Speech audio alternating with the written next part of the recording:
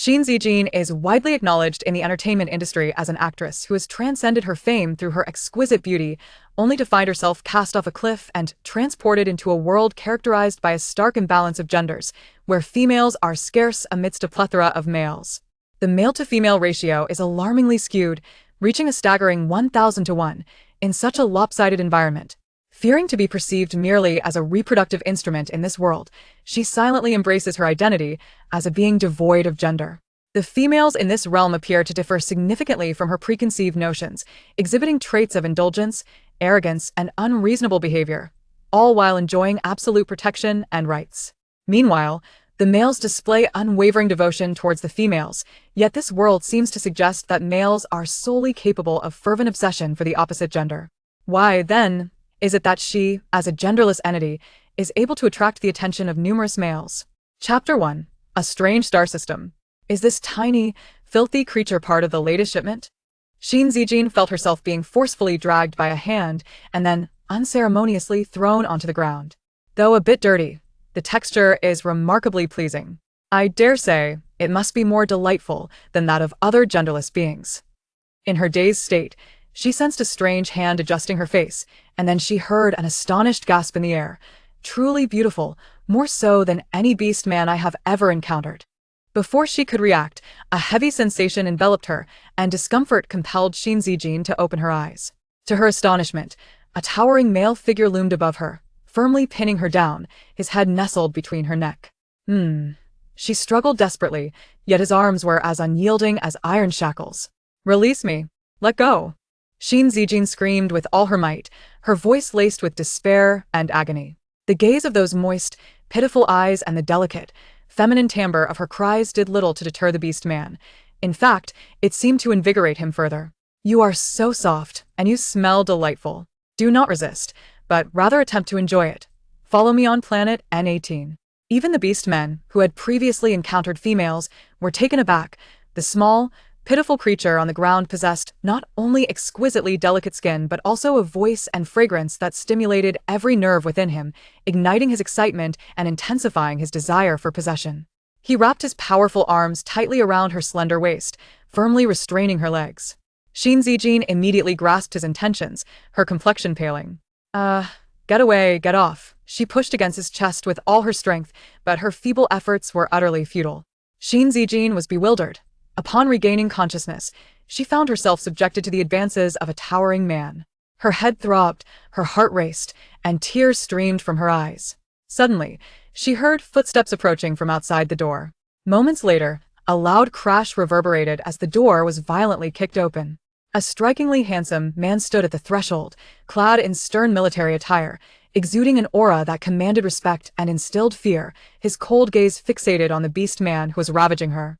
The beast man appeared momentarily stunned, and before he could fully comprehend the situation, he was abruptly hurled away, crashing against the wall with a dull thud. Xin Zijin quickly looked up at the newcomer, whose expression was icy, emanating an intense chill that sent shivers down her spine, his eyes resembling ancient ice that pierced the soul. He crouched down, scrutinizing Xin Zijin to confirm she was unharmed, then coldly surveyed the beast man sprawled on the ground, his lips parting slightly.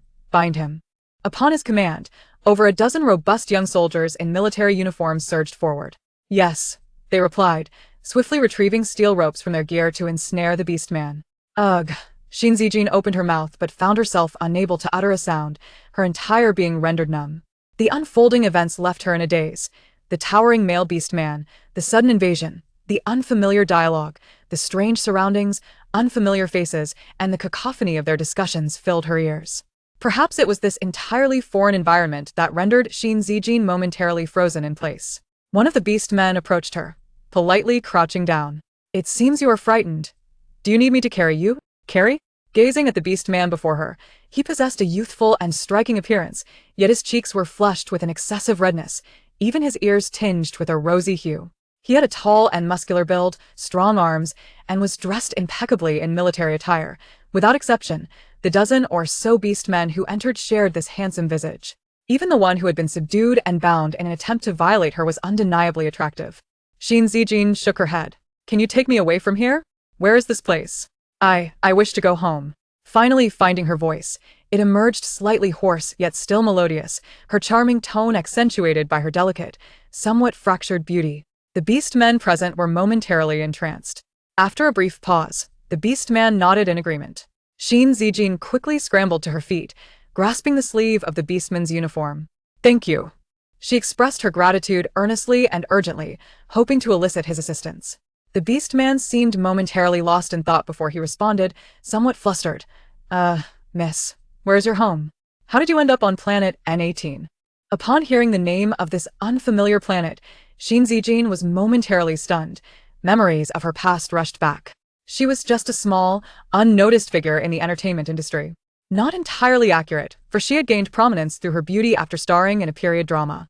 Her exceptional acting and stunning appearance rapidly garnered attention, leading to numerous endorsements and a plethora of film opportunities.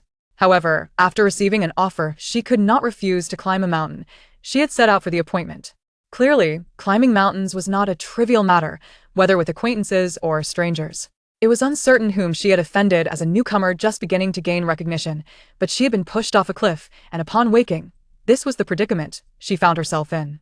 Observing her lost expression, the tall man beside her leaned closer, his fingertips gently exploring the area behind Xin Zijin's ear.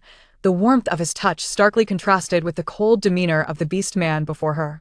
His fingers bore calluses as they delicately probed, exuding remarkable tenderness. Xin Zijin was momentarily taken aback. The beast man before her was distinctly different from the others, his military attire appearing more distinguished, with insignia that suggested a higher rank, and his countenance was even more striking than the already handsome group surrounding her. He was the first to rush in and save her. Yet, he emanated a chilling aura, deterring any inclination to approach. "Your membrane remains intact. You are still pure." He did not succeed in his violation. Membrane? Did he mean what she thought he meant? The hymen? The issue was that such a thing should be located below, not behind the ear. Xin Zijin involuntarily reached towards the area behind her ear, finding nothing unusual. "You do not have a protective membrane?" The beast man who had initially offered to carry her gazed at Xin Zijin with concern, then, realizing the situation, expressed his indignation. "Those vile creatures must have torn your protective membrane long ago, eager to witness your disgrace." He then produced a transparent adhesive resembling a bandage from his pocket, slowly extending it towards Xin Zijin, signaling her to apply it.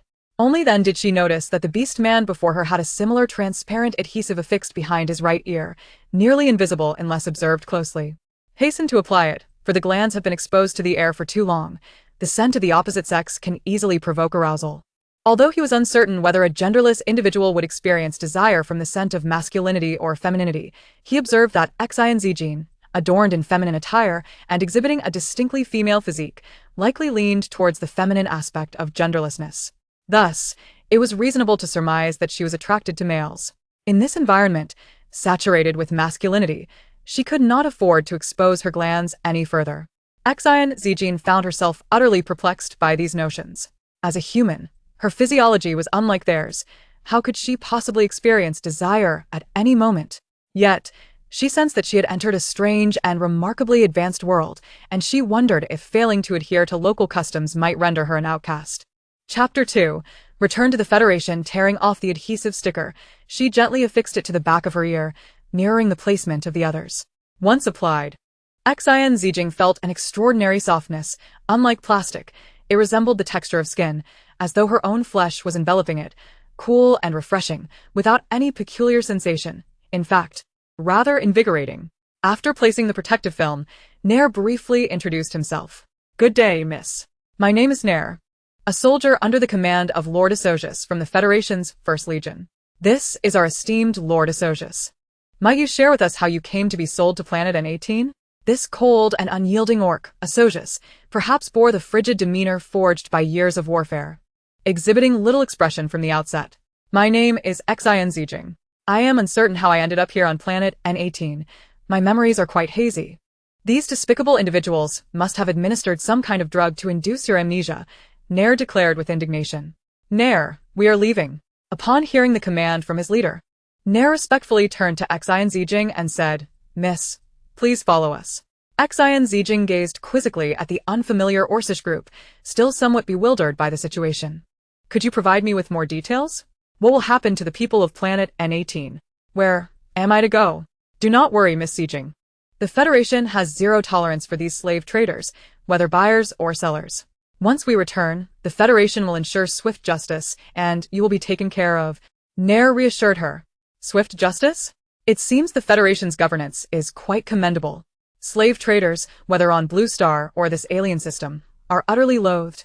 And I am surprised to see such decisive action here. Upon boarding the starship, Xin Zijin was astonished by the scene before her. The ship was equipped with facilities that seemed scarcely distinguishable from the futuristic interstellar architecture.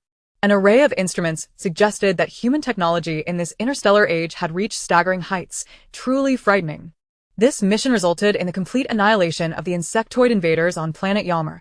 Our forces suffered 163,560 casualties, with 36,591 fatalities, reported the holographic interface. Indeed, Commander Asocius of the Federation's First Legion is remarkable. Within a month, he has eradicated the insectoid menace with minimal losses. Additionally, during our passage past planet N18, we apprehended a small group of orc traffickers, totaling 863 individuals, including 53 orcs who were sold, comprised of 52 underage males and 1 adult asexual female. The holographic interface paused momentarily, then responded with evident anger. How can there still be those vile slave traders? Are they not afraid of execution? Asocius replied with indifference. These orcs are desperate. The profits from trafficking are immense, compelling them to take such risks. The interface inhaled sharply, clearly surprised by the revelation of an asexual female. Is she the only one? How is she faring among those 800-odd scoundrels? Rest assured, I have examined her glandular membranes, and they remain intact. We must have arrived just in time, Asocius reassured. That is good to hear. I trust the First Legion to handle matters competently. The 53 captured orcs can be turned over to the Federation for processing, and as for the asexual female, while she is classified as female, she is not a traditional female. Please ensure she is monitored for any psychological trauma, should she exhibit signs of distress or suicidal tendencies. She should be sent to the Federation's first hospital for psychiatric counseling. Understood, Asocius confirmed. Upon concluding the call, Asocius was momentarily lost in thought, recalling Xin Zijin's delicate and exquisite visage. It was a pity that she was an asexual being.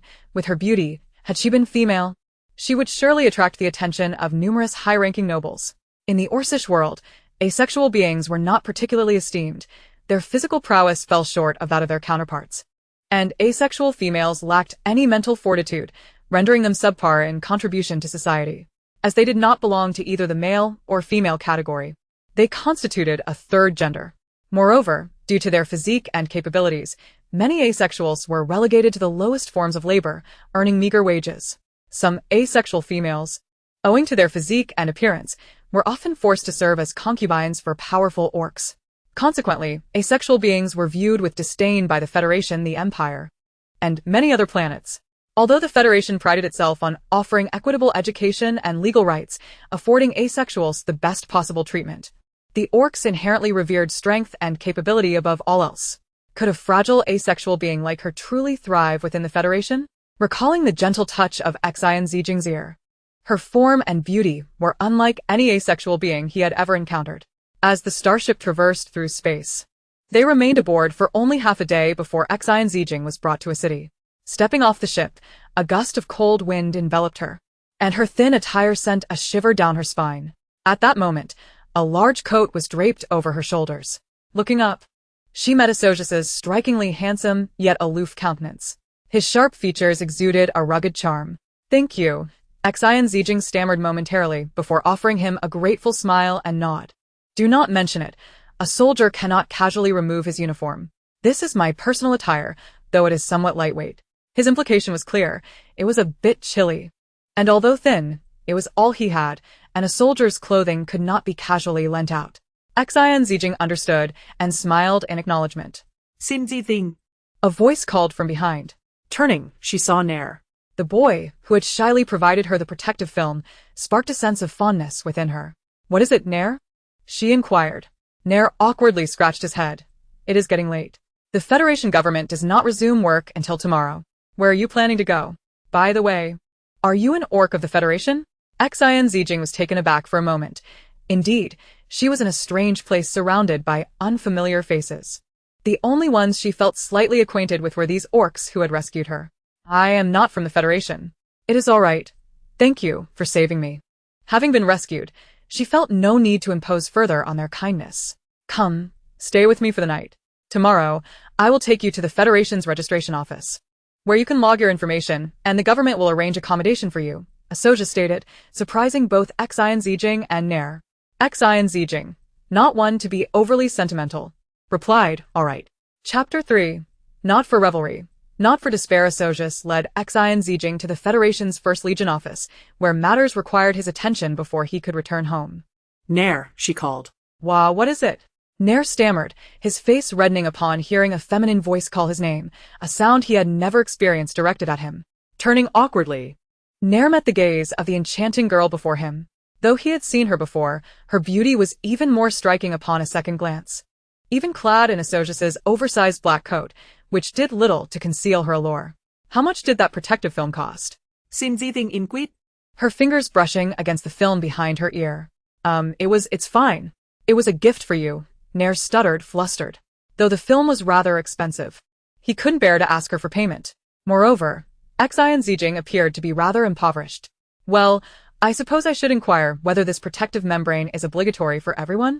In this unfamiliar setting, Xin Zijin chose to adhere to local customs, despite her ignorance regarding the so-called glands and her own lack of need for a protective membrane.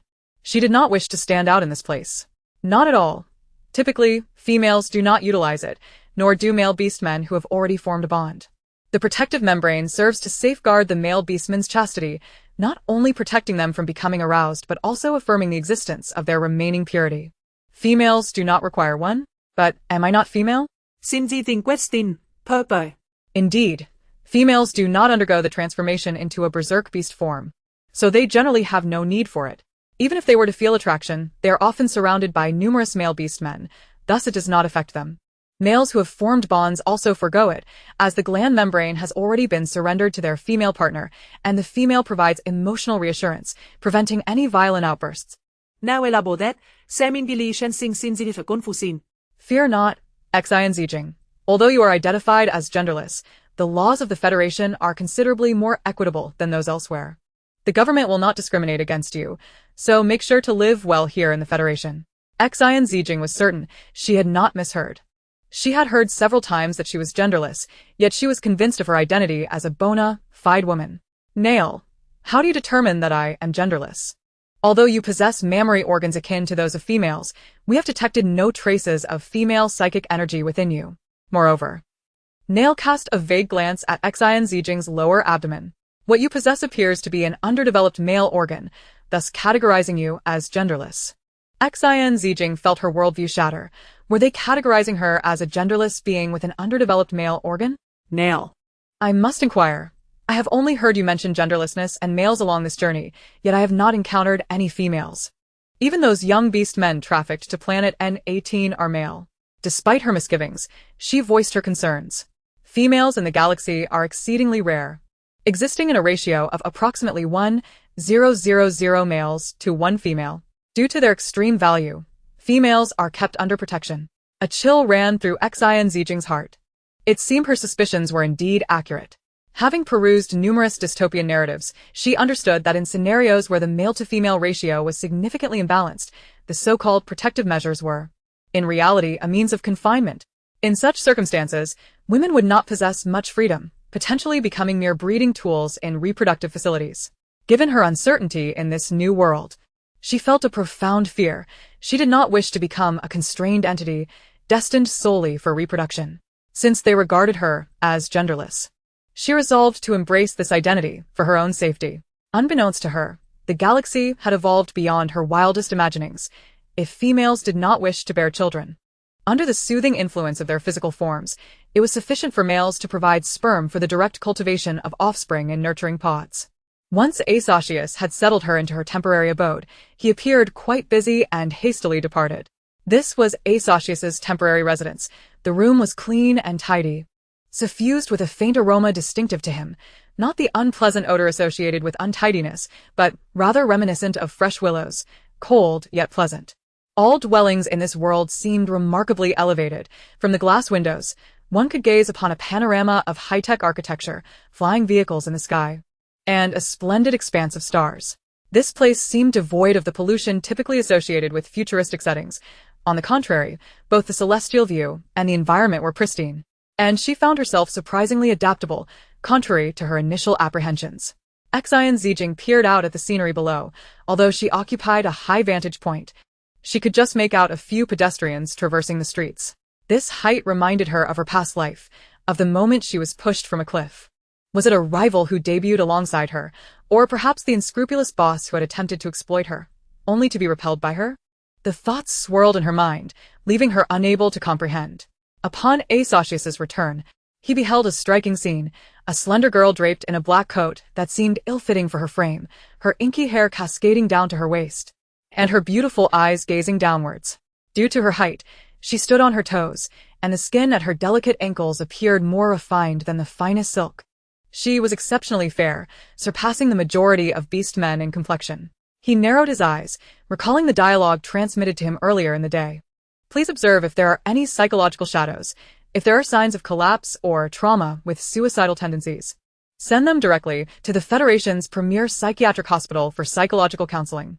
Aesocius's icy demeanor intensified as he approached her, swiftly lifting her into his arms, enveloping her tightly. The unique scent of the girl infiltrated his senses, prompting him to tighten his grip further. Thinking of bungee jumping? He murmured from behind her, drawing her body closer to his warm breath brushing against her neck, igniting a tingling sensation. Suddenly aware of his robust chest, Xin Zijin stiffened, turning her head to meet his fervent gaze.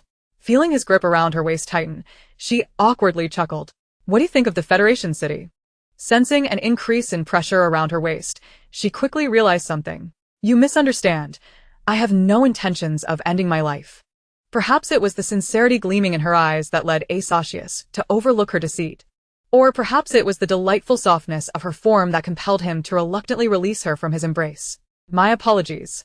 As she felt him loosen his hold, Xin Zijin too relaxed, only then realizing how intimate their previous position had been. She raised her gaze to him, but all she could see was his strikingly handsome profile, accentuated by the translucent protective membrane affixed behind his ear. Noticing her scrutiny, he lowered his head slightly to meet her gaze. Aesocius found himself captivated by her clear, innocent eyes, stirring a strange sensation within him.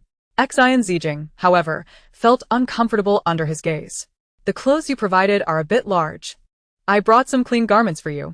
With that, he gestured toward the neatly folded clothes at the entrance. Recalling the oversized men's clothing she currently wore, she responded, I will wash them and return them to you. Not a problem. I shall take my leave for a shower. Perhaps due to the awkward atmosphere in the room. Xin Zijin silently picked up the clothing from the entrance and dashed into the bathroom. Chapter 4, Identity Registration. Fortunately, despite the advancements in interstellar technology, she could still comprehend how to operate the bathroom switches.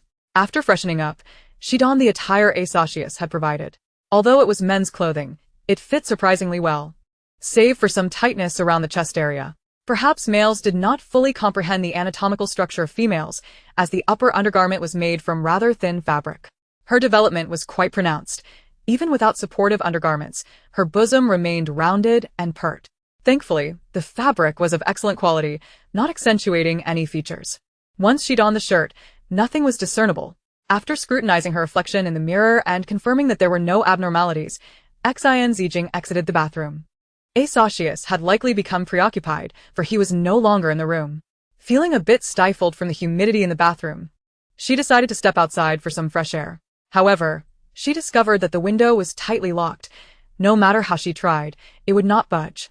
The locking mechanism was beyond her understanding. It seemed that Aesocius had taken precautions against her potential urge to leap, securing the window before his departure. With no other option, she returned to the room. The room was eerily empty, save for a grand bed. She meandered about the space for a few moments before approaching the bed and settling down. Exhaustion weighed heavily upon her. The multitude of events that had transpired today required ample time for her to process. Perhaps it was all just a dream, she mused, as she reclined onto the bed, extending her hand to caress the soft duvet, inhaling the refreshing scent reminiscent of willow. A wave of tranquility enveloped her, and after a brief moment of silence with her eyes closed, she gradually succumbed to slumber. By the time Asacius had dealt with the traders on planet N18 and returned to his abode, it was already quite late. His gaze fell upon the garments he had draped over her, now clean and neatly hung in a designated spot. He recalled Xin Zijin mentioning she would wash them for him. However, he was taken aback to discover that her method of cleaning was so primitive. She had hand-washed them instead of delegating the task to the cleaning robots. Even humans from millennia ago seemed to have used washing machines. In previous times, Asacius would have unceremoniously tossed the semi-dry clothing back to the cleaning robot, yet this time, he found himself inexplicably refraining from doing so. Despite the incongruity of the garments hanging there amidst the otherwise pristine surroundings, the fabric still bore the unique fragrance of the girl, mingled with the scent of her body wash. The mere thought that this clothing had been tenderly scrubbed by her delicate hands stirred an inexplicable flutter within him, filling his heart to the brim with a sensation that left him feeling strangely unsettled. Noticing that the bedroom door was firmly shut, he presumed she had already retired for the night. Approaching the table, he grasped a glass and took a few sips of cold water, which alleviated some of his fatigue. Had the protective membrane truly lost its efficacy after just 2 days? He glanced around the living room and retrieved a new protective membrane from a drawer. Peeling away the old one and applying the new, the membrane clung to the area behind his ear like rejuvenated skin, its chilling touch sharpening his awareness. With a calm demeanor, he entered the study. The following day, at the federal government office, the rescued orcs had been well accommodated, and perhaps fearing she might exhibit suicidal tendencies, Asacius personally escorted her to the office. Given his unique status, he merely provided a brief explanation before permitting Xin Zijin to proceed alone, while he remained outside to wait. He believed it was sufficient for her matters to be handled independently. The government would take care of the remaining arrangements. In truth, his presence was unnecessary. Perhaps he was simply reluctant to let her confront these proceedings alone, particularly after witnessing the fragile girl gazing out the window the previous night. "Hello, Mississippi." Upon hearing someone call out to her, Xin Zijin surveyed her surroundings, noting the presence of several male orcs, and uncertainly addressed the one who had spoken. "Are you calling me?" "Yes, Mississippi." The towering orc appeared somewhat bashful. It was his first interaction with a female, albeit a genderless one. And the beauty of the girl before him, coupled with her melodious voice, compelled him to draw near. "Could I have your light brain contact?" he asked, summoning his courage once more. "Light brain? Is that akin to a mobile phone in this world?" She pondered, realizing she did not possess one. "I'm afraid I don't have one," she replied earnestly. This question felt akin to someone in contemporary society asking for WeChat ID. One could decline without issue. Yet stating one had no WeChat was tantamount to a direct refusal. "Well, then, I apologize for the intrusion," the orc said, disheartened, as he walked away. His initial attempt to solicit contact from a genderless individual had been met with such straightforward rejection, marking the greatest setback of his life. Ignoring the orc, Xin Zijin proceeded to the office, where she informed the attending orc of her purpose. Since the government had previously provided information, and the First Legion had already registered the abducted orcs brought from planet N18, her arrival did not evoke surprise. The worker merely sighed at the sight of the delicate and polite genderless individual, lamenting how such a beautiful child had fallen into the clutches of such scoundrels, presumably enduring considerable suffering. Nonetheless, the work must continue. As she belonged to the newly settled orcs within the Federation, she required information registration akin to obtaining an identification card. Name? Xin Zijin, the child of the Azure, with a heart that ponders. "You are well-versed in ancient culture? What a beautiful name," the staff member remarked appreciatively. Thank you. Gender, genderless. How old are you? The worker inquired, already inputting her gender without waiting for her response. Although Xin Zijin yearned to assert her femininity, the customs of this interstellar society were markedly different, and she had yet to encounter a single woman, nor another who shared her designation of genderless. Thus, she resolved to conform to local customs. 21, she replied. "Miss Xin Zijin, you appear younger than 21, the staff member observed, though he continued to record her age as 21 on the light brain interface.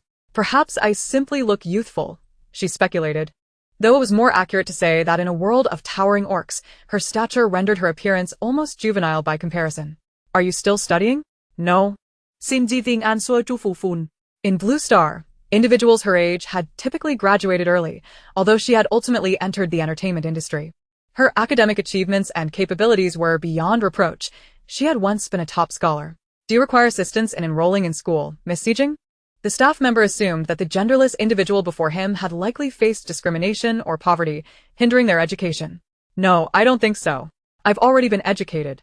And after what I've experienced, I find myself weary of learning. Perhaps it is unnecessary in this world. Do not fret, Miss Zijin.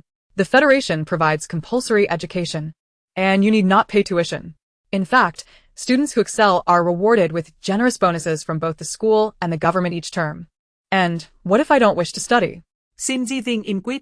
The Federation will provide you with accommodation, but without proof of educational qualifications. You will not be assigned work, and you must pay taxes annually once employed. Xin Zijin's mind was reeling. This implied that she would have to seek employment herself, with no guarantee of placement without qualifications, and still be liable for taxes. What could she do? Return to the entertainment industry? Or apply her previous studies? But would her past education even hold relevance in this interstellar society? Perhaps it is best for you to enroll in school for now, as you are still quite young. If you perform well academically, the Federation will grant you subsidies for your education and provide housing.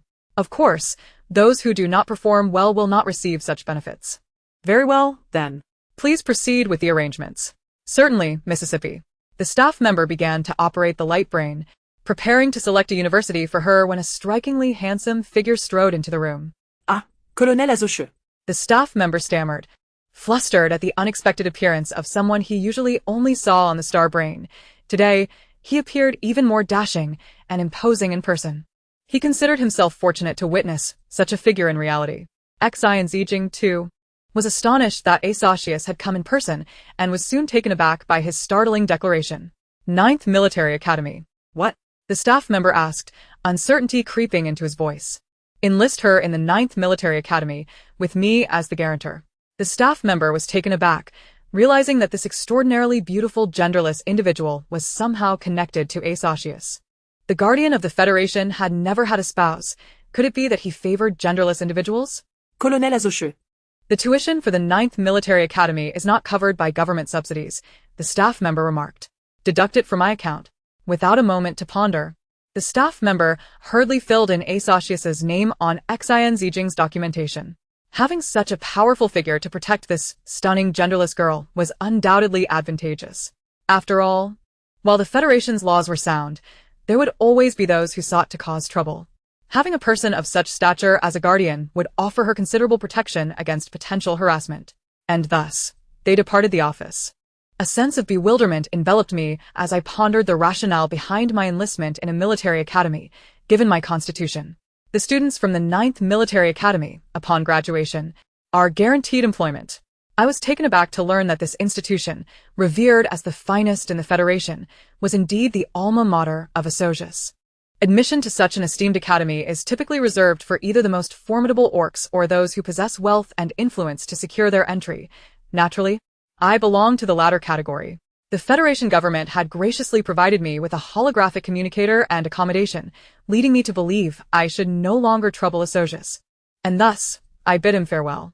The holographic communicator resembled a three-dimensional phone, and with a few simple operations, I located my assigned residence in a remote city on the Federation's home planet.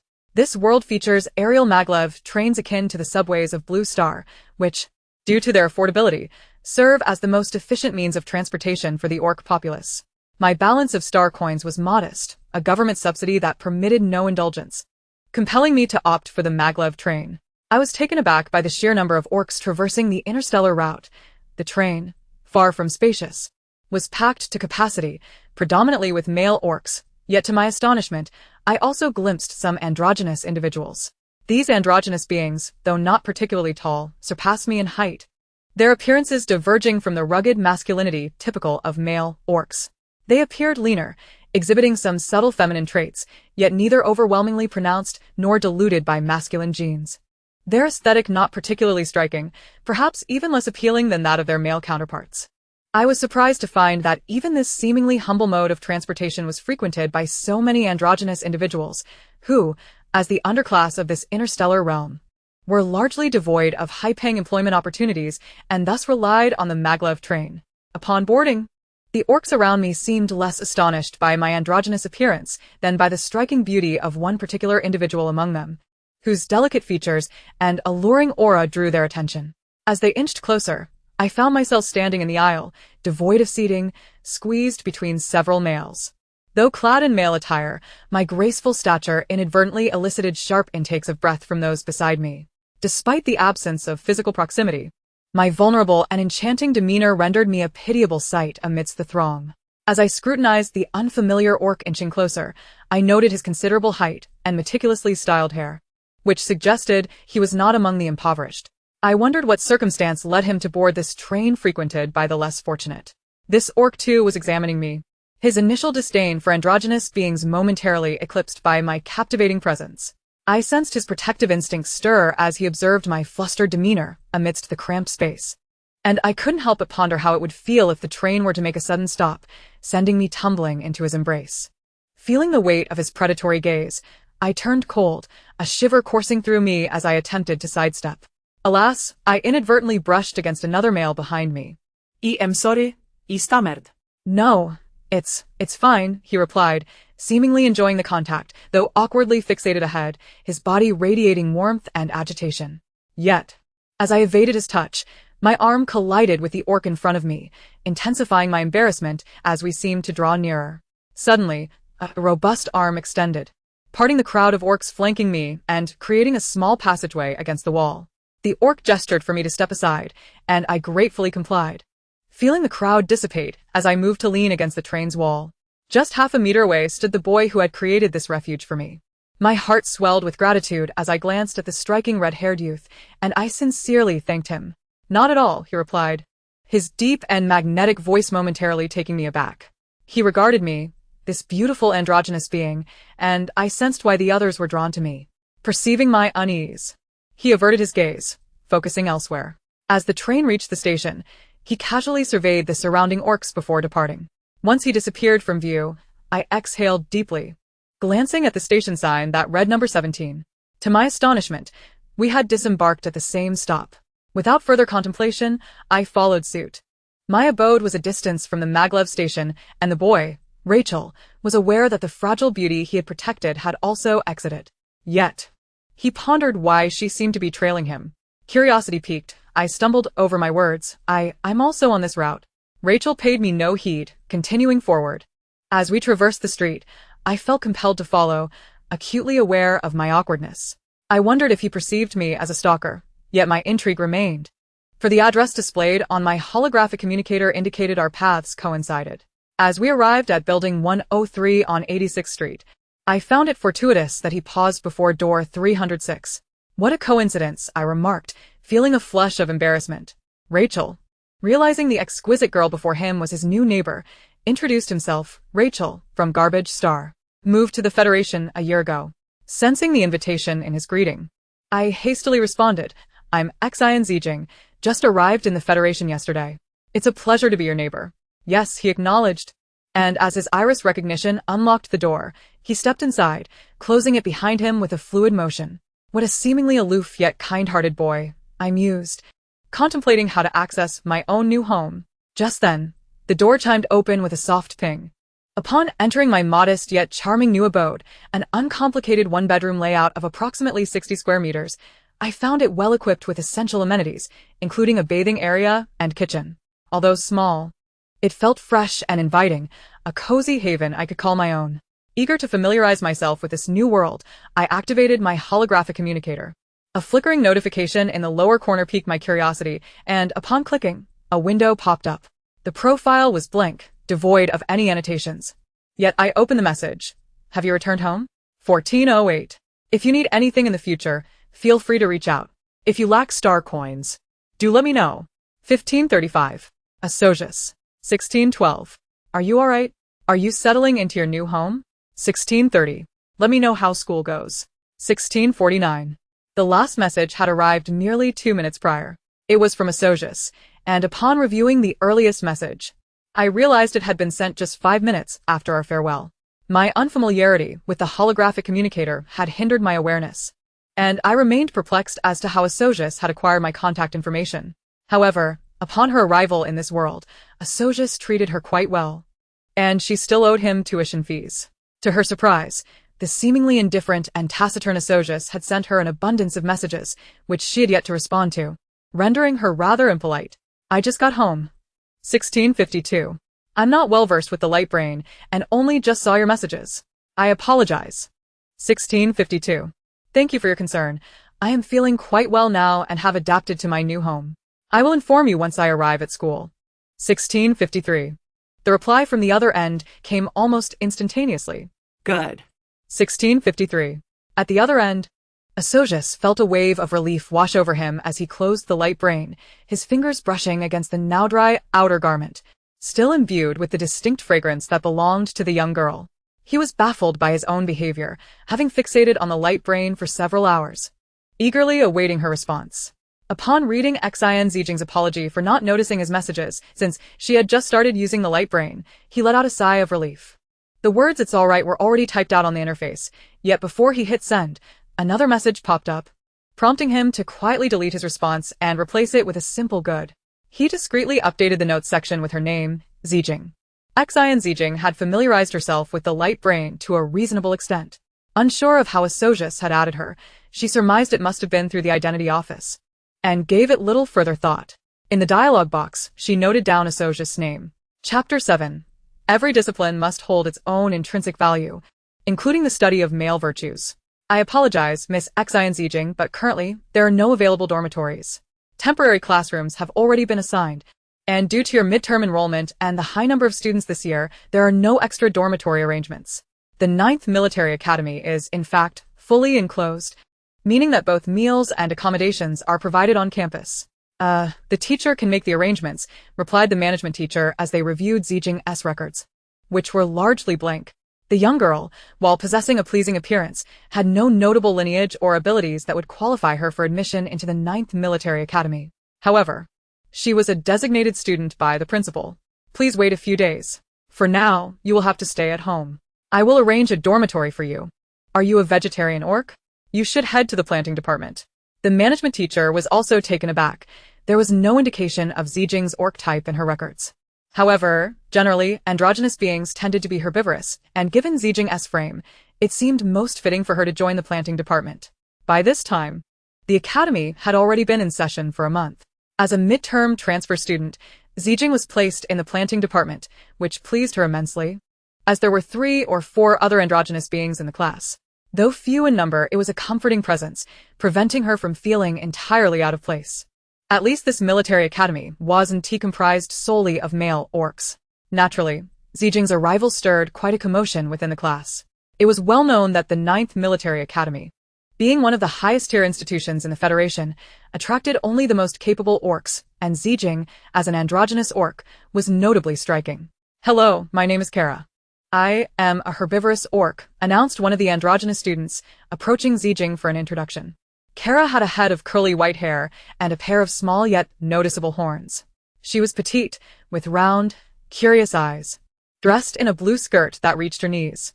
Zijin immediately assessed her as a sheep orc, noting that female sheep do not grow horns while male sheep do. However, Kara's small stature and delicate voice prompted Zijin to question her apparent gender identity. Hello, I am Xin Zijin, she replied. Xin Zijin, are you also androgynous? You are so beautiful, even more so than all the females and androgynous beings, Kara exclaimed, grasping Zijin's hand in astonishment. At this moment, a number of orcs gathered around them, with the closest being androgynous and the further ones male orcs. Without exception, these orcs towered over Zijin, and although these androgynous beings were not truly male, their heights, nearing 6 feet, sparked a pang of envy within her. She also noticed a distinct trend among her classmates. There were sheep orcs, cow orcs, rabbit orcs, and it seemed that the majority were herbivorous. What do you mean by herbivorous orc? Zijin inquired with curiosity. Kara hadn't anticipated such a question, but considering Zijin was new and likely unfamiliar with a 9th Military Academy, she explained, our class, the planting department, is primarily composed of herbivorous orcs. While we may lack the innate combat prowess of carnivorous orcs, we possess a natural affinity for planting and the ability to purify plants, which holds significant value within the Federation. After all, every living being requires sustenance. Through Kara's introduction, Zijin learned that the most prestigious departments in the school were the Command Department, Mecha Department, and Combat Department, whereas the Planting Department and Healing Department fell under the logistical category. Kara was an exceptional herbivorous androgynous orc. Despite the disadvantages typically faced by herbivorous orcs, androgynous herbivorous ones were even rarer. In this world, consumable plants often contain trace amounts of toxins, necessitating purification for safe consumption. Unfortunately, few orcs possessed purification abilities, yet Kara, as an androgynous being, had awakened such a rare talent, which allowed her admission into the 9th Military Academy. The planting department was not solely comprised of herbivorous orcs. It also included several promising carnivorous orcs. Moreover, the 9th Military Academy had strict regulations. While hierarchies did exist among orcs, within the school, even those who might look down upon androgynous beings would refrain from taking rash actions. Zijin was utterly astonished by the planting department's curriculum. Courses such as the correct posture for carrying a shoulder pole, vegetable planting techniques, proper watering for fruit trees, how to build supports and grafting, utilization of purification abilities, and the study of beast husbands left her in disbelief. She felt as if the sky were collapsing upon her. She had never encountered such agricultural knowledge on Blue Star. Why? In this technologically advanced interstellar setting, and at such a prestigious institution as the 9th Military Academy, was she required to study this? And what was this study of beast husbands, pruning seedlings and branches, like this during a practical class on the school's agricultural land? A white-bearded goat teacher patiently explained various tree planting techniques. Now you all come and demonstrate, the teacher instructed. Not a single student dared to move, fearful that any misstep could lead to the demise of the seedlings. In a world where advanced technology flourished, plants and vegetables were more valuable than meat, as they were challenging to cultivate and sustain. The fruits consumed by the orcs were cultivated by graduates from esteemed institutions like theirs, which explained why the 9th Military Academy offered a planting department. Snap! Just as the other orcs hesitated, a beautiful young girl boldly snipped at a seedling's branch. The excess branches fell away, leaving the other students in shock. She must be the new student. Has she studied the planting department before? How could she be so bold after just a few lessons? While the other students were still reeling from their astonishment, the white-bearded goat teacher's eyes lit up. Yes, that's exactly how to prune it. Make a few more cuts. This will enhance the seedling's nutrient absorption without diverting excess nourishment. Before he could finish his sentence, the beautiful girl, with her fair and slender hands, snipped again with precision. Yes, you are doing splendidly. The goat teacher was positively elated, thrilled by the performance of his exceptional student. Classmate, I haven't seen you before. Are you the new transfer student? Inquired the enthusiastic white-bearded teacher. Yes, teacher, my name is Xin Zijin. Xin Zijin felt a twitch at the corners of her mouth. This was a rather rudimentary lesson in planting. She had previously tended to various flowers and plants and was quite familiar with these methods. However, she had not anticipated that at such a prestigious school, she would be learning such juvenile subjects. Xin Zijin. Our horticulture department has finally welcomed an outstanding student. The teacher continued, Dear best, and good performance will earn you extra credits.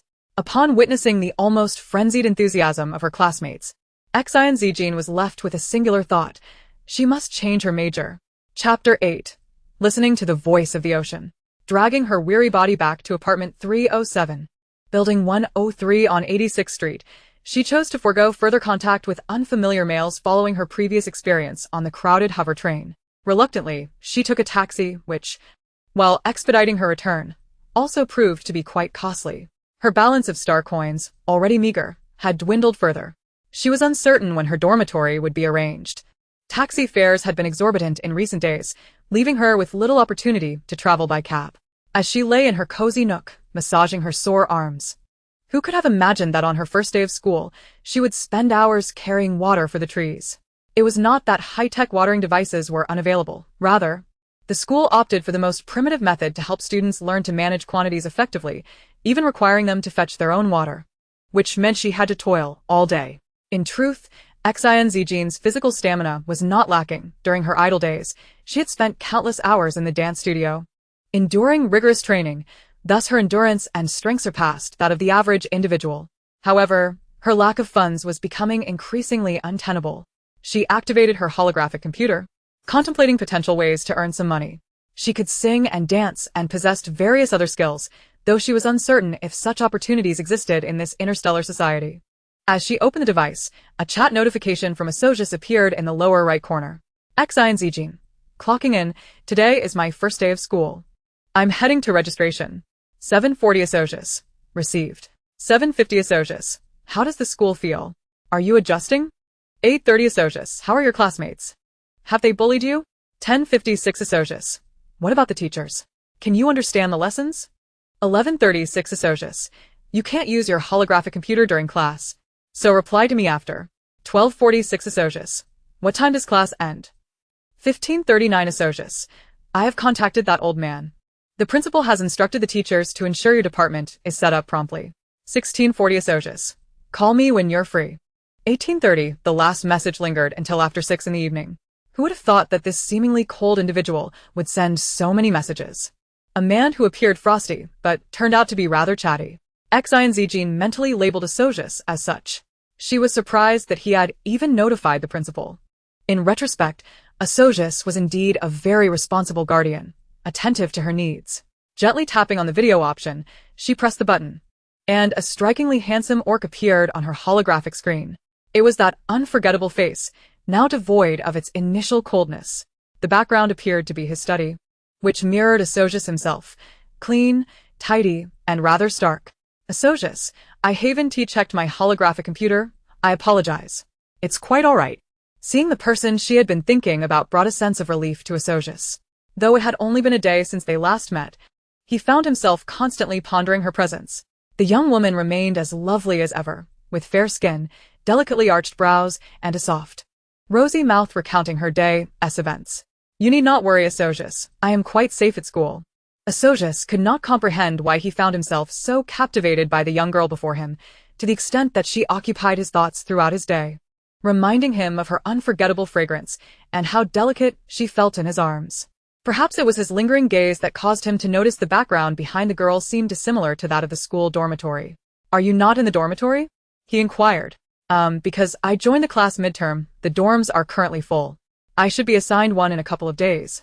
So I'm sleeping at home for now, she replied candidly. Associates felt a twinge of displeasure. The 9th Military Academy enforced strict regulations, and evening classes were held. The girl was so beautiful. What if she encountered danger on her way back late at night? It would be far safer for her to reside at the school. All right. I understand.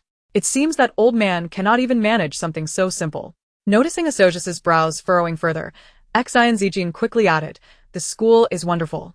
My classmates are quite warm, and there are several others like me who are non-binary. The teachers have been very kind as well. What Xin Zijin said was indeed true. Her experiences today had been positive, though she simply did not enjoy this particular field of study. She had intended to inquire if there was a possibility of changing her major, but recalling his previous mention of the principal and all the assistance he had provided, she felt reluctant to trouble him further. Well, that is good. Associates finally relaxed his furrowed brow. Associates, thank you for your concern. If there is nothing else, I shall take my leave. Of course. After terminating the holographic video call, Xin Zijin navigated to the section for online content, which featured short videos, akin to the video and live streaming apps on Blue Star. However, the advancements in interstellar technology had transformed video experiences far beyond the simplicity of the past. Every video offered an immersive option. Clicking to enter allowed viewers to engage in a more vivid experience. Culinary videos could emit the aroma of delicious dishes, while diving videos allowed one to feel the crashing of waves, and musical videos, well, the songs were rather difficult to endure. The lyrics were, how shall she say, quite peculiar. Upon accessing the music charts, the top song, Heart of the Ocean, featured a singular, simple note. Xin Zijin clicked to enter, and in that moment, she felt as if she were submerged in an expansive ocean, with waves lapping against her body and cheeks, while the deep-sea melodies resonated. The song consisted solely of a prolonged ah, sung by mermaids, accompanied by melodious tunes and enchanting voices. In that moment, Xin Zijin felt as though she too was swimming in the sea, and she found herself captivated by the mermaid's enchanting song.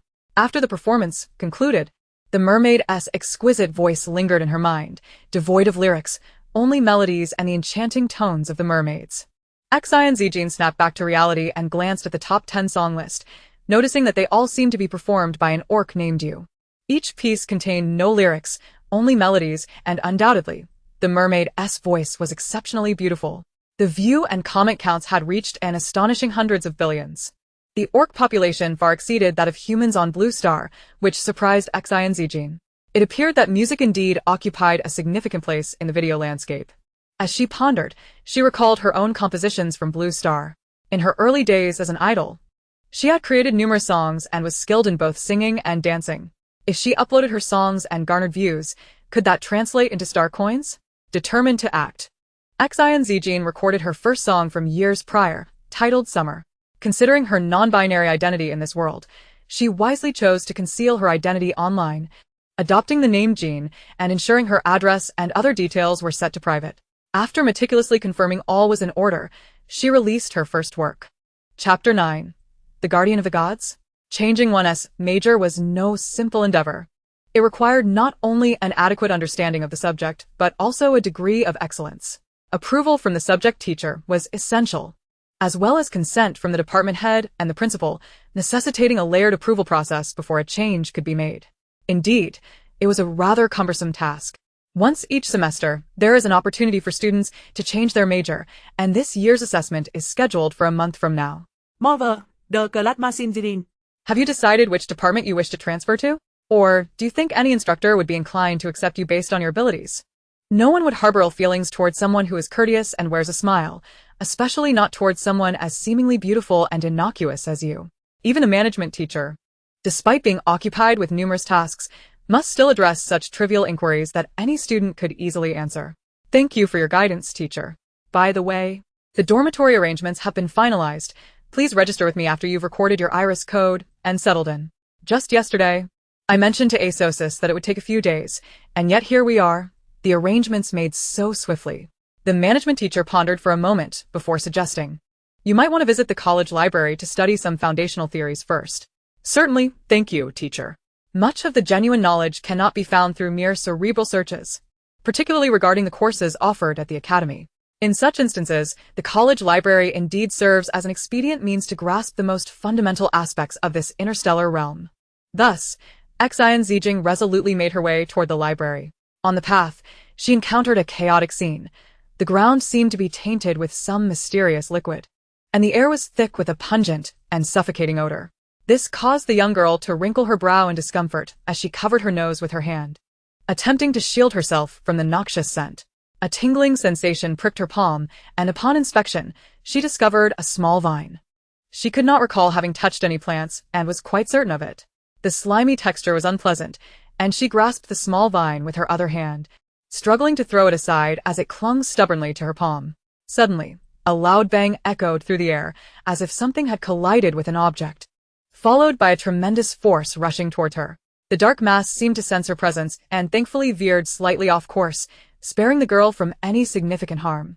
However, in its hasty maneuver, the creature's sharp claws grazed her delicate arm. The black creature came to a halt not far from her. It was a black cat. Casting a disdainful glance at the girl it had just bumped into, its eyes were filled with contempt and irritation. Xin Zijin, observing the cat's scornful gaze, instinctively touched the scratch on her arm, relieved that it was not particularly painful. Is this the Academy's black cat? The feline vanished into the shadows with remarkable swiftness. Xin Zijin did not dwell on the recent incident with the cat as she continued towards the college library. Her understanding of this world was still limited. She learned that beast men possess the ability to sense spiritual energy. The higher the level of spiritual energy, the stronger their capabilities. Typically, ordinary beastmen fall within the D or C levels, while those achieving A or above might be directly admitted into prestigious interstellar institutions. For instance, Asosis, from the Federal First Legion, is a rare SS-level spiritual energy wielder, the highest classification in the current interstellar evaluation system. Females also possess spiritual energy levels, but due to physiological reasons, SS ranks are exceedingly rare, with it being the highest. Nonetheless, female spiritual energy is distinct from that of males. The remaining category encompasses the genderless individuals, who are essentially underdeveloped male beastmen, having lost certain functions. Perhaps due to this innate third gender, many genderless individuals identify with femininity, and their spiritual energy levels rarely reach exceptional heights. Upon enrollment, all students undergo a spiritual energy assessment. Since Xin Zijin joined midway, she had not yet participated in any testing. To change her major, she would need at least a B-level spiritual energy rating, alongside meeting other criteria. Perhaps she should first assess her spiritual energy level. Not far within the library, a grand and sacred enclosure reminiscent of a cathedral caught her eye. It evoked memories of ancient texts she had once perused: the sun god, the Book of Adam, the cathedral, and so forth. A strange sense of familiarity stirred her curiosity. As Xin Zijin approached the entrance, she drew the astonished gazes of those present. Fortunately, at that moment, a beast man intercepted her. "This is the domain of the faithful. Entry is not permitted lightly, lest you face a curse." "A curse?" The beast man nodded. "Indeed, it could lead to death." Oh. "I was merely curious and wished to consult some materials." Upon hearing her words, the beast man, having noticed her keen interest, kindly cautioned her, perhaps wishing to spare this beautiful genderless individual from harm. "You cannot enter the sanctuary so freely." Sensing the beastman's genuine concern, Xin Zijin refrained from further inquiry. At that moment, the grand doors of the sanctuary swung open, revealing a pair of long, fair hands. The figure that emerged was elegant, radiant, and exuded a sense of disdain. "An inferior genderless being?" he remarked. The golden-haired young man was strikingly handsome, yet his expression was suffused with arrogance and gloom. Xin Zijin was taken aback, astonished that such a beautiful individual could harbor such contempt and disdain. "This is no place for you." Yet there was an inexplicable allure about him that compelled one to listen, instilling a sense of trepidation against defiance. The beast man beside her tugged at Xin Zijin's sleeve. "He is the guardian here." "The guardian?" "Yes, while he may be arrogant, he is formidable. Linoir is a temperamental beast man, and we all fear him." "The guardian?" Xin Zijin recalled tales regarding the sanctuary, rumored to house many miracles. It was said that the deity who created the sanctuary left behind treasures and wonders for the new guardian upon departure. Grateful for the beastman's explanation, she offered her thanks. "It's no trouble. I, too, am genderless." "Another genderless being?" Yet the beast man before her seemed no different from ordinary beast men, with a stature that was anything but diminutive. "Indeed. I am Jorah, from the Mecha Department, Class 5. I am Xin Zijin, from the Planting Department, Class 16. Jorah's presence conveyed that not all genderless individuals lean towards femininity. Perhaps it was merely a normal third orientation in this interstellar context that she had failed to perceive. Chapter 10. A life of vegetarianism is equivalent to grazing. The dormitory was designed for 4 occupants, yet it appeared that Xin Zijin was the sole inhabitant at present. "Where are the others?" she inquired of the classmate who had escorted her. To her surprise, it was Jorah who had brought her to the dormitory. "The students residing here are all high-ranking beast men. A few are out on missions and others are not yet known to me." "Very well, thank you." This solitude suited her fine, for now. She had the dormitory all to herself. "Jorah, would you be so kind as to accompany me to the spiritual energy level testing?" Jorah glanced at Xin Zijin, realizing she wished to undergo the assessment. Feeling a sense of camaraderie with this polite and beautiful genderless individual, he understood the inherent unfairness of their world. Despite having achieved an A-level and being accepted into the 9th Military Academy, even he, a genderless individual, faced discrimination from other beastmen. He couldn't help but feel a deeper sympathy for this fragile and lovely genderless girl standing before him. Without further thought, he agreed, all right.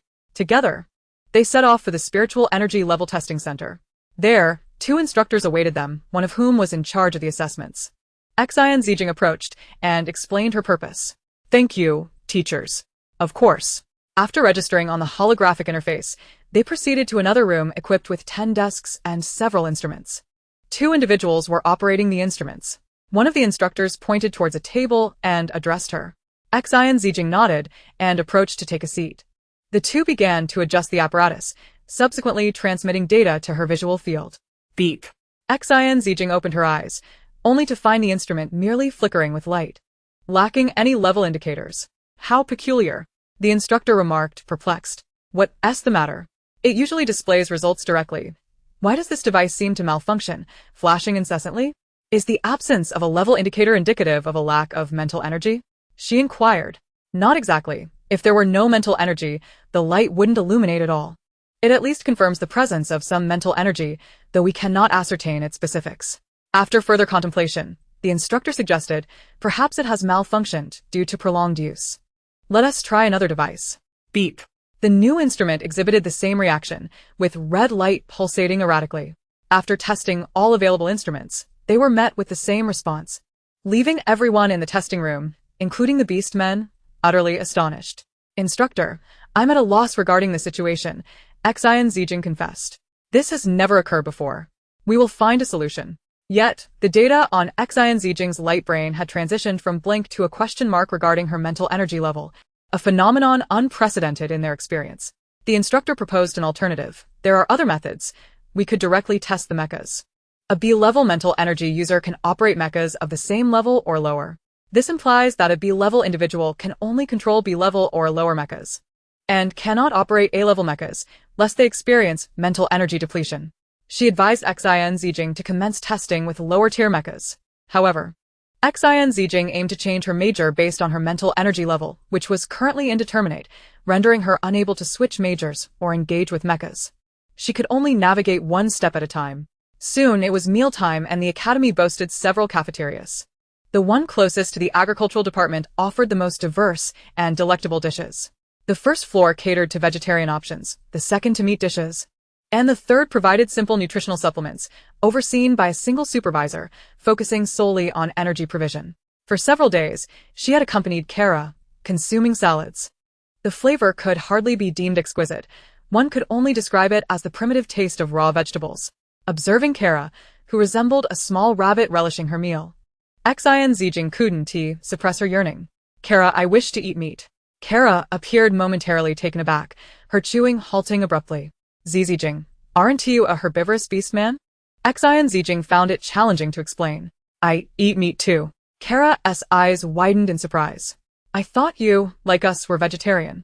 She then reassured herself. It's all right. Asojus is also a carnivorous beast man. If you are like him, I have no fear. Eating meat is quite fine. Kara, you know Asojus? Xin Zijing inquired. It was rare for a beast man to be unaware of Asojus, especially in the 9th Military Academy, for he was the pride of the entire Federation. Asojus is that formidable? Xin Zijing pondered. Colonel Asojus graduated from the 9th Military Academy, didn't you know? Zijing? I didn't. In truth, she was completely unaware. Kara didn't press further. There's meat available on the second floor. Would you like me to accompany you? Zijing? No, thank you. I'll take a look myself. Upon reaching the second floor's food counter, Xin Zijing was astonished by the variety of dishes. Though numerous, the preparations were simplistic and uniform. Some meats appeared only lightly cooked. She opted for a piece of meat that seemed adequately prepared and palatable. Feeling a pang of hunger, she took a tentative bite. How to describe it? It was indeed meat, cooked, yet still somewhat gamey. Had it been her former self, she would have surely spat it out at the first taste. However, now she persevered and consumed the entire modest portion, fortunate that it was quite small. The beast men on the second floor were equally astonished, for such a beautiful, genderless female was a rarity they had only heard whispers of before, and today was their first encounter. Moreover, this genderless female was also a carnivorous beast man. Upon returning to her dormitory, Xin Zijing contemplated whether she could prepare her own meals. Although the dorm was spacious, it lacked a kitchen, and she ultimately abandoned the idea, considering she could buy ingredients during a break to prepare meals at home. She then activated her light brain, noticing a message from Asojus flashing in the lower right corner. Clicking it open, she read, Asojus, how have you been lately? 10:33. Asojus, we have detected Zerg activity on planet D10. Please take good care of yourself. 1600 hours. Xin Zijing, take care. May you return triumphantly. 1853. As a colonel of the 1st Legion, safeguarding the Federation's security was part of his duty. Reflecting on Kara's earlier words about Asojus being a role model and pride for many, she felt apprehensive about how to explain her connection to such a distinguished figure if other beast men discovered it. Quietly, she amended Asojus's contact name to Ice-Faced Nuisance. Chapter 11. The dual pupils gave me a hint. This lesson was held outdoors for the agricultural department.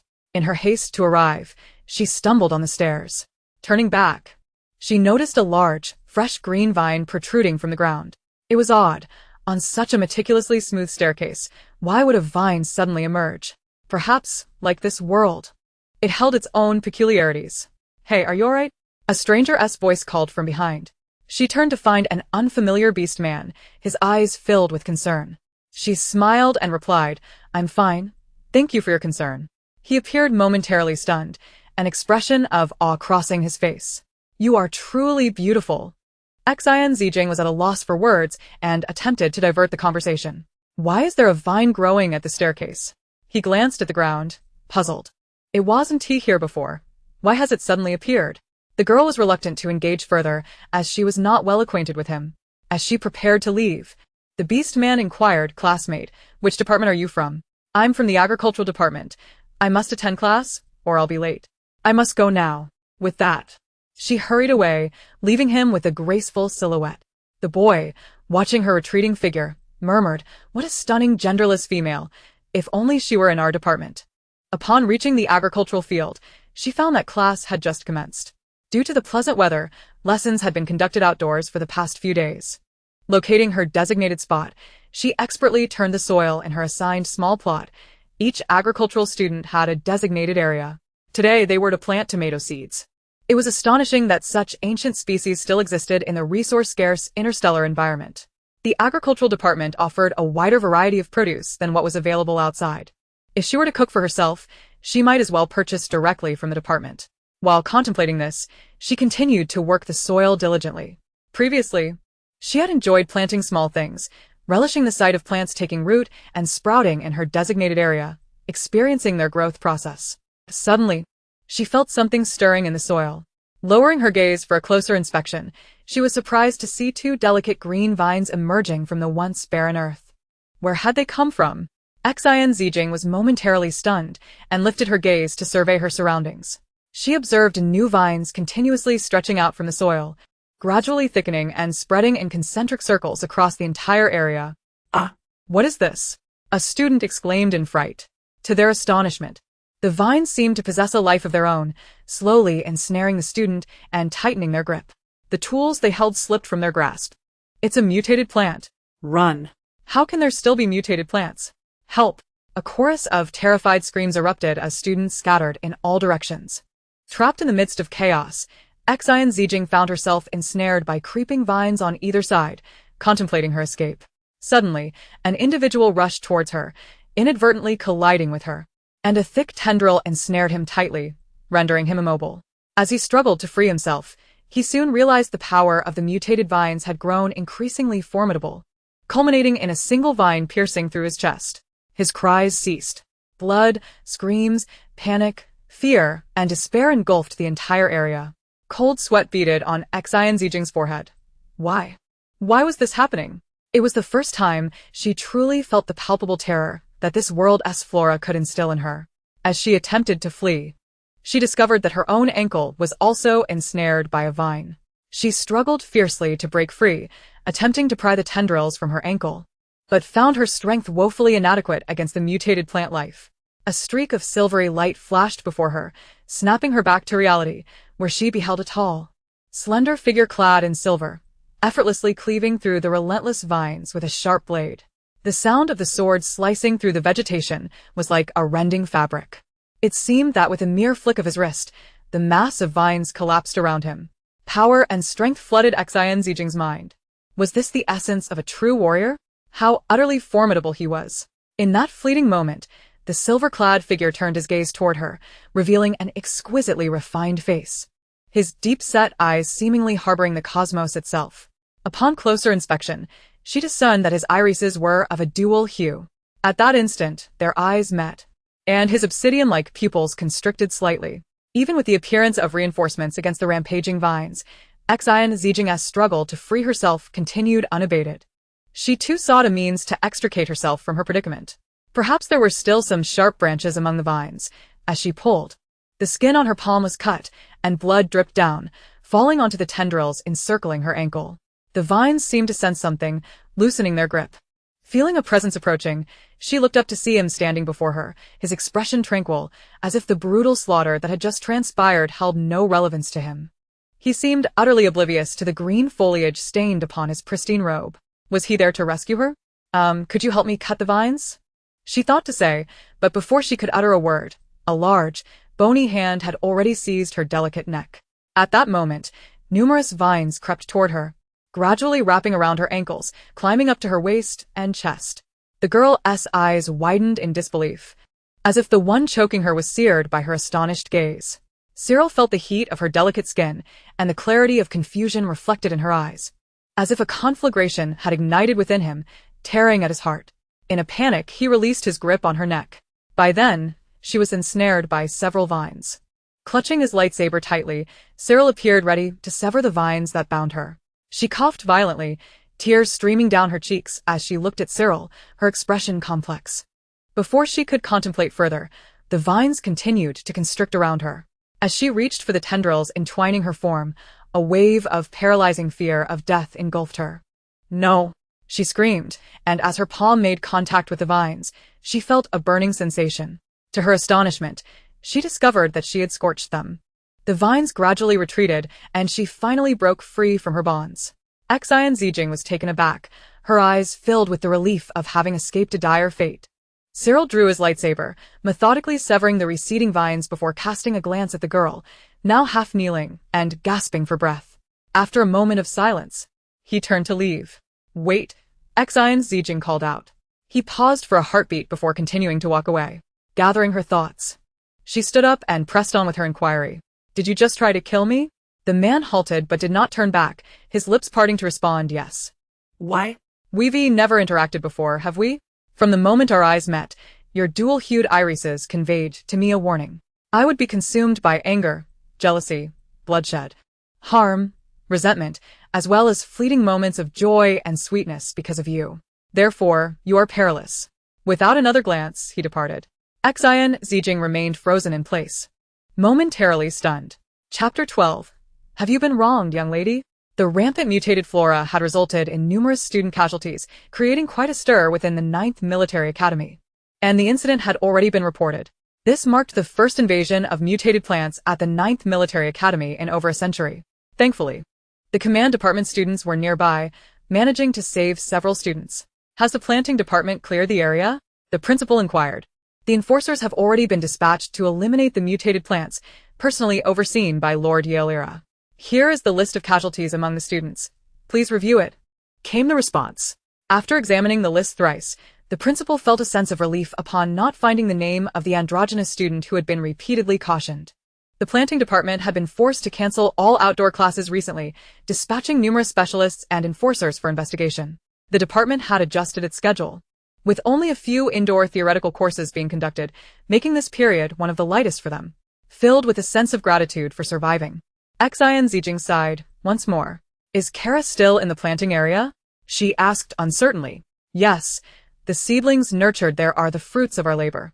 Kara cherishes those plants dearly. Though currently sealed off for student safety, we hope that some seedlings remain unharmed. But that is incredibly dangerous. No one can guarantee that the mutated plants won't attack again." Xin Zijin recalled the chaos of that day, the attacks she had witnessed. And while she recognized Kara's affection for the seedlings, she knew the risks were too high. "Should we inform a teacher?" one beast man suggested. No.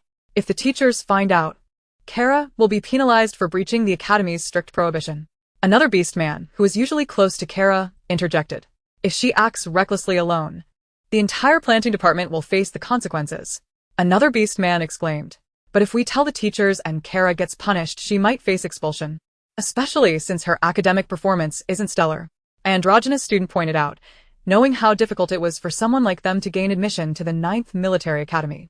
"Then what do we do? Letting this group report her, and have the school penalize Kara?" The group exchanged glances, unease settling amongst them. Stop. Xin Zijin declared loudly after a prolonged silence. "Who among you saw Kara enter?" She fixed her unwavering gaze on the beast man, eager to report. They claimed they saw her. The beast man stammered under her sudden scrutiny. "Who are they? Did they witness it firsthand? What are their names? Which class are they from?" The barrage of questions left the beast men momentarily stunned. None could provide a coherent answer.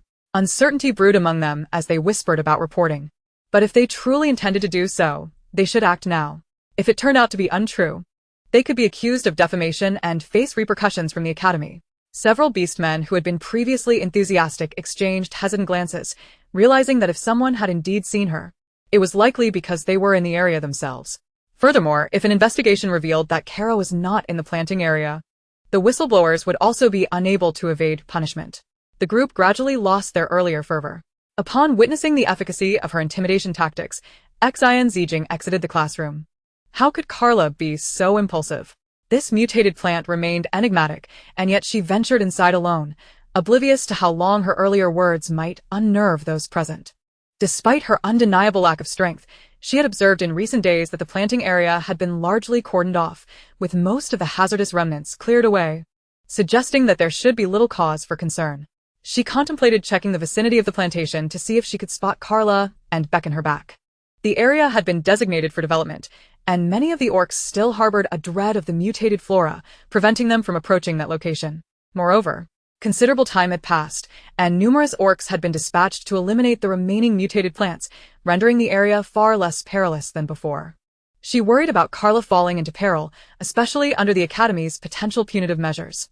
With remarkable speed, Xin Zijin dashed forth, having trained her body for dance, routinely running 5 kilometers each day. Thus, this distance posed no challenge. She stealthily entered the planting area. Indeed, upon her arrival, she spotted Carla standing in a nearby seedbed. The ground lay in disarray from the previous onslaught of mutated plants. Before Carla stood a tall, imposing male orc clad in uniform. Carla appeared pale. Her lips slightly parted as she gasped for breath, indicating her heightened tension. In her hand, she clutched a plant with wilting leaves. As the orc faced away from Xin Zijin, she could not discern his facial features or expressions. A trembling, androgynous figure confronted by a strong, towering male. Had Carla truly been apprehended? This was dire. In this world, androgynous individuals faced significant survival challenges, and Carla was the most diligent, resilient person she had encountered among them, striving to ascend despite her circumstances. Should she be caught by the guards now, the credits she had painstakingly earned could be in jeopardy, leading to expulsion from the Academy. With her location revealed, Xin Zijin felt compelled to act. A warning bell rang in her mind as this thought flitted through her consciousness. Without further deliberation, she called out to the towering orc, pointing to a distant location. Help. Over there are mutated plants. Xin Zijin sprinted towards the orc. As anticipated, the orc's attention was captured, and he turned to see a diminutive student pointing in terror at a direction, her tilted head obscuring her features. He thought little of it and dashed towards the direction she indicated. Watching as the uniformed man was drawn away, Xin Zijin hurried to Carla, seizing her hand. What were you thinking? Running in here alone for these plants? Come with me, or we'll both be punished if we're caught. Carla, clearly still shaken by the imposing orc, allowed Xin Zijin to pull her towards the exit. There's no time for explanations. If that guard discovers I deceived him and apprehends me, we both face dire consequences. You're quite unfortunate to have been caught so soon after entering. I observed that the mutant plants have been completely cleared away. There's no danger. I merely wanted to try my luck. Perhaps we wouldn't be caught. I myself haven't been apprehended, and that man isn't a guard, Carla insisted. Her credits were alarmingly low. Poor academic performance would lead to deductions, and with it, the risk of expulsion. Being caught by the guards would mean expulsion as well. The plants she had painstakingly nurtured with her spirit energy were too precious to be squandered. She hadn't anticipated that Xin Zijin would risk so much to call for her. Xin Zijin, aren't you afraid of expulsion? Upon hearing this, Xin Zijin paused. In truth, her admission to this esteemed institution was primarily due to connections. She valued this opportunity at the 9th Military Academy. Yet it was evident that Carla placed even greater importance on hers. Before they could continue their conversation, a towering orc approached them. This is it, Xin Zijin thought, dread coursing through her. The swift figure blocked their path, a tall, uniformed orc with strikingly deep blue eyes now glaring discontentedly at Xin Zijin. Only then did she see his face, handsome and rugged, with a straight nose and defined features, tall and fit, exuding a potent masculine allure. He was undeniably striking, capturing the attention of all, but his expression was tense, his blue eyes revealing displeasure at having been deceived. Deceiving me? The man's voice was low and gravelly, yet captivating. Xin Zijin felt a surge of guilt under his penetrating gaze. Did you not recognize me without seeing my face? How could she? They were so close to the exit, and the direction she pointed was exceedingly distant. How could he have caught up with them so swiftly? Ah! You misjudged. I truly saw mutated plants invading. Good sir of the guard, I understand your duty is to ensure student safety. Perhaps you might investigate once more? Ariel Lyra was unlikely to be fooled by the cunning girl before him again. He had just investigated and found nothing amiss. Suddenly, the realization struck him that this student had been reporting while attempting to conceal the truth. Now, he was irritated by the realization that he had been played. I've caught both of you. Come here, he commanded, waving impatiently at the girl before him. What do we do now? Carla clutched Xin Zijing's sleeve, her panic evident. What can we do? Split up and run. Xin Zijing shouted, pulling Carla towards a different direction. They executed their escape with surprising synchronicity, racing away in opposite directions. Irresistible frowned, his brow furrowing in displeasure. With a leap, he extended his right hand towards the smaller, seemingly easier target. Xin Zijing felt her collar grasped from behind, and with a sudden pull, she found herself crashing into the strong embrace of the towering orc. His muscular chest barely budged from the impact, and as Irresistible inhaled the faint, sweet scent unique to the girl, his grip on her collar loosened slightly. Xin Zijin. Carla turned back, seeing her friend captured. You run. It's better for one to be caught than two. I can face the Academy's punishment alone. Though Carla yearned to drag Xin Zijing along.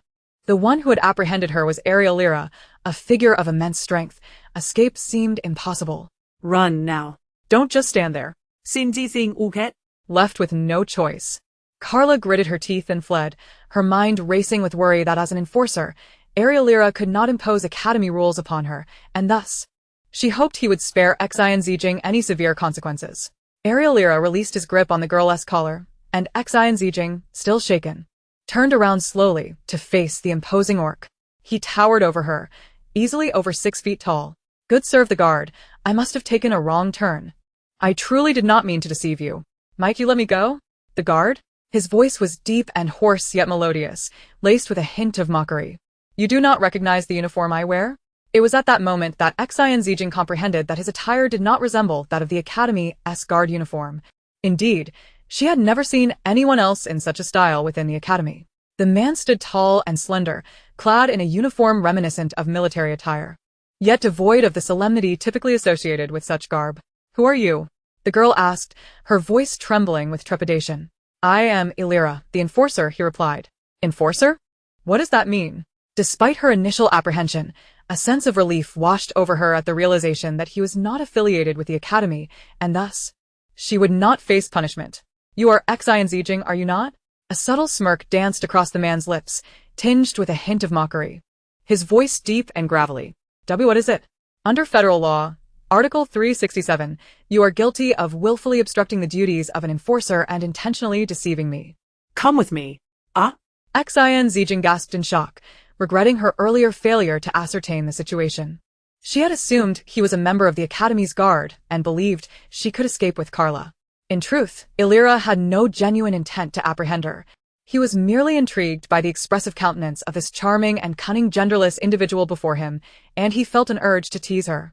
The scent that lingered when she had fallen into his embrace stirred an unsettling sensation within him.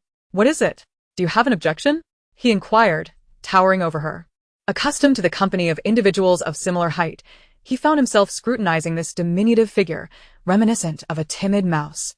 A mischievous impulse to toy with her arose once more. A straightforward man, he acted on impulse and reached for the nape of her neck, pulling her gently. To his surprise, she stumbled into his arms with a slight tug. How much do you weigh? He mused, contemplating the frailness of this genderless being. Did not beastmen possess more strength? Without hesitation, Irresistible hoisted her effortlessly by the nape, lifting her into the air for a moment. Indeed, she felt remarkably light, he thought.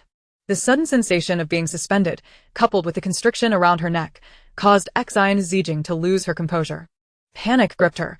Was he truly going to strangle her simply for deceiving him? Overwhelmed by a strong sense of suffocation and fear, she struggled, landing a few kicks at the imposing figure before her. He grunted as one of her kicks landed squarely against his groin. His expression stiffened, displeasure evident in his icy blue eyes, which seemed to glimmer with frost and repressed frustration. Xin Zijing's face flushed crimson in an instant. Oh no, she thought frantically, retracting her foot. That spot, it was such a powerful kick. He looked so strong, he wouldn't be harmed by it, would he? Yet, Irresistible was not merely an equal to a Soxiosi in strength. The proximity had taken him aback, and he had not anticipated her audacity. Very well, Xin Zijing, you truly dare. He thought, beads of cold sweat forming on his brow as he set her down. Irresistible extended a finger to lift her chin, forcing her to look up at him. Do you know where you kicked me? Xin Zijing averted her gaze, evading his probing finger and stepping back a couple of paces. Irresistible relented. Noting the exquisite quality of her skin, delicate and fair, smoother than any other genderless individual he had encountered. "I am sorry," she murmured softly, yet it reached Illyra's ears. A faint smile graced his lips. "According to federal law, Article 143, you have committed the crime of intentional harm. As an enforcer, I have the right to arrest you." "I apologize," Xin Zijin stammered, swallowing hard. Illyra, observing her fear, felt a compulsion to pinch her cheek, but reined in his desires. "If I lose my composure, I might never marry a female partner. You are the root cause of this predicament and must bear the consequences of your actions today. What should I do?" "To the hospital," she exclaimed in a fluster. "Yes, I will take you to the hospital." The man's lips twitched in amusement as he stepped closer, his strong hand resting on her delicate waist while the other gripped the nape of her neck. In a low, resonant voice, he said, "You want me to go to the hospital because you think I'm not embarrassed enough?" The sudden proximity of this unfamiliar male, accompanied by the overwhelming scent of masculine pheromones, caused her cheeks to flush. He leaned in closer, inhaling the fragrance that enveloped her. "It's quite captivating. You seem to be intact." His suggestive words left Xin Zijin mortified. What lewdness is he uttering? Scoundrel! With a sudden burst of energy, she shoved the shameless beast man away, desperate to escape his indecency, and fled. Upon her hurried return to the dormitory, she noticed subtle changes in the common area, as if someone had tampered with it. Reflecting on the earlier encounter, she resolved to splash cold water on her face. She rushed to the bathroom door, twisting the handle, only to be frozen in place by the sight that greeted her. The bathroom, shrouded in steam, revealed a tall, slender figure, undeniably striking. Water droplets cascaded down his silver-gray hair, accentuating his exquisitely sculpted features. His skin, pale yet radiating health, and the gentle rise and fall of his well-defined muscles with each breath presented a vision of raw power. As her gaze traveled downward, she could hardly believe it. He was bathing. Xin Zijin stood petrified, her cheeks aflame, her mind a blank slate, utterly unprepared for the realization that he was indeed in the bathroom at that very moment, and she had unwittingly walked in on him. Everything she should and shouldn't have seen was now before her eyes. Trembling, she quickly closed the bathroom door, desperate to escape this mortifying situation, yet feeling compelled to offer some explanation. Was he her roommate? She had never inquired about the identity of her cohabitant, yet here he was, a male. Despite having spent many days in this world, she felt no gender bias against ordinary males. However, she was undeniably a girl. Moreover, the man in the bathroom, with his silver hair and unforgettable handsome face, was the very individual who had once entertained thoughts of throttling her. What was she to do? If he was indeed her roommate, she would have to face him daily. Her thoughts swirled in confusion until the bathroom door swung open, revealing Cyril wrapped in a towel, his hair still damp, droplets cascading down. Seeing the girl seated on the couch, clad in a simple blue-gray outfit, her black hair cascading over her shoulders, exposing her delicate neck, he felt an undeniable allure. Her bosom swelled, and when their eyes met, she appeared flustered, her cheeks flushed. Her beautiful eyes sparkled with the brilliance of stars and galaxies, framed by long, thick lashes, as she sat there in a daze. Perhaps hoping to uncover the mysteries within her gaze, he approached her slowly. Xin Zijin watched as the man before her drew closer, her heart racing and her cheeks aflame. She gazed at the striking silver-haired gentleman, their eyes locking in a moment of intensity before she hastily averted her gaze. "I apologize, I wasn't aware you were bathing," she stammered after a brief pause. "It's quite all right," the man replied calmly. Cyril observed the young girl, who dared not meet his eyes. Was it the earlier incident, when he had gripped her throat, that had frightened her? "Are you afraid of me?" "I assure you, I mean you no harm," Cyril stated, adding, "That day was my fault." The orc bowed his noble head before a being of no gender, his voice melodious. Little did Cyril know. The girl blushed not only from fear but also due to the recent scene in the bathroom and his sudden approach, clad only in a towel. A faint, alluring fragrance emanated from her, reminiscent of exquisite desserts and the delicate elegance of gardenias. Cyril noticed 2 beads of sweat glistening on her forehead, compelled by the proximity. He reached out to wipe them away. "I apologize for that day's incident. I have no right to take anyone's life." Xin Zijin. She hurriedly raised her hand to fend him off, stuttering, Cyril retracted his finger, resting his hand on the edge of the towel. "For the next few days, I will be residing in the dormitory. My room is just next door. Should you require assistance, do not hesitate to call for me." With those gentle words, Cyril turned and retreated to his room.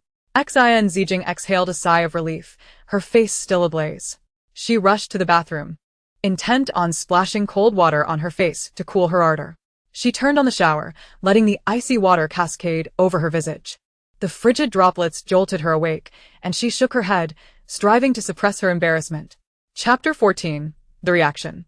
Unaccustomed to using the communal washing machine in the dormitory, especially for intimate garments, she preferred to wash them by hand and discreetly hang them near her window for ventilation. There was a small basin not far from her balcony where she typically cleaned her clothes. "Why do you wash your clothes by hand?" Cyril inquired from the side balcony, arms crossed, observing her with an expression of intrigue. "Is it that strange? Nowadays, hardly anyone hand washes their clothes. They simply toss them into the machine." "I understand," she replied, accustomed to hand washing her own lingerie. An unsettling silence enveloped the air, and she wondered how long this orc intended to watch her launder her garments. Cyril continued, perplexed. "This dormitory has always housed 3 individuals. Typically, ordinary people wouldn't have the chance to reside here. Are you not curious as to how you gained entry?" He explained that this dormitory was among the finest in the academy, reserved for those with substantial strength and high mental prowess, or those from well-off backgrounds. Yet, before him stood a genderless female, whose mental and combat abilities he could not perceive. She appeared undeniably weak, exceedingly so. Cyril leaned closer, the distance between them narrowing to about half a meter. "I don't know. Perhaps it was due to a lack of available dorms. After all, it was assigned by the teachers." Cyril refrained from pressing further, watching her struggle to wring out her garments. "Do you need assistance?" "No, it's fine. I can manage." Xin Zijin quickly replied, flustered. She would rather he not touch her intimate clothing, even if he had seen other garments. "You seem quite uncomfortable with my presence," Cyril remarked, frowning at her. His words momentarily stunned her, but she soon laughed and replied, "Not at all." Should she express that the distinction between genders made her uneasy with the touch of the opposite sex? "I am in Command Class 1. Should you need anything, feel free to seek me out." Command Class? She knew that the command department was among the top-ranked in the 9th Military Academy, and she had witnessed Cyril's prowess in dealing with mutated plants. He truly was remarkable. "May I inquire if any departments allow auditing of courses?" she asked, feeling it unwise to solely accept the protection of others in a military academy. Why not seize the opportunity to learn more in such a favorable environment? So, she could have even a slight chance of defense in the face of real danger in this interstellar world? Cyril raised an eyebrow. "Generally, instructors do not permit students from other departments to audit classes. However, if you are genuinely interested, you might consider visiting the combat department. The instructors there would likely welcome students." Xin Zijin felt a thrill of excitement. She genuinely wished to explore other departments, as her physique was hardly a match for the robust orcs in this interstellar realm. "Thank you. I will return to my room now." She finished wringing out her last piece of clothing. "Very well," Cyril said, watching her retreat to her room. Upon returning, Xin Zijin opened her holographic computer, repeatedly searching for information. Eventually, she stumbled upon the mecha department. After a moment's hesitation, she clicked on it. Despite her lack of any foundational knowledge regarding mecha operations in this world, she had never encountered mecha before. As a highly intelligent product of the interstellar age, operating a mecha required not only physical strength, but also immense mental power. She pondered how one could sustain a strong mental capacity without a robust physique. Mechas were sophisticated machines, yet due to their exorbitant cost, few dared to purchase them unless driven by passion or necessity. Glancing at her meager star coins, she realized her daily expenses were already a concern. Then, she recalled the song she had recorded on a video platform a few days prior. She clicked on the platform, logged into her account, and was astonished to see hundreds of thousands of likes and comments. She quietly opened the comment section. "I just discovered a new darling. Is the streamer a merfolk female? Her voice is enchanting, and the lyrics are unlike anything I've ever heard. What a delightful song. The streamer's voice is so lovely, it makes me feel euphoric. Hey there, tall guy with 8-pack abs. What do you mean by feeling euphoric? The streamer's singing is simply marvelous. She performs so beautifully. Not only the melody, but the lyrics indicate a truly talented creator. I wonder who penned them. They are incredibly gifted. Hey, did you see the songwriting credit? The streamer is the one who wrote both lyrics and music. Just the song alone could make her a great figure. The streamer songs are wonderful, but too bad I can't hear them live. What a pity. Her vocal timbre is so gentle. I can't help but imagine how beautiful she must look, though I wonder if she'll ever go live and reveal her face. I was having a rough day and took a suppressant, but I still felt agitated. Accidentally clicking on the streamer's audio calmed my turmoil. Can the streamer go live to sing? Please. Xin Zijin exited the comments section and opened her video platform account, astonished to find it had gained an influx of star coins, amounting to several 100,000. Upon examining the source, she realized the views on her video could indeed be monetized. The impact of her first song was far greater than she had anticipated. Checking her personal center, she found over 10 million followers. Indeed, the Interstellar population was vast. Having just uploaded one video, so many people had already taken notice in a few short days. Chapter 15. My neighbor is actually a classmate. A notification from the video site appeared. Xin Zijin opened it to see. Esteemed user, good day. As your follower count has reached 50,000, you may now activate the live streaming feature. This platform mandates a minimum of 50,000 followers to unlock the live streaming capability. Video views do not constitute the primary source of income. Typically, those who engage on the platform opt for live streaming to garner more revenue through donations. After some contemplation, Xin Zijin decided to complete the necessary information and enable the video streaming function. Her initial intent for this endeavor was to generate income and acquire a more substantial financial foundation. She also revised her personal profile, genderless, updates songs and live streams irregularly. Content, music, cuisine. She reminisced about the delicacies she had savored, realizing that with the advancement of interstellar society, intelligence and various technologies thrived remarkably. Yet the recipes for culinary delights had been lost. The dishes produced were notably unsavory, and she pondered the possibility of preparing food herself while simultaneously streaming tutorials, allowing others to learn and ensuring that the high-quality ingredients did not yield such unpalatable results. She resolved to gather some props and materials, aware that her dormitory was unsuitable for cooking. Additionally, she had no intention of revealing her face during the live stream. After all, the world remained rife with malice towards genderless individuals, and it was conceivable that someone might take offense and eliminate her. A cloak or a mask would be prudent. Furthermore, she needed soundproofing and more aesthetically pleasing attire. For someone who relished the stage, even in a live stream, she would not allow herself to perform without adequate preparation. The clothing she wore was too commonplace and frequently donned, making it easy for her to be recognized as she moved about the academy as a genderless individual. Unfortunately, preparing these items was not feasible at the moment, so she would have to wait until the weekend. Lost in thought, she gradually made her way to the mecha engineering department, where a class on mecha framework construction was scheduled, an elective course she had chosen, and the academy permitted auditing. Her interest in mechas extended beyond mere fascination. She was equally intrigued by the construction process and framework. The real-time lecture would undoubtedly provide more precise and detailed insights than her explorations in the library or consultations with the holographic database. To her surprise, the class appeared to be rather obscure, with only a handful of students in attendance. The auditorium-style classroom, designed to accommodate over 100 students, was eerily quiet, and she briskly approached the student section, seeking a seat in a corner by the window while awaiting the commencement of the lesson. Noticing the sparsity of students, only 5 or 6, she found the tranquility unsettling. Without further thought, she settled into a seat at the back. There, she observed a classmate with his head bowed, shoulders hunched and body trembling slightly, emitting occasional muffled sounds. He occupied the very spot Xin Zijin had hoped to claim. What on earth was he doing? Was he unwell? As she drew nearer, she found herself regretting her curiosity, for the scene before her was both shocking and indescribable. The individual was covertly engaged in an act within the classroom, causing Xin Zijin to recoil in disgust, a shiver running down her spine as she yearned to escape the awkward situation. However, as she took a step back, she collided with a solid wall of flesh. The man's chest was remarkably hard. He steadied her swaying figure, then leaned toward the girl in his arms, whispering, "What are you looking at? So lost in thought you can't even watch where you're going?" Rachel followed the direction of the girl's gaze.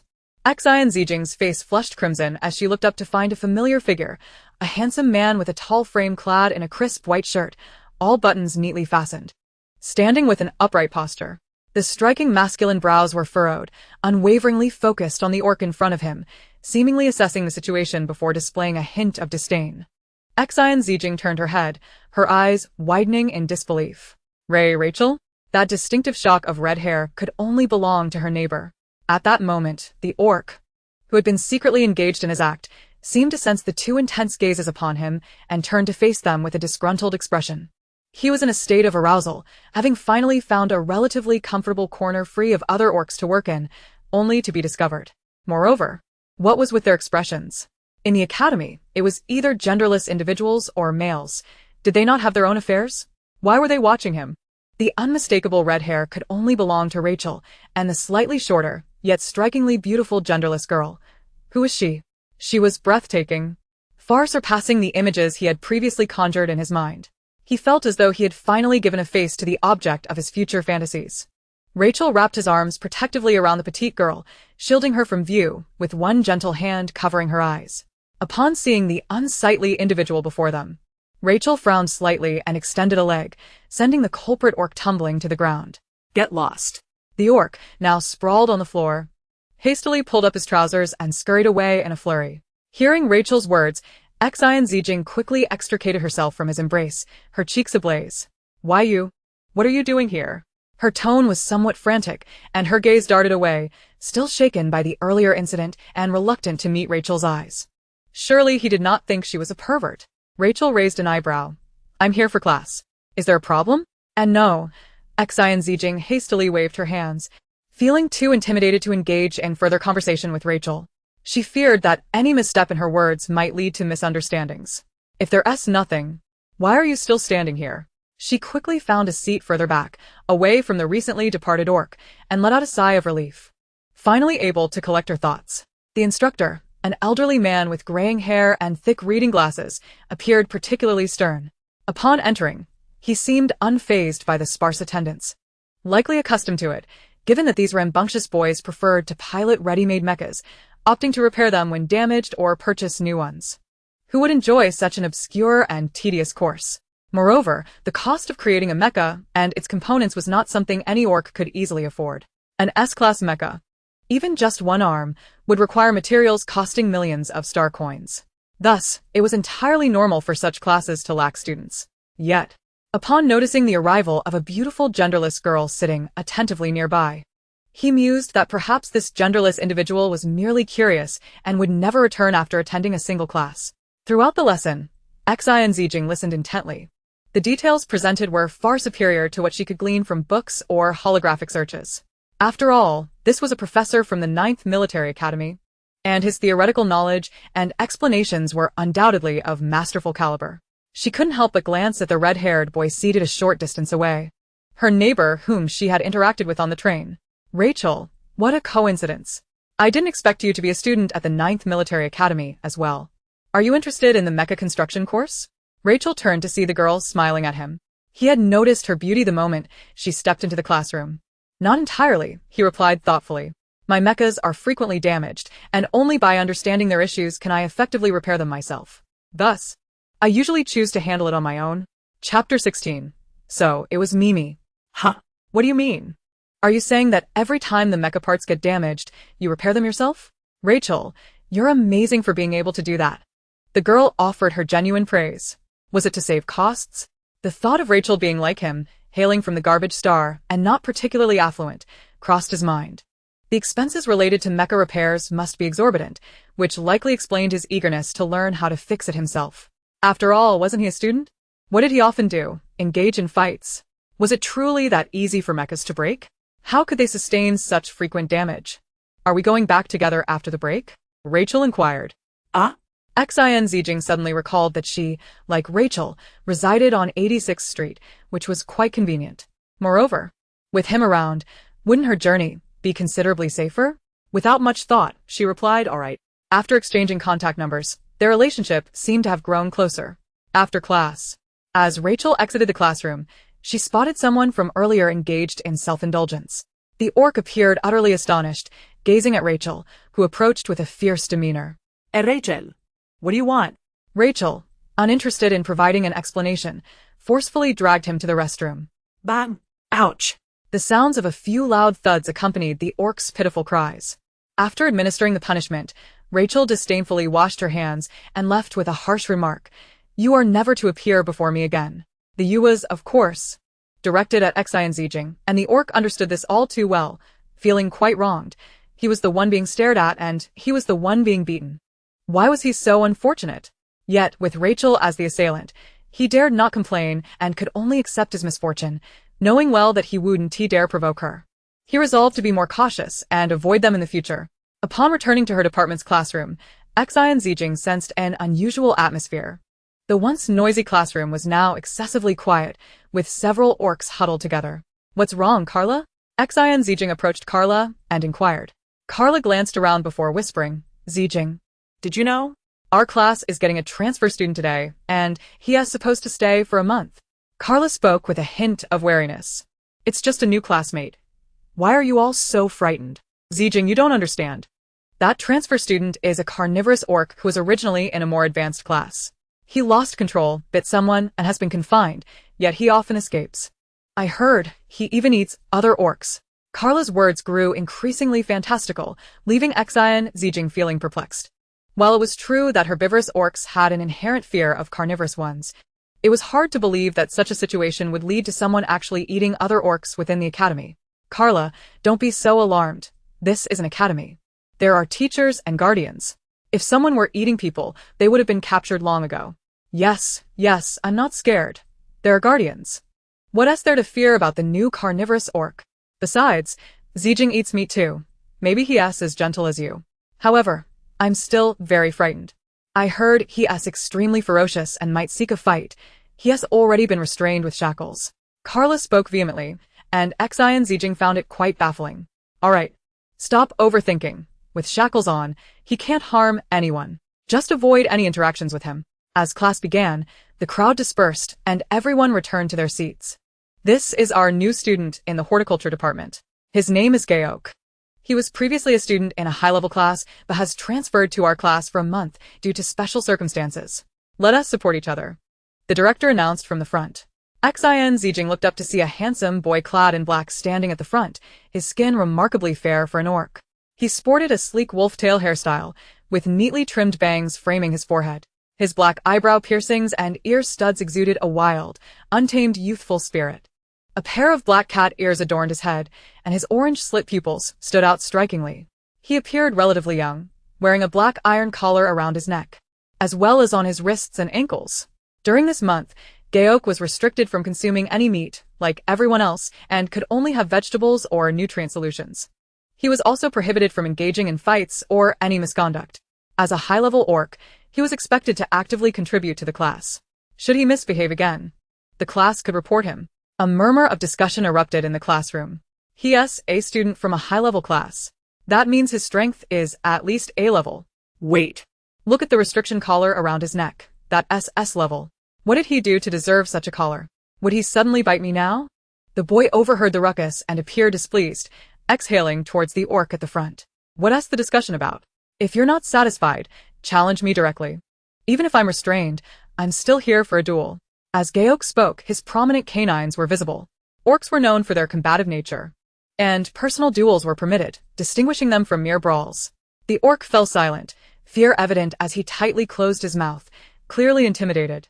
The boy scoffed. "A bunch of cowardly creatures. Even when I'm restrained, you still fear me." Xin Zijin recognized that familiar feeling. It was Mimi, the black cat that had scratched her that day. As the boy passed by her, he coldly remarked, "Hey, what are you staring at? Jealous of my looks?" Xin Zijin was momentarily speechless. "What is wrong? Zijin? Do you know him?" Carla whispered curiously. I think I've seen him before." "Really?" Zijin. "Although Gaok is quite handsome, he seems like a guy who would bite." "Alright, no more talk. Let us get to class, Carla." After class, Xin Zijin and Carla headed to the cafeteria. "Zijin, are you still going to eat me today?" "Not really. It doesn't taste good, so I won tea." Great. "I knew you, such a delicate and soft little cutie, would prefer vegetarian food."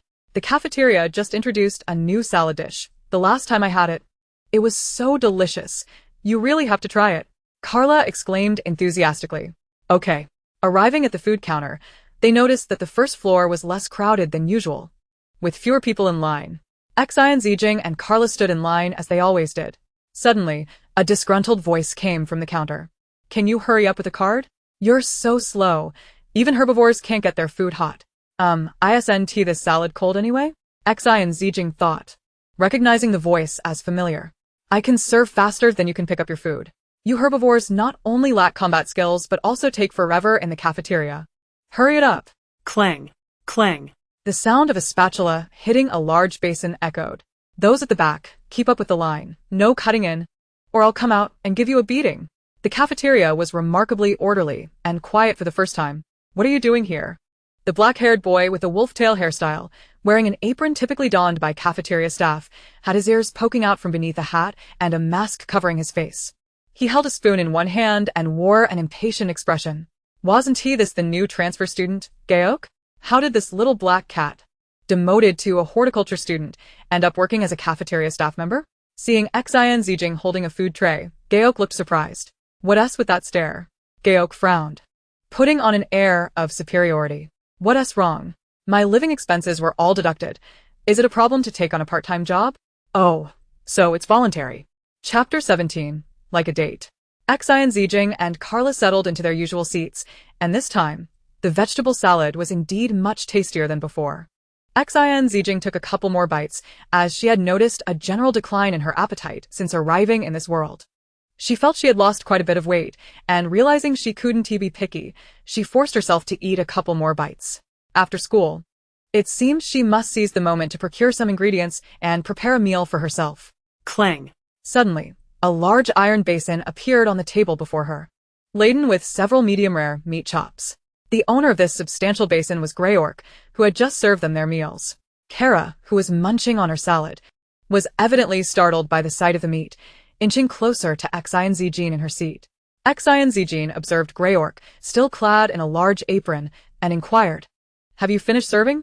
"Indeed, my speed is unparalleled," Geok replied with pride. Noticing the bewildered expressions of the two, he added, "I shall join you for dinner." Kara asked, "Can I refuse? But weren't you prohibited from eating meat?" Xin Zijin remarked, glancing at the mountain of meat before them. "Rules are merely guidelines. Who would dare report me?" Geok said, taking a couple of bites. "If I don't eat meat, I shall feel weak and faint. Such a decline in my formidable orc strength would be a loss to the academy." Indeed, it was evident that no one could compel him to forsake his desires. Geok further elaborated, "Those herbivorous orcs fear me, and besides, they are rather unattractive. You are the only one who is both beautiful and unafraid of me. Eating alone is hardly enjoyable. Who could possibly refuse Geok?" His fluffy ears twitched as he bit into another substantial piece of meat, chewing while curiously asking, "Who is Mimi?" "Nothing much." The week of academic toil had finally concluded, ushering in Xin Zijin's first weekend. Upon opening her light brain, she discovered a message from Mimi. "Finally, the holiday is upon us. I've grown weary of this ridiculous school, and liberation is at hand." Mimi continued, "One day, I shall truly blow this foolish school to smithereens. I am bound by constraints, unable to venture into the miasmic forest to slay mutated beasts for catharsis. I can only vent my frustrations through games, tormenting the weak." Mimi inquired, "What are your plans for the holiday, my fragrant friend? Would you care to join me for some gaming?" A certain fragrant individual replied, "That sounds rather intriguing, but I have some matters to attend to this weekend." "Perhaps next time?" Mimi responded enthusiastically. "I shall take you flying." 24 hours prior, Xin Zijin had sent a message to Rachel. "Rachel, I am not well acquainted with this area. I wish to purchase some items this weekend. Could you accompany me?" Rachel replied, "Tomorrow?" "Yes. I may need your assistance over the next couple of days," Xin Zijin confirmed. "Of course," Rachel responded. "Wonderful. Your presence brings me great comfort. I may have quite a few items to buy, so I might require your help in carrying them," Xin Zijin added. "Not a problem. I shall assist you," Rachel assured her. "Once we are done, I shall treat you to a meal," Xin Zijin promised. "Sounds good," Rachel agreed.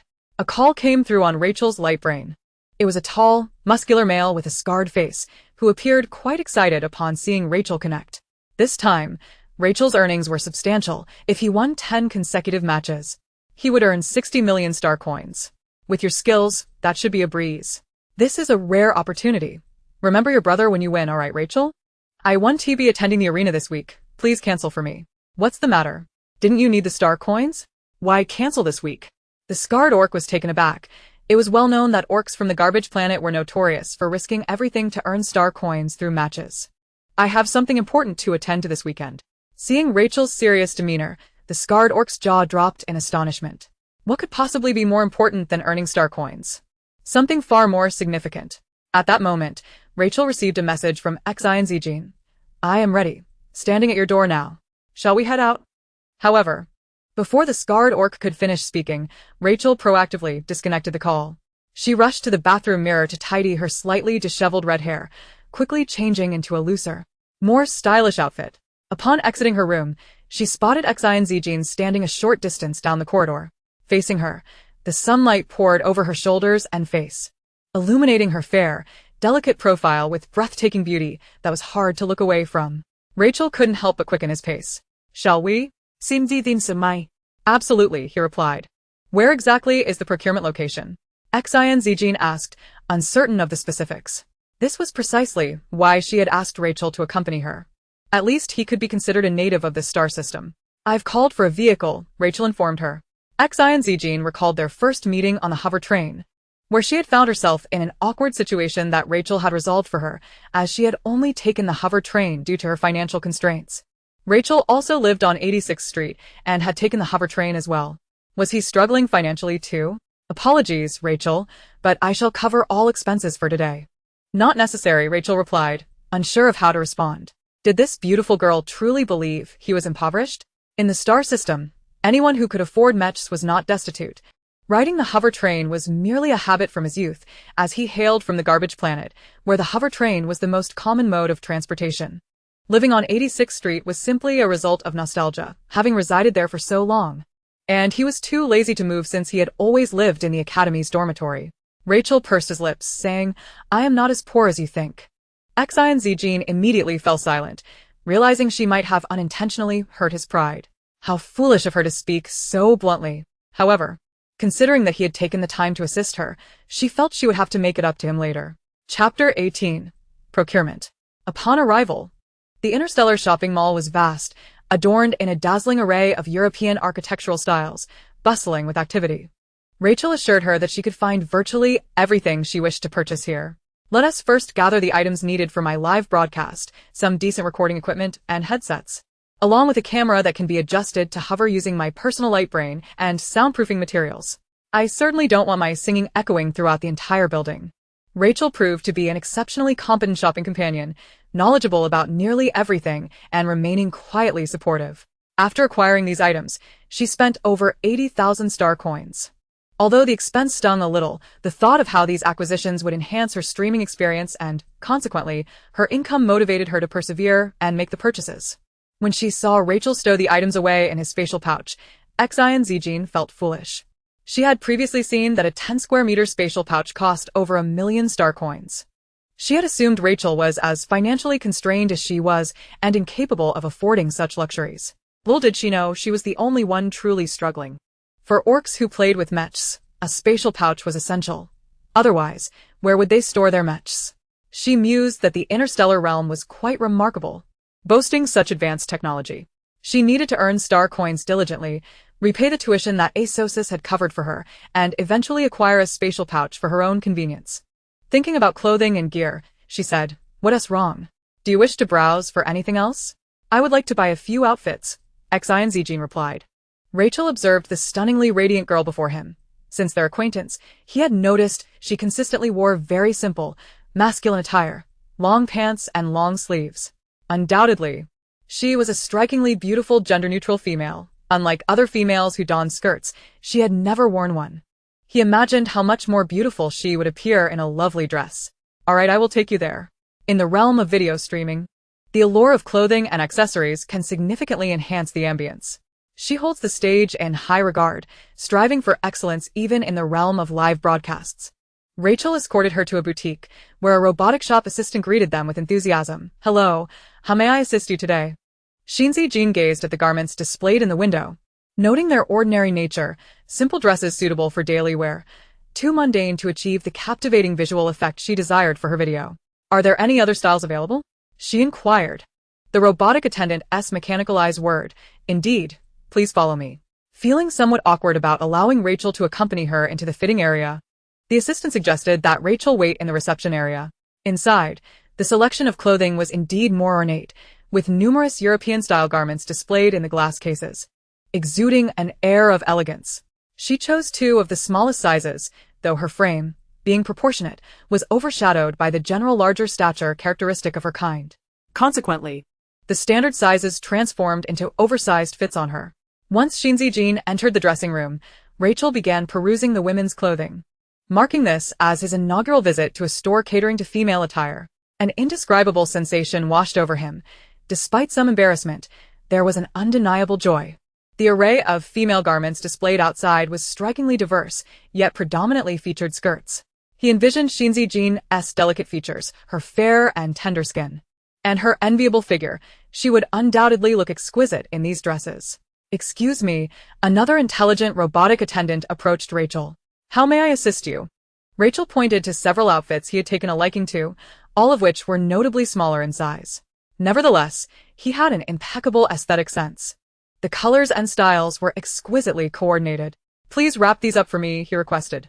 When Xin Zijin emerged from the fitting room, he collected the neatly packaged garments, placing them into a spatial compartment. "Oh dear, it seems there are significantly fewer clothes outside. Did I misjudge?" she asked. "No. Is there anything else you wish to purchase?" "Yes, I would like to buy some food as well."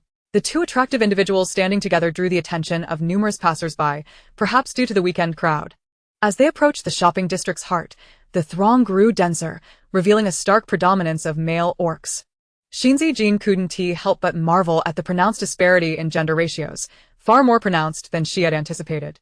Several unsavory orcs edged closer to her, but upon meeting Rachel's fierce gaze, they dared not approach. Rachel, feeling a surge of protectiveness, grasped the delicate wrist of the girl, drawing her closer. Standing nearly 2 meters tall, he shielded her with ease.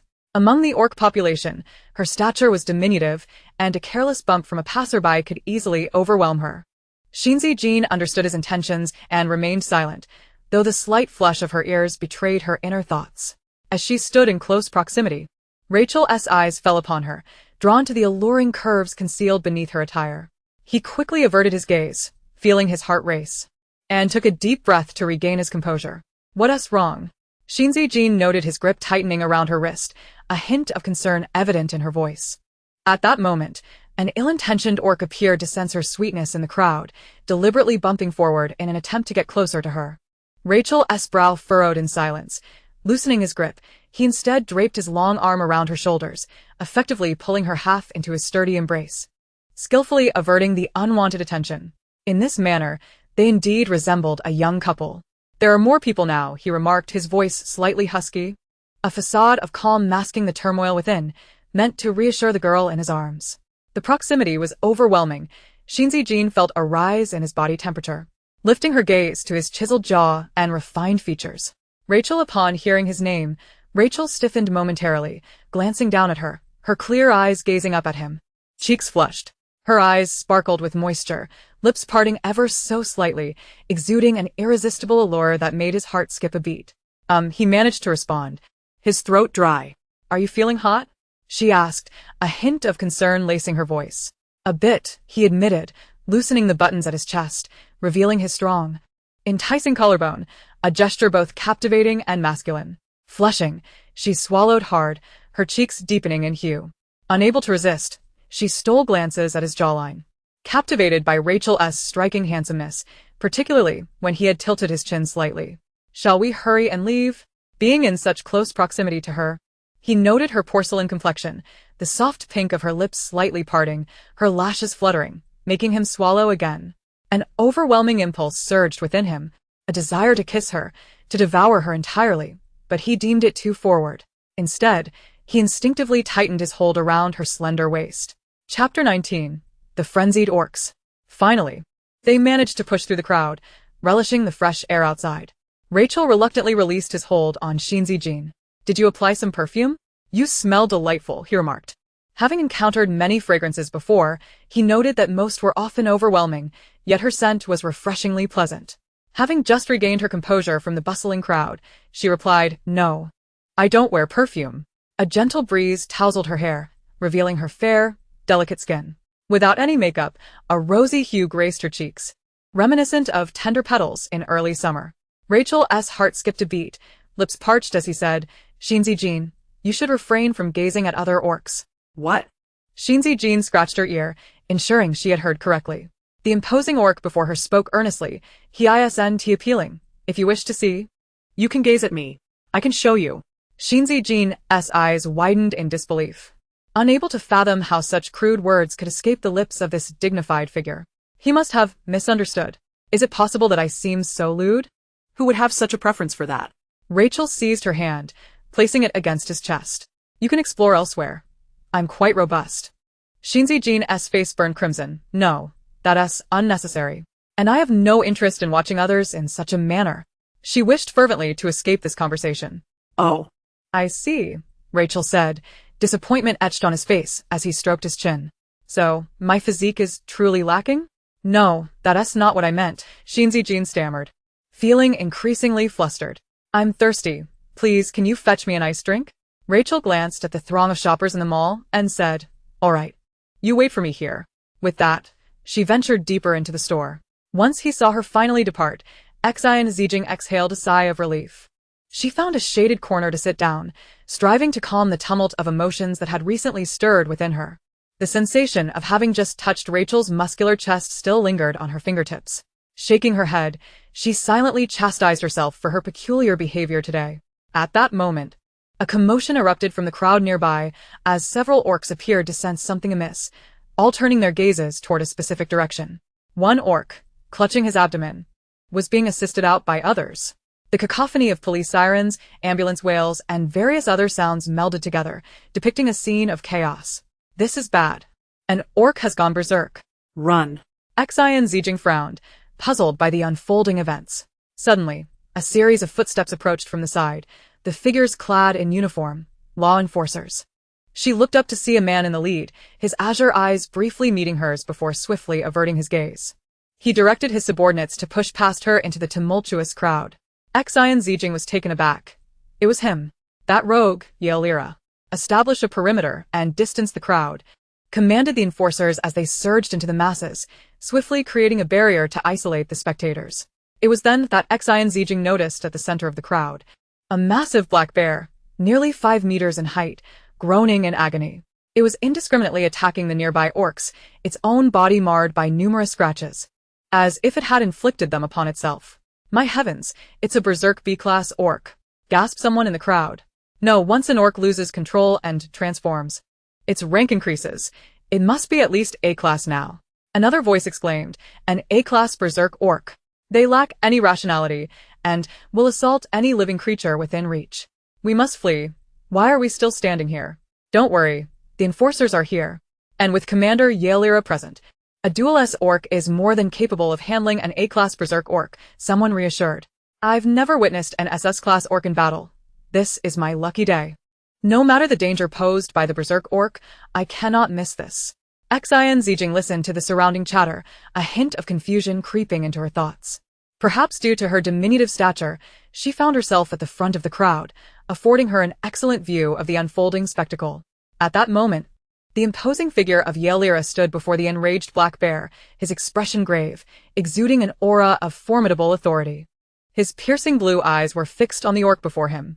The berserk B-class orc seemed to sense the pressure emanating from him. However, the discomfort of its own body combined with its violent instincts rendered it uncontrollable. With bloodshot eyes, the bear let out a roar at Yaelira before charging in his direction. Yaelira's demeanor remained unchanged, even curling into a faint smirk. He extended his right hand, aimed at the charging giant bear. A powerful gust of wind suddenly materialized, colliding with the bear and sending it tumbling. In the blink of an eye, Yaelira appeared before the bear, delivering a crushing blow to its jaw that sent it flying backward. With a thunderous crash, the bear hit the ground, raising a cloud of dust. Gasps erupted from the crowd. My goodness, is this the power of an SS-class male? It's astonishing. Indeed, he didn't even need to transform. In just a few swift motions, he defeated the berserk orc. Simple, decisive, and efficient. No wonder the crime rate among orcs has plummeted since Yaelira took charge. Who would dare to cause trouble under his jurisdiction?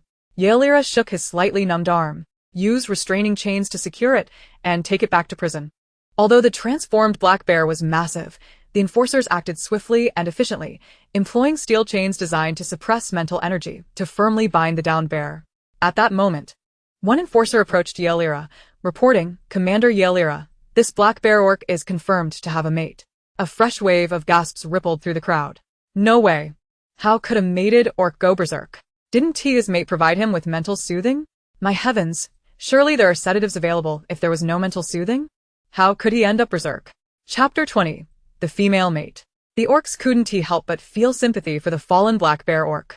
They were all orcs, perpetually anxious about succumbing to a berserk state themselves, the sensation of being utterly out of control, a searing pain akin to being torn apart, and the subsequent loss of reason.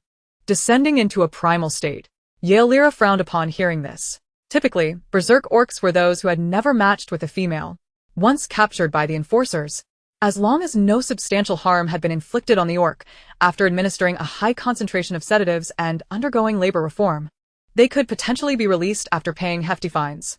However, for males with a mate, the situation was markedly different. Their rights to life were not solely in their control. Consent from their female mate was required for any further actions, whether to provide soothing or to proceed with enforcement measures. Yelira's frown deepened. He waved his hand. "Let us contact his mate to come here." "Understood," replied the enforcer, who then activated their communicator to search for the female mate's contact information, dialing the number. Beep. Beep. Beep. The call was abruptly cut off. Beep. Beep. Beep. Again, the call was terminated. The enforcer began to sweat as they continued to dial, but each time, the call was rejected. After more than a dozen attempts, all met with the same result. The enforcers were not surprised. In the Star Realms, female orcs held a position of nobility, often exhibiting domineering and capricious behavior. However, this was an enforcer's communication. Generally, they wouldn't reach out without a significant reason. The female mate of this berserk orc was being excessively unreasonable. Did she intend to allow her orc husband to be subjected to the cold, harsh reforms of the law? Yet, openly discussing a female or questioning her decisions would lead to punishment. They could only express their thoughts internally. "Commander Yelira, what should we do?" The enforcer looked at their superior, visibly embarrassed. Yelira's displeasure was evident. In the Star Realms, females held an esteemed status, and their wishes were paramount. Without any indication from the female, they could not proceed with the black bear's case. He retrieved his communicator and searched for the number of the female named Xia. Dialing it directly. The connection was established quickly this time, and Yelira's screen displayed Xia's discontented face. Upon recognizing that Yelira was the caller, she answered without hesitation, revealing his handsome yet austere visage.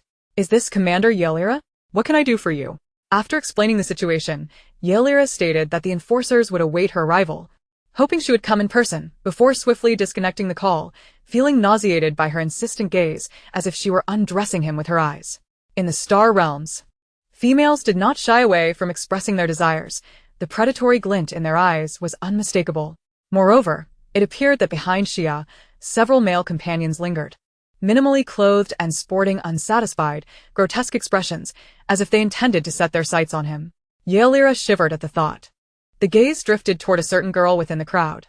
Her complexion was radiant, her lips slightly parted, strikingly beautiful, and a pair of enchanting, glistening eyes were fixed upon him. A warmth blossomed in Yelira's heart, dispelling the discomfort he had felt from the contemptuous female gaze moments earlier. Refreshingly elegant, indeed. That little mouse was far more pleasing to the eye. Xin Zijin thought, why is this rogue suddenly looking at her? Not long after, a female named Xia hurried over, illustrating the swiftness of interstellar transportation. Clad in a long, voluminous skirt and perched upon delicate high heels, Xia's face bore the marks of careful grooming, unmistakably a result of dedicated preparation. In the beastly realm, males often outshone females in terms of attractiveness, despite Xia's exquisite appearance. However, when compared to the dozen or so formidable beast husbands trailing behind her, she paled in comparison. With an air of arrogance, she strode into the throng, flanked by her towering male protectors, each one unmistakably her husband. This was Xin Zijin's first encounter with a female in this world, and she appeared markedly different from her preconceived notions.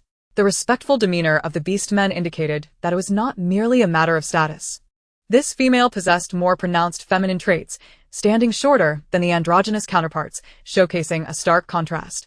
The androgynous females resembled underdeveloped male hybrids, with average looks, while the female before him exuded a distinctly alluring femininity absent in androgynous beings. A sharp intake of breath resonated through the crowd. Was this what a female was? Though shielded by a protective barrier, he felt the stirrings of her pheromones awakening something within him. Hey, stop fantasizing. Female pheromones can only be sensed up close. How could you possibly detect it from this distance? Could this be the means by which beast men discerned females from androgynous beings? Xia approached Arlyra, performing an unorthodox yet graceful greeting. Greetings, Lord Arlyra. You are even more handsome in person than in the Starbrain videos. I am Xia. May we become acquainted?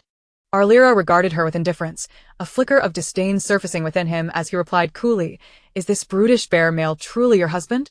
Xia regarded Arlyra with a smile. Her expression tinged with distaste as she glanced at the subdued black bear beast man. Yes, he is my husband. Should he displease you or impede your enforcement, I can dissolve our partnership at any time. She turned to gaze adoringly at Arlyra. The onlookers were astonished. Dissolving a partnership? That was far more merciless than imprisonment, or even death. A forcibly dissolved partnership could lead to the male beast man's demise. Arlyra's expression darkened. Since you are his wife, have you not provided him with any mental solace? Why has he suddenly become so violent? Seemingly unfazed by Arlyra's inquiry, Xia candidly expressed her thoughts. He is merely a coarse, impoverished B-grade male, lacking in looks.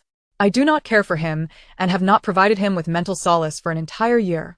Another wave of murmurs rippled through the crowd. Oh my, a partnered male is not equivalent to an unpartnered one. Once marked, they yearn for intimacy with their wives even more. The bear has been neglected for a whole year. How could he have endured such misery, even without the female solace? Surely there are suppressants available? Why would the bear still go berserk? Chapter 21. Females are precious. The crowd's discussions reached Xia's ears. As a noble female, she felt no shame. A male who was not favored by a female was inherently inferior. There was no law in the galaxy mandating that females provide solace to their husbands. Noticing Arlyra's silence, Xia perceived that he was not as cold as the enforcers before her. Thus, she made an enthusiastic overture. Do not worry, Lord Arlyra. You are an exceptional SS-grade beast man and so handsome. If you were to become my husband, I would ensure you receive daily, profound mental solace, preventing you from succumbing to beastly instincts. The beast men behind Xia exchanged glances, their expressions darkening at their wife's unabashed display of affection toward another male. However, none dared to voice their objections, fearing the wrath of their wife and the fate of the black bear. The crowd erupted once more at her words. For it was well known that females were esteemed. A male who received overtures from a female was not permitted to refuse, lest he face severe punishment in the enforcement prison. Hearing Xia's declaration, Arlyra's brow furrowed deeper, the feelings of disgust and discomfort resurfacing as he cast another glance at the distant Xin Zijin, his unease somewhat alleviated. Why is he looking at her again? Xin Zijin wondered. Seeing Arlyra's indifference, Xia grew impatient. Such a rare opportunity must not be squandered. Lord Arlyra, will you consider becoming my husband? Arlyra shot her a cold glance, suppressing the revulsion within, too lethargic to utter a word of refusal. Xia stood awkwardly beside him, noting his continued silence. Looking around at the gathering crowd, she felt a surge of irritation. Yet, she was a noble female. It was unthinkable for any male to reject the advances of a female who had lowered herself to court him. Lord Arlyra? Xia prodded once more. Miss Xia, the Starbrain data indicates that you are a B-grade female. Is that correct? Yes, indeed. What of it? I am an SS-grade male. I require at least an S-grade female for mental solace, hence I must decline. Gasps of astonishment rippled through the crowd. Indeed, Arlyra was a distinguished SS-grade male. Unlike ordinary males who would face repercussions for outright refusals, Arlyra, as an enforcer, was well versed in the laws of the Federation, employing this method to decline her advances while preserving her dignity. However, to be publicly professed to by a female was a matter of great prestige. Females were known for their pride, and it was unimaginable for them to pursue a male so openly. The beast men understood the nature of females, often domineering and capricious. They sympathized with the black bear, who, despite being Xia's husband, had been subjected to such a cruel fate. Miss Xia, you should reconsider dissolving the black bear's partnership, even if the law does not compel females to provide mental solace. Your husband has not received any from you in a year. Surely there are suppressants available? Indeed. What of the suppressants? The gathered beast men pondered. Xia contemplated this. Suppressants are rather costly. After he transferred all his star coins to my account, He could no longer afford them. Silence fell, a heavy, suffocating quiet. Regardless of whether they were within the inner circle or merely spectators, beastmen who married females typically entrusted their earnings to their wives. Yet, it was astonishing that this black bear had been foolishly devoted, relinquishing all his wealth to his wife, leaving him unable to purchase even a single suppressant. Yet, a wave of sympathy washed over the crowd. They too had suffered without solace from their wives, resulting in a loss of control.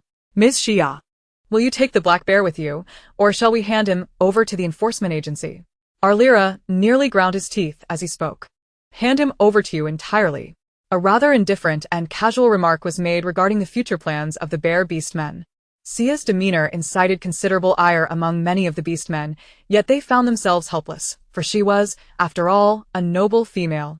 This is simply the nature of females. Had they not grown accustomed to it by now?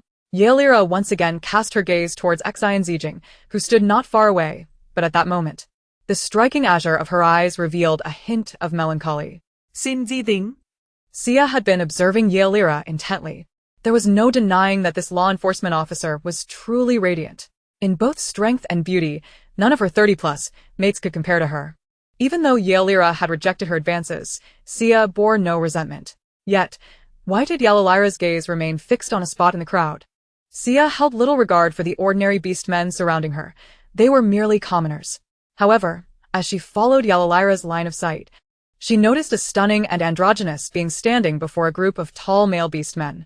This figure possessed an alluring silhouette, with skin fair and smooth, and features exquisitely beautiful. Particularly striking were the deep brown eyes and rosy lips that drove Xia to the brink of jealousy. A lowly androgynous being, yet somehow more enchanting than herself. Xia's heart swelled with an unprecedented mix of jealousy and indignation. Xin Zijin also became aware of Xia's gaze. As Xia approached Xin Zijin, the onlookers, wary of the potential wrath of Xia's male companions, discreetly stepped back, leaving only Xin Zijin standing close.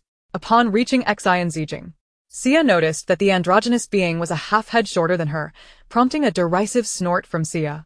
How pathetic for a physically impaired beast man to be shorter than a female.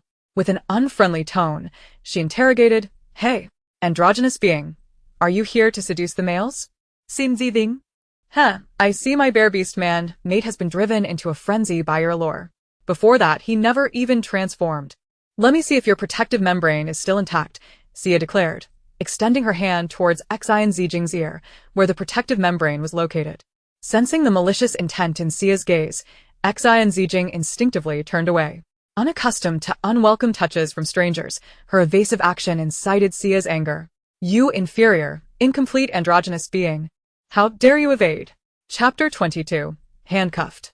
Xin Zijin promptly retorted, "Why shouldn't I evade? Who are you to me? Do I know you? What gives you the right to touch me?" The surrounding crowd gasped, realizing for the first time that such a striking androgynous being was at the center of the commotion. However, this audacious entity seemed to be too bold, openly defying a female. They all knew that incurring the wrath of a female could lead to dire consequences. Xia. I am a female. Xin Zijin remained silent, fully aware of the implications of their dialogue and the discussions of the onlookers. She had initially wished to remain uninvolved, yet here she was, being ensnared in the conflict. So what if you are a female? Does that grant you the liberty to defame others? Your male mate, due to your malicious indifference, has gone wild. As his wife, you neglect him, leaving him to the mercy of the law enforcement while you openly pursue other males. Your selfishness has rendered him without the means to acquire the necessary medicines, and you tarnish the loyalty of the male beast man who cherishes you. Most importantly, how dare you slander me without ever having met me, and then attempt to strike me? How audacious you are! Xin Zijin's words resonated with the crowd, igniting a considerable stir. They had shared such thoughts but had never dared to openly criticize a female, yet this beautiful girl had fearlessly voiced what they all felt. Xia's eyes widened in disbelief. You wretched, ugly androgynous being. How I choose to handle my male is of no concern to you. What right do you have to judge me? Never before had she been so publicly chastised. Xia, incensed by the presence of this extraordinarily beautiful girl, raised her hand to strike her. The onlookers shielded their eyes, unable to bear the sight of such violence, knowing that Xia's wrath would surely leave the girl's face bruised. Yet, the anticipated slap never came. The crowd blinked in surprise, slowly lowering their hands. And when they opened their eyes, they found Yaelira standing before them, having intervened to shield the girl. His hand firmly grasped Sia's wrist, halting her attack. Upon seeing Yaelira, Sia was momentarily taken aback. Yaelira, why are you?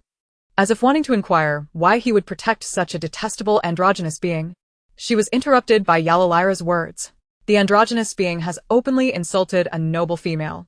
There is no need for you to sully your hands, as I, as the enforcer, will handle her accordingly. Upon hearing Yaelira's declaration, Sia's mood lifted. Indeed, this androgynous being need not be dealt with by her own hand. The laws of the Federation would surely punish her. Yaelira then produced a pair of handcuffs from his spatial button and deftly secured Xin Zijin's delicate wrists, the cuffs clicking into place around her soft skin, leaving faint red marks. In disbelief, Xin Zijin stared at Yaelira. You. After fastening the cuffs, Yaelira, taking advantage of their height difference and proximity, playfully pinched a bit of flesh at Xin Zijin's waist. The gesture was so swift that only they were aware of it. Xin Zijin seemed to understand Yaelira's playful action and promptly fell silent, though the tips of her ears reddened, revealing her flustered state. What a rogue! Does he so easily pinch the waist of a girl? Seeing Xin Zijin handcuffed, Sia felt a surge of triumph. Being taken to the law enforcement would surely be a bitter experience for her. After all, an inferior androgynous being, not even a true male, dared to confront her. Surely, she would leave it to Yaelira to deal with, recalling that the last male beast man who openly discussed and slandered a female had received a year's detention. The implications were clear. Naturally, Xin Zijin was taken aboard the Enforcer's exclusive starship, and throughout the journey, neither spoke a word. Xin Zijin pondered the excessive protection afforded to females in this world, as well as Sia's final comments. Would she truly be imprisoned for a year? Yaelira remained silent, lost in his own thoughts. The starship landed shortly thereafter, and Yaelira's imposing figure stood at the door as it opened. Aren't you getting out? Have we arrived so soon? What, do you wish to go to the law enforcement? No. Xin Zijin leaped down quickly. Yaelira reached out to grasp her hand and skillfully unfastened the handcuffs from her wrists, revealing faint red marks left by the restraints on her fair, delicate skin. Yaelira frowned and murmured, "Let us go." Noticing that Yaelira intended to let her go, Xin Zijin asked in confusion, "Are you really going to let me leave? Aren't you afraid of punishment?" Afraid? Of what? The law enforcement punishing me for publicly releasing a criminal who insulted a female? You are no criminal, and I believe you were quite justified in your remarks. What will you do as an enforcer when the time comes? The man before her, though somewhat roguish, did not seem as stubborn and rigid as the typical beast man. You have stated that I am an enforcer, so I shall find a way. Yaelira gazed at the girl who seemed concerned for him, a faint smile gracing his lips. What's the matter? Are you touched? Do you wish to repay me? The girl looked puzzled. What do you need? How should I repay you? Yaelira savored the tender sensation of the soft flesh she had just pinched at Xin Zijin's waist, marveling at its delightful softness. Indeed, her entire being seemed to exude such tenderness. Yaelira pointed to her own face, playfully declaring, "Kiss me, and I shall divulge my secret." "You old rogue! Your lecherous heart remains unchanged," she retorted. "Very well. You are quite tall. Bend down first." Chapter 23. The Scoundrel. Yaelira's heart fluttered with joy, surprised by how obedient the typically unruly girl was in this moment. Considering their height disparity, he slowly inclined his head downwards. To his astonishment, the girl boldly reached out and pinched his handsome face. Ow. The pinch was not gentle. Her nails even broke the skin, sending a sharp pain coursing through Yaelira's mind. Yet, he could not bring himself to push her away. "Hey, are you a canine beast man?" Xin Zijin released her grip on his face, scoffing. "That was my way of kissing." Indeed. This was her act of retribution for his earlier indiscretion of squeezing her soft waist, as well as for his teasing at the academy. Yaelira rubbed his stinging cheek, feeling a surge of frustration. He licked his parched lips and, without hesitation, lowered his head to capture her rosy, dewy lips. Xin Zijin was taken aback by the unexpected kiss, her mind momentarily blank. She had never anticipated that Yaelira would actually kiss her. He cradled the back of her head with one hand while encircling her waist with the other. The girl found it difficult to breathe, thinking, "What is this scoundrel doing?" She attempted to break free, but his strong grip held her firmly in place, rendering her utterly immobile. Seizing the opportunity, in the brief moment of their mouths' contact, She bit down hard on Ilara's lip, the taste of blood igniting a sharp sensation in his nerves. This guy even bites. The tall man retaliated with increased fervor, deepening the kiss with a passionate intensity. The metallic tang of blood lingered in both their mouths. It was only when Ilara sensed her breathing becoming labored that he reluctantly released the warm girl from his embrace. You, She exclaimed, her eyes blazing with indignation as she glared at him. Raising her hand, she delivered a slap. Though her attack was trivial against Ilara's formidable strength, in that moment, the girl appeared more alluring than ever, her lips glistening with a tempting hue. He found himself momentarily entranced, allowing the slap to land squarely on his face. The sound rang clear. Is that the best you can do? Like a cub. The chill of her touch lingered on his cheek, and as he observed her flustered demeanor, he felt a growing sense of desire. He struggled to suppress his inner turmoil, stepping back a few paces. Before her, his masculine image was far from flattering. Half of his face was flushed from the slap, and his lip was swollen from her bite. In a low, restrained voice, he remarked, "You kicked me last time. And now you've pinched me. I kissed you. Consider it even." Ilara then averted his gaze from the enchanting girl, fearful of losing control, and retreated to the driver's seat of the starship, swiftly opening and closing the door before speeding away. Xin Zijin turned to watch the departing starship, exclaiming, "What the?" He bullied me and then fled. Old rogue, scoundrel. In the driver's seat, Ilara was not at ease either, resorting to a calming smoke to alleviate his discomfort. If only Xin Zijin knew that the flush on his face was not from the slap, but rather from the pent-up emotions he could hardly contain upon being near her. Damn it, he felt an unsettling shift in his body, realizing just how strongly he reacted to that genderless female. A response so potent that he found himself yearning for closer proximity. As an SS-class psychic beast man, his usual pride and restraint seemed woefully inadequate in her presence. Upon arriving home, Xin Zijin suddenly remembered something, a jolt of realization striking her as she chastised herself for her carelessness. How could she have forgotten about Rachel? She had returned home while Rachel was still out getting drinks for her. Quickly, she activated her holographic communicator to message Rachel. "I'm sorry, something just happened. I'm home now, waiting for you." Meanwhile, the tall male beast man, carrying 2 cups of adorably packaged drinks, scanned the surroundings as if searching for someone. Rachel, not spotting the familiar figure, felt a surge of anxiety, especially as other beast men began discussing an incident involving a particularly attractive genderless person being taken away by enforcers. Could it be Xin Zijin? Clenching his fists, Rachel's worry intensified, disregarding everything else as he prepared to head to the detention center. Just then, he received a message from Xin Zijin indicating she was home. Relieved, he relaxed his tense state. Chapter 24. The Gift. Upon returning home, Rachel found Xin Zijin waiting at the door. She looked as lovely as ever, though her lips were slightly swollen, and her hair was a bit disheveled. Clearly, she hadn't had a chance to check herself in the mirror. Otherwise, she would have realized that she looked more captivating than ever. Seeing Rachel return, the girl rushed forward. "Rachel, you're back so quickly. I just arrived, thinking I'd wait for you." Rachel's gaze was glued to her slightly swollen lips, and he could detect a faint, alluring fragrance emanating from her, yet it was mingled with an unfamiliar masculine scent that displeased him. A flicker of displeasure crossed his face, but when he met her expectant gaze, he found himself at a loss for words. What right did he have to question her? Rachel. "I forgot to buy ingredients today. I was hoping to make you something delicious as a thank you for your help," the girl said, her voice tinged with disappointment. "Not to worry, we can use Interstellar Express shopping. What do you need?" Rachel quickly opened his communicator, leaning closer to her, their proximity suggesting an intimacy that masked the unwelcome scent lingering around her. Online shopping? Why hadn't she thought of that?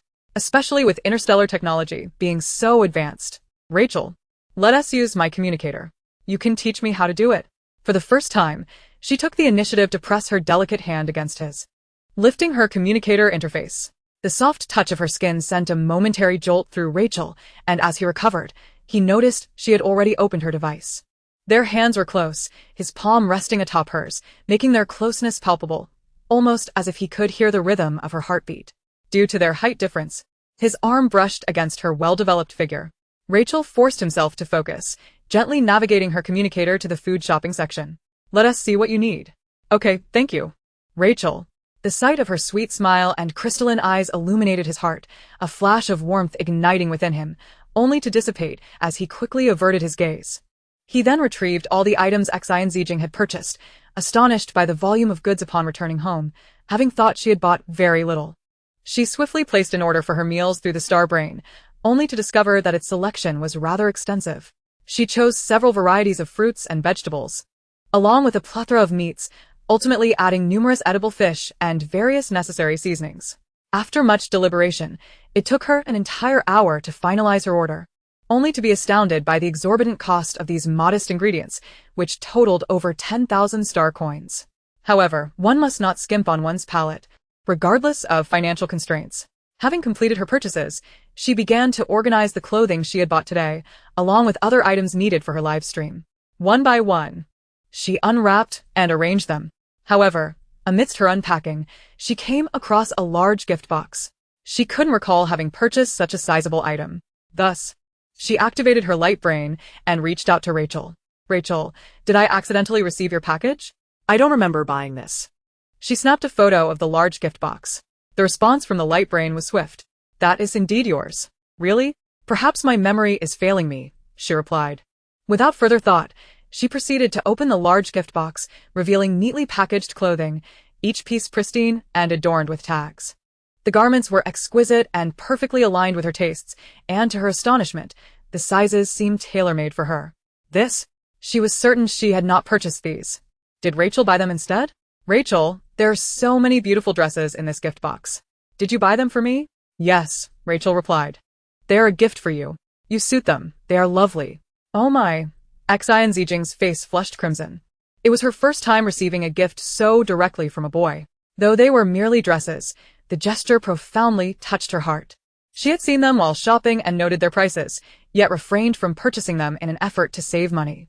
Unexpectedly, Rachel, who appeared quite the straightforward fellow, had not only bought her clothes but had exquisite taste as well. After some contemplation, she decided to graciously accept Rachel's kindness. The clothes were already purchased, and she genuinely adored them. Why refuse such a considerate gift? Who else could wear such small sizes? Thus, she replied to Rachel, "Thank you so much for all your help today and for buying me these beautiful clothes. I don't know how to express my gratitude. Please refrain from buying me gifts in the future. It's too extravagant. To show my appreciation, I'll prepare a meal instead of having nutrient supplements today. Let us eat together. Next time, I'll buy you a gift as well." Rachel, upon reading the succession of messages from Xin Zijin, was preparing to type a response when he noticed her mention of buying him a gift. He promptly deleted everything he had previously written and simply replied, "Okay." Chapter 25. The Cooking Livestream. The ingredients arrived swiftly, and Xin Zijin realized she had purchased quite a bit.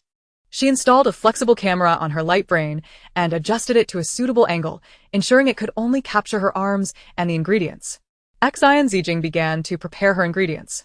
With the flexible camera hovering to capture her actions, it was set to avoid filming any other parts of her body, ensuring only her exposed wrists were visible. Today's live stream is commencing. Would you like to watch? Xin Zijin had a solid fanbase on her video account. As soon as she began her live stream, numerous beastmen flocked into her stream.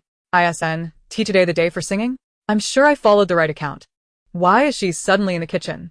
Wow, those delicate and slender hands belong to the streamer?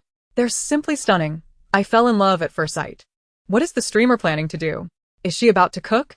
To the person above, have you not read the streamer's profile? Today she's not just singing. She will also be cooking. Don't you dare say it. Those hands, oh no, I can't help but feel the thrill. I declare, from this day forth, I am no longer a voice enthusiast. I have become a hand enthusiast for the streamer. A genderless individual trying to seduce the males. Those hands are undoubtedly fake. Excuse me? User 5558643. What is wrong with you? Is this a new account? Why are you slandering others? What is wrong with being genderless? Have they eaten your meat? Dear user, do not slander for the sake of slandering. Your twisted thoughts are more contemptible than anyone else's. Listening. Donated starships. Listening. Donated 5 starships. Listening. Donated 100 starships. System notification. Listening's donations have exceeded 10 million star coins, upgrading to blue text. All my starships. Am I seeing this correctly? Each one costs 100,000 star coins. This listener has actually donated 100. Such wealth. Truly unbelievable. Simply extravagant. System notification. Listening has applied to become today's live stream administrator. System notification. Due to listening's donation exceeding 10 million star coins, the system automatically approves the request. System notification. Listening has kicked user 5558643 out of the live stream. Xin Zijin was taken aback, her hands momentarily frozen in surprise. She had just started her live stream, intending to prepare a dish, and within such a short time, the chat had become so lively. Moreover, this listener had generously donated 10 million star coins worth of gifts. Was the effect truly this remarkable? Though astonished, gratitude was still in order. Thank you to the generous listener for the starships, and thank you all for watching my live stream. The streamer's voice is so beautiful, utterly enchanting. I can assure you, it's definitely the streamer singing Summer. After all, there's no other female voice in the entire galaxy that can compare. I want to hear the streamer sing Summer. Today, I won TV singing. I'll be cooking instead. Thank you all for your support. How could such a beautiful pair of hands engage in such messy work? They deserve to be cherished. No. I can't even imagine how wonderful her hands must be. System notification. Listening has kicked user 226849695 out of the live stream. Whoa. What's wrong with you, bro? Are you feeling something? This is a serious live stream, not a place for your distractions. Listening is so decisive. They kicked him out without hesitation. Xin Zijin ignored their comments and selected large chunks of meat. She expertly cut the entire piece into sizable portions before placing them on the cutting board. Her movements were remarkably proficient, showing no signs of clumsiness. Whoa. Am I seeing this correctly? How can such beautiful hands do something so brutal? The meat is being chopped into large chunks. The streamer is so skilled. Thinking of the words of that kicked user. Seeing the streamer chop meat so fiercely makes me feel a tightness below. Don't say that, brother. I feel the same. It's a bit painful. Hey. I'm back with my alternate account. I promise not to say anything inappropriate. Please don't kick me. Ah. I can't believe when I returned to my alternate account, I saw the streamer chopping meat. It's so painful and cruel. Xin Zijin placed the chopped meat into a pot, adding water, cooking wine, ginger, and star anise among other seasonings. She began to boil it. This step was meant to eliminate the gamey flavor. The meat in the beast world has a stronger taste compared to that on Blue Star, with a pronounced gaminess. The beastmen typically do not bother to remove this flavor. They cook it directly, often slicing it into large pieces and consuming it medium rare. She couldn't say how they found the taste, but Xin Zijin certainly found it difficult to adjust. Does cooking really have to be this complicated? I have tasted boiled meat, but it pales in comparison to roasted meat. What are the wooden ingredients placed behind the host? I have never seen them before. Once Xin Zijin confirmed that the pot was boiling, she began to introduce the ingredients one by one. This is ginger, which can eliminate fishy odors. It is not sold in the food section, but can be purchased at a pharmacy. I know ginger. It is a common medicinal herb for commoners and is quite pungent, used to dispel wind and cold. It's not palatable. Can it truly be used as an ingredient? This is star anise, which can also only be found at pharmacies. And this is cinnamon, also from the medicinal section. After introducing several uncommon ingredients, the orc realized that these elusive components could only be found in common pharmacies. Can these truly be used for cooking? After a moment's contemplation, Xin Zijin explained, aside from the few I just introduced, do not consume random medicines. Taking them indiscriminately can harm your health. What a novel and intricate method. Can this really be eaten? My father taught me from a young age not to eat anything indiscriminately, particularly medicines. Taking too much medicine can truly be fatal for an orc host. Xin Zijin classified the meat into two categories, one for merely eliminating odors and the other for braising. The meat meant solely for odor removal was prepared first, requiring only a simple blanching to dispel the fishy smell. Xin Zijin retrieved it, preparing to make a dish of red braised meat. Wow. The meat you fished out seems to have no odor at all. Boiled meat is usually the least appetizing. How is it that this meat, with its peculiar seasonings, smells so delightful? Is it ready yet? Host, can we eat now? Chapter 26, Live Broadcast. The Interstellar culinary broadcast could share the aroma of food in real time. Not yet. This is just the first step. Blanching removes the blood and fishy smell from the raw meat, Xin Zijin clarified. It seems quite troublesome. It feels complicated. Yet it truly smells wonderful and is no longer fishy. Following this, Xin Zijin heated oil in a pan, adding rock sugar to caramelize it. Ah. Is this cooking? How can sugar be added to oil? How can sugar be added to a dish? I would prefer the meat to be salty. I cannot fathom how meat with sugar can become a dish. Ah, What have I just witnessed? Forgive me for saying the previous meat smelled so good. I was wrong. I feel I cannot accept this. I now admit, the host is indeed a dark culinary creator. Observing the nearly frantic comments in the chat, Xin Zijin found the barrage of remarks endearing and chose not to elaborate further. She tossed the drained pork into the pan to stir-fry, allowing it to absorb color, adding something akin to garlic to enhance the aroma. When the time was right, she added an appropriate amount of salt, interstellar pepper, 5-spice, soy sauce, and sesame oil, covering the pot to simmer for 20 minutes. The process was nothing short of mesmerizing, seamlessly executed, leaving the orcs in the live stream spellbound. However, as the seasonings were gradually added and the meat simmered over time, a tantalizing aroma began to waft from the pot. When Xin Zijin finally lifted the lid, the red-braised meat, fragrant and colorful, bubbled enticingly, wafting towards the noses of the viewers, seducing their taste buds. Wow, how can it smell so good? Heavens! This is the first time I have encountered such a delicious aroma. Moreover, the finished product looks surprisingly appealing. I want to take a bite. I really want to try it. I, too, am eager to sample the host's culinary skills. Well, the cooking tutorial has been imparted to you all. You can attempt to recreate it at home. It tastes delightful. If you have any questions, feel free to leave a message for the host. We shall conclude the broadcast here for today. Until next time. With that, she ended the live stream. Today's broadcast was unexpectedly fruitful. In addition to receiving a generous tip of 10 million star coins, there were subsequent donations that totaled over 12 million gifts. According to the platform's 50-50 revenue split, this meant she would earn over 6 million star coins. The mere thought of it brought Xin Zijin joy. Later, she planned to edit each dish into a video, categorizing the culinary delights, which should attract numerous food enthusiasts online. Realizing that Rachel might not have enough to eat, Xin Zijin prepared several additional dishes, ensuring generous portions, including fish, while the braised meat was also ready, culminating in a feast of 4 dishes and a soup. Finally, Xin Zijin was about to savor the blue star cuisine she had longed for since arriving in the interstellar realm. Soon, Rachel sent a message stating she would come after tidying up her home a bit. The girl's abode was not very spacious, yet it was adorned with a warm ambience that invited one to immerse themselves in its charm. As Rachel stepped inside, a faint, familiar fragrance enveloped her, a scent she cherished, prompting her to relax her brow. "You're here, please have a seat." Xin Zijin gestured towards the dining table before heading to the kitchen to bring out the dishes. Rachel surveyed the dining table, which, though made of ordinary wood, was laden with a variety of delectable dishes. She gazed wide-eyed in astonishment, the enticing aromas causing her to swallow involuntarily, only to regain her composure. Typically, Rachel subsisted on nutritional supplements, which she found convenient, as they merely needed to satisfy her basic needs. However, after experiencing Xin Zijin's culinary creations, Rachel finally understood what true food was. The flavors of these dishes were simply exquisite. After the meal, Rachel voluntarily took it upon herself to handle all the washing, cleaning, and tidying up. Despite being a guest, she was quite insistent, and Xin Zijin could not dissuade her, allowing her to proceed. Having attended to Rachel, Xin Zijin retrieved the remaining braised meat, dried it, and packaged it.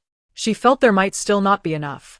So, she prepared a generous amount of jerky and various flavors of fish snacks. Once everything was completed, she was surprised to find she had produced so much. It would last her for half a month. Considering the inconvenience of transporting such a large quantity to school, she thought of the interstellar spatial button. The donations she had received during the live stream felt like a timely blessing. After locating the shopping area for the spatial button, she placed an order without hesitation, spending over 2 million star coins. With some star coins remaining, Xin Zijin intended to pay for Asojus's tuition. However, upon opening her light brain, she found the chat interface displaying frozen, static messages, indicating no new notifications. The front lines must be exceptionally dangerous and busy. Asojus likely had no time to check his light brain. Concerned about the dangers of war and not wanting to disturb him, Xin Zijin chose not to send him a message. Perhaps it would be best to wait for his return to inquire directly. Unbeknownst to Xin Zijin, interference devices were present on the front lines to disrupt the Zerg via brainwave and soundwave interference, preventing them from reproducing and evolving further. The ultrasonic waves also disrupted light brains, meaning that all orcs on site, aside from those equipped with specialized communication devices, had no signal on their light brains. Chapter 27. 0 points in orc husbandry. The scene of Xin Zijin confronting a female in public was captured on camera, drawing in numerous orcs with sensational headlines such as "He is so brave, confronting a female like that in public and she defended him, standing up for him." Many expected to see some restricted content, only to find the story instead featured Xia and a genderless individual. This genderless being was strikingly beautiful, which seemed a pity given the circumstances of openly confronting a female and being apprehended by enforcers. However, she was indeed courageous. In this world, male orcs were accustomed to such occurrences, having contemplated speaking out, yet none dared to act. They were surprised that the one daring enough to do so was a genderless individual whom they typically looked down upon. As a result, a sense of admiration for the strikingly beautiful genderless individual began to blossom among the onlookers. Nevertheless, they lamented that such a beautiful being, filled with a sense of justice and courage, had been captured by the enforcers, hoping only that she would be fortunate enough to survive. Numerous orcs, driven by a sense of justice or those who have suffered at the hands of oppressive females and their families, sent private messages to the enforcement agency, hoping for leniency towards the genderless individual. However, without exception, their pleas vanished into the void. These posts, once ignited, were extinguished within the hour, leaving no trace behind. The diminutive viral video seemed to have never existed. In recent days, the personnel within the enforcement agency observed their leader, Yaelira, lost in thought on more than one occasion. Wasn't she dispatched on a mission? Who possessed such formidable prowess to injure the esteemed S-rank Yaelira? Her lips were swollen, and a distinct bite mark marred her face. What perilous task could inflict such wounds upon a superior? Yet, as they watched their boss occasionally touch her mouth in contemplation, realization dawned upon them. Was she experiencing a romantic infatuation? Upon closer inspection of her injuries, it became evident that this was not the result of a mission but rather an unsuccessful courtship, where she had likely been bitten by a young female in a misguided attempt to pursue her. "Zeiss, come here." Yaelira called upon the network officer of the enforcement agency as she noticed certain entries related to Xin Zijin gaining traction in her mind. "What is it, Director Yaelira?" Zeiss inquired. Yaelira gestured towards the entries. "These videos are severely undermining our enforcement agency. Suppress all of them immediately and contact the individuals responsible. If they persist, kindly invite them to our agency for discussion over tea."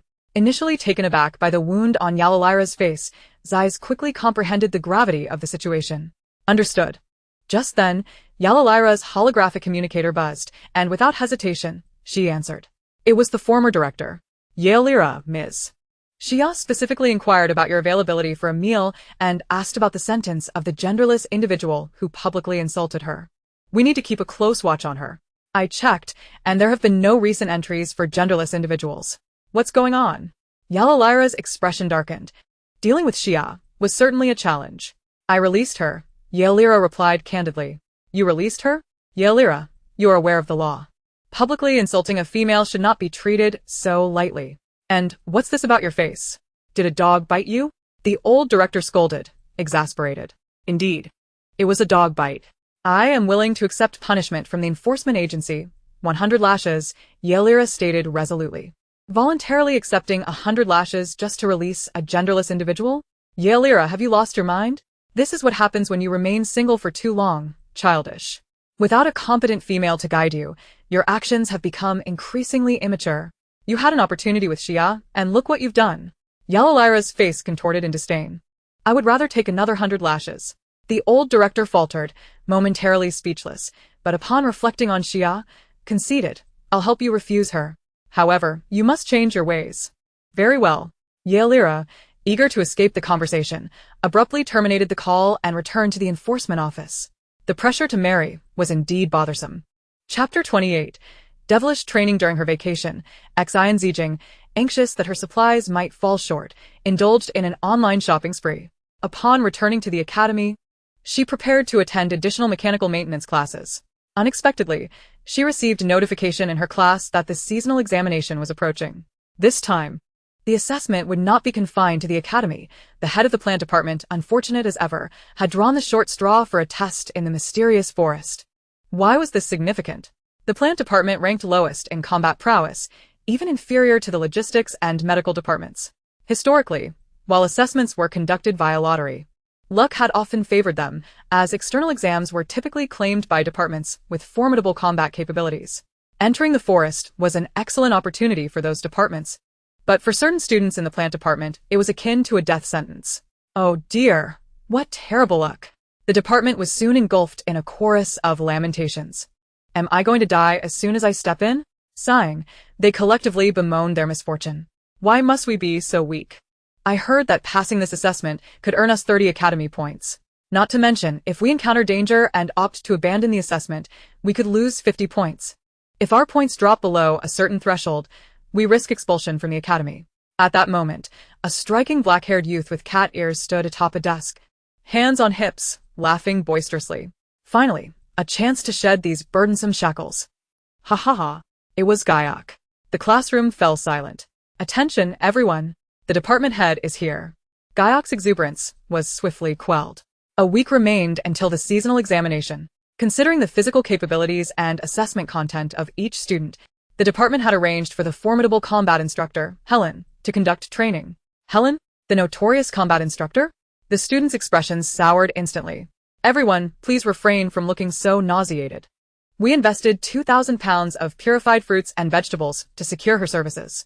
Do you understand the gravity of this? The students gasped. Wow. Indeed. The department has truly been diligent on your behalf, hoping you all succeed in Helen's training, the head declared. Though this was a fib, only 200 pounds of produce had been procured. Helen, what do you think? These children seem quite earnest. They're rather adorable, like little rabbits. Helen replied, her voice booming. Get out here, all of you. Helen kicked open the doors of each classroom, bellowing, you little rascals. What are you dawdling for? Follow me immediately. At a specific training base within the academy, they arrived at the combat department's facility. The training base resembled a vast square, surrounded by fences and walls, with a tower perched atop. Helen, are we training here? One student couldn't help but inquire. Is this the combat instructor? She appears fierce enough to devour 10 rabbits in one bite. Of course. Hurry up. Quit dragging your feet. As expected, combat instructors had a penchant for harshness. Instantly, all students scrambled out. My name is Helen, but you can call me Instructor Helen. Remember, from today onwards, we are here to train you until the assessment concludes. As a beast man, I am aware of your physical capabilities, so I will not subject you to the usual combat training regimen. Today, let's begin with a 50-kilometer run around the training field. Upon hearing this, a chorus of anguished cries erupted. Wah. Instructor, you can't be serious. Please, instructor. I might die from exhaustion. Have mercy on us. Silence. You're my students now. I do not care about your previous habits. You must adhere to discipline. If you fail to meet the objectives, prepare for punishment. The students whimpered. Humph, you little rascals, if you keep making noise, I'll deduct points. Suddenly, the training ground fell into an eerie silence. Action. Begin running. All the students instantly took off at a frantic pace. Yes, you must persevere until the very end. My little rascals. The combat students run 100 kilometers daily, so for you, this is a considerably lighter burden. Remember, you are orcs inherently robust in physique. Do not let the rigors of the curriculum extinguish your primal instincts. Keep pushing forward. Chapter 29, Saint Adian. The coach is not an orc, nor is Gaiok. It must be said that Gaiok is indeed formidable. Even though his abilities are constrained by the suppression ring, his physical stamina remains intact. Completing 50 kilometers is a mere trifle for him, and he finishes first. The remaining participants are a mix of physically capable carnivorous orcs and ordinary orcs. At the rear, a significant number still have not completed the distance, predominantly comprising the genderless. Zijin, I feel I might collapse. How much farther is it? Kara gasped for breath, her legs trembling, yet she persisted in her run.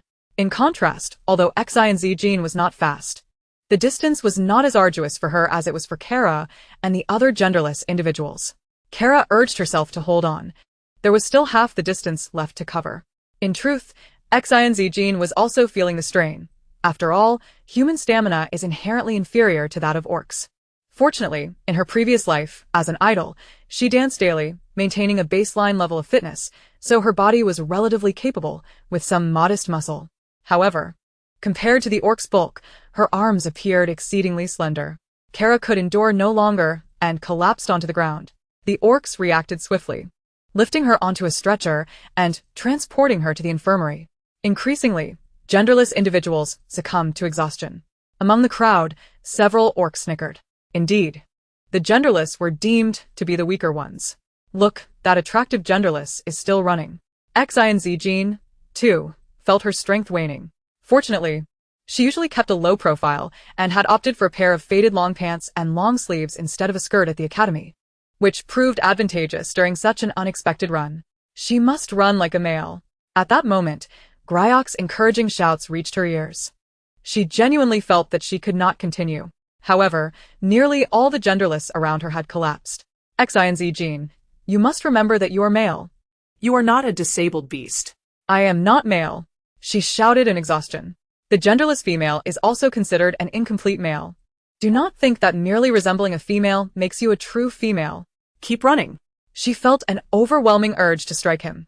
Indeed, he was the one behaving like a man. Yes, it wasn't far now, if she could just hold on a little longer. Though Gryok's encouragement was somewhat irritating, it inadvertently silenced the mocking laughter of the orc males as Gryok was present. Who would dare to laugh at Xin Zijin? Finally, she reached the finish line. Wow. Amazing. Zijin is fantastic. The genderless actually managed to reach the end. Xin Zijin plopped down onto the ground, utterly spent, lacking even the strength to stand. She could only glare at Gryok with exhausted eyes. Gryok, however, seemed utterly unfazed, his demeanor even more brazen than before. You cannot sit down immediately after finishing. He approached and pulled Xin Zijin up. At that moment, Xin Zijin did not wish to utter a word and promptly closed her eyes. To have run 50 kilometers on her own 2 feet was beyond anyone's expectations. Hey, don't fall asleep. Gryok reached out a hand and poked Xin Zijin. What are you doing? Let me rest for a bit. Xin Zijin opened her eyes to look at Gryok, her face, slick with sweat, appearing even more endearing. After returning to the dormitory, Xin Zijin was utterly exhausted, lying on her bed, incapable of even moving. Cyril brought her a glass of water and a towel. Thank you. Xin Zijin took the towel and placed it directly over her face, disregarding everything else. She was far too weary and needed rest. Cyril, recognizing her exhaustion, remained quiet, simply standing by, waiting for her to awaken. The girl's room was tidy, imbued with a faint fragrance that, when inhaled for too long, could easily enchant one. Perhaps due to her fatigue, she found the towel on her face bothersome and swatted it aside, revealing her sleeping visage to the air, smooth, fair skin, exquisite features, long eyelashes, beautiful brows, a perfectly shaped nose, and slightly upturned lips. The girl's breathing gradually steadied, exuding a languid aura that made one yearn to draw closer, to seek more. From the moment you hesitated to take her life, you would fall in love with her unhesitatingly, as foretold by your prophecy. From then on, you must bear the burden of your prophecy, enduring all the pain it entails. Unable to resist, you yearn to draw closer to her. Unlike other orcs, Xin Zijin, post-exercise, bore no unpleasant odor, but rather an increasing sweetness that permeated every nerve and rational thought of Cyril. The youth slowly leaned down, kissing her lips with tenderness and caution. It was a sweet kiss, akin to the fragrance of blooming flowers. He wished to possess her, to make the girl before him solely his. He could not help but deepen the kiss. The girl finally reacted, slightly furrowing her brows before relaxing again. He released her, only to see her rosy lips part slightly, prompting him to lean in once more, capturing her lips for a delicate exploration. The girl unconsciously let out a soft sound, her gentle voice igniting a burning desire within him. However, this cannot continue. Otherwise, she would awaken. Cyril retreated from the edge of the bed, distancing himself a few steps, reverting to his elegant, noble demeanor, although the flush of desire lingered on his cheeks and ears. Yet, the exquisite sensation from moments ago remained imprinted in his memory, refusing to fade, so warm and intoxicating. When Xin Zijin awoke, she slowly sat up and took a sip of water, noticing Cyril standing not far from her door. How long had she been asleep? Why was Cyril still lingering at her door? Cyril, what brings you here? Upon hearing her voice, Cyril's lips curled into a smile. Why? Do you find me unwelcome? Xin Zijin quickly shook her head, vehemently denying it. Then she pondered a moment. Cyril, didn't you have any training assessments? Cyril thought for a moment and replied that the command department had not arranged an expedition to the maze forest this time. He added that, due to not being assigned to the maze forest assessment, they had instead been given a more rigorous combat evaluation. Comparing the two, it was infuriating. The command department was so strong, these assessments were mere trifles for them. How enviable. Do you think I will succeed in this assessment? She sighed. Cyril approached with a smile, ruffling her hair. With your determination, you will undoubtedly succeed. I also wish to grow stronger. Tomorrow, I must return to St. Adian for a while. I might be away for some time. So suddenly, St. Adian? Is that your home? Yes, St. Adian needs me. All right. Chapter 30. She has always enjoyed research, has she not? That night, she slept restlessly, her mind drifting back to previous events. The technological reforms of the mechanical era. This would soon be humanity's greatest invention. As an analytical paper concluded, thunderous applause erupted.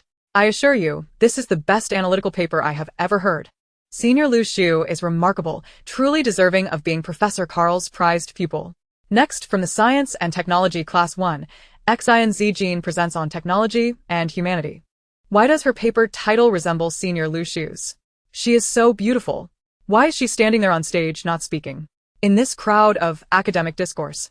Is she here to entertain? Why is she just standing there, looking dazed? At this moment, Xin Zijin clenched her fists tightly, her palms drenched in perspiration, her body quivering uncontrollably due to the overwhelming surge of emotions.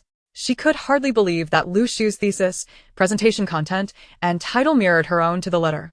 However, On Science and Humanity was the culmination of countless sleepless nights and heartfelt toil she had endured. She had shared it with only one person for review, her most esteemed mentor, Professor Carl. Why did Lu Shu recite her painstakingly crafted work verbatim? Gazing at the sea of faces below and the professor seated on the stage, Xin Zijing felt as though all her strength had been sapped from her. What value did her work hold now that it had been parroted by another? Was she accused of plagiarism? Plagiarizing Lu Shu? Absurd. What was she doing? Why was she standing there, dazed and motionless? Was she merely putting on a show? Did she seek fame? She had not anticipated such dim-witted peers in the technology class. If you won't present, then leave the stage. Leave. The jeers grew louder, a torrent of insults directed at Xin Zijing. A single tear fell from her eye, landing on her chest. Biting her lip in frustration, she fought back the urge to weep aloud, turning her gaze toward the professors she once idolized and trusted, only to find their expressions cold and indifferent. Her world had crumbled. Ignoring the murmurs around her, she fled the auditorium. Hey, don't run. Hurry up and read your thesis to everyone. Surely she didn't come up here just to perform without any substance, just because she's pretty and young. You think she got into the tech program through the back door? She'll keep it down. She can't be avoiding responsibility on purpose, can she? Xin Zijing stumbled and fell to the ground, lifting her head to gaze helplessly at the sky, her eyes bloodshot and filled with anguish. Why? She arrived at the research institute, almost in despair, to confront her once revered teacher. Why, Professor Carl? I only sent on Science and Humanity to you. Professor Carl regarded her calmly, his tone nonchalant. Do you know who Lu Shu has behind him? His father is a director, and he is backed by powerful figures in the central government. Xin Zijing was taken aback, her eyes widening in disbelief as she looked at him. You too, Professor? She never imagined her most respected and beloved mentor would be one of those people. Xin Zijing, let this matter go. You are exceptional. Having entered the Technology Institute at such a young age, and now you are the youngest graduate student there. Your thesis and all your research findings will be given to Lu Shu. He will offer you a salary and benefits far superior to those at the Technology Institute. This time, due to time constraints, he didn't discuss it with you, but as compensation, you'll graduate smoothly with your doctorate. I do not want any compensation. Xin Zijing interrupted Carl's words in fury. Those are my cherished research outcomes. I demand fairness. I did not enter here for any personal gain. Why should he be allowed to take what I have painstakingly created? This is theft. Xin Zijing screamed un contolan. Shut up, Xin Zijing. What do you mean by theft? You're merely a poor student relying on scholarships to pay your tuition, who can barely afford a meal. What theft are you talking about? Do you possess such financial resources to sustain your so-called research achievements? Being poor is a sin. You are the one committing theft. A cold laugh escaped Xin Zijing's lips as she realized that her efforts were reduced to mere summaries by others. Suddenly, she burst into hysterical laughter. As if driven mad, tears streaming down her face. Carl frowned at her. I had decided to withdraw from the Academy of Sciences. The girl walked feebly down the street, her delicate figure appearing remarkably graceful. Hello, miss. A bespectacled man suddenly blocked her path. Is there something you need? Her voice, as melodious as a lark, floated through the air. The girl, clad in simple attire and sporting a modest ponytail, exuded an exquisite yet disheveled charm that compelled passers-by to glance back. So beautiful. So beautiful. And her voice is delightful. The bespectacled man couldn't help but exclaim several times. Perfect, absolutely perfect. Hello, miss, I am Manager Lou from Bala Media. Would you like to join us? We also have, and there are over 1 billion viewers watching. Over 1 billion viewers? The girl paused, repeating the phrase. Indeed, Manager Lou replied, brimming with excitement. With your looks, our company can guarantee that you will become an instant sensation upon debut. A sudden grumble echoed from her stomach. She had gone days without eating, and indeed, having left the Technology Institute, she was now devoid of any funds. The girl's expression shifted. Observing her reaction, Manager Lou quickly released her. Miss, you haven't eaten, have you? Our company cafeteria serves delicious meals. We genuinely invite you to come. You can first check our company's qualifications and compliance documents. Chapter 31, Lessons.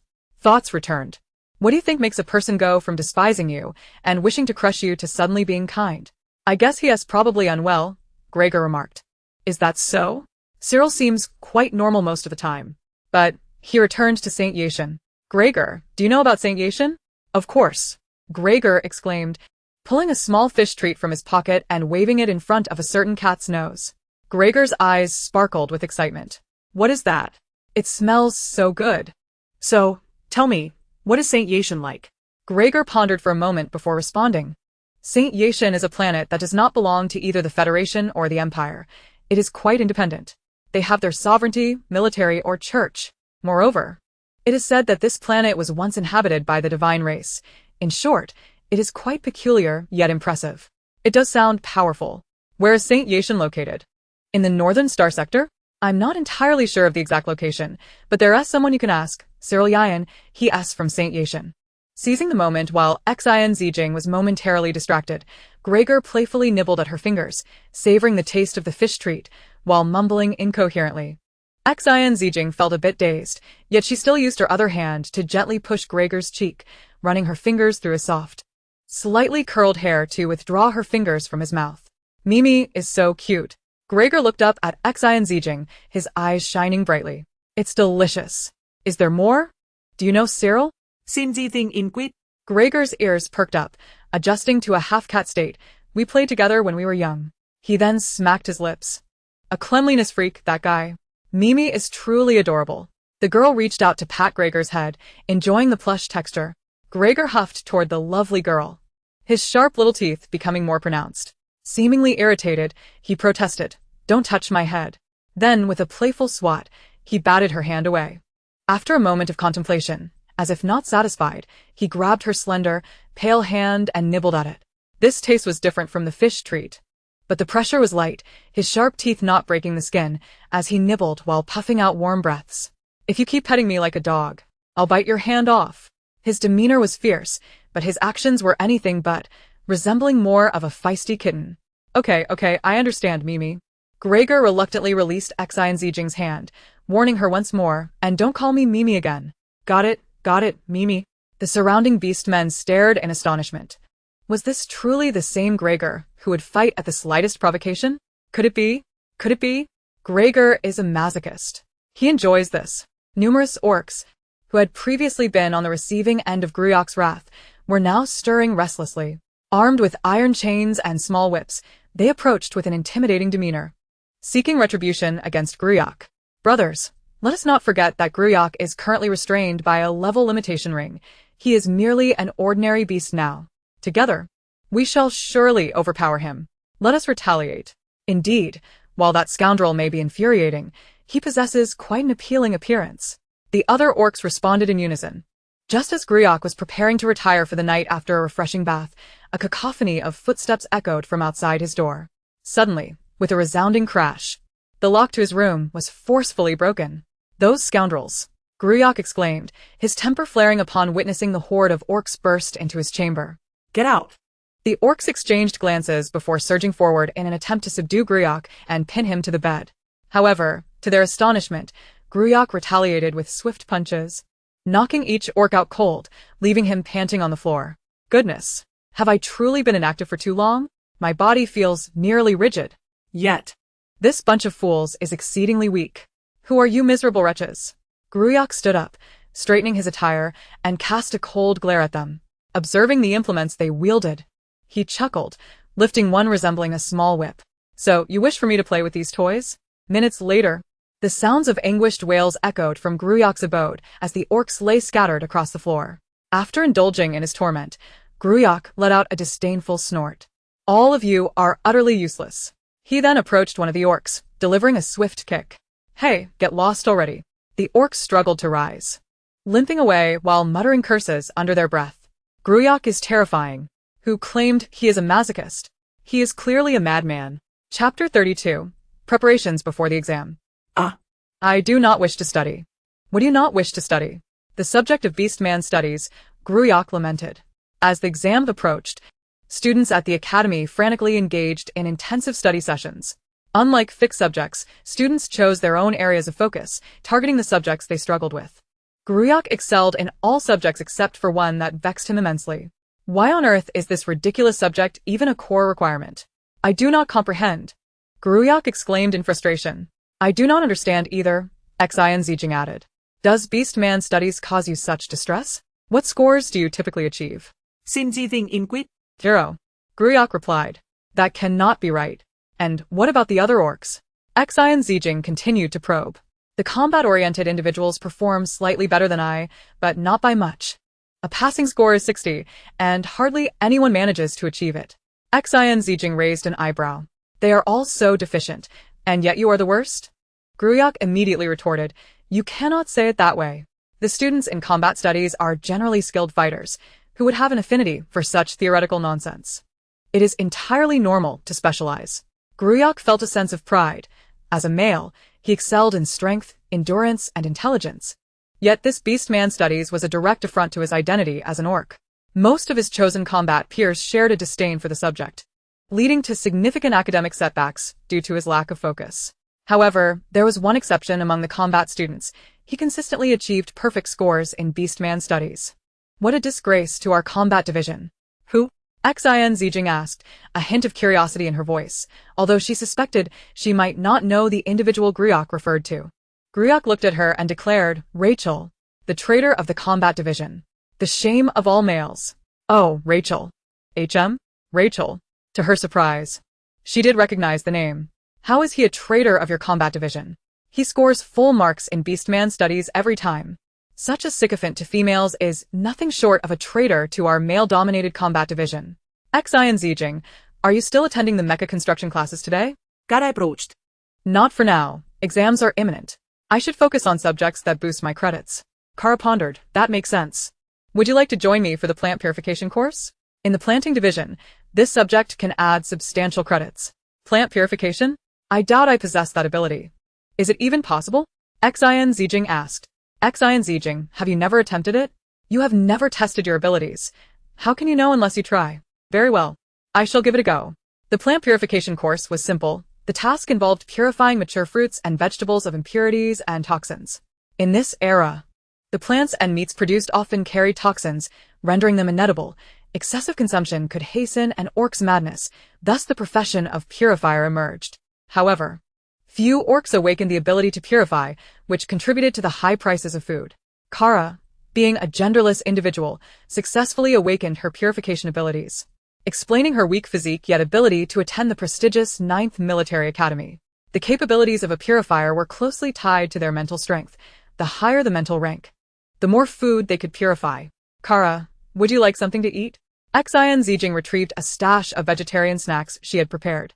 Kara accepted it eagerly, popping one into her mouth without a second thought, her round eyes sparkling with delight. Wow. It's crispy and so fragrant. What is this? Xin Zijin. Vegetable crisps. They're all yours. Xin Zijin handed over the entire bag. Wow. Thank you, Xin Zijin. This is so delightful. Kara exclaimed, her smile radiant. Later in the purification class. If you struggle, I will teach you everything I know. Should we be transported together in the mysterious forest exam, I will provide you with purified food. Thank you, Kara. Xin Zijin said, touched. Kara waved her hand dismissively. No need for thanks. Although I would prefer you to be transported with Griak, he is strong. And you would be safer. Yet, the mysterious forest is vast. In case we get separated, at least you will have food to sustain you.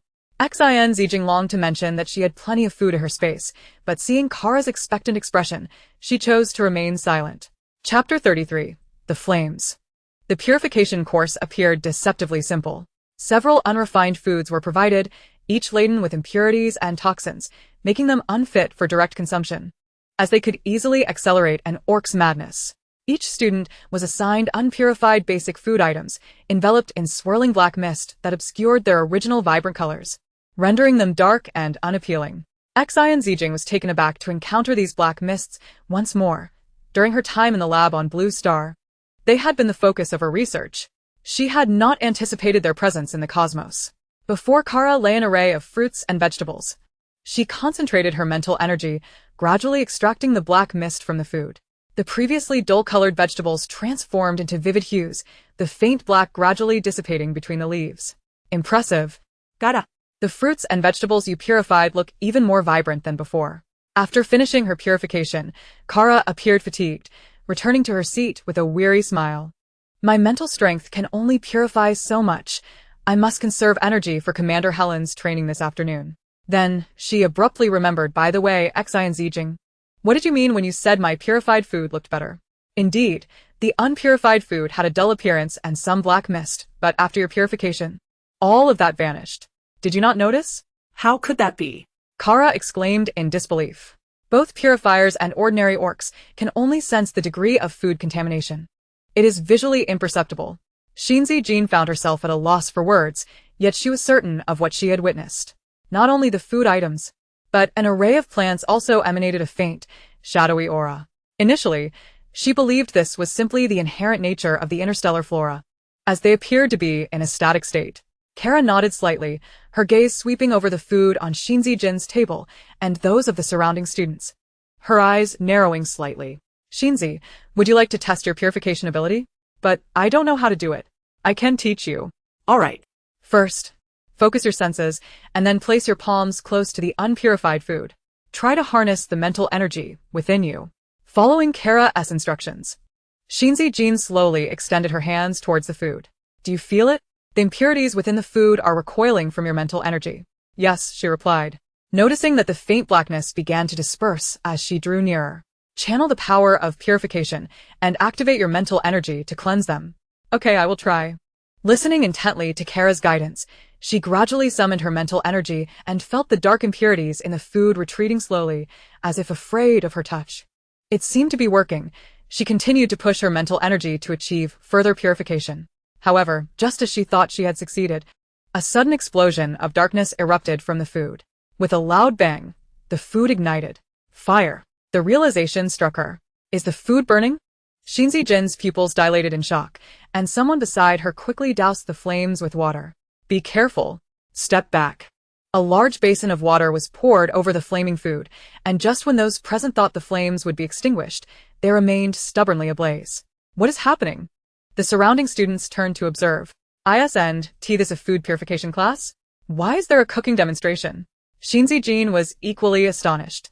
She had never anticipated that her attempt to unleash her mental energy would result in such a catastrophic outcome. The flames surged higher, impervious to the water. If this continued, the entire classroom would be engulfed in flames. Quickly, extinguish that fire. Xin Zijin's mind raced with panic. She could not comprehend why imitating the orc student's method of channeling mental energy led to such a disaster, but extinguishing the flames was paramount. Perhaps by some stroke of fortune, the flames gradually subsided, though they did not vanish completely. They were less ferocious than before. Kara exhaled in relief. Thank heavens. It's finally out. The cause of the flame's sudden extinguishment remained a mystery, but it was a welcome reprieve. As Kara listened to the murmurs of the onlookers, her brow furrowed. Xinzi, this is about purifying food, not incinerating it. Realizing this, Kara scanned the area and her gaze fell upon the charred plant. Although it was no longer in its original state, she could sense that the food had indeed been purified, and more thoroughly than in her previous attempts. With such a high concentration of mental energy, Xin, how are you feeling? Any dizziness, discomfort, or fatigue? None at all. I feel perfectly fine. Kara. What is the extent of your mental energy that it could ignite flames? I'm not sure. Chapter 34. The Assessment. As the time for the assessment drew near, Instructor Helen intensified the training regimen for everyone. Without physical fitness, how can you navigate the vast misty forest? How can you withstand the predations of your peers? Remember, even if you acquire a task token, if you do not adequately defend it, you risk being robbed by stronger students. Instructor Helen addressed the gathered students. Though your physical attributes may not match those of the combat-oriented students, as your instructor, I hold a responsibility towards you. Starting today, we will intensify our training. With a commanding voice, she declared, each of you will run 50 laps. After completing this, gather back for continued training. You have 2 hours, begin. At her command, all the agricultural students focused intently, eagerly participating in the rigorous exercise. Thanks to the targeted training over the preceding days, many had seen improvements in their physical condition. Though Xin Zijin's physical abilities were not exceptional, her endurance shone through. She was pleasantly surprised to find that her condition was improving with each training session. Despite the initial exhaustion on the first day, she gradually acclimated to the long-distance training. While she still could not match Gryok's speed, she was no longer lagging behind. After a week of intensified training, the assessment in the misty forest soon approached. This assessment was straightforward. Survive and be the last one standing. With no option to withdraw midway, the assessment badge must remain in your possession. The misty forest was expansive, with numerous departments participating in the assessment. Listen closely, especially the agricultural students. If you cannot endure, do not hesitate to press the withdrawal button if you encounter danger. Of course, those who opted to withdraw would not only be deemed unsuccessful, but would also have their points deducted. Consider your decision to withdraw carefully, the assessment officer cautioned. As the officer's words resonated, the students were engulfed in anxiety, aware of the harsh realities of the examination. If luck was not on their side, or if their abilities fell short, they faced immediate elimination.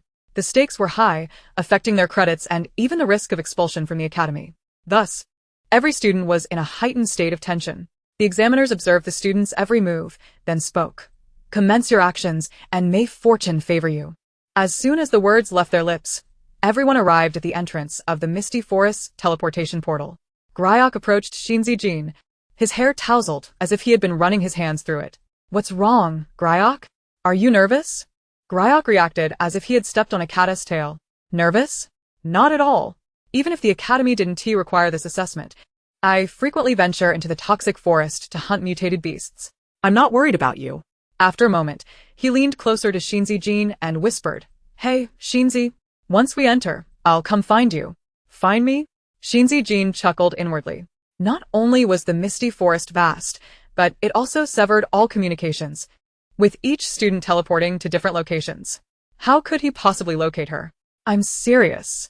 Stop joking, Gryok said, slightly displeased with her attitude, and gave her a gentle shove. Cough, cough, cough. Xin Zijin choked slightly from his push, quickly regaining her composure. If you don't believe me, that's fine. Just enter. If you can't hold on, press the withdrawal button. Seeing Xin Zijin still in a daze, Gryok turned and walked towards the teleportation portal. By the time she regained her senses, he had already stepped through the portal. Sighing, Xin Zijin shook her head and followed him in. As soon as she entered the portal, Xin Zijin felt her footing slip away, and she tumbled sideways. Fortunately, she reacted swiftly and grasped a nearby vine. The forest. She surveyed her surroundings, realizing she was alone. The trees were densely packed, and looking up, she could not see the sky. The spot where she had landed did not seem ideal. Each student possessed an examination wristband. The wristband had no network connectivity, only a basic display indicating the exit location. To prevent surprise attacks from mutated beasts and plants, each student was equipped with a laser gun. Naturally, the laser guns were designed to only harm beasts and not fellow students. Should a student be injured by another's gun, points would be deducted, and the assailant would be disqualified. Students would land at different points within the forest. By following the wristband's guidance, they were to retrieve the task token placed by the academy and safely exit through the endpoint. Completing these tasks successfully would ensure their assessment was deemed a success. The wristband contained each student's information. The names of the participants are displayed in blue font. If a participant is eliminated or withdraws mid-journey, their name darkens.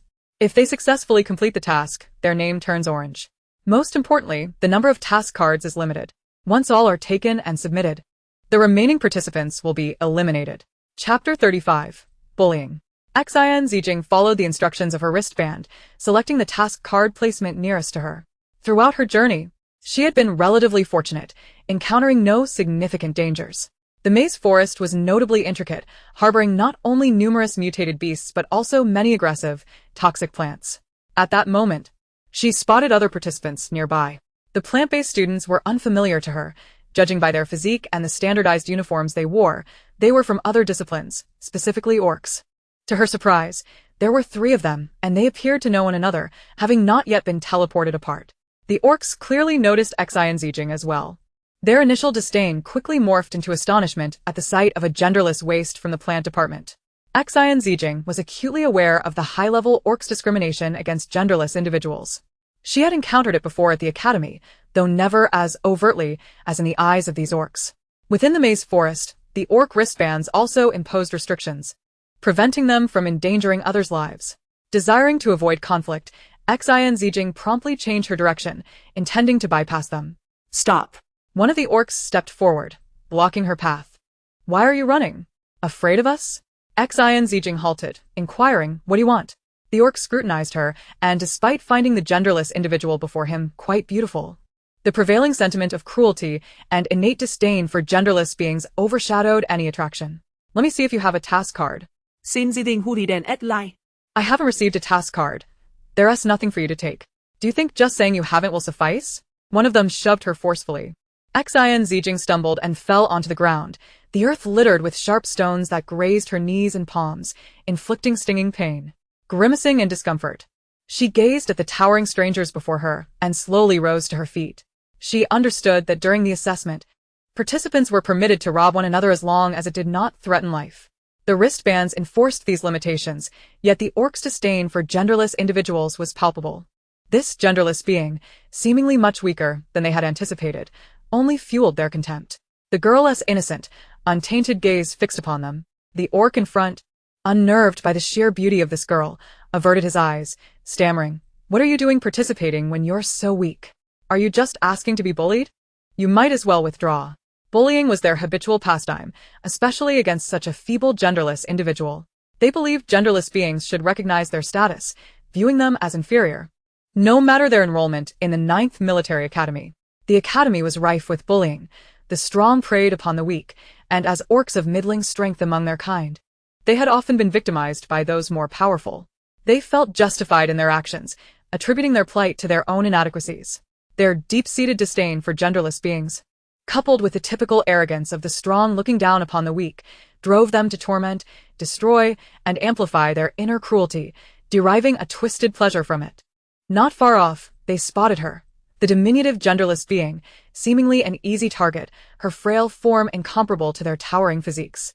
However, upon closer inspection, they found her beauty even more striking, rendering them momentarily transfixed. One of them had just pushed her, eager to see how this exquisite face would look in tears. Despite being suddenly toppled, with several cuts marring her delicate skin, the girl glared at them in indignation. It's truly shameful to bully someone weaker.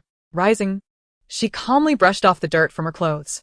The others had initially prepared to hurl malicious, derogatory remarks, but one of the orcs nudged the stunned larger orc beside him. "Have you lost your wits?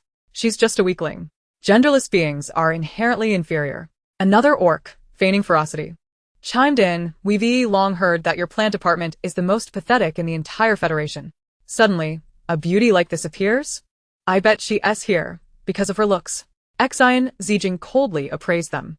She was indeed powerless to resist and could not overpower them.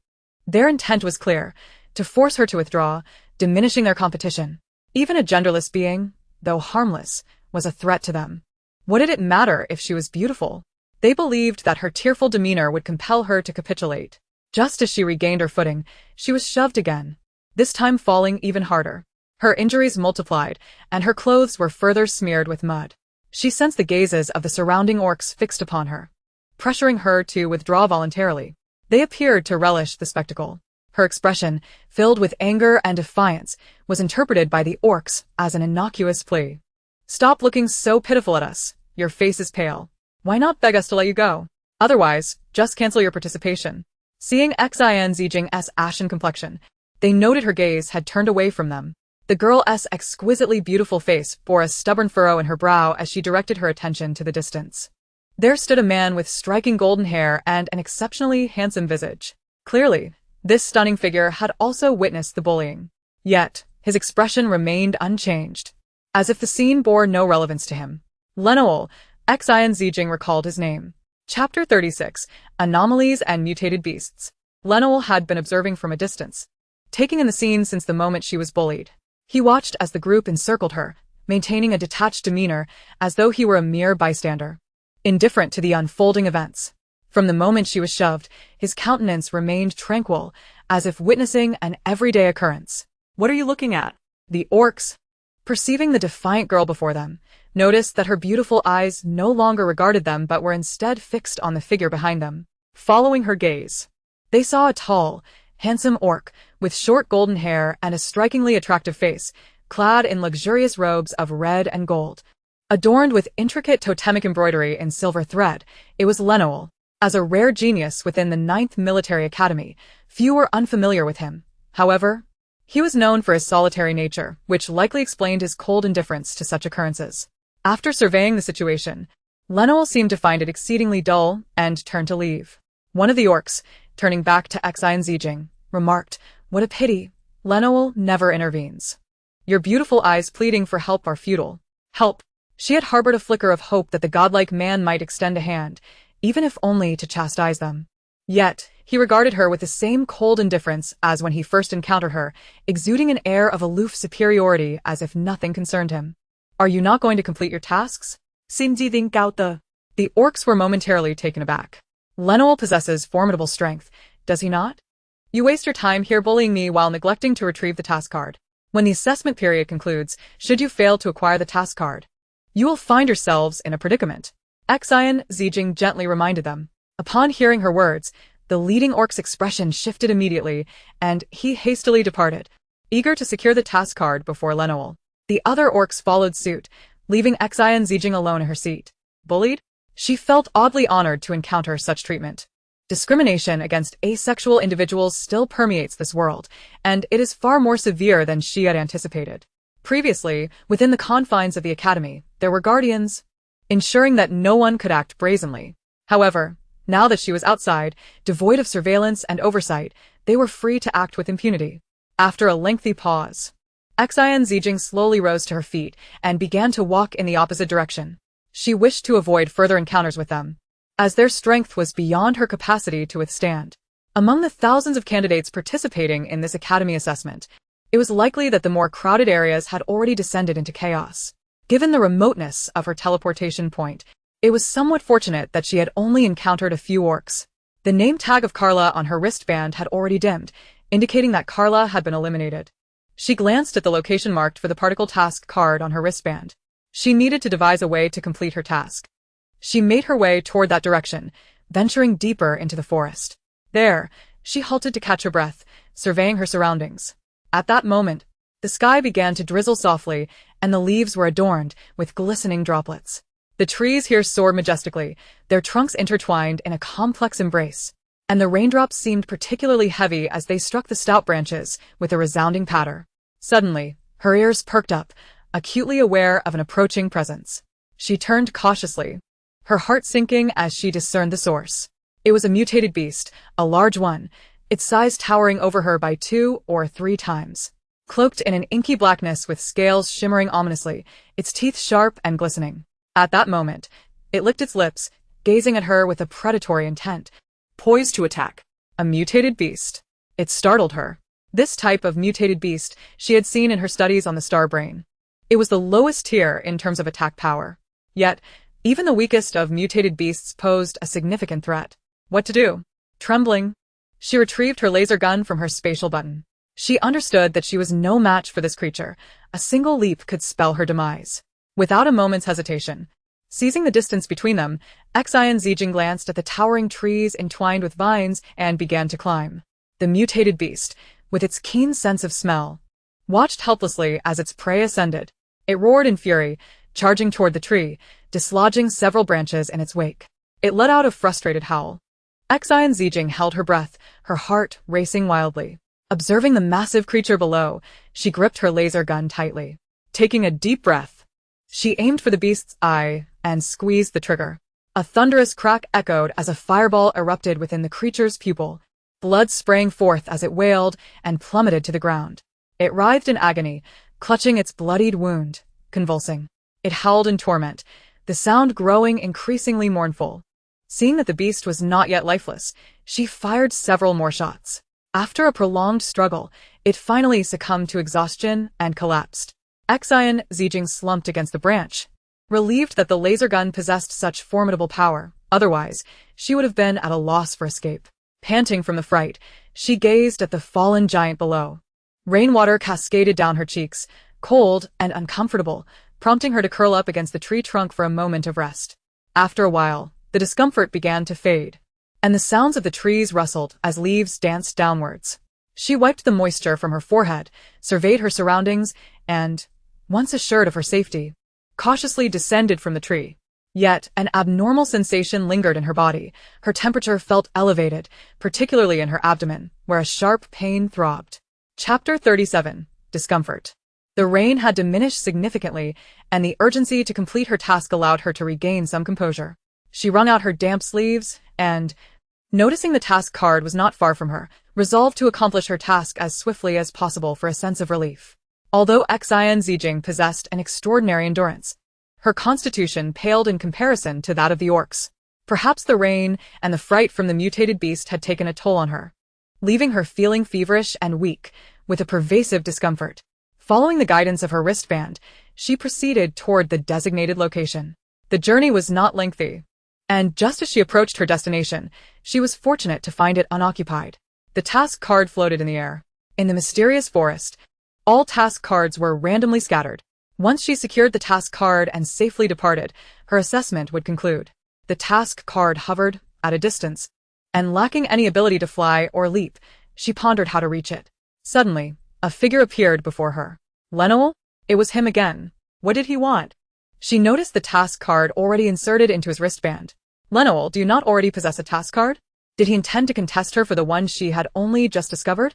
Lenoel regarded her, his sharp senses picking up a faint yet intoxicating scent emanating from her. As a high-ranking orc, his sense of smell was more acute than that of ordinary orcs.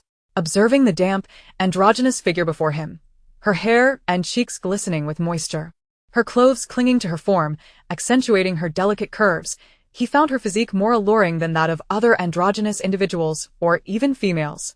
A surge of warmth flooded through his throat. As he drew closer, her enchanting fragrance intensified. Lenoel was sacred, untouchable.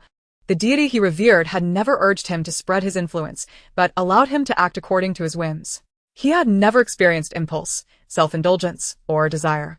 To him, the distinctions of male and female were inconsequential.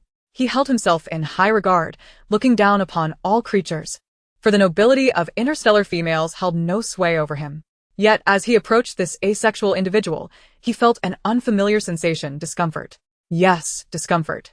It was undoubtedly this asexual individual causing a physical repulsion within him, or so Lenoel believed. He attributed all his peculiar reactions to her presence. His gaze fixated on her delicate features, a face both exquisite and youthful, now marred by fear and tension. She stood there, embodying beauty. If the divine had a visage, it would resemble hers.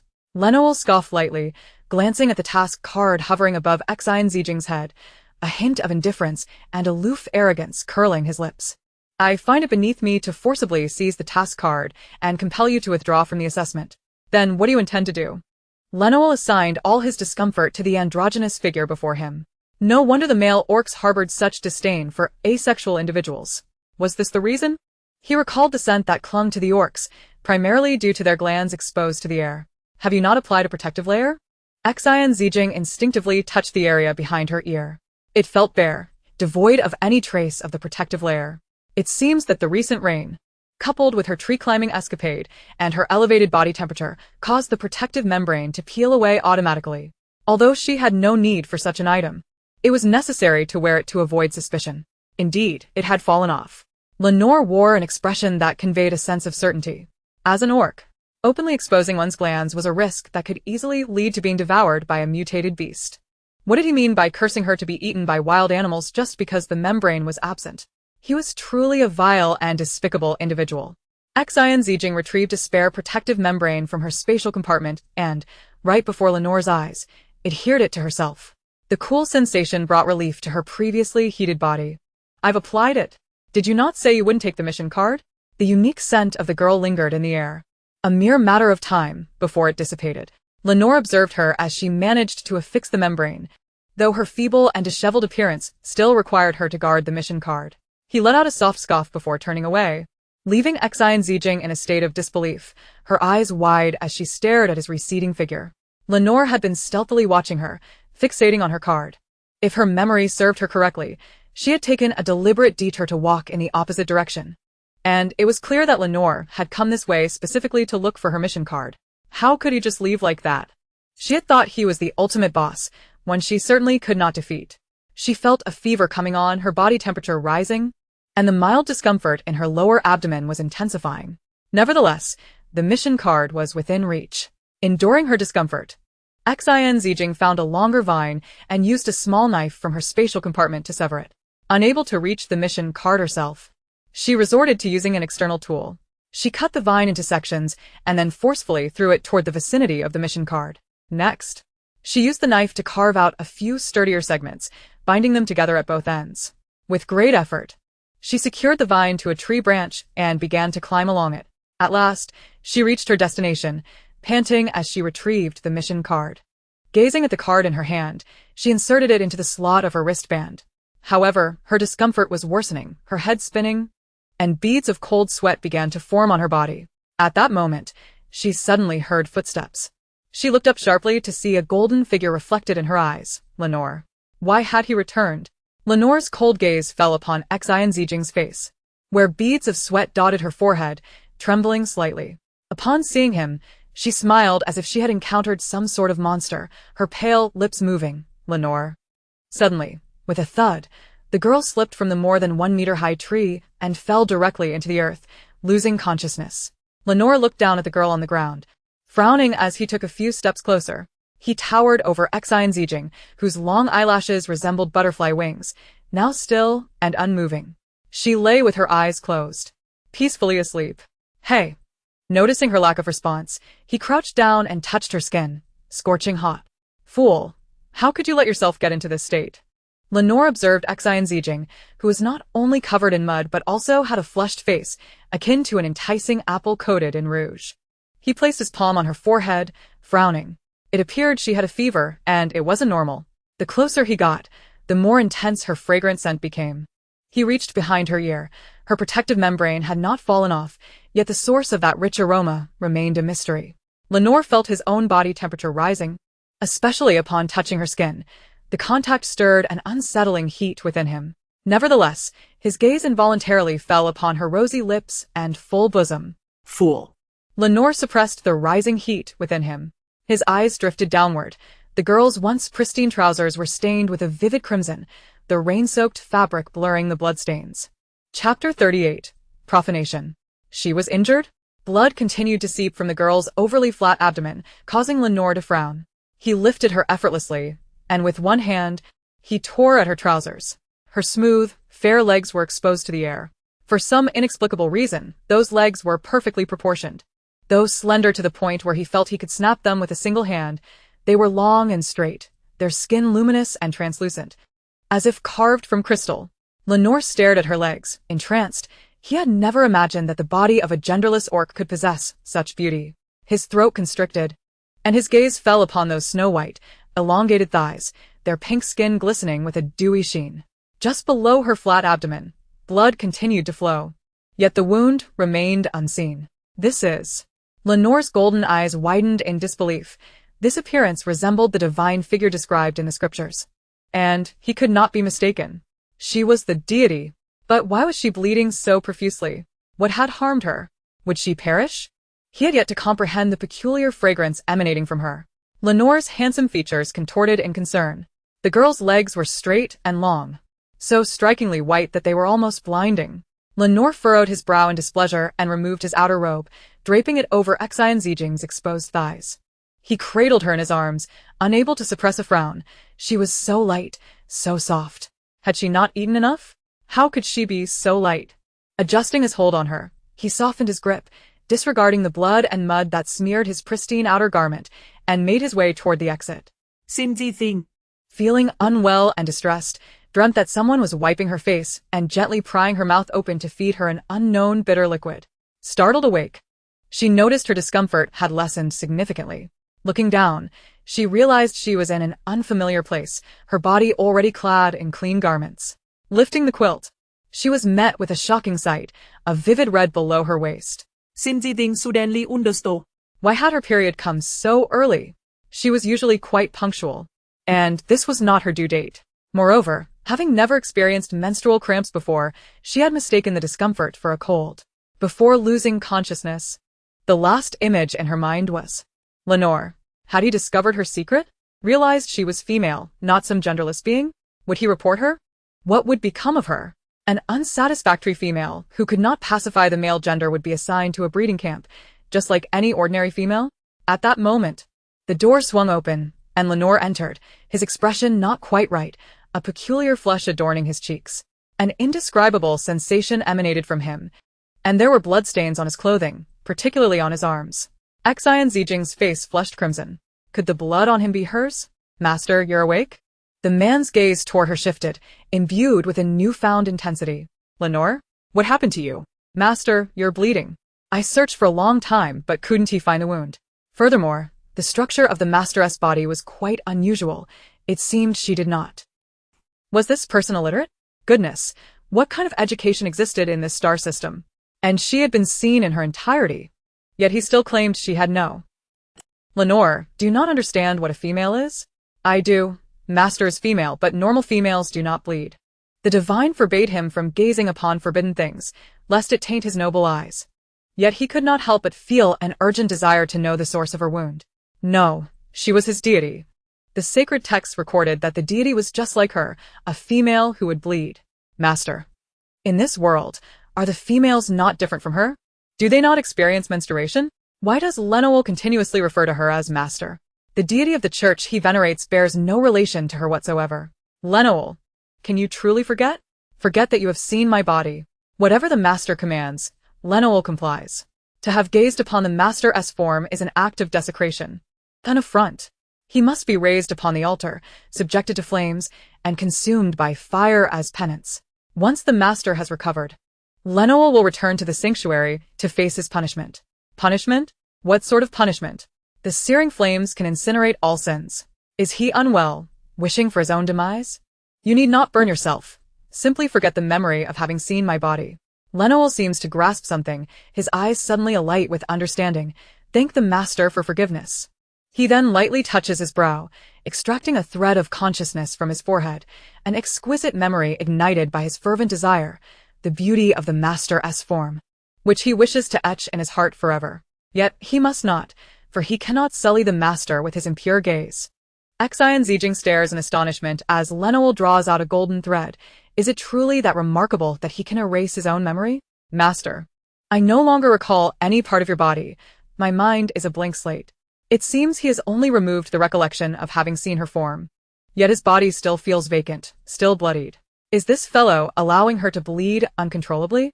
Fetch me some cotton cloth and clean trousers, she commands, recalling that she likely has these items in her own space. You first go and change out of the bloodied clothes, then burn them. Come back in clean attire. Understood. Master. After changing his garments, Lemuel re-enters, half kneeling at Xin Zijing's feet. Master, is this discomfort a punishment for my previous disrespect towards you? Ever since encountering you, I have felt rather peculiar. Peculiar? How so? Xin Zijing inquires, glancing down. Chapter 39. Self-sufficiency. Her eyes widen, a flush spreading across her face.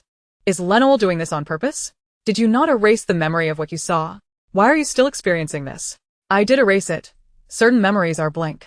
However, since I met the master and returned from the misty forest, I've felt this way. I beseech the master to retract the spell you have cast upon me. What is the matter with Lemuel? He blames his own natural reactions on her. Does he not comprehend this? Yet, the usual scornful glint in his eyes is now replaced with sincere earnestness, glimmers of mist evident within. The girl rolls her eyes, exasperated. This is your natural response. It has nothing to do with me. I have not cast any spell upon you. Lemuel ponders in silence for several seconds. The master is his deity. She would not employ such vile sorcery to punish him. Master, do you understand this reaction? Can you help Lemuel eliminate it? Have you not dealt with this yourself? Can't you handle it on your own? Xin Zijin stute. How should I handle it? Lemuel appears utterly perplexed by her words. This fellow does not even recognize a normal reaction? Has he truly never experienced such a situation before? A pitiful male who has never encountered a natural response. How does he take pride in anything? Master, I implore you to assist Lemuel. I do not know how. Will you teach me? I cannot assist you. Why do you keep asking me? Just splash some cold water on yourself. Is cold water effective? No wonder Lemuel feels so overheated. It turns out cold water is the remedy. Xin Zijin stifles a laugh. Lemuel, instead of spending your time arrogantly disregarding everyone, you should learn some biology. Biology? Lemuel listens to her instruction, but the 9th Military Academy has never offered such a subject. As a beast man, this knowledge is instinctual, but Lemuel is an exception. Do you have a light brain? Yes. Add me. Xin Zijin swiftly searches for relevant information and tutorials, transmitting them all to Lemuel's light brain. From now on, refer to this. Learn and manage it on your own. Lemuel's eyes widen in shock as he reads what she sent. Master, the sanctuary forbids viewing such materials. It would taint our souls. Stop. Do not call me master. In the future, educate yourself on this subject so you do not remain ignorant of the most basic knowledge. A blind follower, one may worship anything, but one should possess at least fundamental biological knowledge. It is bewildering how, in a world filled with primal instincts and intense desires, he could be so utterly naive. Lemuel vows to heed only the master henceforth. You can view this material alone in secret. It is to be understood, not spoken of. Will you not accompany Lemuel in viewing it? Perhaps teach me along the way? Lemuel calls after her. No, I will not accompany you. Just look at it yourself.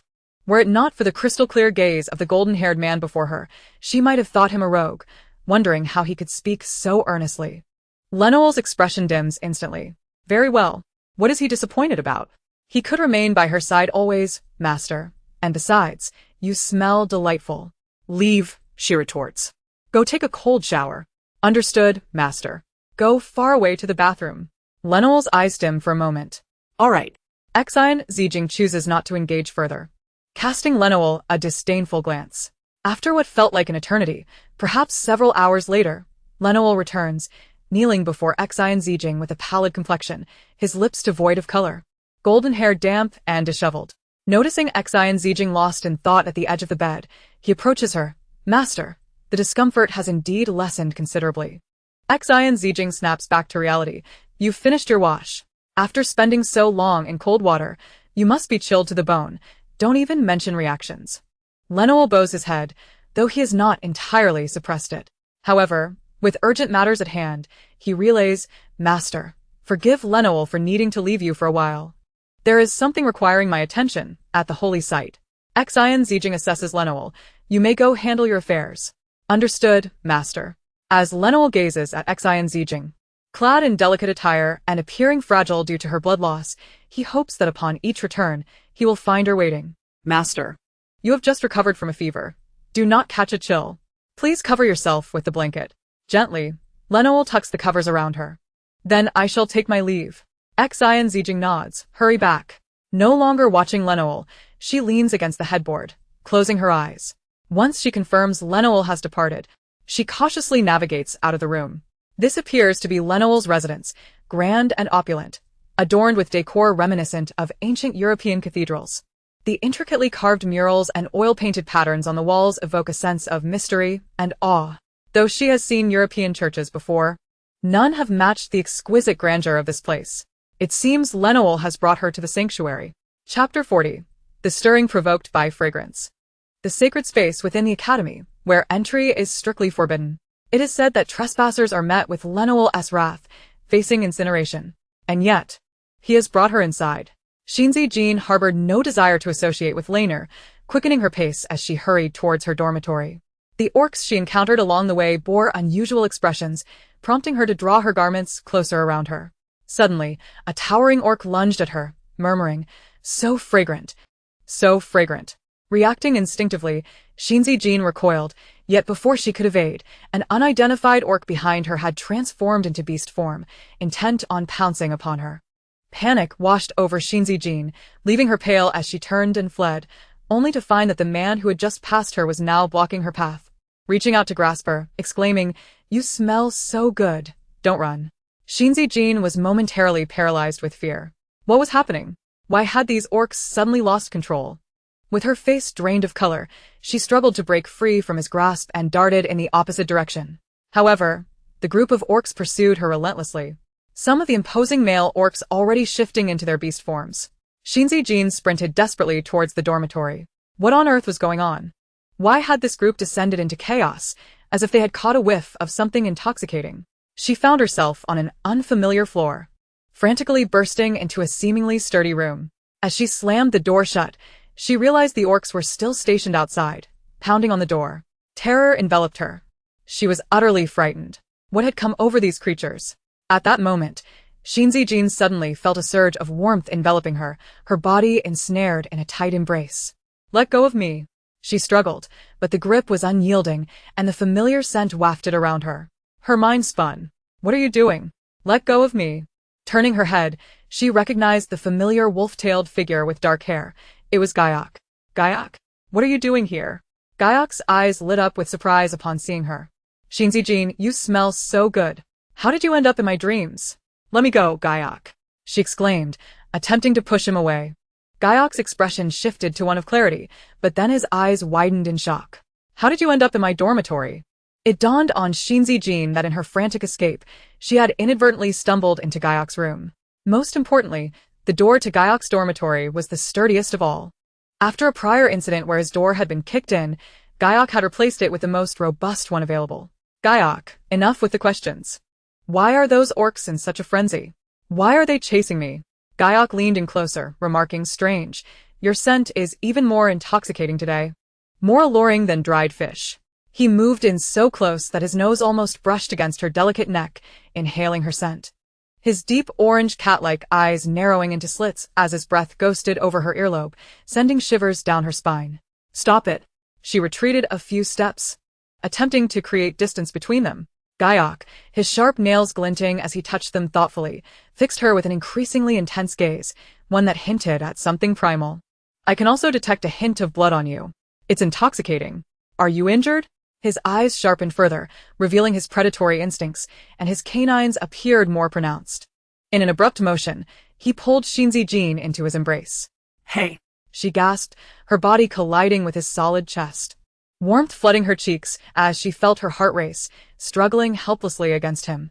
"Let go of me, Gaiok." He tightened his hold, his voice low and magnetic, laced with temptation. "You smell so good." As he spoke, his lips brushed against her skin, his fingers gliding along her slender waist. Xin Zijin's eyes widened in alarm. "Let go of me. What are you doing?" She pushed against him, but to no avail. Gaiok's lips found their way to her sensitive collarbone, teasing her. And Xin Zijin's heart sank. She was certain that Gaiok had changed after catching her scent, becoming something entirely different, almost feral. "Please, Gaiok, snap out of it." Her voice broke through to him, momentarily restoring his clarity. He looked at her, his pupils dilating in realization, and abruptly released her. "Xin Zijin, did you forget to apply your protective layer?" Gaiok exclaimed. Xin Zijin was taken aback. "Gaiok, have you lost your mind?" she retorted, rubbing her ears. "I did apply it." "Then why do you smell so intoxicating? You nearly drove me to madness." Xin Zijin was at a loss for words. Gaiok's ears twitched, and his expression darkened. "I caught a whiff of male arousal outside. The orcs out there are nearing their heat cycle, and your scent has likely triggered their instincts." "Heat cycle?" Xin Zijin's face flushed crimson, her heart pounding. What should she do? "These terrifying orcs. We need to find a way to mask your scent," Gaiok said, frowning. Xin Zijin recalled Gaiok's earlier demeanor and his current statement. Indeed, if the orcs had lost control due to her scent, then masking it was the best course of action. Without hesitation, Gaiok rushed to the window, securing the doors and pulling the curtains shut to block out all light. Then, he wrapped her in a mound of blankets, completely enveloping her to stifle any lingering scent. Xin Zijin realized Gaiok was physically shielding her from detection. He took a deep breath, suppressing his instincts. "Stay here, Xin Zijin. I will find something to mask your scent. Do not leave my dormitory." She nodded, and Gaiok dashed out. Lying on the bed, she heard the sounds of Gaiok opening the door, followed by a series of thuds and pained groans, mingled with the roars of beasts and the muffled thuds of orcs collapsing to the ground. The group outside seemed to have been subdued. But what if they remembered her scent once they regained consciousness?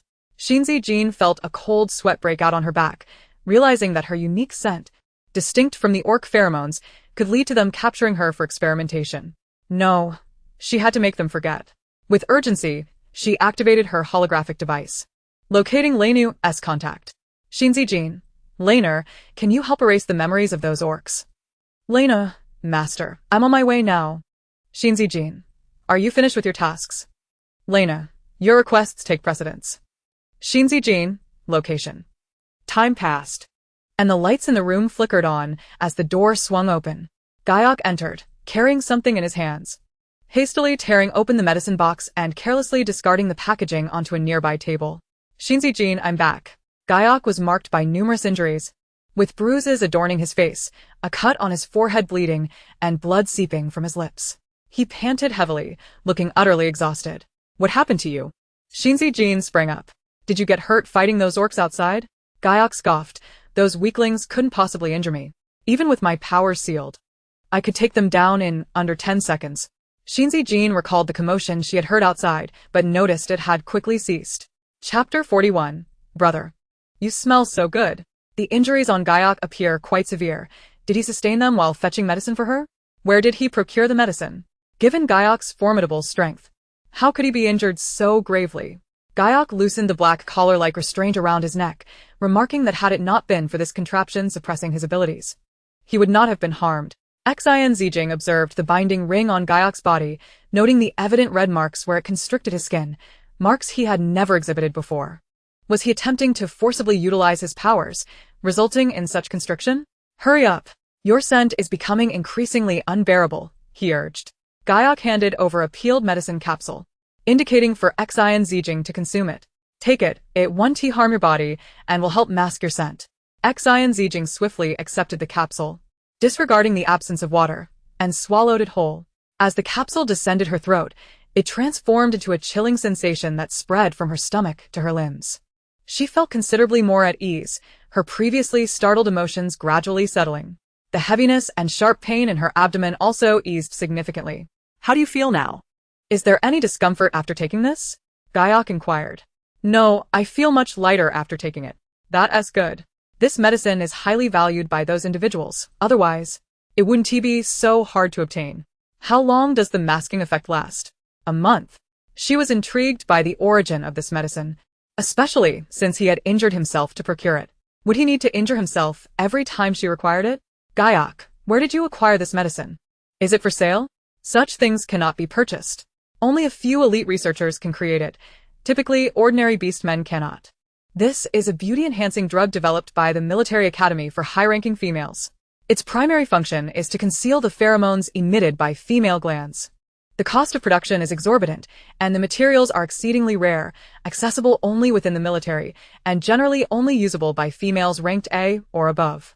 Xin Zijin was taken aback, astonished by the value of the medicine.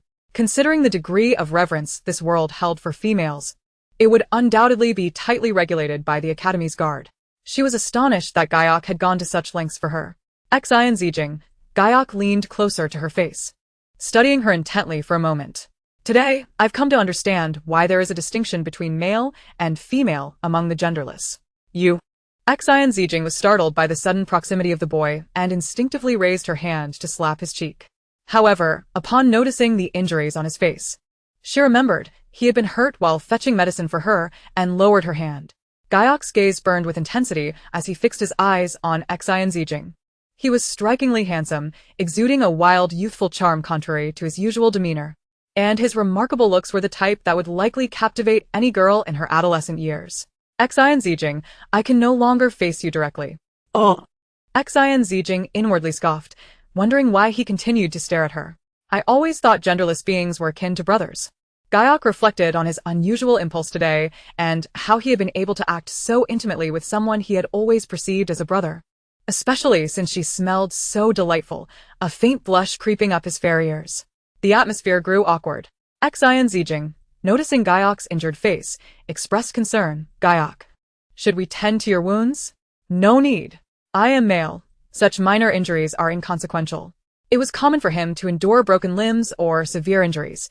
Even with numerous scars and several fractured bones, he remained unfazed, dismissing the current injury with a shake of his head. oh. A silence enveloped them. Ahem. Gayok cleared his throat. How exactly did you sustain your injuries? I can smell blood. How should she explain that this was a normal bodily reaction, her monthly cycle? No. If it occurred monthly, wouldn't it trigger the beastman's mating instincts every time? How could she explain her bleeding to Gayok? The thought of this drained the color from her face, prompting Gayok to notice her pallor and ask, what is wrong? Is it a serious injury? Let me see. Xin Zijin shook her head, indicating she was fine. Gayok, I'm genderless, as you know. We differ from ordinary beastmen. He understood that genderless beings fell under the category of disabled beastmen. What I mean is, I'm not injured, I'm female. The bleeding is a normal physiological occurrence for genderless beings, not an injury, Xin Zijin explained. Physiological occurrence? I've never heard of genderless beings experiencing this. I am genderless, which comes with certain physical limitations. This is one of them. I bleed every month. Wait. Every month? Bleeding? Gayok's tail bristled in shock, as if he had heard something utterly astonishing. Zijin, you appear so frail. If you bleed every month, could it lead to your demise? Gayok frowned with concern. It's fine. It's a normal phenomenon. Xin Zijin felt her heart race, urging Gayok not to overreact. Gayok furrowed his brows, unblinking as he observed Xin Zijin, recognizing her earnestness in revealing the privacy of being genderless. He could sense her anxiety and, while feeling a pang of sympathy, also began to worry for her. If you bleed every month, and your blood can trigger the mating instincts in beastmen, then please come to me before it happens. At that moment, Gayok appeared serious, shedding his youthful impulsiveness, yet exuding an unexpectedly reassuring aura. I will find you medicine. He referred to the medication that would mask her scent. Xin Zijin felt a swell of gratitude. Thank you, Gayok. Now, let me see where you are injured. Gayok gently grasped Xin Zijin's arm, his expression focused. When he noticed her slight tremor and her pale lips, devoid of color from blood loss, an unfamiliar pang of empathy surged within him. Xin Zijin's face flushed crimson in response. At that moment, the door was suddenly flung open with a loud crash. What are you doing? Chapter 42. What are you doing? The door had been forcefully pushed open, revealing a tall, golden-haired man standing in the doorway. His handsome features etched with fury and displeasure as he glared at the two individuals standing closely together. Particularly, his gaze fell upon Gayok's large hand gripping the girl's shoulder. The girl's beautiful, overly expressive eyes reflected resistance. She seemed to struggle to break free. But her efforts were in vain. Her delicate, cherry blossom pink lips parted slightly, as if she wished to say something. Gayok, what are you doing? Lionel's eyes were bloodshot. As if he were ready to tear the male before him apart, his tone laced with a potent warning. How dare this insufferable black cat touch his sacred master? It was utterly unforgivable. Typically aloof yet always maintaining an air of noble elegance, this was Lionel's first experience of such a loss of control. Get away from her. Upon witnessing his master in such close proximity to this black cat, an intense jealousy ignited within Lionel, making it intolerable. He swung a punch at Gayok, but the latter deftly dodged. Lionel's gaze turned colder. Anyone who offends the master should face divine retribution. You deserve to be consumed by holy fire for your sins. He raised his leg to kick, intent on seizing the wretched black cat. Gayok nimbly evaded the attack and, seizing the opportunity, lunged to embrace Lionel, aiming to tear his throat with his sharp claws. Stop. Don't fight any longer. Xin Zijin rushed forward, commanding the two males, who had erupted into conflict over a trivial disagreement, to cease their altercation. Lionel strode forward with purpose, swiftly enveloping Xin Zijin in his embrace. The sudden pull elicited a gasp from her as her body softened and collapsed against him. The close proximity tinged her porcelain skin with a delicate blush, while her autumn-like eyes shimmered with glistening ripples. "My lord, how did you come to be here? That despicable scoundrel dared to impose such indignities upon you." He turned his fierce gaze upon Gaiwoke, as if ready to pounce and rend him asunder. What had that wretched black cat done to his master in his absence? Did he intend to hold her? Or worse yet, to kiss her? Such transgressions were utterly unforgivable. Hearing this, Gaiwoke regarded Lemuel with a questioning look. "Lemuel? I haven't yet inquired how you so brazenly intruded upon my quarters." "Your quarters? You dare bring my master into this filthy abode?" Lemuel glared at Gaiwoke, his fury palpable. Before launching a fist towards him, Gaiwoke deftly avoided the strike and countered with a blow aimed at Lemuel's face.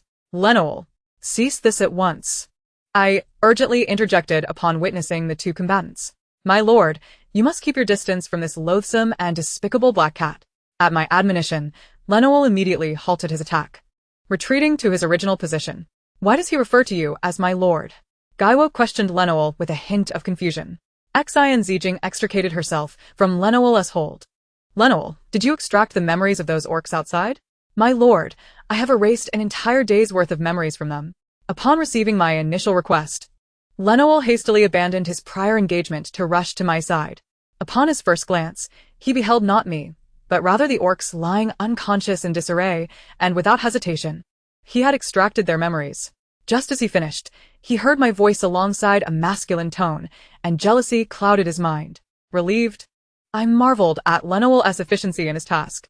The memory erasure had indeed encompassed a full day. Meanwhile, Gaiwoke, feeling sidelined, observed me laughing amiably with another male, jealousy bubbling within him. He quickly grasped my hand and pressed it against his face, as if to declare ownership. "Ah, Yijing." My face aches terribly. I lifted my gaze to the black cat before me, his exaggerated expressions merely eliciting laughter, though I managed to suppress it. Seeing me unmoved, Gaiwoke exaggerated his response further, feigning pain that starkly contrasted with his usual rebellious demeanor. It was evident that Gaiwoke was not cut out for pretenses. "My face is in excruciating pain. Zijing, could you please blow on it?" I found myself wanting to withdraw my hand, yet he gripped it tighter. A flicker of guilt crossed my mind, realizing he was genuinely hurt because of me, so I refrained from pulling away, opting instead to soothe him gently. Gaiwoke relished the sensation of my delicate fingers grazing his face, reluctant to relinquish my hand. Meanwhile, Lemuel observed the intimate connection between us, his heart swelling with an unprecedented jealousy. The sight of me touching another male stirred a pain within him akin to being pierced by needles, threatening to suffocate him. How could my master be caressing another man? Though he felt unworthy of such feelings, the sight was unbearable. Watching the blissful expression on Gaiwoke's face only darkened Lemuel's mood further. After a brief moment, I withdrew my hand. "Lemuel, have you resolved your matters?" Lemuel quelled the tempest of rage within him, embodying the grace of a noble paladin. One lapse in control was sufficient. He turned his gentle gaze upon me. "Not yet." "Upon receiving your initial request, I left my task behind and hurried here." I was taken aback by Lemuel's willingness to abandon his important work due to my message. A pang of regret stirring within me. "Lemuel, you should return to your duties." "Is my lord in danger?" "Lemuel shall remain by your side." "It's all right now." "It's all right. Thank you, Lemuel." I hastily reassured him. "Your concerns for my well-being are paramount. Truly, there is no cause for alarm. Lemuel, you should return." "Understood." Lemuel cast a final glance at me, unwilling to defy my command, then shot a warning look at Gaiwoke before departing. As he left, he also took the liberty of clearing away the orcs sprawled outside. Where had he taken them? Once the dormitory was left solely with Gaiwoke and me, he immediately lunged towards me. "Zijing, do you harbor feelings for Lemuel?" "What?" I was momentarily perplexed by Gaiwoke's inquiry. "I meant, do you have affections for Lemuel?" I shook my head in exasperation. "No, I've only just met him." Gaiwoke recalled Lemuel's jealous demeanor and breathed a sigh of relief. "Then that is good. But tell me, why are you so concerned about our affairs?" I was merely curious as to how you became entangled with such a troublesome brute," he asserted. "Not out of jealousy." It seemed Gaiwoke's notorious temper was more widely recognized. Chapter 43. Mimi's Sacrifice. It appeared that only the more volatile of beasts required restraint collars, prone to outbursts and unpredictable aggression, even being assigned a solitary dormitory for their unique behavior. Zijin, how long will you bleed? Typically, it lasts around 3 days. My flow was heavy, but fortunately of short duration, though I had never experienced pain before. Since my arrival here, however, I had been plagued by sharp cramps in my lower abdomen. 3 days. Gaiwoke stared at my pale face, concern knitting his brows. For these next few days, You will stay with me. I shall take care of you. Gaiwoke's declaration caught me off guard, and I quickly countered, no, that won't be necessary. Absolutely not. You are in such a weakened state. What if the scent on you incites the orc's mating instincts? Gaiwoke insisted. I was uncomfortable with the notion of residing in a strange place, especially at the invitation of a male.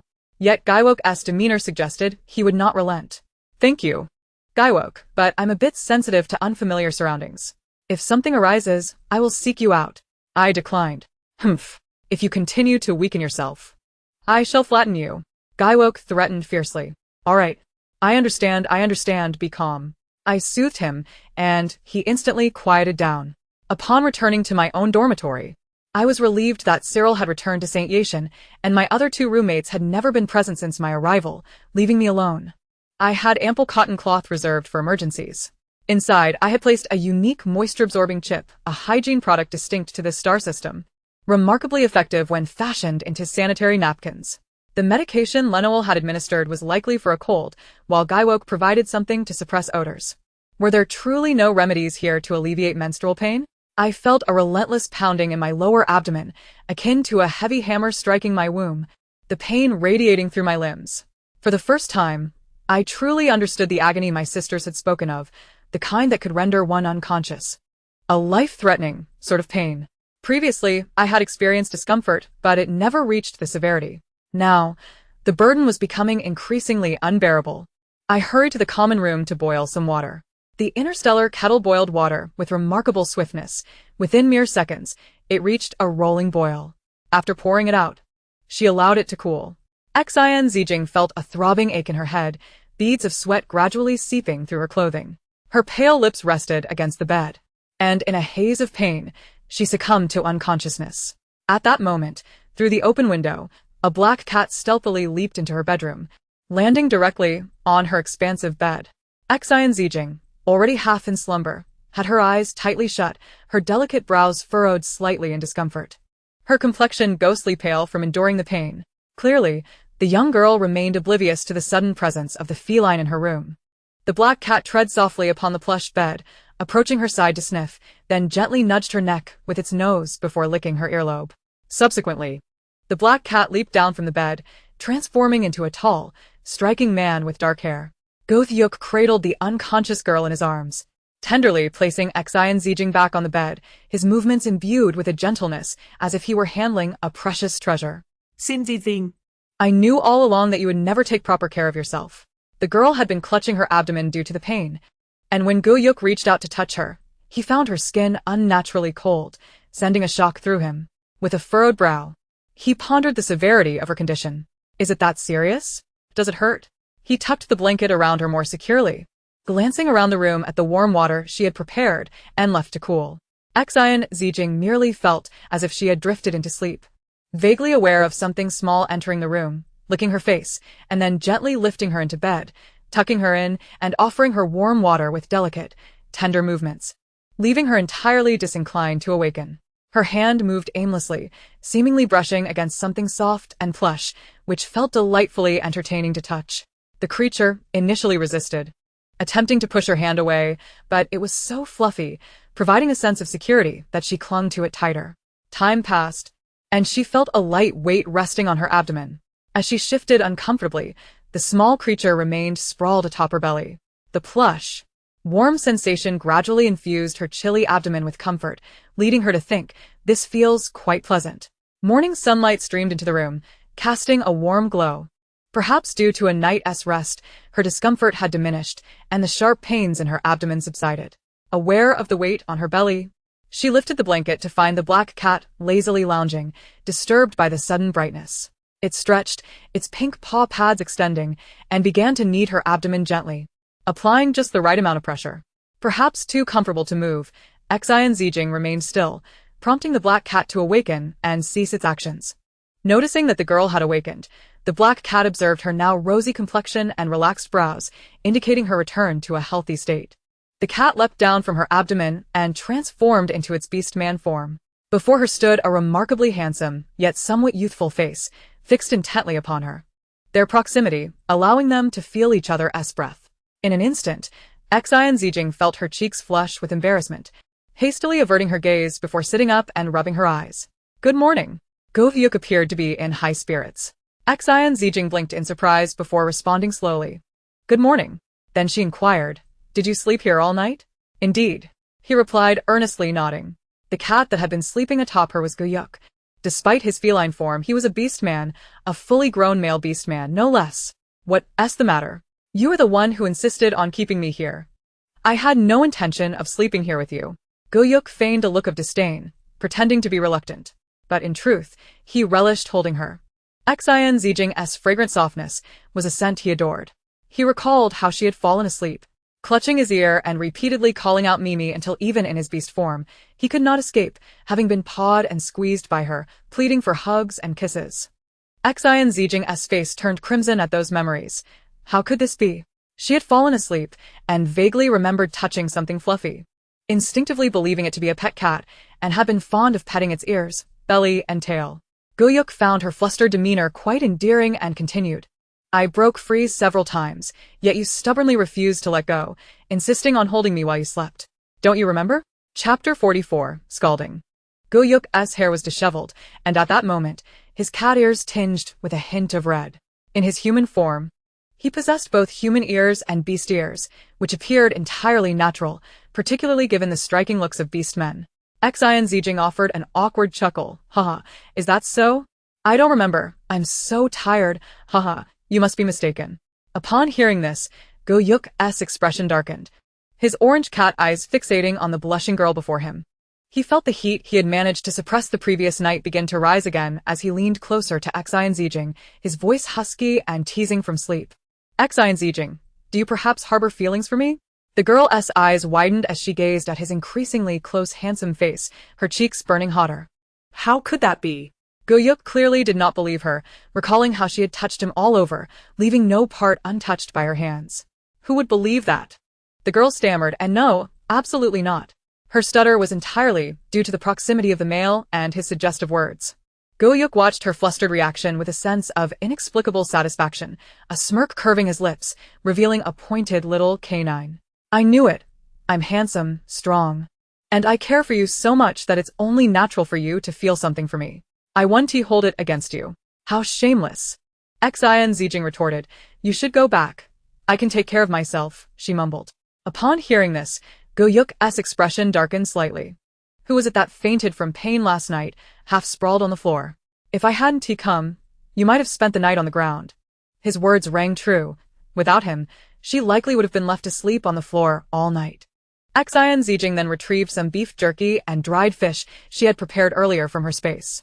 She stuffed the jerky and fish into Go Hyuk's arms, saying, "Thank you, Go Hyuk, these are for you." His eyes lit up at the sight of the fish, and after accepting the offerings, he stood up. "All right, I'll head back for now."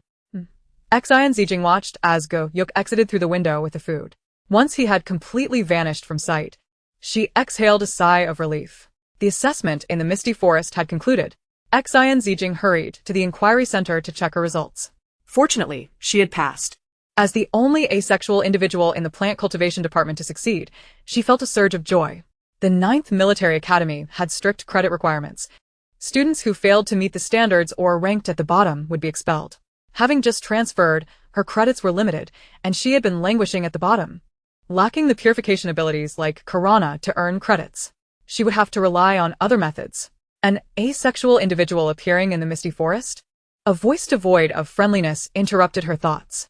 Xin Zijing turned to see the 3 beast men who had bullied her previously. "You must be Xin Zijing, right?" They had evidently done their homework on her. Since encountering Lenoil during the Misty Forest assessment, the closest task card to them had been taken by him. They were left with no choice but to seek another location, only to discover upon their arrival that Xin Zijing had already affixed the mission badge to her wrist and appeared to be unconscious. The towering orc held the exquisite young woman tightly in his embrace, most of her form obscured by Laner's garments, leaving only her smooth, white as jade ankles dangling in midair, swaying gently with Laner's movements. They dared not approach too closely, yet the mingling of rainwater and an alluring fragrance stirred restlessness within each of them. Despite it not being their mating season, the overwhelming sensation made it difficult to quell their inner turmoil. The trio had squandered considerable time, as the teleportation point was far removed and all nearby mission badges had been claimed, resulting in their failure to complete the task in a timely manner. One orc, recalling that even a genderless individual like Xin Zijin had managed to secure a mission badge, could not help but scoff. Xin Zijin, how is it that a weakling like you, a genderless being, could obtain a mission badge? Many orcs witnessed Laner carrying you out. The implication was unmistakable. It was no wonder that rumors circulated outside, suggesting that beautiful genderless beings were often kept by nobles. Did something indecent occur between you two? Filthy words echoed around her, and Xin Zijin's face turned pale as she gritted her teeth and shouted, "Silence." The malice directed towards genderless beings in this world was overwhelming. They were trampled and humiliated at will, simply because they were considered weak and nearly defenseless. What? Did I strike a nerve? I have yet to experience the essence of a genderless being. Why not follow us from now on, and we shall no longer bully you? The girl remained silent. Her delicate hands clenched tightly, her slender shoulders trembling, and her lovely face reflected both indignation and humiliation, yet she felt utterly powerless. The three orcs, emboldened by their sense of satisfaction, grew increasingly brazen. Initially, they had merely sought to bully Xin Zijin, but now they felt a different kind of desire. If they could possess the genderless beauty before them, what did it matter if she lacked the glandular membranes? Her beauty and form ignited a curiosity within them. No wonder so many nobles preferred to keep genderless beings rather than marry females. As small nobles themselves, they had often bullied other genderless beings. However, encountering such a stunning genderless individual as Xin Zijin once more led them to consider her in a new light. One orc stepped forward, extending a hand towards the girl's cheek. "Get away." In a surge of anger and humiliation, Xin Zijin forcefully swatted the orc's hand away. Then, she pushed back against the orc who dared to approach her. As her hand made contact with the orc's skin, a strange warmth coalesced in her palm. A sensation so swift that she did not even realize it was happening. "Ah!" The orc staggered back, caught off guard by the sudden searing pain, while the other two orcs rushed to support him. Upon inspection, they noticed a burn mark on his chest. The injury was severe, causing the orc to grimace in agony. Xin Zijin, equally astonished, wondered how this had happened. She had only intended to push away the orc who had neared her. "You possess psychic abilities," the orc exclaimed, evidently shocked that a genderless being like her could wield such power. In the interstellar realm, only male orcs of S-class and above could awaken distinct psychic abilities. Setting aside her genderless status, they had never sensed that her psychic level could reach S-class.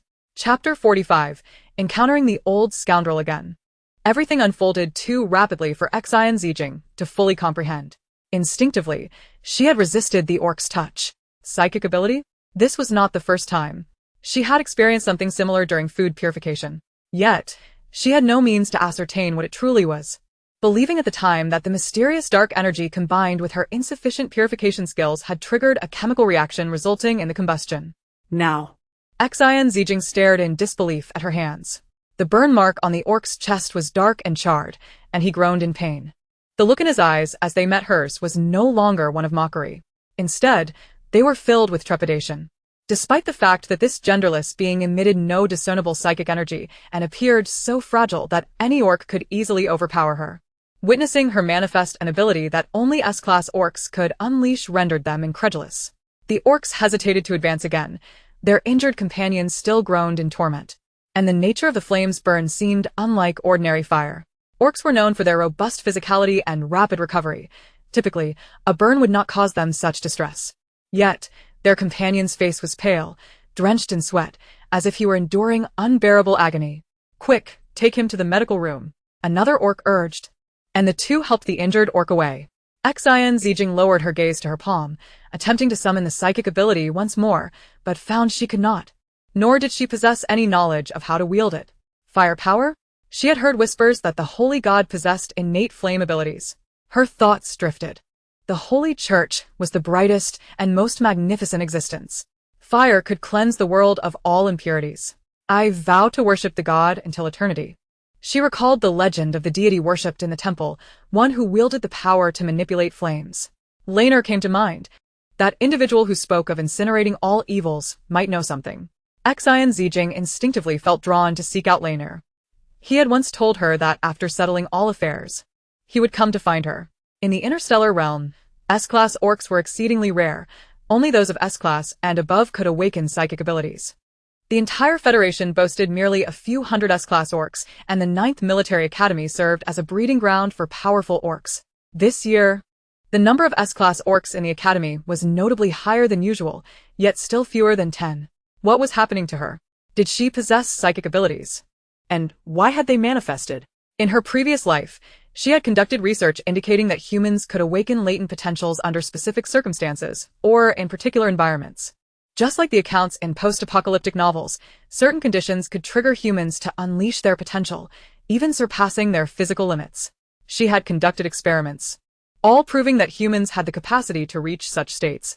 However, when she sought to delve deeper into her studies, she never anticipated the incident of being plagiarized. At the time, she was still young and immature. With her own arrogance, her passion for science led her to suffer greatly. Her pride and unwillingness to accept failure drove her to abandon all her achievements and forsake her dreams. She reflected, still too naive, having never faced the harshness of society. Her thoughts flickered in her mind. What are you daydreaming about? A sharp voice jolted Xin Zijin back to reality. She looked up to find a man in uniform, strikingly handsome, with sharp brows and bright eyes, a prominent nose, and thin lips pressed together, his gaze exuding an undeniable authority. He stood tall, towering over her as he looked down. Old scoundrel? Xin Zijin was taken aback. How could Orlyra, the old scoundrel, be here? Orlyra's brows twitched slightly. Old scoundrel? He took a step closer to Xin Zijin, his long, straight legs nearly brushing against her, causing her to tense up, crossing her arms defensively over her chest. Her eyes wide with surprise as she stared at him. Alarila chuckled upon seeing Xin Zijin, a sound that was refreshing yet laced with a hint of mischief, making Xin Zijin feel quite uneasy. You heartless scoundrel, is this how you refer to me in your heart? Upon encountering the beautiful girl once more, Alarila's previously hollow heart seemed to find a modicum of solace. Heaven knows how much he had yearned for her since their parting, longing for her delicate lips, her soft waist, and her silky skin. Each midnight reverie would awaken desires sparked by memories of their kisses. He thought of her incessantly, amidst the billions in the Federation. Their meeting was a mere 1 in 100 billion chance, and to meet again was a twist of fate. The little one he cherished was a student at the 9th Military Academy, and after contemplating countless reasons, he finally devised an excuse to apply once more for entry to investigate any residual mutated plants at the Academy. He yearned to see her again, the enchanting figure who occupied his thoughts even in slumber. The girl remained as captivating as ever, her cheeks flushed, her large, glistening eyes filled with wariness, exuding the readiness of a small tiger poised to pounce. Alarila suddenly burst into laughter, a softness appearing on his rugged face that seemed out of place. He stepped closer, drawn to her familiar fragrance. Now, the one he had been longing for was right before him, a strand of hair gently brushing against her cheek, her fair and exquisite face radiating an alluring blush. Alarila swallowed hard, extending a finger to tuck that stray hair behind her ear. He leaned in so closely that Xin Zijin could discern the fine fuzz on his handsome visage. Startled, she retreated 3 steps, her wariness evident, hastily covering her mouth with her right hand. You old rogue, what are you up to now? This incorrigible man always seemed to initiate kisses without provocation.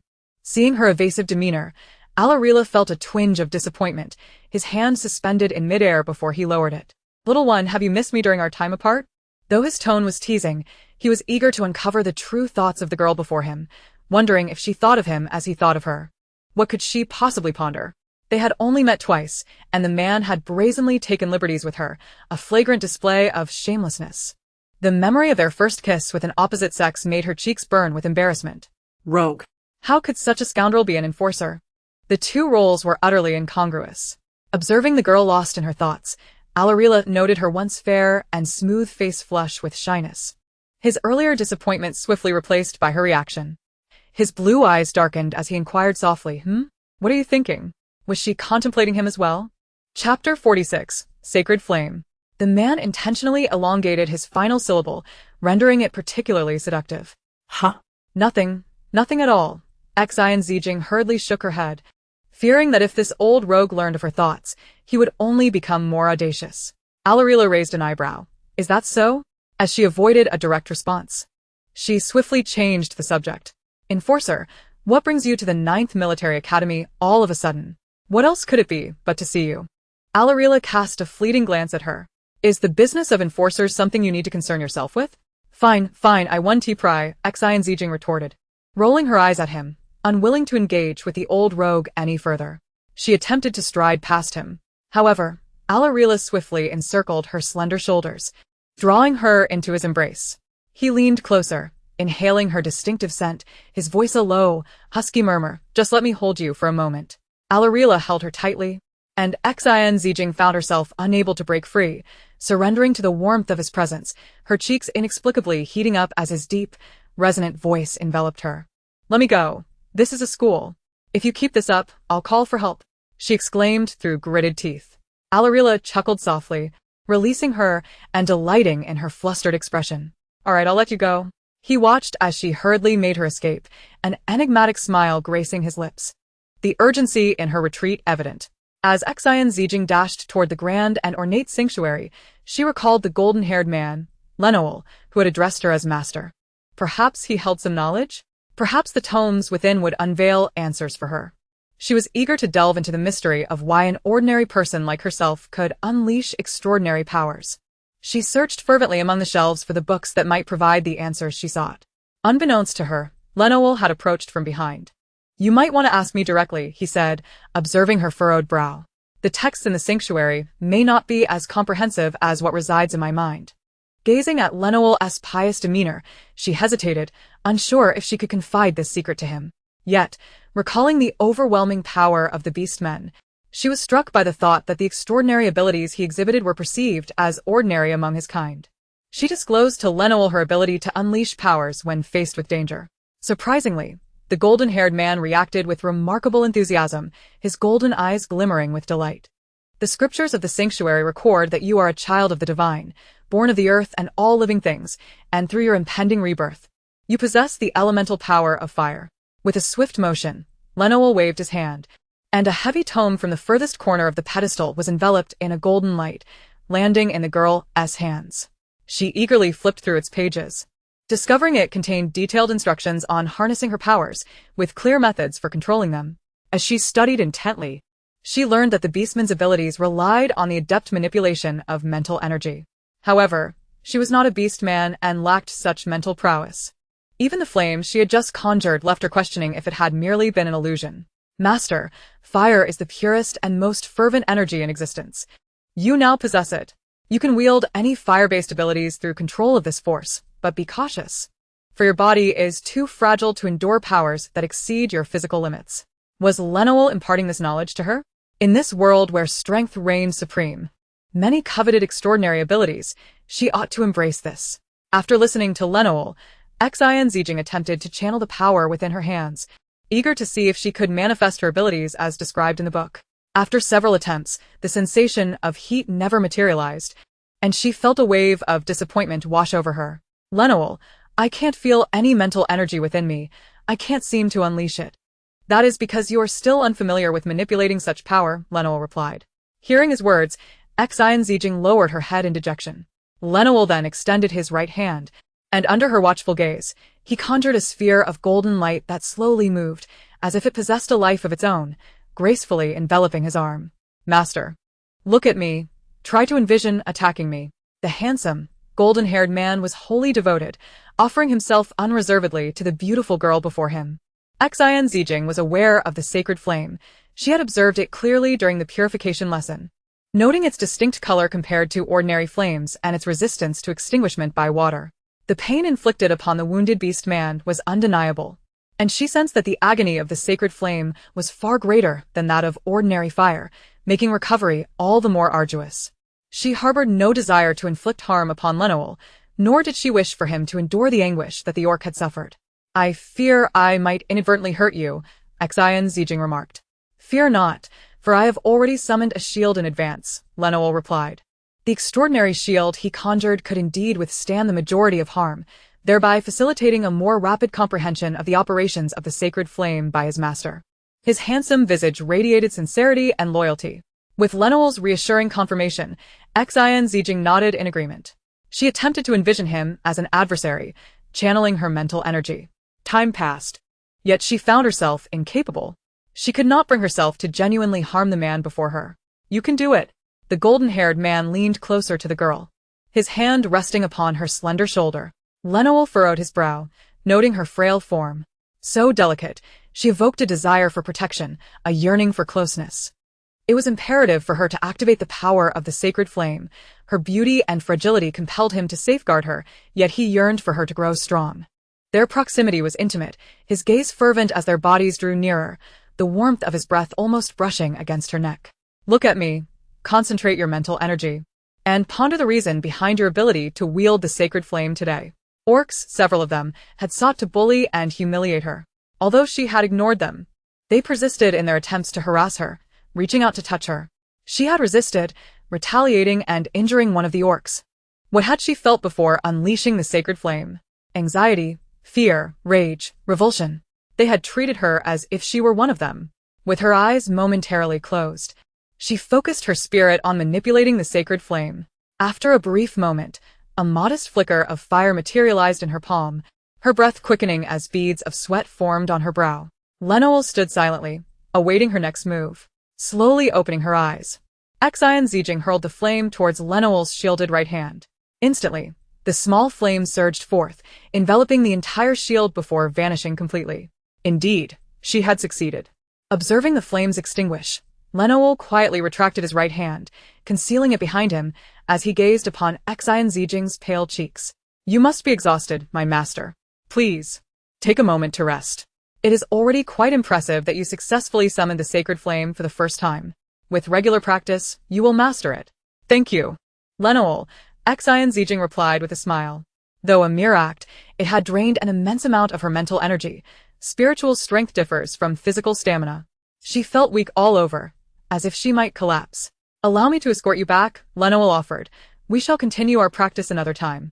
Xin Zijin shook her head. "No need. I shall return on my own." Lemuel retracted his outstretched hand, words caught in his throat, his lips moving silently. "Very well."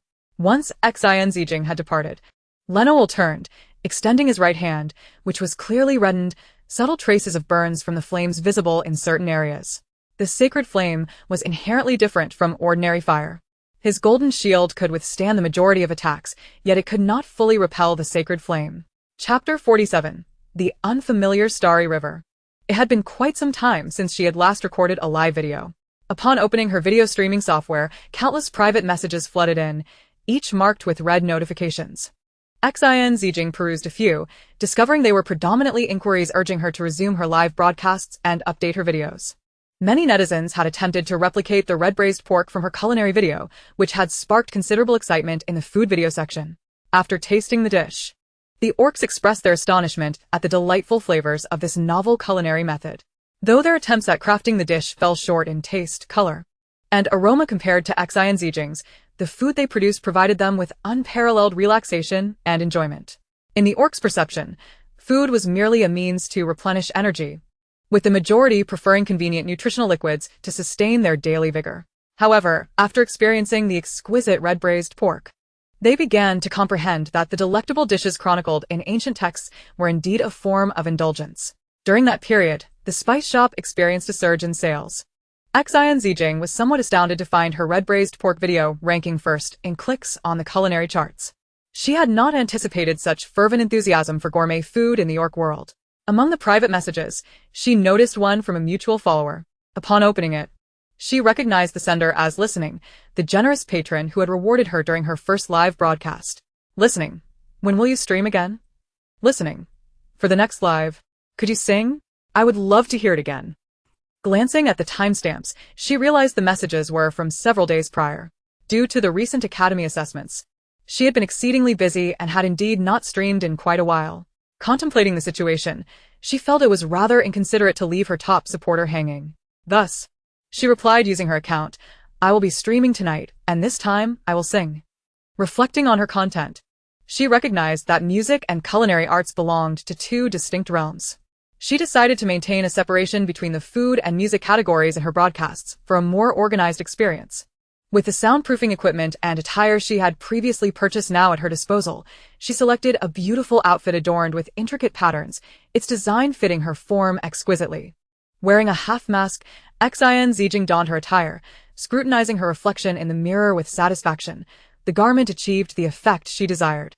After preparing the microphone, arranging decorations on her table, and adjusting the sound settings and camera for the live stream, she confirmed everything was in order. The nimble device hovered above her head as she opened the live stream. This marked her second foray into interstellar broadcasting, perhaps due to the prolonged anticipation of her followers. The moment they saw her online, they flocked into the streaming room. With her long, lustrous black hair cascading over her shoulders and her figure accentuated by a form-fitting, exquisite gown, she embodied a vision of grace. The ankle-length dress, while modest, tantalizingly hinted at her fair skin, enticing the viewer's imagination. Oh my! Today's host is showing her entire self. She is so beautiful. Even with the mask, her waist is so slender, her skin so fair, and her legs so straight. On television, no, only in novels do such proportions exist. This is the embodiment of my dream partner. If my future partner possesses such an exquisite figure, I would bow 100 times to the beast god, no, 1,000. Don't get your hopes up. Unfortunately, the host is non-binary. What a pity. The fact that the host is non-binary makes me feel disheartened.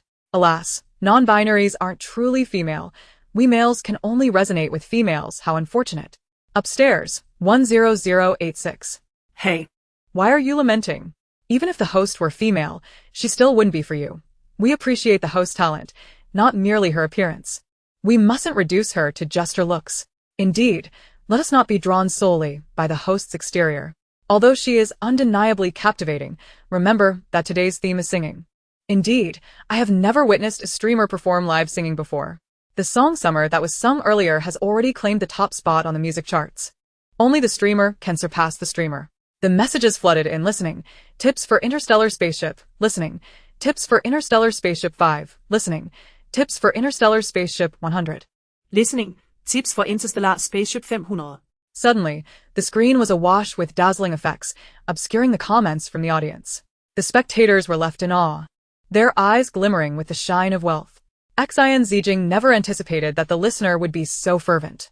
The stream had only just begun, and no talents had been showcased yet they had already sent 500 interstellar spaceships. Collectively, these ships must be worth several million star coins. Surely, the listener could not be a wealthy individual, nonchalantly bestowing such gifts.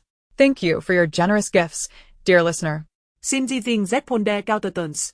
Today, I shall present an original song, Lost in the Starry River. At the end of the starry river lies darkness. At the end of the galaxy lies hope. When you feel lost, please tell me, who do you wish to seek assistance from?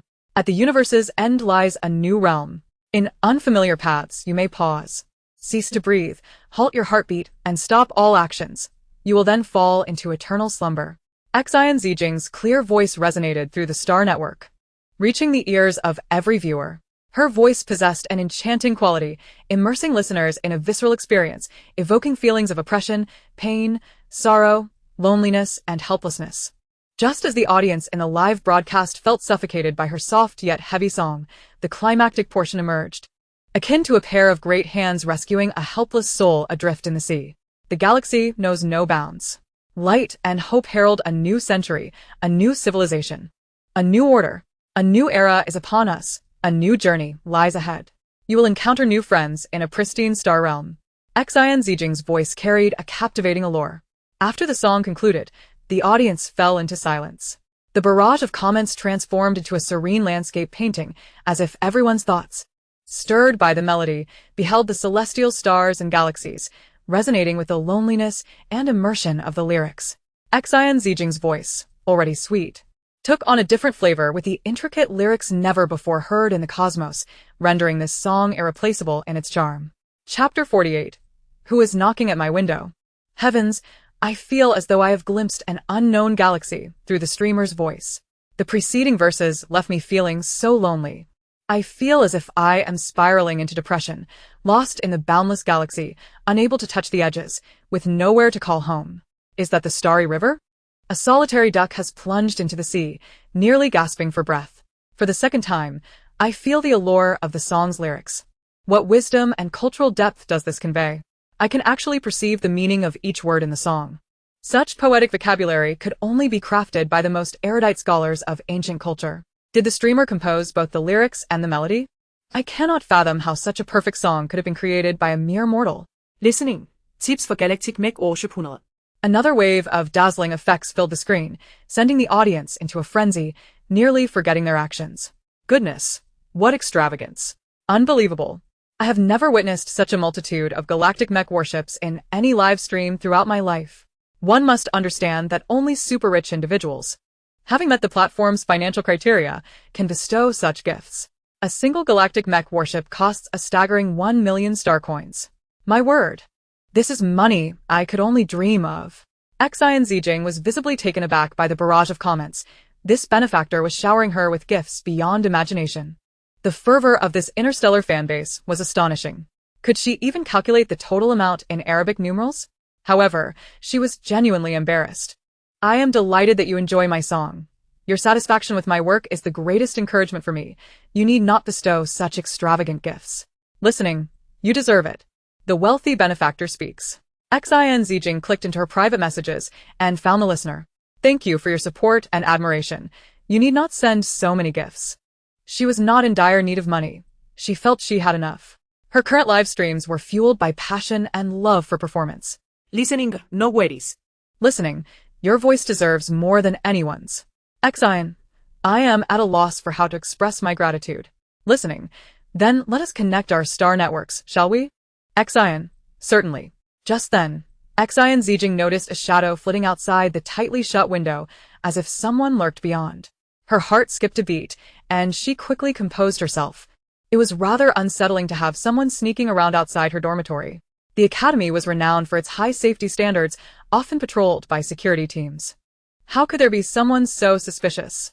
Xin Zijin promptly informed her live audience that she would be ending the stream. She then cut off the broadcast. The young woman lifted the hem of her skirt, cautiously approaching the window, peering through the glass. The silhouette outside revealed a very tall orc, even from a mere shadow. One could sense the individual's robust and elongated form. He was pressed against the window, groping around for something, but after failing to find anything, he tapped on the glass. What was this person doing? Did he specifically climb to her dorm room window to knock? No, considering this person's build, if he intended to cause harm, he could easily break in rather than knock. Right. How come she hadn't heard the sound of knocking? She then realized that she had activated the soundproofing device in her room, rendering her unable to hear him knocking while singing. Xin Zijin hurriedly turned off the soundproofing, and then heard the rhythmic knocking on the window. Frowning, she thought, who climbs up to someone's window at night, neglecting to knock on the door, and instead knocks on the window? Xin Zijin approached and opened the window. Before her stood a man with high cheekbones and deep-set eyes, radiating an air of displeasure. His familiar yet handsome face coming into view. You rogue. Why are you knocking on my window at this hour? Aelira was equally taken aback. Initially frustrated by the lack of response after knocking for so long, his anger dissipated upon encountering the exquisite figure before him. The young woman wore delicate makeup. Her skin pale as porcelain, her eyes sparkled like crystal, and her lips were a vibrant red, akin to rose petals. The feminine attire typically favored by others suited her remarkably well, accentuating her curvaceous figure, especially the contours of her chest, surpassing any other female in perfection. Aelira swallowed hard. Originally intending to scold the occupant of the dorm for their apparent deafness, but all thoughts vanished upon seeing the girl. Little one, do you reside here? Aelira's voice was low and gravelly, imbued with a magnetic quality. Xin Zijin regarded the man before her with suspicion. Why was this rogue climbing her window? I should be asking you why you are here, you rogue. As an esteemed enforcer, what brings you to a genderless student's dorm at such an hour? Little one, this is not my fault. I am executing my duties. I detected residual psychic plants that might be in your vicinity. I knocked for a long time, yet you remained silent. Are you a little pig, sleeping so soundly? Xin Zijin was momentarily at a loss for words. She had not anticipated someone would come knocking at her dormitory door in the middle of the night. She had been live streaming and had activated the soundproofing. So she had not heard anything. As I gazed out the window, observing someone clinging to the protruding ledge in a climbing posture, the dashing Lord Yalalaira's actions felt oddly incongruous. How much longer are you going to stare? Little one, will you not let me in? Oh. Xin Zijin quickly stepped aside, allowing Yalira to leap gracefully into the girl's chamber. I'll clean up any mess I've made in your room later. No need for that, she replied. As an enforcer, he possessed the authority to safeguard the rights of citizens. Yalira surveyed the room and noted several dresses displayed, though each bore a different style. He recalled the dress Xin Zijin had just worn. Girls, despite their usually modest appearances at the academy, ultimately have a penchant for beauty. They indulge in the secret pleasure of adorning themselves in their rooms, donning skirts for a fleeting thrill. Yet, considering the girl's exquisite figure and appearance, he could only imagine how many male beastmen at the academy would be captivated by her enhanced beauty after such embellishment. This thought stirred a twinge of jealousy within Yalira. Do you have a fondness for skirts? He inquired. Well, they're all right, she replied. What girl doesn't adore beautiful things? It's just that they can be quite cumbersome and inconvenient. I'll check the living room. Yalira scrutinized his surroundings, seemingly searching for the extraordinary plant he had intended to investigate. Xin Zijin hurried to the living room to fetch him a glass of water. She handed the tea to Yalira, saying, drink up. He accepted the cup and took a sip. Sweet? Don't you like it? I infused it with some homemade honey pomelo tea, she explained, a beverage she often enjoyed. It's a feminine delight. Chapter 49. What sort of guest is he? Then don't drink it. It was rare for her to patiently brew tea for him, yet he seemed to complain. Xin Zijin reached out to reclaim the cup from his hands. He deftly sidestepped and downed the tea in one gulp. Once tea has been offered to a guest, it is ill-mannered to retrieve it. Xin Zijin silently criticized him, pondering what kind of uninvited guest he truly was. Yalira quietly examined the surroundings. The dormitory was a standard four-person setup, 2 large common rooms, simple and clean. The single rooms even boasted balconies. It was spacious, and he had noted that only Xin Zijin's room was illuminated from outside. Are you the only one living here? For now, yes. My roommate is away for personal matters, and I haven't seen the other 2 since I moved in. Yalira further inspected the room, observing the meticulous arrangement. The desk was spotless, devoid of any dust, indicative of a diligent and tidy girl. The bedding was in soft hues, neatly folded, and the bed itself looked inviting in a creamy white. He found an inexplicable sense of comfort in the girl's bedroom. The scent that belonged solely to her seemed to grow more pronounced. Bring out your light brain. Huh. Xin Zijin was momentarily taken aback, but her hands instinctively retrieved her light brain. Yalira touched his light brain to hers, and with a beep, they were connected. Contact me if you need anything. Oh. Xin Zijin considered it a somewhat reluctant safeguard. After all, he was an enforcer. Yalira stood tall, towering over her, their height difference striking. The soft white of her attire left little to the imagination. The man's breath quickened as he swallowed hard. Xin Zijin noted Irresistible. Her eyes wide in surprise. This only heightened Yalira's agitation. He felt an overwhelming urge to tease her further. What's wrong? His deep gaze bore into her, filled with an ambiguous emotion. Xin Zijin seemed unaware of her own impropriety. From now on, do not wear such clothing in front of others. Only then did she realize, following his gaze, that her outfit was rather ordinary. Yet, the towering man, at least 6'3", could see her figure quite clearly from his elevated position. Her cheeks flushed crimson as the implications dawned on her. You old lecher, she exclaimed, hurriedly draping a jacket over herself. Her eyes, wide with panic and anger, glared at him. To Yalira, her genderless form, with rosy cheeks, appeared enchanting and adorable, her indignation akin to playful reproach. He stepped closer, leaning down towards her. I haven't done anything. I didn't mean to look. Besides, we've kissed, touched, and embraced. It's not as deep as my words imply, but they carry a certain allure. The tall man continued, Stop calling me an old lecher. You know how I feel about you, otherwise, you should truly fear what more I might do. He spoke earnestly, his slightly hoarse voice laced with a tantalizing tension. You. Xin Zijin, embarrassed by his suggestive remarks, took a step back, questioning if he had anything beyond teasing in mind. Yalira found delight in her flushed cheeks, a smirk creeping across his face, his desire to provoke her reigniting. Why the sudden blush? Are you thinking of something else? Wasn't our kiss sufficient? Perhaps I should be more daring. Xin Zijin glared at him, her face ablaze. The more he teased, the more uncomfortable she became. What's wrong with this old lecher? Is his orientation still normal? Aren't interstellar males supposed to take pride in admiring females? If he harbors feelings for a genderless individual, he would be scorned by beast men. Yet here stands a man of great strength, continually bullying a genderless person. Perhaps he was merely a beast man driven by unrestrained desires, indiscriminately pursuing both females and genderless individuals alike. Irresistible. You should find a female partner instead of lusting after a genderless individual. Huh? Lusting? Is that how you perceive me? Provoked by her words, the imposing male effortlessly seized her wrist, pulling her into his embrace, her body colliding against his muscular chest. What are you doing? Xin Zijin looked up, her eyes wide. I don't lust after everyone, he asserted. Males are typically devoted. I am even more so. For decades, you are the only one I have harbored such feelings for. Therefore. Before he could finish, he leaned down and captured her lips, his kiss fierce and wild, as if to prove something. Xin Zijin felt lightheaded, struggling to breathe. Her instinct screaming for her to stop, yet he held her firmly. Her lips stung slightly from his fervent assault. Let go of me. Xin Zijin. Taken aback by Yalalira's sudden action, frantically pushed against him. Yet, the harder she struggled, the tighter he held her. His breaths grew heavier, fingers tracing her face. From her brows to her nose, and finally to her mouth, leaving no part untouched.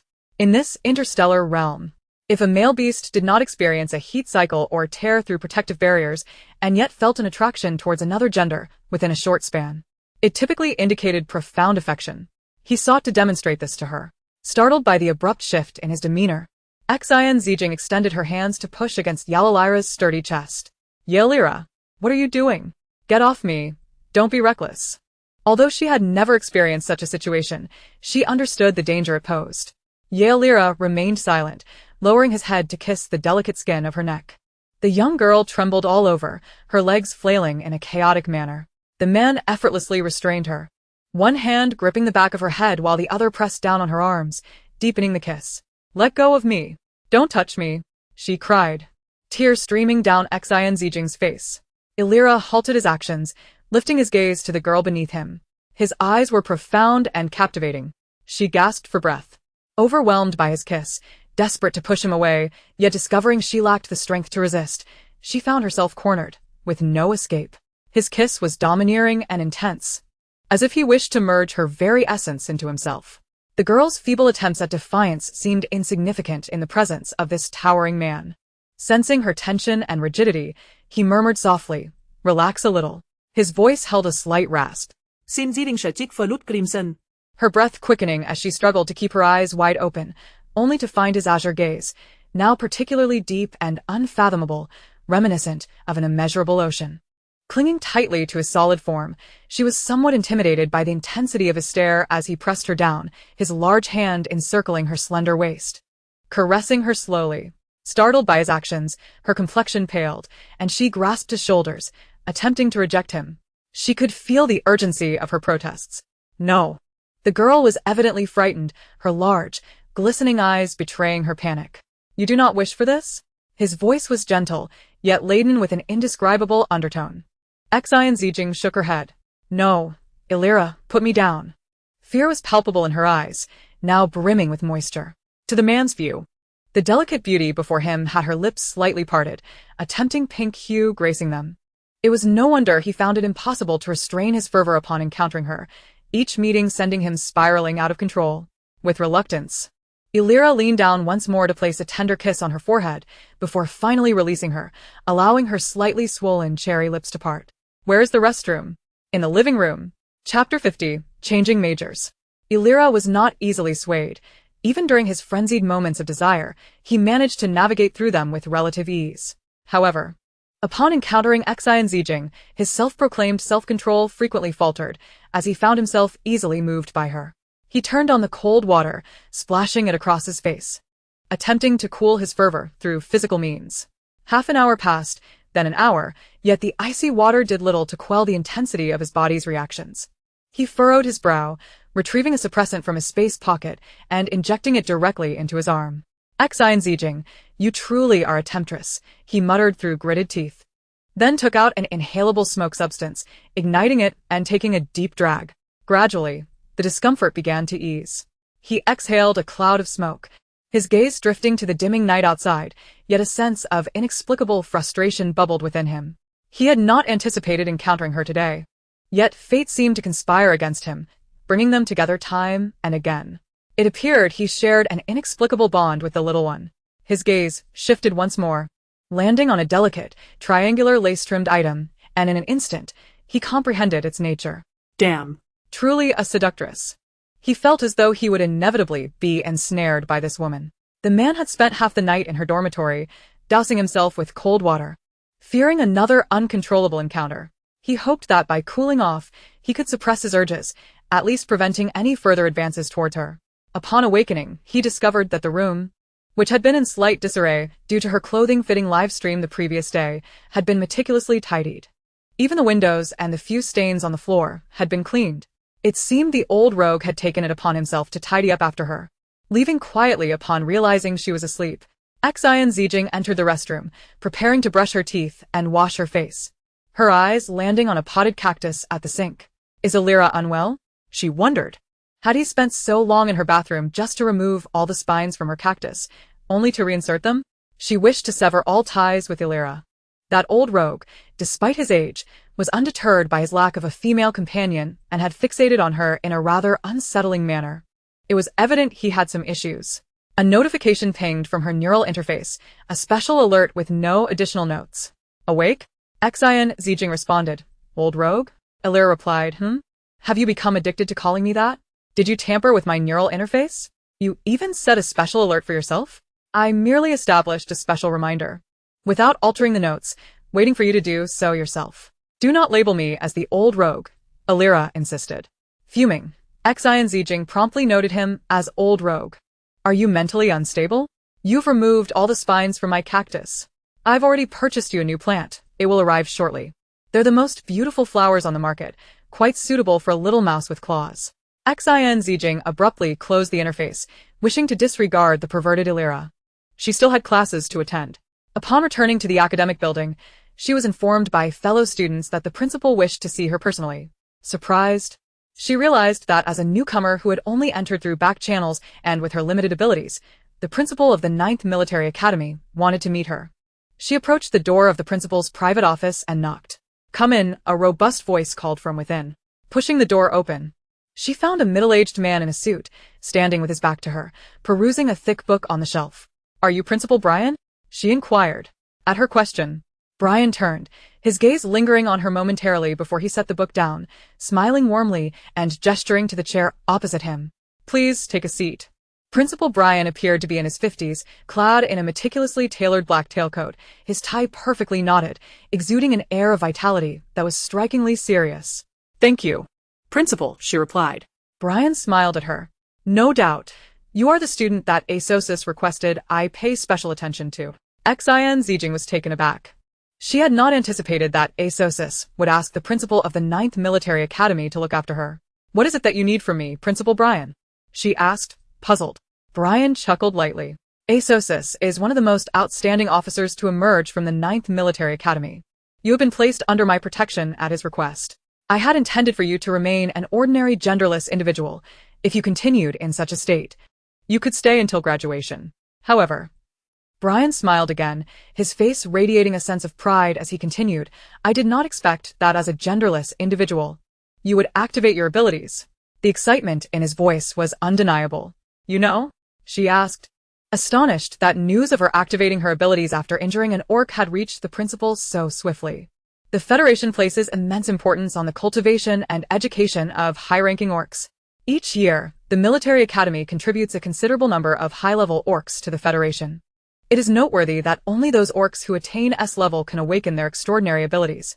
And the number of individuals capable of reaching this level within the Federation is exceedingly rare, often recorded annually. Once you activate your extraordinary abilities, it is only natural that the Federation will pay special attention to you, as you represent the future of the Federation.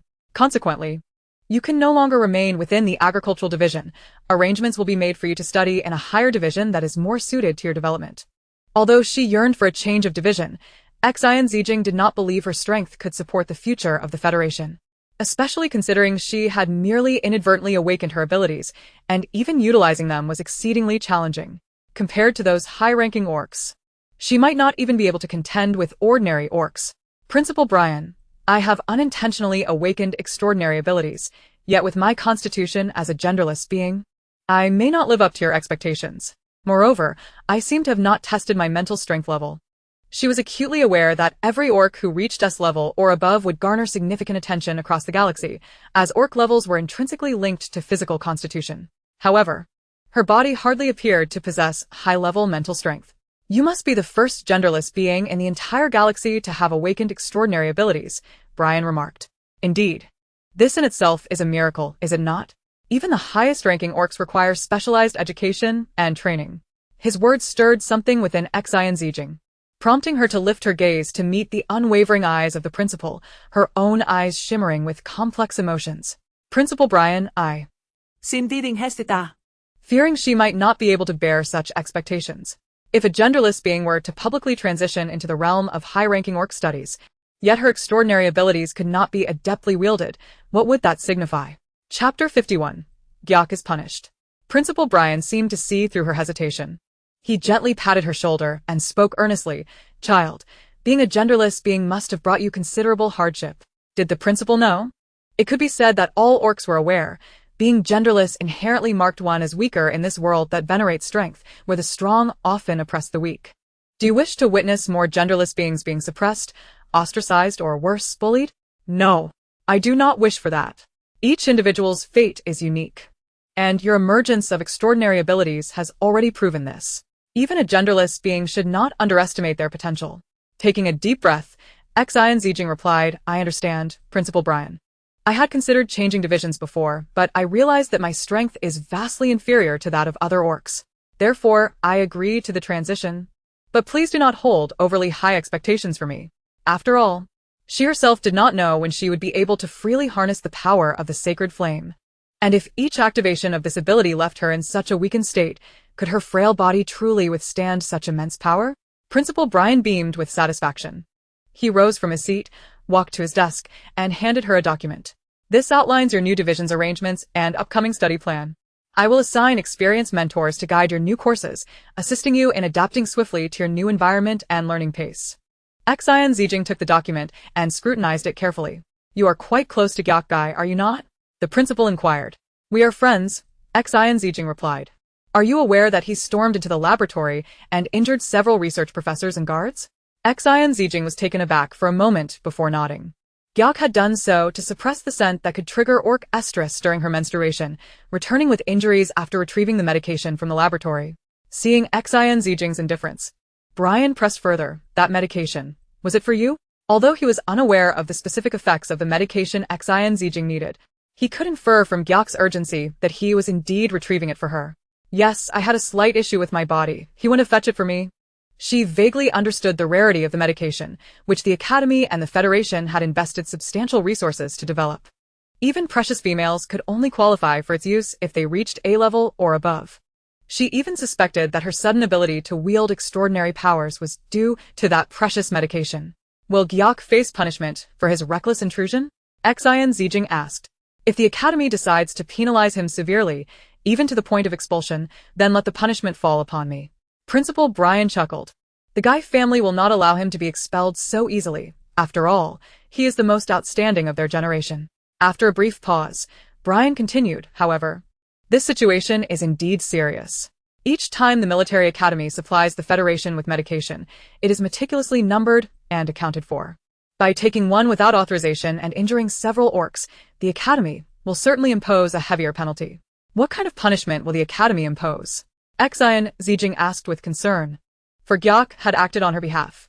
He will merely receive additional chains on his legs and a bite restraint, considering that fellow is prone to biting. You need not worry about this. The Guy family has donated a building as compensation, and Gyak Gai is also an S-level orc. So the Academy will not expel him lightly. It is crucial to understand how rare S-level high-ranking orcs are. There are fewer than 10 within the entire 9th Military Academy. Although Gyak Gai may be somewhat unruly, he is certainly not liable for expulsion. To do so would be akin to severing an arm for the Academy. It is worth noting that the entire galaxy hosts more than just the Ninth Military Academy. Each year, during competitions, the Imperial Royal Academy outshines them in numerous ways. Hearing Principal Brian assure her that Gyak would not face expulsion, Xin Zijin felt her anxious heart finally ease. Principal Brian, there are matters I believe it is necessary to disclose to you. Prior to releasing my extraordinary abilities, I experienced physical discomfort. And it was only after consuming the medication Gyak brought me that I awakened my powers. Xin Zijin intentionally framed it this way, aware of the preciousness of interstellar females. However, she also understood how much the Federation valued S-level orcs and those who had awakened extraordinary abilities. If an orc could awaken extraordinary powers due to this medication, it might no longer be exclusive to A-level females and above, and Xin Zijin harbored a hint of selfishness. Brian appeared visibly shocked. You must know that any medication undergoes countless trials on orcs before it is developed, especially substances meant for rare, high-ranking females. Prior to its development, and even after it was developed, thousands of orcs, including male and genderless female orcs, have consumed it without ever achieving enhanced mental strength. At most, it merely masked the phenomenal scent they emitted. The implication was clear. As a genderless female, how could she possibly experience effects from the medication that would enhance her mental strength? It is known that the nature of females' mental strength is entirely different from that of males. Principal Brian, I am quite certain, Xin Zijin replied earnestly. She could distinctly feel the compatibility between her mental strength and physical body after consuming the medication, and she was indeed a genuine female. Thus, the medication had proven effective for her. Brian was evidently excited. If this is indeed the case, the existence of an orc with extraordinary abilities would have a monumental impact on the entire Academy and even the Federation. They would not hesitate to utilize medication or other means to cultivate an extraordinary being. Brian adjusted the glasses perched on his nose and remarked, if that is indeed the case, the Academy could arrange to provide you with mental capsules on a monthly basis. A glimmer of excitement flickered in Xin Zijin's eyes. Her suspicions were confirmed. The Academy extended such privileges to those with extraordinary abilities. She felt fortunate to have made the right bet. This way, she wouldn't have to worry about the scent that accompanied her monthly cycle, nor would she want to put Gregory at further risk. He had already faced multiple penalties, and she dreaded the thought of how to confront him next time. However, there was one stipulation. Xin Zijin. What is it? She inquired. You must not have any further interactions with Gregory Gay. Why? Xin Zijin was perplexed. Is it because he took the medication for me? If it was due to Gregory's actions on her behalf, he had already been punished. Moreover, she felt a sense of gratitude towards him as a friend and could never easily discard their bond. Brian shook his head. It is not about that. It is the demand of the Gay family. Gregory belongs to the pure-blooded Xianmao lineage of the Gay family, and they would never allow him to associate with a genderless female.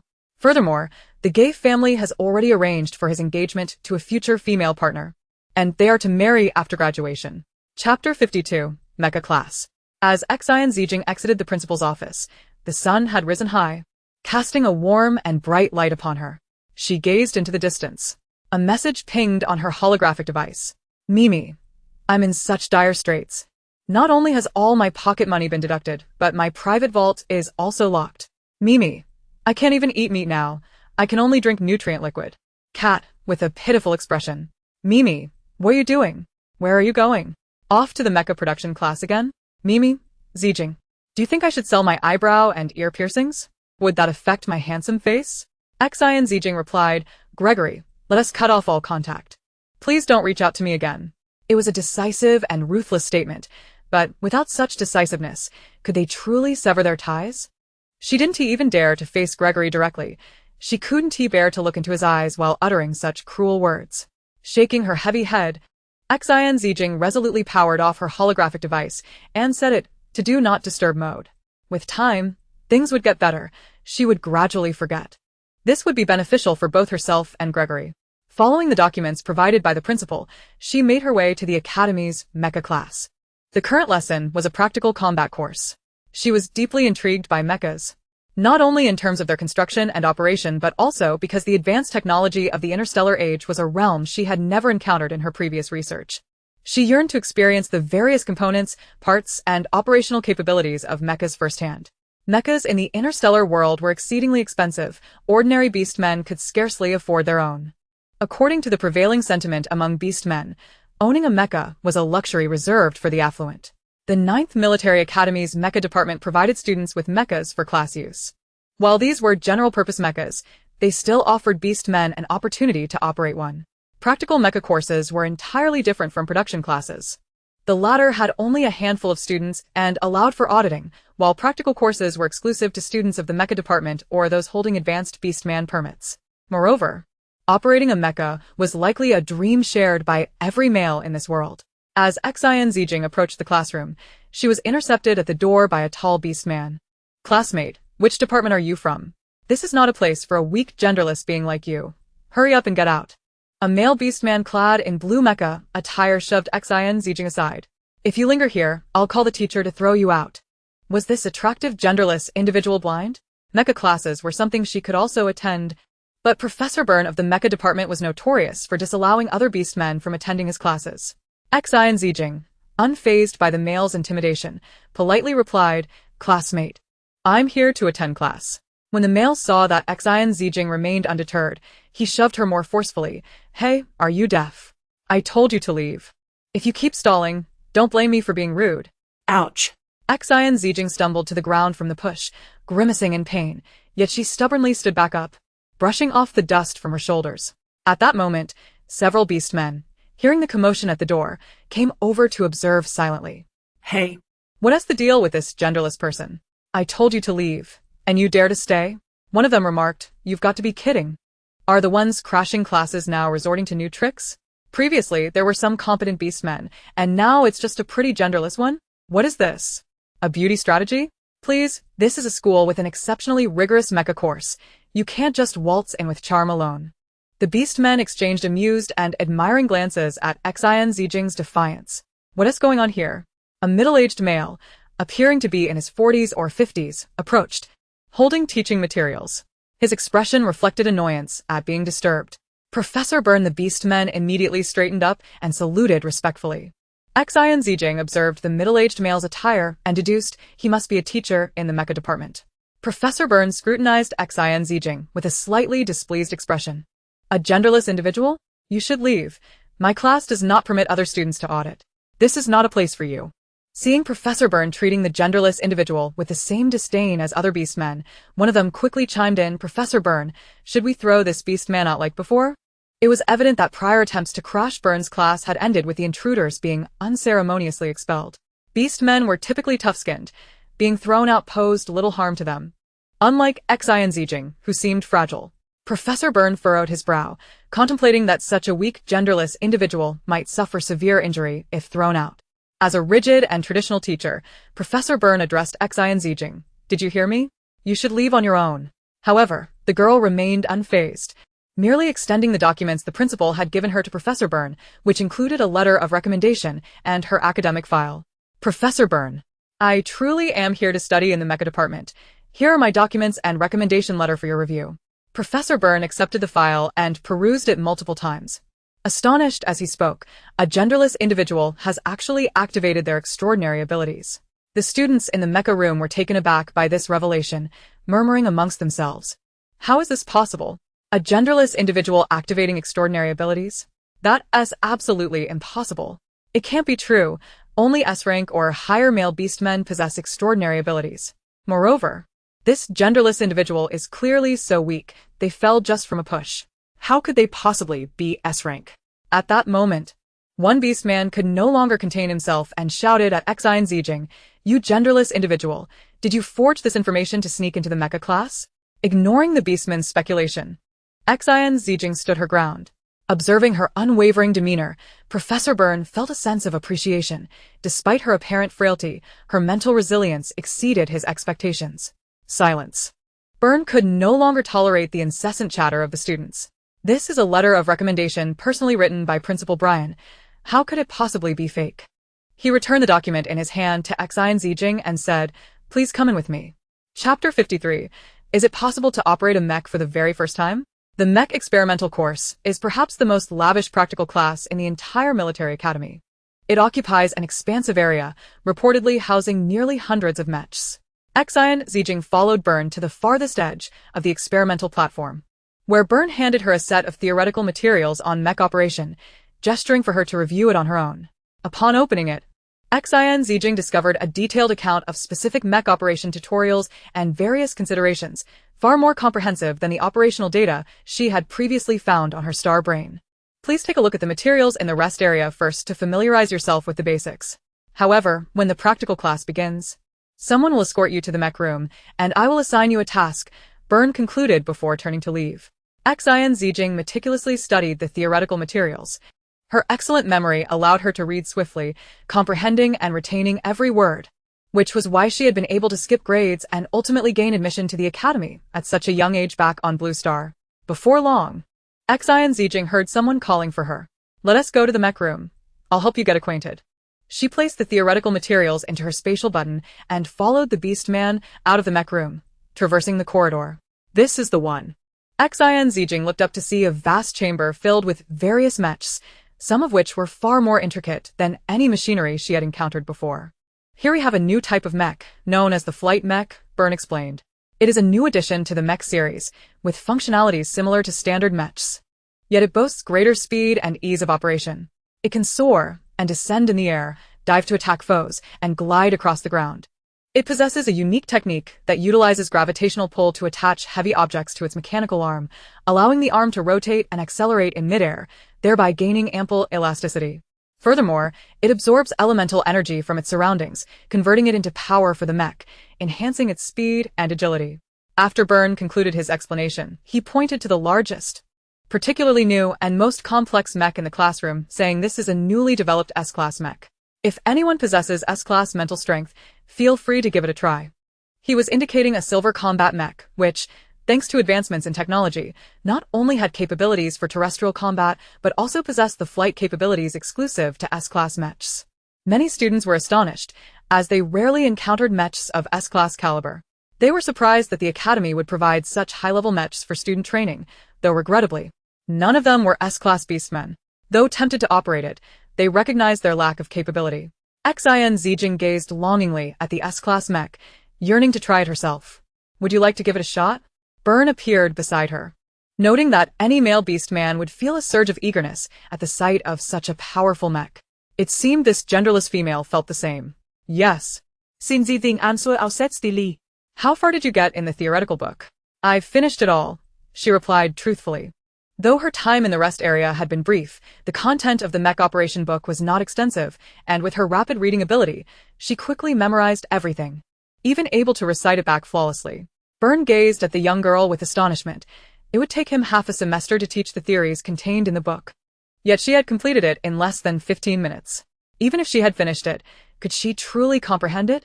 If not for the seriousness and sincerity reflected in Xin Zijin's demeanor as she answered him, Byrne might have felt compelled to reprimand this seemingly oblivious student. However, he opted not to argue with the young girl. If she claimed to have finished, so be it. Teaching was still his responsibility. You are encountering mechs for the first time and cannot directly operate an S-Class mech, as only beastmen with S-Class mental strength can manage them. Otherwise, the immense psychic pressure from the mech could damage your mental energy, mildly leading to impairment, severely turning you into a useless beast. Since you've grasped the theory, let us start with the C-Class mech. Alright, Xin Zijin acknowledged, understanding Byrne's intentions, recognizing that it was indeed her first encounter with an S-Class mech. Although captivated by its dazzling exterior, she was mindful of her own capabilities and would not push herself. Approaching the C-Class mech, she adeptly opened the door, settled in, and effortlessly activated the control lever. Her proficiency in operation appeared remarkably adept. Had it not been known that this was her first time operating a mech, one might assume she was a seasoned pilot. Sitting at the control panel of the C-Class mech, Xin Zijin had only encountered theoretical knowledge previously, never having operated a real mech. While she appeared calm on the surface, her excitement caused her palms to sweat. The C-Class mech is considered the most straightforward and accessible for beginners. However, its performance pales in comparison to higher-tier mechs, with sluggish combat initiation and somewhat rigid movements, lacking the advantages of advanced models. This was not the mech she desired to operate. After familiarizing herself with the C-Class mech, she exited and approached Byrne, saying, "Teacher, I would like to try a higher-level mech." A higher-level mech? Byrne was taken aback. Did you not feel dizzy or fatigued after operating the C-Class mech? Is feeling dizzy a common reaction, teacher? Xin Zijin inquired. Byrne shook his head. clarifying that it was not uncommon for first-time operators to experience dizziness due to the expenditure of mental energy. However, it appeared that she had managed without significant effects. Dizziness? Isn't that akin to motion sickness? Operating the mech feels like a video game. It's not much different from experiencing 3D motion sickness. He had always maintained excellent physical condition and had never suffered from motion sickness or 3D dizziness. No, I feel completely fine, Xin Zijin replied candidly. Now. It was Byrne's turn to be astonished. It seemed he was beginning to understand why Brian had praised this genderless girl so highly in his recommendation letter. Very well. Why don't you try the B-class mech? No need to force it. If you feel uncomfortable, exit immediately, Byrne instructed, pointing to a nearby B-class mech and cautioning her. Understood, teacher. Without further ado, Xin Zijin made her way toward the B-class mech, opening the door and stepping inside with fluidity. Chapter 54. The Gay Family. The B-class mech is constructed from a mechanical alloy which serves as the primary material for machines, and it is significantly sturdier than the C-class mech. Additionally, the internal operation buttons are more numerous, making it considerably more complex to operate. Xin Zijin deftly controlled the control panel, her prior experience with the C-class mech enhancing her familiarity. Her delicate fingers danced across the buttons, and as she pressed down on the foot pedals, a burst of light flickered, and the mech powered on. The mech sprang to life as if it possessed its own spirit, jumping and executing attacks with fluid motions, each action appearing as though it had been rehearsed countless times. Many beastmen currently operating mechs in the class widened their eyes in disbelief at the unfolding scene. Who is operating that? The movements are so smooth. Is that an A-class mech? Xin Zijin's mech darted past the group of beastmen, half running, half leaping, showcasing remarkable agility. Are you foolish? That S.A. B-class mech. A nearby beastman slapped another on the forehead in disbelief. Ah! Why is it that the B-class mecha can operate with such fluidity akin to that of an A-class mecha? There are two potential explanations. Either the operator possesses an extraordinary level of proficiency with mechas, or they possess a formidable mental strength. After maneuvering the B-class mecha, Xin Zijin felt a slight fatigue. However, this particular B-class mecha could not achieve the agility she yearned for. It still fell somewhat short, but considering it was her first attempt, she refrained from setting her expectations too high, fearing she might struggle to cope with the mental exertion demanded by a higher-class mecha. Upon disembarking from the mecha, she noticed Professor Byrne staring at her in utter astonishment, prompting her to inquire, "Professor Byrne, is something the matter? Did I make an error in my operation?" Xin Zijin waved her hand in front of the dazed professor. It was only then that Byrne snapped back to reality, exclaiming, No. Your performance was exceptional, nearly flawless. Hearing such praise from Professor Byrne filled Xin Zijin with joy. Xin Zijin, did you not experience any discomfort? Professor Byrne continued to probe. Operating a mecha for such an extended duration would typically deplete the mental energy of an ordinary student. Yet, this androgynous individual appears completely unfazed. Not at all, just a bit of soreness in my hand from prolonged use, Professor, Xin Zijin replied candidly. I am utterly astonished. Your records indicate that your mental energy level is unknown? Now I can ascertain that your ability to operate a B-class mecha must signify you possess at least a B-class ranking. No, that cannot be correct. Your activation of an extraordinary ability must indicate you have reached an S-class level. Goodness, this is simply unbelievable. The first androgynous individual in the galaxy to achieve an S-class capability. Moreover, to operate a mecha with such proficiency on the first attempt, she must be a prodigy. The more Professor Byrne pondered this, the more exhilarated he became, eagerly contemplating the prospect of enrolling this androgynous individual directly into his department as a formal mecha student. However, prior to this, it was imperative to ascertain her mental energy level to appropriately match her with a suitable mecha and enhance her operational techniques accordingly. Xin Zijin. What is your mental energy level? I am not sure. You have never had your mental energy level assessed? I have, but it seemingly did not register. Moreover, the equipment malfunctioned. Upon hearing Xin Zijin's account, it was evident that her records reflected the same. Her mental energy remained ambiguous. Furthermore, he could sense, along with all the beast men, that this androgynous girl exhibited almost no discernible mental energy fluctuations. Are you suggesting that you awakened an extraordinary ability with virtually no mental energy? Professor Byrne conjectured. That seems to be the case. In light of this revelation, He hesitated to allow her to operate other mechas, for if she truly lacked mental energy, her successful operation of the B-class mecha might have been sheer luck. And the next attempt could prove disastrous. Let me contemplate this for a moment, Byrne mused. Xin Zijin. It appears you may require a specially tailored mecha designed exclusively for you. Are you Miss Xin Zijin? Please accompany me.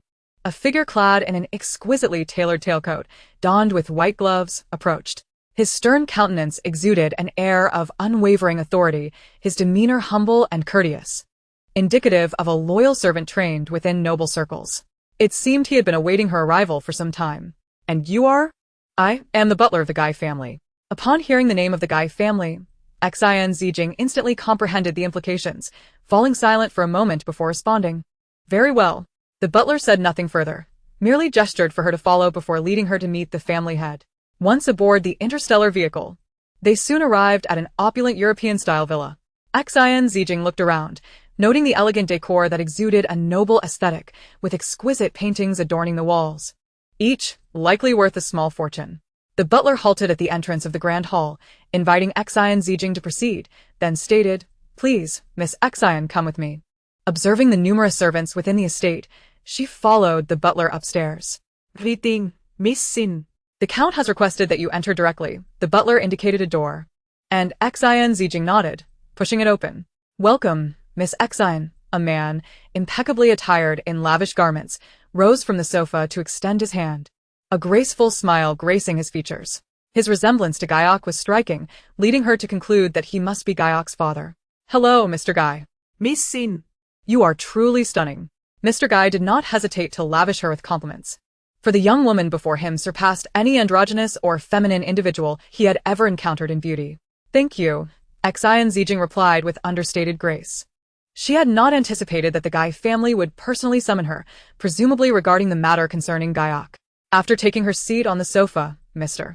Guy produced several thick folders and placed them on the table, smiling as he said, I assume Principal Brian has already spoken to you. Please, Miss Xin. Peruse these documents and indicate if you wish to add anything or make any requests, whether in star coins or jewels. If all is satisfactory, we can proceed with signing. Xin Zijin remained silent, fully aware of their intentions, to distance her from Guyok. Seeing the young woman sitting there in a daze, Mr. Guy continued. The Guy family holds an hereditary title of Count, and Guyok is the most outstanding and youngest member of the family, groomed for the role of future Count. As an S-class high-level beast man, his physical condition is precarious, prone to losing control at any moment. The family has already selected a fiancée for him, Miss Lucy from the Karen family. Both in bloodline, ability, and status, the Karen family stands equal to ours. And Miss Lucy is a rare A-class female, making them a fitting match. I hope Miss Xin understands my meaning. Listening to Mr. Guy's words, Xin Zijin could not help but stifle a laugh. It was no wonder that Guyok, though young, was so rebellious. An arranged marriage? They had never even inquired about Guyok's own wishes. I have no need for such compensation. In fact, when Principal Brian informed me of this matter, I had already ceased communication with Guyok. Moreover, this is a private affair for your family. There is no need to involve me.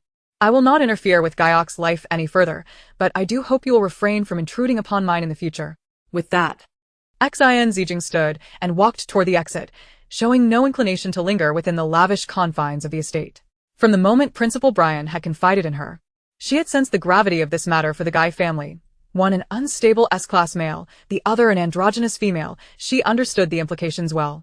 Yet, she had not expected the Guy family to summon her personally to issue a warning. Upon returning, Xin Zijin's mood was less than pleasant. As she powered on her holographic device, a deluge of notifications flooded in, all without exception from Guyok. Mimi, Jingjing? What nonsense are you spouting, you fool? Be careful, or I'll knock you. Mimi, where the hell are you? Are you really not going to reply? Mimi, Xin Zijin. What on earth are you doing? Mimi, are you really ignoring me? But there must be a reason. Mimi, what is going on? Can you please tell me face to face? Mimi, Jingjing, did I do something wrong? Do you dislike my vulgar language? Mimi, please respond. I'll let you pet my tail and ears. Just don't ignore me. Mimi, where are you? I've searched the entire academy and can't find you. Mimi, it has been a day since you last replied to me. What on earth is going on? Mimi, I pondered for quite some time, and I cannot fathom why you would utter such words. The remainder were merely more messages, but Xin Zijin lacked the courage to continue reading. She simply replied, Xin Zijin, let us refrain from disturbing each other. It would be best not to contact one another again. She proceeded to block and delete Go Yueka from her mind's interface. A man as proud as Go Yueka must certainly comprehend her intentions, she mused. Being deleted should convey her desire to sever ties, prompting him to willingly withdraw from her life. At that moment, her spirits were quite low, a simmering anger dwelling deep within her. Perhaps the only way to truly integrate into this world was to become stronger. This time, she took the initiative to approach Linoel and request training. Linoel, please assist me in training my sacred flame. Of course, my master. Linoel, as was his custom, conjured a shield upon his arm. Xin Zijin felt a surge of warmth coalescing in her palm, and soon a flame erupted from her hand. Without hesitation, she directed this flame towards Linoel. This time, the fire was larger and more radiant than before, and curiously, she did not need to dwell on the things she had previously despised. It flowed from her with ease. When the flame struck Linoel's arm, he furrowed his brow imperceptibly for a brief moment before returning to his usual calm demeanor. My master, you are progressing rapidly. Would you like to continue? Xin Zijin glanced at Linoel. He had previously mentioned that his arm was impervious to attacks, which had encouraged her to activate her sacred flame. However, the thought of wielding her power against a companion did not sit well with her, even if his shield could withstand it. No, Linoel. I will not practice on you any longer, she declined. Linoel appeared somewhat disappointed, unconsciously tightening the sleeves of his right arm. Very well, my master. You may train as you wish in the future. At present, my mental capacity is rather limited, and I may not yet master the sacred flame. I wish to practice and simultaneously discover how to proficiently convert my mental energy to activate the sacred flame, Xin Zijin elucidated. Linoel let out a sigh of relief. Fear not, my master. These matters are not difficult, and Linoel can teach you. He then commenced instructing Xin Zijin on the utilization of mental energy, how to amplify the power and explosion range of the sacred flame. The most crucial aspect was to ensure the sustainability of mental energy, for the stronger the mental force, the swifter and more precise the release would be. Focusing her mind and closing her eyes, she gradually sensed the tremendous mental energy within her. Soothe it, absorb it. Do not let it disperse within you. Attempt to gather it, transforming it into your own energy. Linoel's voice was exceedingly gentle, his actions delicate and soothing, akin to the warm sunlight of spring caressing the heart, inducing a languid tranquility that made one reluctant to awaken. The man, with his golden short hair, fair skin, and sharply defined features, exuded an aura of calm. His voice seemed to possess a magnetic quality, gradually dissolving her anxiety and turmoil, rendering the very air around them serene and harmonious. Xin Zijin.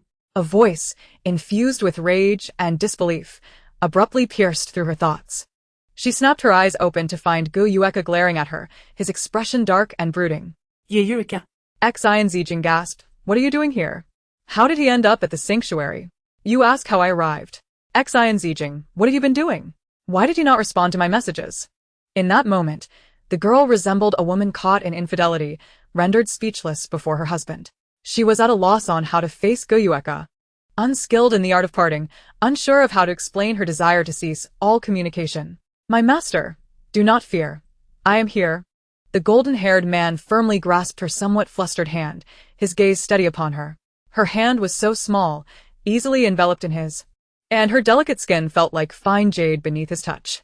Go Yueka's eyes caught sight of the man holding her hand, and the sight was painfully vivid, akin to a sharp blade cutting deep into his heart, again and again. Chapter 56. Turmoil and Fracture. Release her. Go Yueka's tone was icy, his expression grave. You, golden-haired peacock, what right do you have to touch Xin Zijin? The youth's eyes were now flushed with rage, hints of fur sprouting upon his body and face. An unmistakable sign of impending frenzy. He glared fiercely at the two individuals so intimately close before him, their actions to him appearing as an assertion of ownership. They were like lovers. His Xin Zijin belonged solely to him, and no one had the right to take her away, especially not this golden peacock. Witnessing this scene, a pang of bitterness surged within Xin Zijin. She withdrew her hand from Linoel's firm grasp. Linoel, please wait here for me. I need to speak with Go Yueka. Lionel remained silent, his profound gaze fixed upon her, his expression revealing no emotion, yet the emptiness in his hand stirred a wave of sorrow within him. Very well. I shall heed my master's wishes. Xin Zijin pulled Guyueka away to a more secluded spot, and once they were sufficiently distanced, they halted. Neither spoke during the walk. It was Guyueka who broke the silence first. Had he been true to his nature, he would have lashed out with invective. How dare you block me, Xin Zijin? Have you grown wings? Being so intimate with that golden peacock, are you so reckless? Have you lost your mind over men? Yet all his anger, resentment, and feelings of betrayal coalesced into an overwhelming tide of sorrow. For reasons unknown, a feeling of unprecedented desolation washed over him, as if something was about to break free from his chest and depart. Xin Zijin, do you have feelings for that peacock? Guyueka's question rendered Xin Zijin momentarily speechless. She gazed up at him. The youthful exuberance she had first encountered was now replaced by an air of despondency. Everything I said on the star brain is true. We should not communicate any longer. Upon hearing this, Guyueka's body visibly stiffened, and a grim smile broke through. Xin Zijin, you cannot be serious. You are jesting, are you not? The hair on his face thickened, an uncontainable sensation of rage building within him. The fangs beneath his bite guard lengthening and sharpening. For the first time, Xin Zijin felt as though she were being scrutinized by a beast. I am truly sorry. Guyueka, she replied. Why? Xin Zijin fell silent, uncertain of how to respond to his feelings. Is it because of that peacock? He roared in anger. No. It is not about anyone, Guyueka. I am simply a gender, and you are a high-ranking beast man. I cannot provide you with the comfort you seek. The moment I sensed your feelings, it became clear we are incompatible. But I do not care, he shouted, trembling. The simplicity and purity of a young man's affection were devoid of any impurities. Ikare. You are a high-ranking beast man. Look at how you are now. On the brink of losing control. Guyueka's eyes were crimson, brimming with unsaid words he longed to express to the woman before him. He lifted her chin. His gaze fixed on her slightly parted rosy lips, leaning down to touch the one who had occupied his thoughts, yet whose words had consistently been harsh and hurtful. However, as he lowered his head, he met the hard, cold bite guard. The unyielding, icy barrier collided with her cheek and lips, causing her tender skin to emit a soft whimper of pain. Guyueka, pained, quickly pulled his head away. I am enamored with you, yearning to kiss you, Xin, akin to the affection a man holds for a woman. Yet, at this moment, he finds himself incapable even of the simplest kiss. With a gentle touch, he caresses the girl's cherry-red lips, which have been bruised from the collision. However, his hands have already morphed, no longer resembling those of a human, but rather taking on the form of a beast. Furry and clawed, he retracts his claws, forcing himself to suppress the impending frenzy within. He knows Xin fears the sight of him once he succumbs to that madness. Yet, had she not once adored his beastly form? I have allowed you to explore every inch of me. We have shared intimate moments, and now you reject me? How cruel you are. Did you not find joy in my tail and ears? I shall grant you free rein to touch them from now on. In a flurry of confusion, the boy bows his head, crouching slightly to bring his ears within her reach, then gently places his tail into her hands. The tail, lively and animated, wraps around her wrist as if in a bid for her affection. The familiar, plush sensation returns, but Xin, with a heart hardened, flings the tail away and retreats a few steps. Guyuko, I have grown weary of you. You are no longer amusing, do you not understand? The boy's expression is one of anguish, disbelief, and confusion, as his heart aches painfully. Do you find me repugnant? He murmurs, and suddenly, his fur thickens. Sharp fangs protrude, and his hands fully transform into claws. I have become a monster. You loathe me, do you not? Xin, I am in agony. My body aches and my heart aches even more. His clothing is violently torn apart by the frenzy of the beast within, and she can hear the sound of bones rapidly expanding. The beast's transformation triggers alarms, and a cadre of guards armed with suppressants rush towards them. Xin turns away, unwilling to cast another glance at him. Do not abandon me, Xin.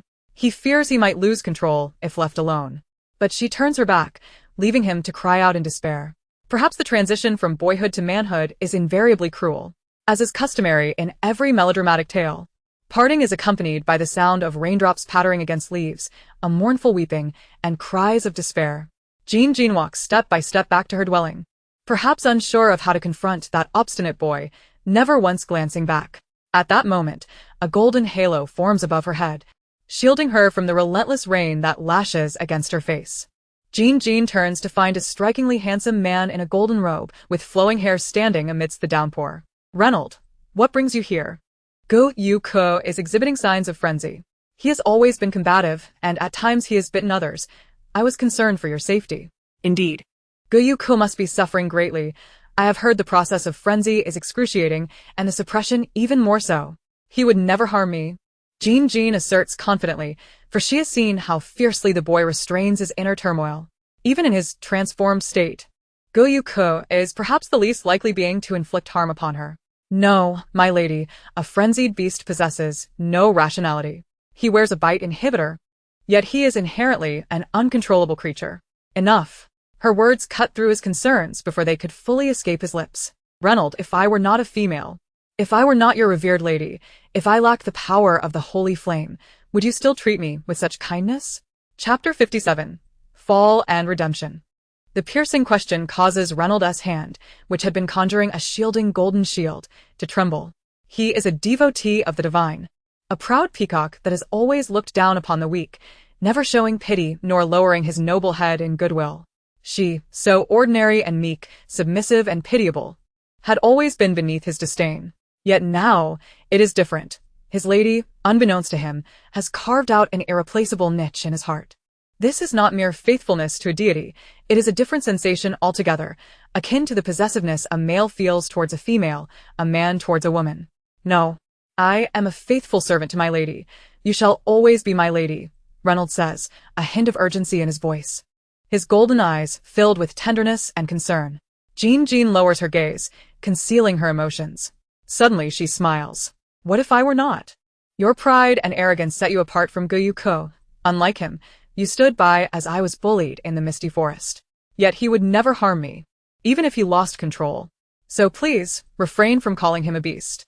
Her words carry a plea for understanding and defense. Xin Zijin raises her head, her eyes glistening with unshed tears, her delicate face appearing unnaturally pale. She fights to maintain her composure, her lips trembling, as if on the brink of breaking down.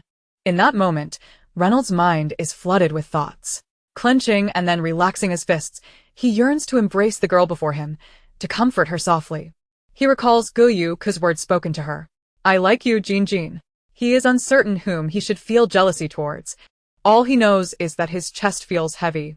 "I am sorry, Xin Zijin." After a long pause, Reynold struggles to utter those few words, perhaps wishing to abandon the title of my lady for now. Xin Zijin, with her head bowed and lips pressed together, her damp hair clinging to her forehead, offers no reply to Reynold's apology. She remains silent. "Xin Zijin." "Enough, Reynold. Do not follow me. I wish to be alone for a moment." Her voice, cold and distant, halts Reynold's words. He stands frozen.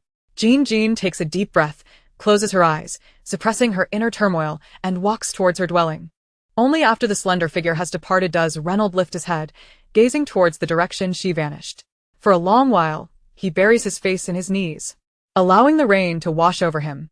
He has always been accustomed to solitude, never proactively engaging with other beasts. His pride is deeply ingrained, viewing all others as inferior, regardless of their gender or strength. "What am I to do?" he murmurs, helplessly staring at his own hands. "What should I do?" As night falls, the sky darkens, and the rain intensifies.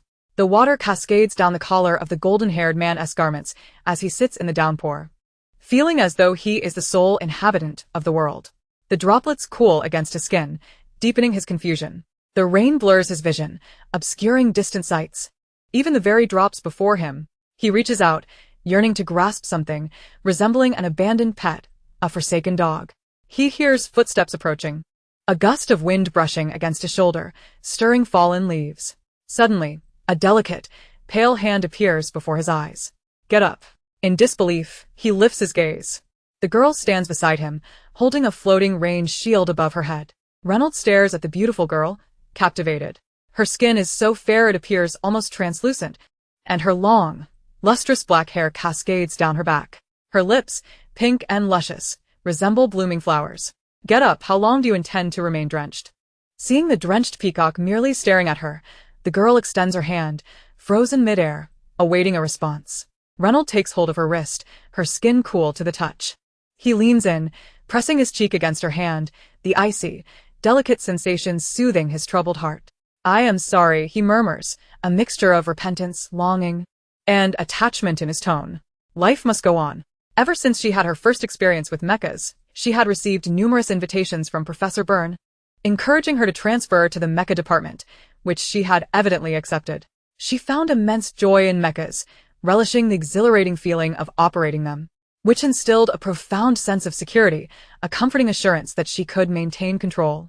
She was also enamored with the intricate internal structures of mechas, the meticulous mechanical principles, and the complex yet orderly operations. This time, Professor Byrne had specifically sent her a message to inform her that he had a gift for her. Understanding the customs of reciprocity, she had amassed quite a few of her freshly made snacks in her space, wondering if this elderly teacher would appreciate the treats that children often enjoy. Professor Byrne had procured an old combat mecha, seemingly forgotten, and gathering dust beneath a simple cloth.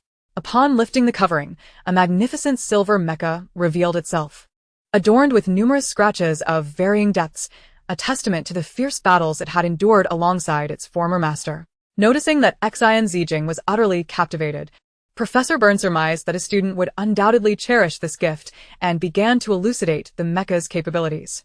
It could transform in accordance with the operator's mental commands, serving both offensive and defensive purposes while ensuring its own safety. The mecha's creator was undoubtedly an exceptional mecha engineer, having designed it with remarkable aesthetics and functionality. Its silver form boasted superb maneuverability and speed, along with a degree of stealth capabilities. Overall, it was a truly splendid mecha. Professor Byrne informed her that if she was unsatisfied, modifications could be made internally to suit her preferences. "It's simply stunning," Xin Zijin exclaimed, unable to resist caressing its silver-gray surface with affection. This mecha had been stored in the warehouse for over a century, its activation hindered by the materials and design. Professor Byrne sighed. "Indeed, it has been a century." Xin Zijin's eyes widened in astonishment. Professor Byrne nodded, explaining that it had once been piloted by a female without mental power who had tragically perished on the battlefield. Chapter 58. The Mecha of the Fallen. Xin Zijin gazed at the mecha with a tinge of sorrow, lamenting the loss of such a remarkable female warrior. "Isn't it said that in this galaxy, those without mental power cannot pilot mechas?" she queried. Professor Byrne confirmed, "Indeed, those without mental energy cannot operate any mecha, which is precisely why I chose to present this one to you. Given your uncertain mental capabilities, I was hesitant to let you attempt other mechas. However, this one appears to be unique. It seems to function without requiring any mental power. Moreover, its internal operations are better suited for a petite female operator, which is one reason why, despite its excellence, no beast man has been willing to pilot it." He continued, "The primary reason is that many beast men have attempted to operate it, only to find themselves unable to activate it. Even high-ranking beast men, upon channeling their mental energy, found that the mecha merely responded in a lackadaisical manner before falling silent. Subsequent attempts by other beast men devoid of mental power revealed that they fared even worse than ordinary beast men. Yet, its previous owner was indeed a female with no detectable mental energy, which explains why this remarkable mecha has remained dormant for over a century. It's so beautiful," Xin Zijin murmured, gently stroking the mecha's exterior. "Yes, it truly is," Professor Byrne agreed. "I wish to see if I can activate it," Xin Zijin expressed, her excitement palpable. "You may try, but remember, it has been stored here for 100 years. If you choose to use it, I advise against channeling mental energy initially," Professor Byrne cautioned, concerned that prolonged inactivity might affect the mecha's performance. Nodding in acknowledgement, Xin Zijin took a deep breath to steady her emotions before carefully entering the cockpit. The interior, contrary to its aged exterior, was quite clean and well-equipped, with an array of control buttons that appeared to be more complex than those of a B-class mecha. Could this truly be a mecha that required no mental energy to operate? She closed her eyes briefly to calm her mind before reopening them, gently placing her hand on the mecha. Suddenly, she felt a peculiar sensation within her, a resonance between her mental energy and the mecha. Perhaps Professor Byrne was mistaken. This mecha indeed required mental energy to function. Following the guidance in her mind, she focused her mental energy to initiate the activation. As her mental energy brushed against the instrument, the mecha sprang to life. Professor Byrne watched in astonishment as the mecha whirled into action, executing various movements, striking, leaping, and dodging, all under Xin Zijing's control. Stunned, he thought, goodness, I never anticipated that Xin Zijing would be able to master it. After several minutes of maneuvering, Xin Zijing finally brought the mecha to a halt and exited the cockpit. How was it? Professor Byrne inquired eagerly. Xin Zijing appeared slightly fatigued. Noticing her condition, Professor Byrne expressed surprise, recognizing the signs of mental fatigue. Xin Zijing, did you utilize your mental energy? With a nod, she replied, Professor Byrne, the moment I touched the mecha, I realized that it was not without the need for mental energy, rather it required it for operation. I could feel that controlling it consumed a significant amount of my mental energy, a level of fatigue I had never experienced while operating C-class or even B-class mechas. Professor Byrne was clearly taken aback. If what Xin Zijing said was true, this mecha indeed required mental energy to activate. Yet, why had so many students failed to pilot it previously? Moreover, it was true that it had been operated by a female who had shown no detectable mental energy. Professor, could you enlighten me as to who constructed this mecha? Perhaps the creator could shed light on its operational principles. If the builder were still alive, it might be possible to inquire about the activation process. Beast men tend to have long lifespans, some living for 5 to 6 centuries. Professor Byrne shook his head. The builder of this mecha was its owner, the female without mental power. Xin Zijing was taken aback. A female without any mental energy had not only piloted mechas, but had also constructed them, in a world where females were often treated as delicate flowers. What an extraordinary individual she must have been. However, this contradicted her initial assumptions. If she was a female, why would the Federation allow her to go to war, ultimately resulting in her sacrifice? Were not females in this world considered invaluable and under the Federation's absolute protection? Perhaps Xin Zijing's understanding of this world was still too superficial. As the sole beast man capable of operating this mecha, Xin Zijing's potential delighted Professor Byrne. He promptly stored the mecha in the designated space and unhesitatingly presented it to her. Handing her the dimensional pouch containing the mecha. I shall apply to the Academy for this mech. Henceforth, it shall belong to you, Xin Zijing. However, given that it is an artifact over a century old, some components may require appropriate modifications and upgrades, which you can arrange on your own. Xin Zijing was somewhat taken aback. Although this mech had been abandoned for more than 100 years, she was well aware of its manufacturing costs and intrinsic value. You're giving it to me? Teacher, this is quite precious, she remarked. Professor Byrne nodded reassuringly. It's no problem. You need not worry about the expenses. Not worry? Then, who will cover the costs? She inquired. Is the Academy truly going to bestow such an expensive mech upon a student? Observing Xin Zijing's bewildered expression, Byrne recalled her recent exertion of mental energy while operating the mech and hastily urged, if your mental energy is depleted, do not force yourself. Take this mech and leave. Was this child really so thick-headed? She was being given a mech for free, yet she questioned it so much. Why do you concern yourself with such matters? This mech will require further modifications and upgrades, which will entail considerable star coins, and you are the one who will provide them.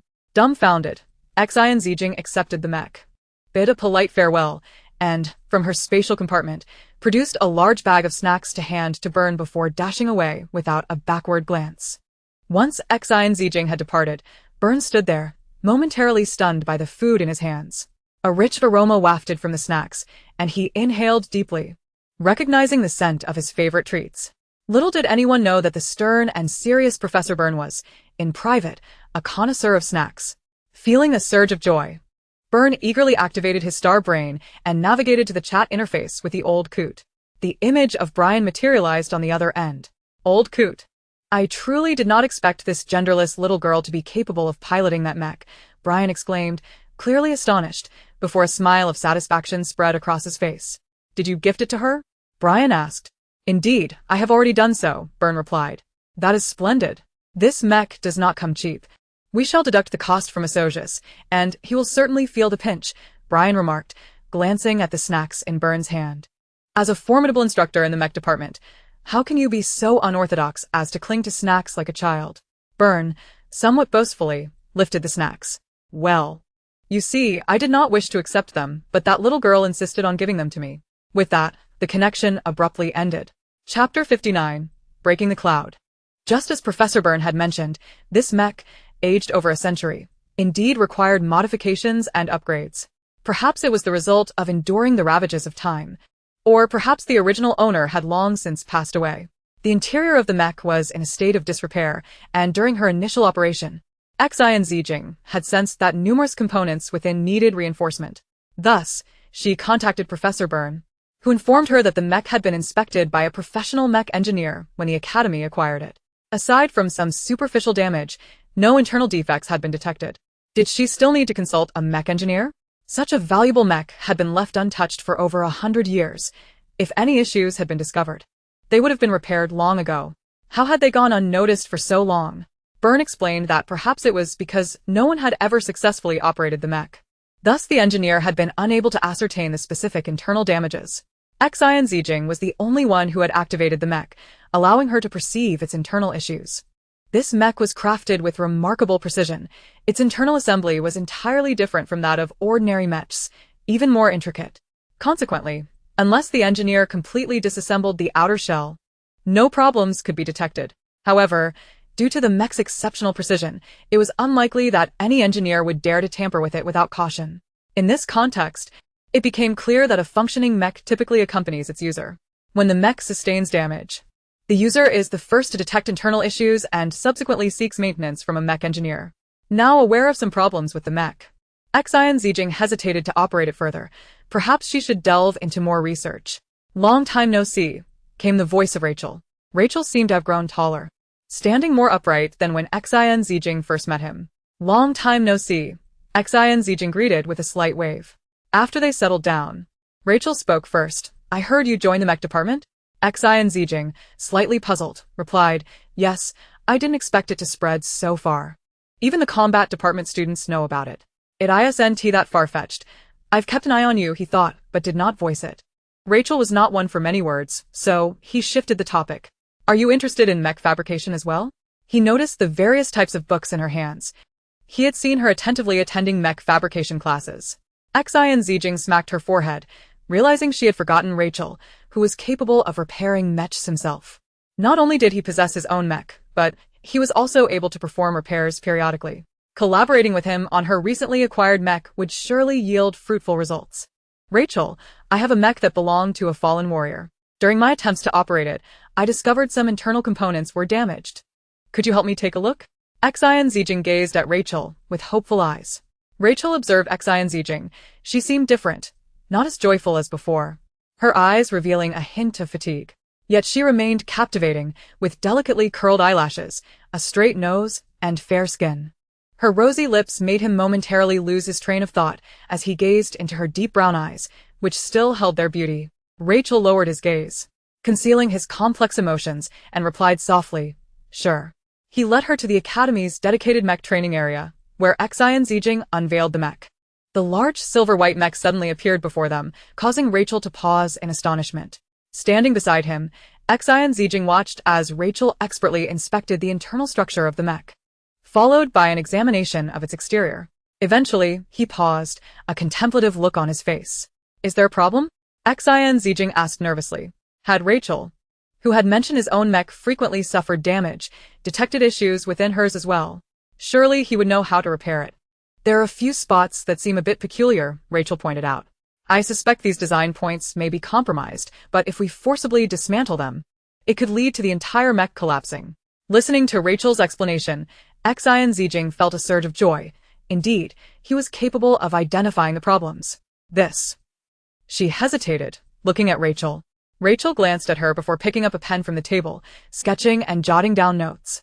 After a moment, he raised his head and inquired, if you have the schematics for this mech, we could give it a try. The schematics? How could I possibly have those? She thought. Not only was this mech over a century old, but the schematics would only exist with the original fabricator. Zijin, this mech appears to be named Breaking the Cloud. Ah? It even has a name. Xin Zijin Edgalim in shop. Rachel continued. When you first brought it out, I merely thought it resembled it, but after my inspection, I can confirm this is indeed Breaking the Cloud. Rachel nodded, acknowledging the significance of the mecha known as Breaking Cloud. Indeed. Those who engage in mecha technology should be well acquainted with it, as Breaking Cloud was a renowned mecha over a century ago, celebrated for its remarkable speed and formidable offensive power. However, it was not merely an ordinary mecha, It transcended conventional classifications of rank.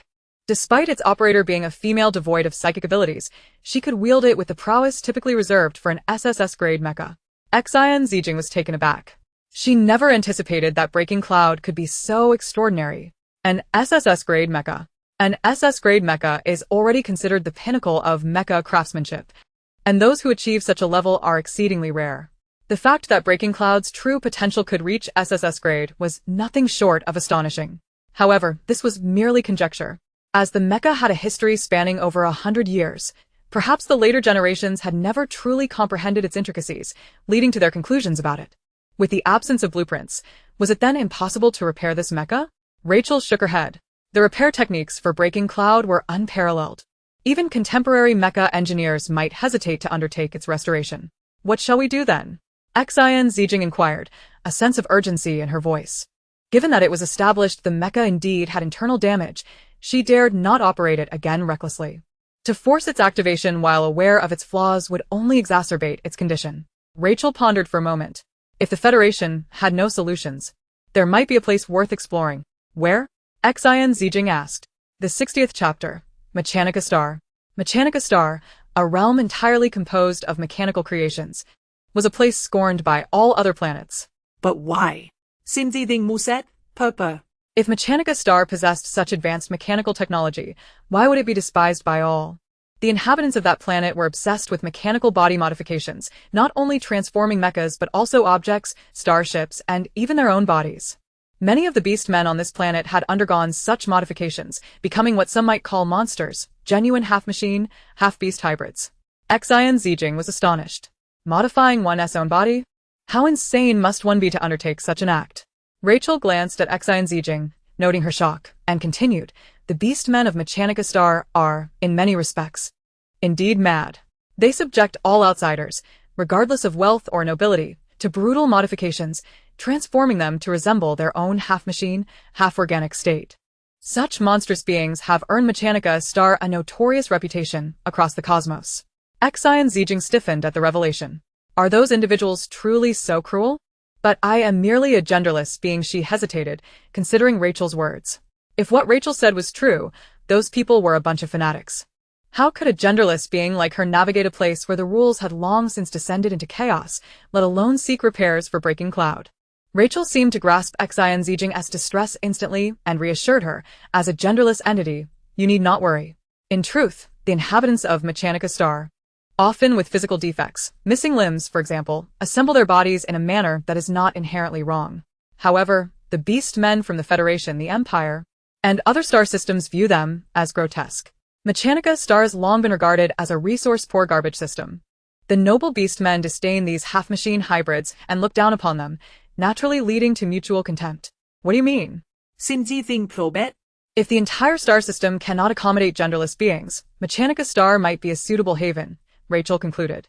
At this point, Xin Zijin could not feign ignorance. Genderless beings were, in essence, those with incomplete evolutionary forms, often deemed flawed.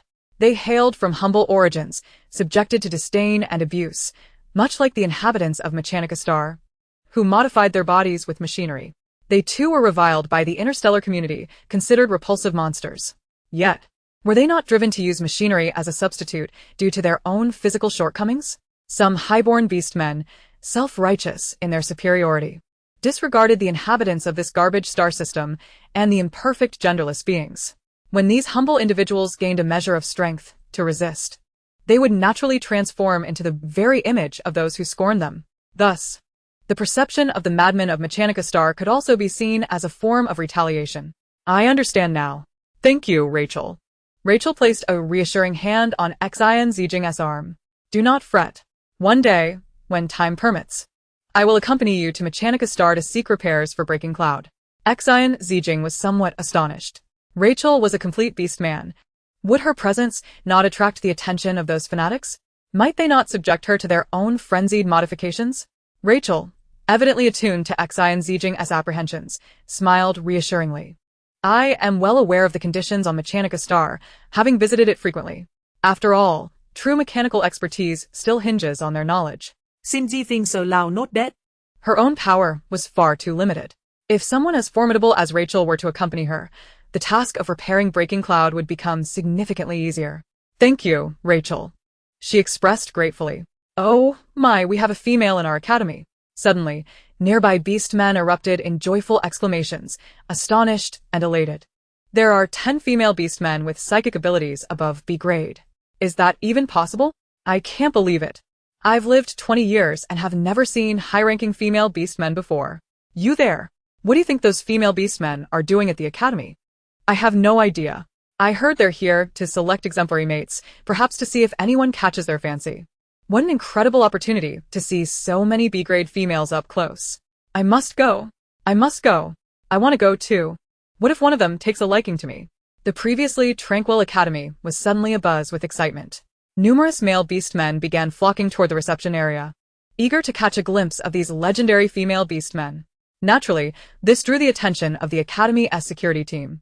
If all the students surged into the reception area, chaos would ensue.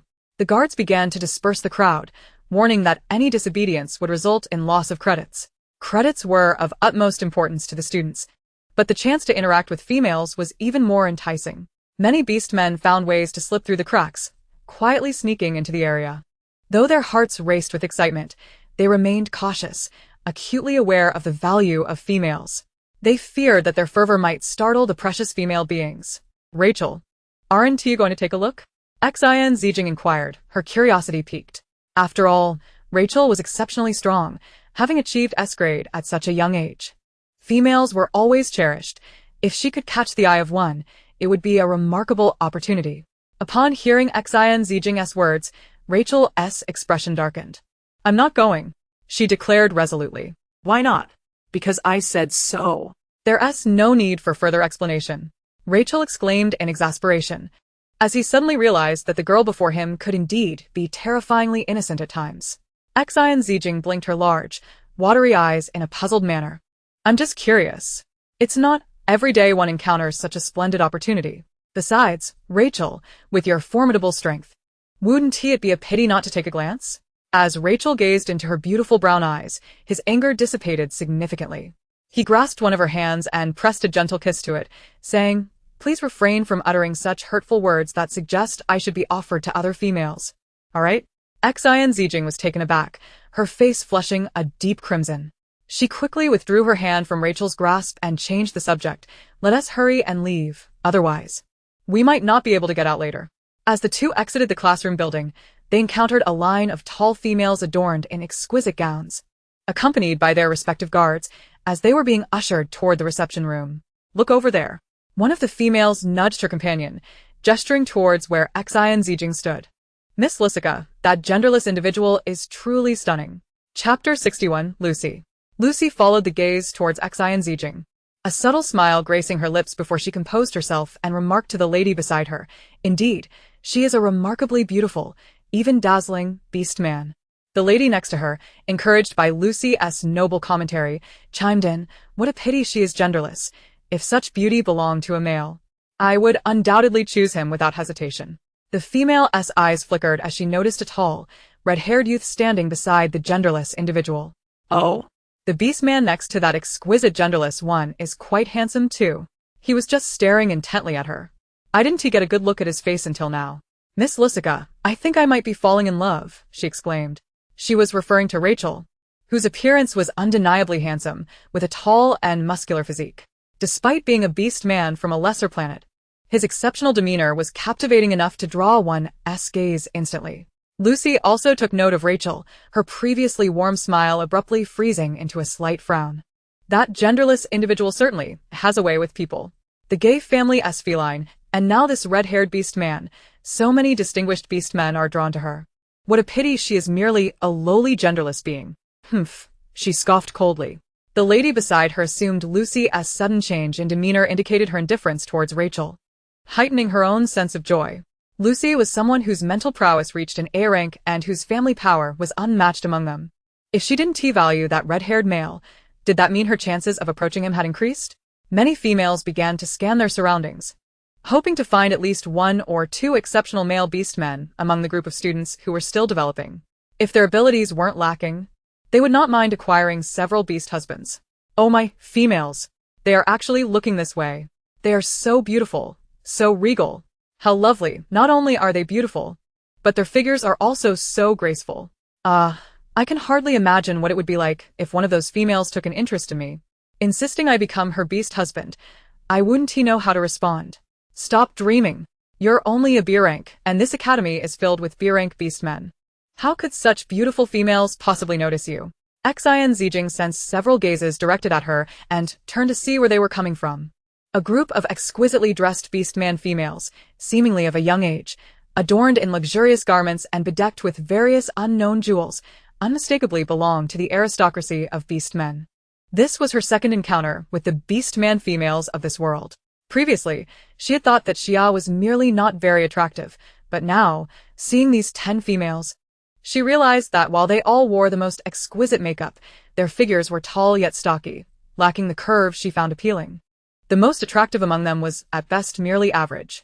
The one deemed the prettiest was now looking directly at Xin Zijin. It seemed she recognized her. At this moment, the beastman female scrutinized her with a mocking gaze. Humph. Lucy coldly huffed, leading her entourage of ladies into the reception room. Xin Zijin furrowed her brow, sensing a palpable hostility from this group. Did they envy her appearance? Yet, such a possibility seemed far-fetched. After all, she was merely genderless. The males here were all exceptionally handsome, and she hadn't seen them express envy towards any male's looks. Perhaps she was indeed being overly conceited. Xin Zijin shook her head, attempting to cast aside her disordered thoughts. Those females were irrelevant to her. They would not lower themselves to choose a genderless being as a husband, so why bother worrying about it? What are you looking at? Rachel, keenly aware of her gaze, inquired softly. Nothing, just suddenly felt like there were a lot of people here. Xin Zijin shrugged. After dinner, Xin Zijin bid farewell to Rachel, thinking that she might as well spend this time delving deeper into her research. Her understanding of the true nature of this world was pitifully scant. She had much to learn about mechas, various interstellar planets, and the insectoids. Most importantly, she could not fathom how, in a universe where males outnumber females, the population was still so vast, hundreds of billions of beastmen in the Federation alone. Contrary to her initial assumptions about females being treated as reproductive vessels, they were not forcibly made into such. Though breeding pods existed for reproduction, these technological products yielded offspring that inherently lacked the vitality of those born from natural mothers. Due to their inferior genetic makeup, the majority of these artificially bred children were likely to suffer genetic defects, which explain the emergence of a third gender, the genderless. Most genderless individuals were products of these artificial breeding pods. However, beast men revered strength, especially among the powerful and noble. Why would they allow their genetic legacy to be a genderless offspring? Moreover, the number of genderless individuals in this world was not high. This indicated that the vast majority of beast men were born through normal maternal reproduction. While beast men claimed a ratio of 1,000 between males and females, her observations during her time here suggested that the disparity was even greater than she had imagined. It was a luxury to even catch a glimpse of a female. She resolved to explore the library more, hoping to uncover useful information at the school. The library was filled with numerous books, and she flipped through them slowly, often pausing on certain pages to scrutinize in hopes of discovering something valuable. The library's windows were open, allowing the night breeze to waft in and gently stir the curtains. The zephyr swirled through the library, lifting the leaves from the floor and tousling her cascading hair. Xin Zijin ran her fingers through her soft, smooth black hair, a faint smile gracing her lips. She stretched her waist to relieve herself, turning to continue her search for useful materials. Suddenly, as she was deeply engrossed in her studies, the sound of a woman's soft moans broke through her concentration. The sound was stifling and agonizing, as if it were enduring immense pain while being unable to cease. Xin Zijin abruptly lifted her gaze towards the origin of the sound. There stood a towering male orc, partially clad, alongside a female whose face was adorned with an alluring expression. Beads of sweat dotted his forehead, his eye sockets were flushed, and his lips were pressed together in a straight line, his entire visage contorted into a grotesque manifestation of excitement. Chapter 62, Reality. Xin Zijin gapet. Covering her mouth in astonishment, was that not the same group of female orcs she had encountered earlier in the day? What could they be doing in the library at such a late hour? Hastily, she diverted her gaze, relieved that the two orcs engrossed in their endeavors seemingly had not noticed her presence. Unable to concentrate on her reading any longer, She quickly made her way out of the library. Only when she was a considerable distance away, assured that the sounds had ceased, did she slow her pace. With a sigh, Xin Zijin reflected on the unexpected nature of the scene she had just witnessed. "Master, what troubles you?" A gentle voice emerged from her side. Turning her head, she beheld a striking man with golden hair standing nearby. Clad in a silver-gray uniform, he appeared tall and stately. His features were well-defined, and his amber eyes shimmered with a crystalline luster. His lips, of moderate fullness, curved into a subtle smile that rendered his visage even more profound. Upon seeing him, and recalling the recent explicit encounter, Xin Zijing's heart raced, her cheeks flushed. "Reynold, what is it?" she stammered, her embarrassment evident. Reynold approached her side. Concern etched across his face. He had noticed her fixation on the library earlier, while he maintained a contemplative demeanor. Reynold was acutely aware of the activities of the orcs inside, yet interstellar regulations dictated that no high-ranking female could be disturbed while engaging with a male. Otherwise, they would face repercussions. I am fine," she replied, attributing her flustered state to the overwhelming visual impact of what she had witnessed, coupled with Reynolds' sudden greeting, which made her feel as though she had been caught in a moment of vulnerability. "Zijing, it has been a while," he said, his tone warm. "Indeed, it has been several days," she replied, recalling their last encounter in the rain, when she had spoken candidly to him. Since then, he had seemingly kept a respectful distance, no longer referring to her as master, but instead using her name, suggesting a shift towards a more intimate rapport. Reynold could hardly bear to maintain distance from Xin Zijing. He feared her disdain, constantly watching over her from behind, hesitant to approach her uninvited for fear of inciting her aversion or losing her altogether.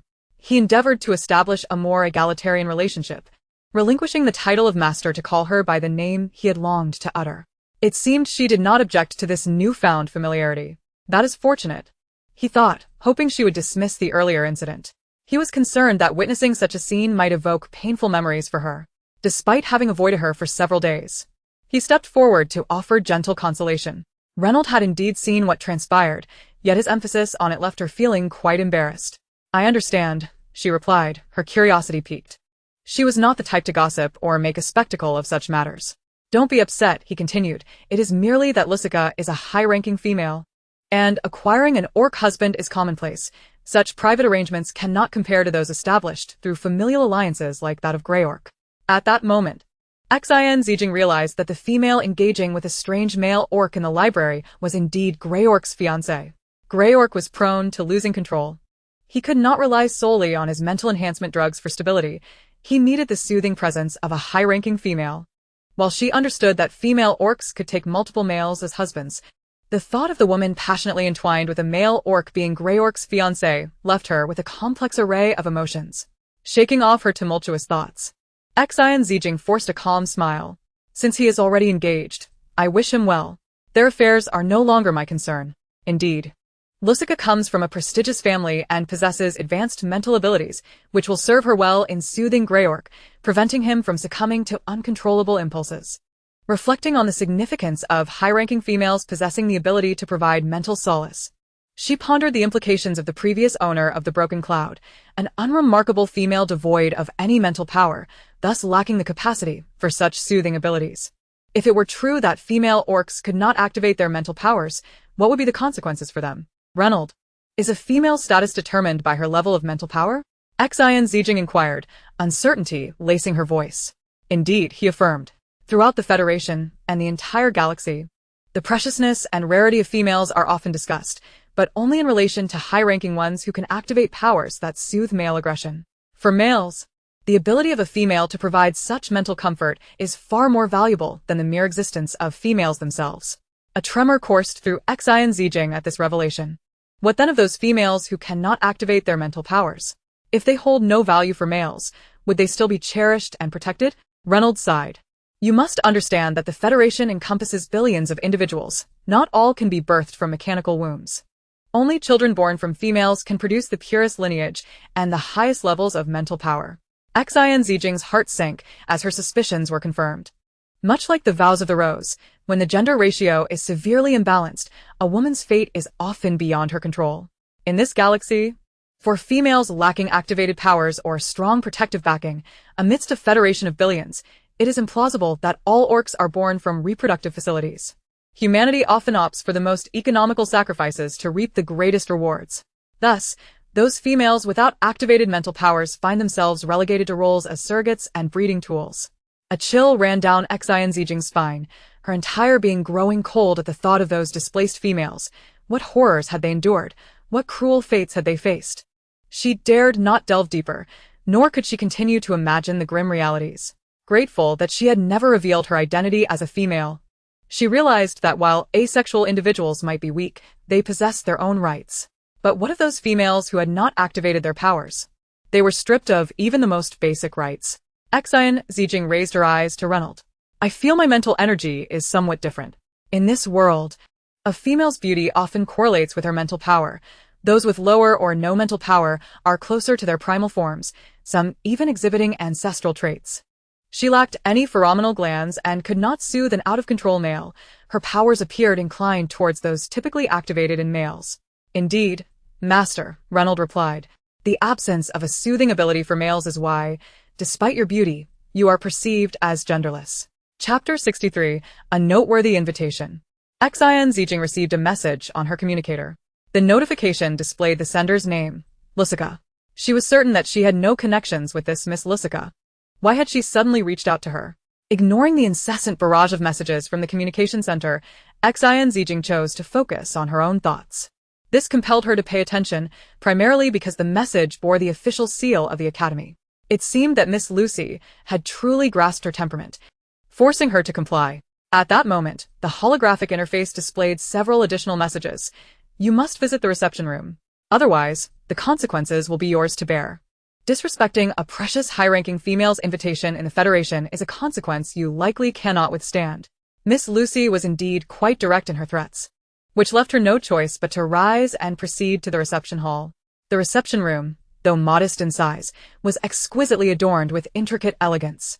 Inside, Lucy Carlin was resplendent in a custom-made white strapless gown that showcased her shapely figure. The exposed skin bore several blossoming kiss marks reminiscent of red plums, hinting at the fervor of their origin. At that moment, Lucy Carlin noticed Xin Zijing, slowly appraising her before letting out a disdainful snort. Just a lowly genderless one. Xin Zijing, in turn, scrutinized Lucy Carlin and the handsome men surrounding her. Four strikingly attractive young men stood by her side, impeccably dressed and displaying refined manners. Each possessed a strikingly handsome visage along with a muscular physique. Notably, they all wore specially designed collars around their necks, which were entirely black and embellished with intricate craftsmanship. Upon closer inspection, Xin Zijing discerned that these collars did not appear to be restrictive in nature, but rather akin to ordinary decorative accessories. Among them, the most captivating was a young man with chestnut hair, adorned with silver earrings and a necklace. He, too, wore a collar of ambiguous purpose. This beast man seemed somewhat familiar to Xin Zijing. Was he not the owner of a certain palace painting she had encountered in the library? As Lucy Carlin observed Xin Zijing's closer inspection with apparent satisfaction, she noted the young woman's bright, enchanting brown eyes, her long black hair cascading carelessly behind her, her delicate, high-bridged nose, and her full, rosy lips. Despite her petite stature and ordinary academy attire, one could already discern her alluring figure. To be a genderless individual yet possess a charm that rivals even the most precious females, truly a catastrophe. Lucy instinctively clenched her fingers as she noticed this genderless individual unabashedly staring at her collection of beast men, particularly the one she had recently acquired from the library. A surge of pride welled up within her. How obedient he is. She beckoned to the chestnut-haired man, who dutifully approached her side. He willingly attached the clasp of his collar to the chain she held, kneeling submissively before her. The young man gently lifted Lucy Carlin's hand, kissing and licking it tenderly. Xin Zijing gaped in astonishment, finally realizing that Miss Lucy was likely indulging in a role-playing fantasy or had transformed her beast men into pets, each adorned with collars, ready to obey her every whim at a mere gesture. Lucy Carlin's other hand affectionately stroked the beastman's hair. He truly was obedient, and his physique was commendable. The collar she had designed for them accentuated their allure, yet suddenly, Lucy withdrew her finger from the beastman's affectionate ministrations, wiping it disdainfully against his clothing. The beastman's gaze dimmed as he instinctively stepped back. Alas, too obedient, too compliant, there's no thrill in conquering them. Moreover, with those collars, they appear far less appealing than Gryok's. Lucy Carlin shook her head in disappointment. Xin Zijin was taken aback. It seemed that Miss Lucy had peculiar preferences regarding her companions. The union with the Guy family was my initiative. I had met Gryok a few times in our youth, and while I found him strikingly handsome, his character was quite unappealing. He often bullied me, seizing my belongings, and was oblivious to the dynamics of gender hierarchy. Even after receiving numerous reprimands from his family, he persisted in tormenting me, expressing his disdain and contempt.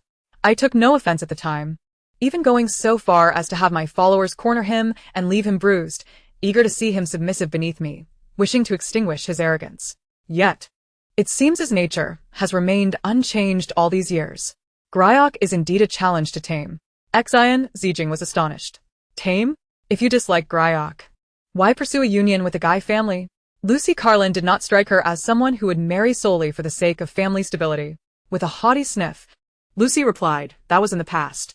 Now, Gryok has matured and become even more handsome. He surpasses any of my beast men in excellence. His stubbornness, fiery temperament, and refusal to submit.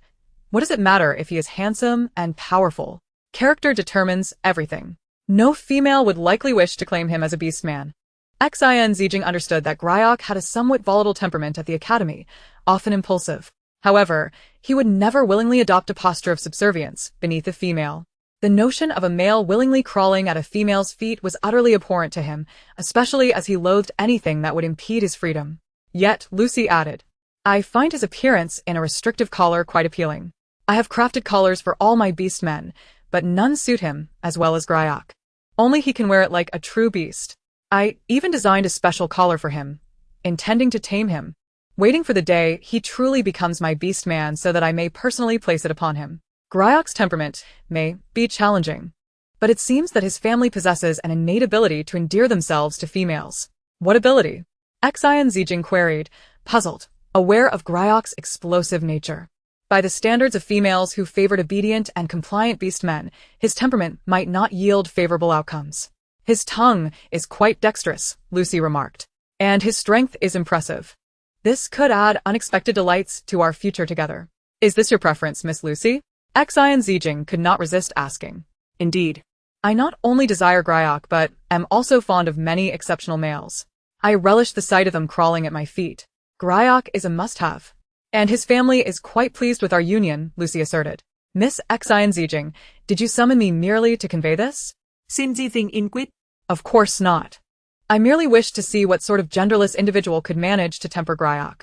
Upon observing, I must admit, you possess a commendable appearance. I never expected Gryok to be so swayed by looks.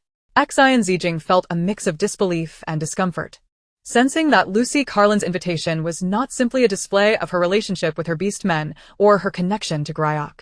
Miss Lucy Carlin, since you have seen enough, I shall take my leave, Xin Zijin declared, attempting to exit the reception room, only to be halted by two of Lucy Carlin's beast men.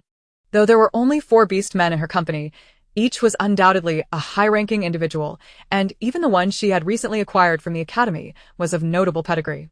Miss Xin Zijin, why are you in such a hurry to leave? I still have a few questions for you, one of the beast men inquired. Xin Zijin could only helplessly turn her head and stand there, inquiring, what do you want? The crimson-haired male accompanying you during the day, was he also one of your admirers? The mere thought of Rachel ignited Lucy's ire. That robust and handsome male, who she had personally inquired about today, turned out to be an S-class male. It seemed her judgment was indeed keen. However, she was taken aback to discover that despite her overt advances as an A-class female, Rachel remained utterly indifferent, even risking the possibility of being forced into estrus, involuntarily releasing her A-class pheromones. The red-haired beast man named Rachel, clearly influenced by her pheromones, nevertheless suppressed his discomfort and fled without a backward glance. How infuriating! A mere scoundrel from a garbage planet, brazenly rejecting a female's affections and then running away. Moreover, due to her own forced pheromone release, she found herself ablaze with desire. She couldn't possibly return to the military academy empty-handed, especially since she had no intention of indulging the beast man she had brought along. At that moment, she fortuitously encountered a student from the academy. He was rather pleasing to the eye, so she decided to take him from the sparsely populated library that night, Merely acquiring another beast man was of little consequence to her. Rachel? He is my friend. Why do you ask? Oh, nothing much, just curious. He seems to have emerged from a garbage planet, devoid of any background in the Federation. He must rely solely on his S-class prowess. Otherwise, how could he find a place in the Federation? What do you mean by that? Xin Zijin questioned, sensing a potential threat to Rachel. By her expression, it appeared she had not succeeded in her intentions. I'm merely stating the facts. Since Rachel is your friend, he should face punishment from the Federation for openly rejecting a female. Now that I cannot find anyone else, you shall bear the consequences on his behalf. With that, Lucy Callan clapped her hands, and a surge of high-ranking beastmen emerged from seemingly nowhere, encircling Xin Zijin. Lucy Callan's smug laughter echoed in the air. I'm merely a powerless, genderless individual. There's no need for you, Miss Callan, to bring so many high-ranking beastmen to capture me. Xin Zijin glared at Lucy Callan, realizing her intentions were deliberate. From the very beginning, she had been targeting her. Just report to the academy that Lucy Callan has invited a few students back to the Callan family for a visit. Miss Callan, is it permissible to openly kidnap someone at the 9th Military Academy? Lucy chuckled. What are you talking about? It is common for prominent families to invite outstanding students or beastmen from the academy to their homes. The academy actually encourages such practices. Furthermore, to be valued and taken by a high-ranking female is a dream come true for them. How could that be termed as kidnapping? Xin Zijin was certain she bore none of the characteristics of a powerful beast man. In fact, she was merely a pitiable, low-powered, genderless being. How could she possibly attract the attention of a prominent family? Lucy Callan was clearly targeting her. The surrounding male beastmen swiftly seized her wrist, restraining her, rendering her immobile, while the remaining males unleashed their formidable mental powers, instantly suppressing any of her own psychic abilities and powers, leaving her utterly defenseless. Xin Zijin was far too weak. Even a single one of the males beside Lucy Callan could easily overpower her. She yearned to escape, yet the overwhelming male mental energy from Lucy's beastmen was suffocating, leaving her gasping for air. Within her mind, she signaled to summon the mecha containing the breakthrough cloud from her spatial pocket, disregarding whether it had sustained any internal damage. This was her most formidable life-saving weapon. The nearby beastmen noticed her unusual movement and immediately seized her other arm, restraining her further and snatching the spatial pocket containing the mecha away from her, handing it to Lucy Callan. Lucy Callan weighed the spatial pocket containing the breakthrough cloud mecha, then snorted coldly, a genderless individual without any mental power, attempting to summon a mecha in front of so many high-ranking beastmen? How laughable! Even if you could summon a mecha, it would likely be an utterly mediocre one, probably a C-class. No, I forgot you are a genderless being devoid of mental power. You probably couldn't even pilot a D-class mecha. Ha ha. Even if you could summon it, what would happen? Would it break through the ceiling? Or would it be subdued by my beast men within seconds? Lucy Callan grew increasingly exhilarated as she realized that humiliating the delicate genderless being before her, whose beauty incited her jealousy, was far more entertaining than training her beast man. Take her away. Lucy Callan waved her hand, and a group of individuals escorted Xin Zijin away. Just throw her in there. Miss Lucy, but that is a cage for feral beastmen. The beastman grasping Xin Zijin faltered. Although he was utterly loyal to Lucy Callan, the genderless individual in his grasp was undeniably a living beastman. Once a feral beastman loses control, they become devoid of humanity and reason, their primal instincts consuming them, and a moment of carelessness could result in her becoming their prey. Lucy Callan's expression soured as she raised her hand and delivered a sharp slap to the talkative beastman.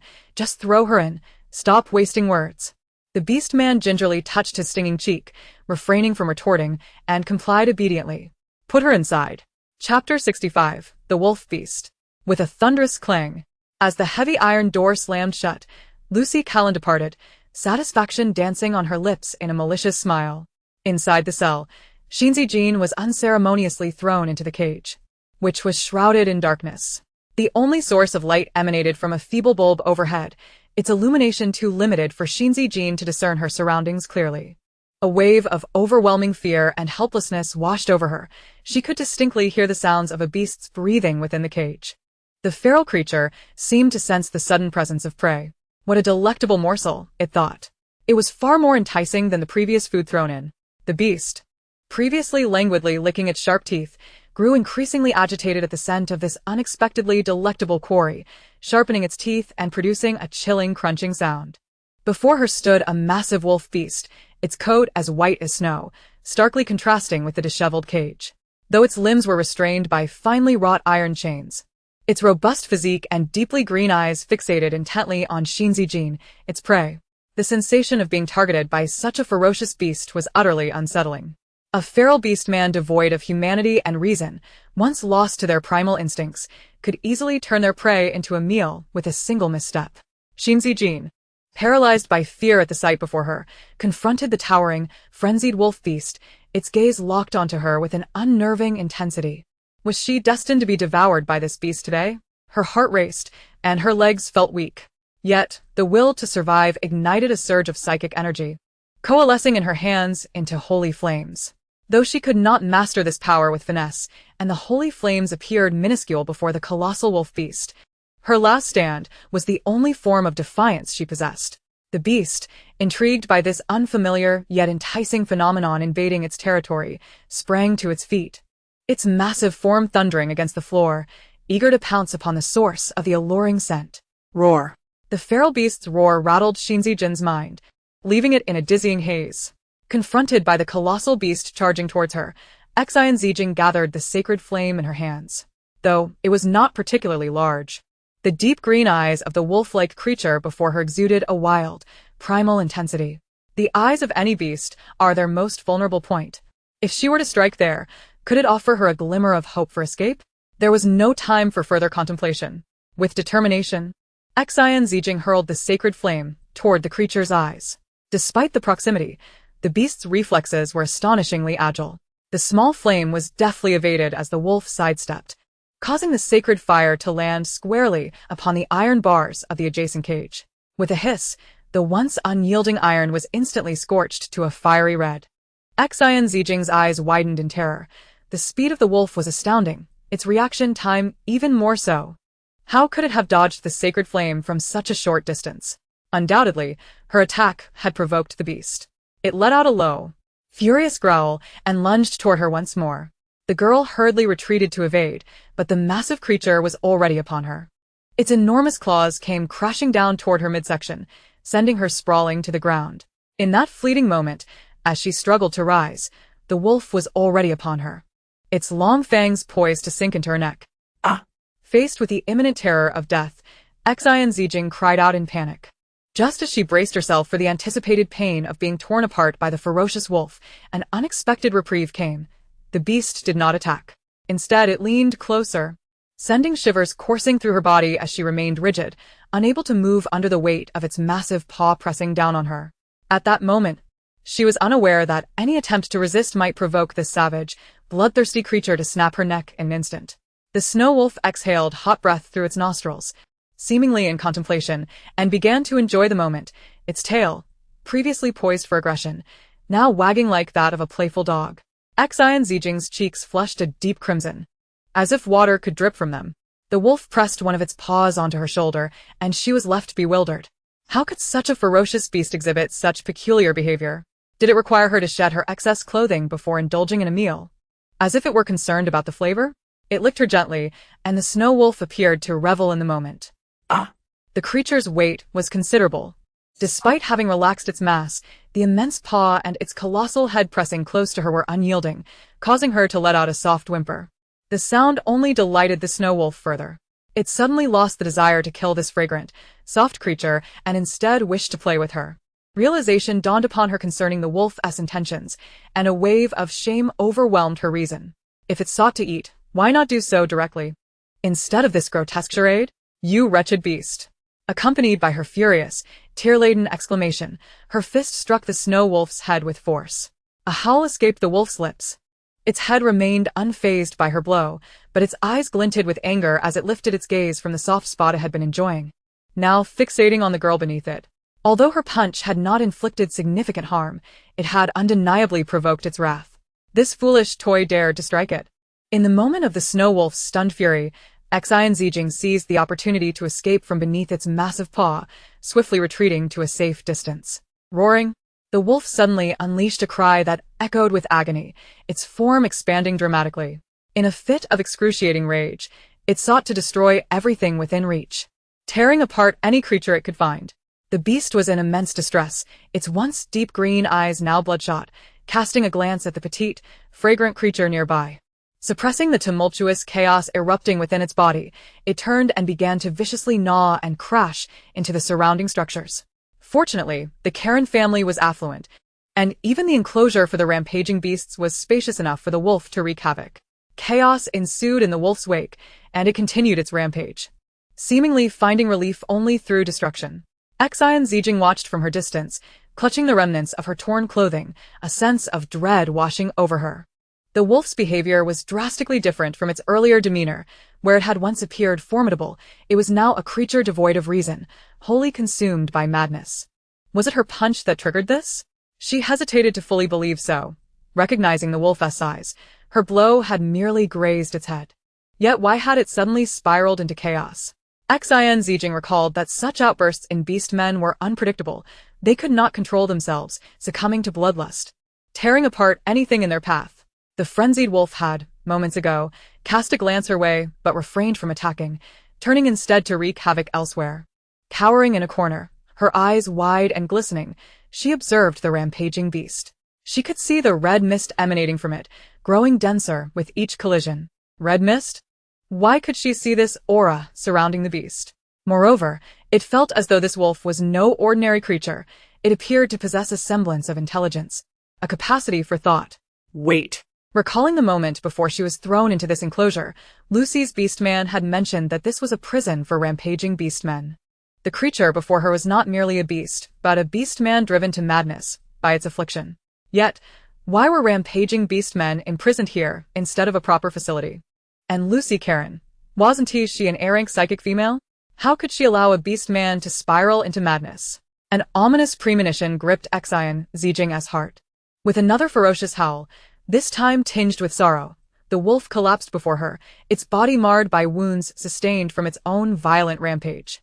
Once pristine white fur was now matted with blood, and the wolf struggled to rise, using its last vestiges of strength. The red mist surrounding it grew thick, stinging her eyes. If this mist was the source of the wolf's chaos, perhaps dispelling it could alleviate its torment. She was unsure how the psychic females of this world managed to soothe the rampaging beastmen, reducing their fury. But if she could see the red mist surrounding the rampaging beastman, did that not imply she, too, possessed the potential to calm its fury? Gathering her psychic energy, Xin Zijin cautiously approached the rampaging beastman. As she drew closer, the red mist began to dissipate, seemingly fearful of her presence. Just as she had surmised. With a thunderous roar, the frenzied orc suddenly emitted a deafening cry. The wolf beast, which had been in a state of unrest, abruptly ceased its tumultuous behavior. It transformed into an unexpectedly docile creature, even crouching obediently as she approached. Clearly, her conjecture had been correct. The calming effect of her mental energy had dulled the intensity of the crimson mist, restoring its tranquility.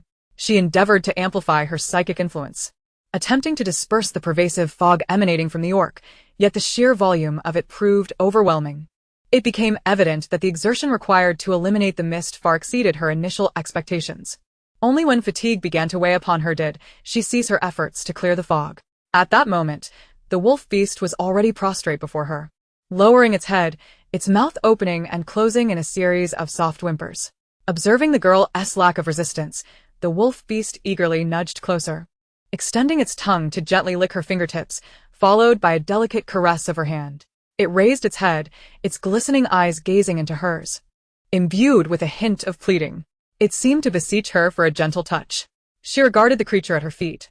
Its once pristine white fur now marred by dust and blood, a far cry from its previous ferocity, it was now remarkably well behaved.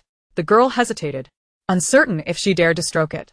Perhaps after an extended wait for her touch that never came, the wolf beast abruptly lifted its head, licking her cheek before settling beside her feet, nuzzling her gently. Xin Zijin was taken aback, her eyes widening in astonishment as she momentarily lost her ability to react. The wolf beast, which had been lightly licking her cheek, suddenly bore a shrewd expression, its demeanor shifting as if it had gained sentience. In a fluster, it withdrew its face, somewhat bashfully retracting its paw, glancing at her with an awkward gaze, followed by a low whimper, as if to explain its previous actions. Xin Zijin sensed the wolf beast's sudden shift in demeanor. What was happening? Just moments ago, it had appeared eager for her affection. Yet now it seemed to be engulfed in embarrassment. She studied the creature and recalled its earlier actions. Could it be the wolf beast? Noticing the strikingly beautiful girl's unwavering gaze, became flustered as it recalled the series of impulsive behaviors it had exhibited in its beastly form. Not particularly adept at concealing its emotions, it became increasingly agitated.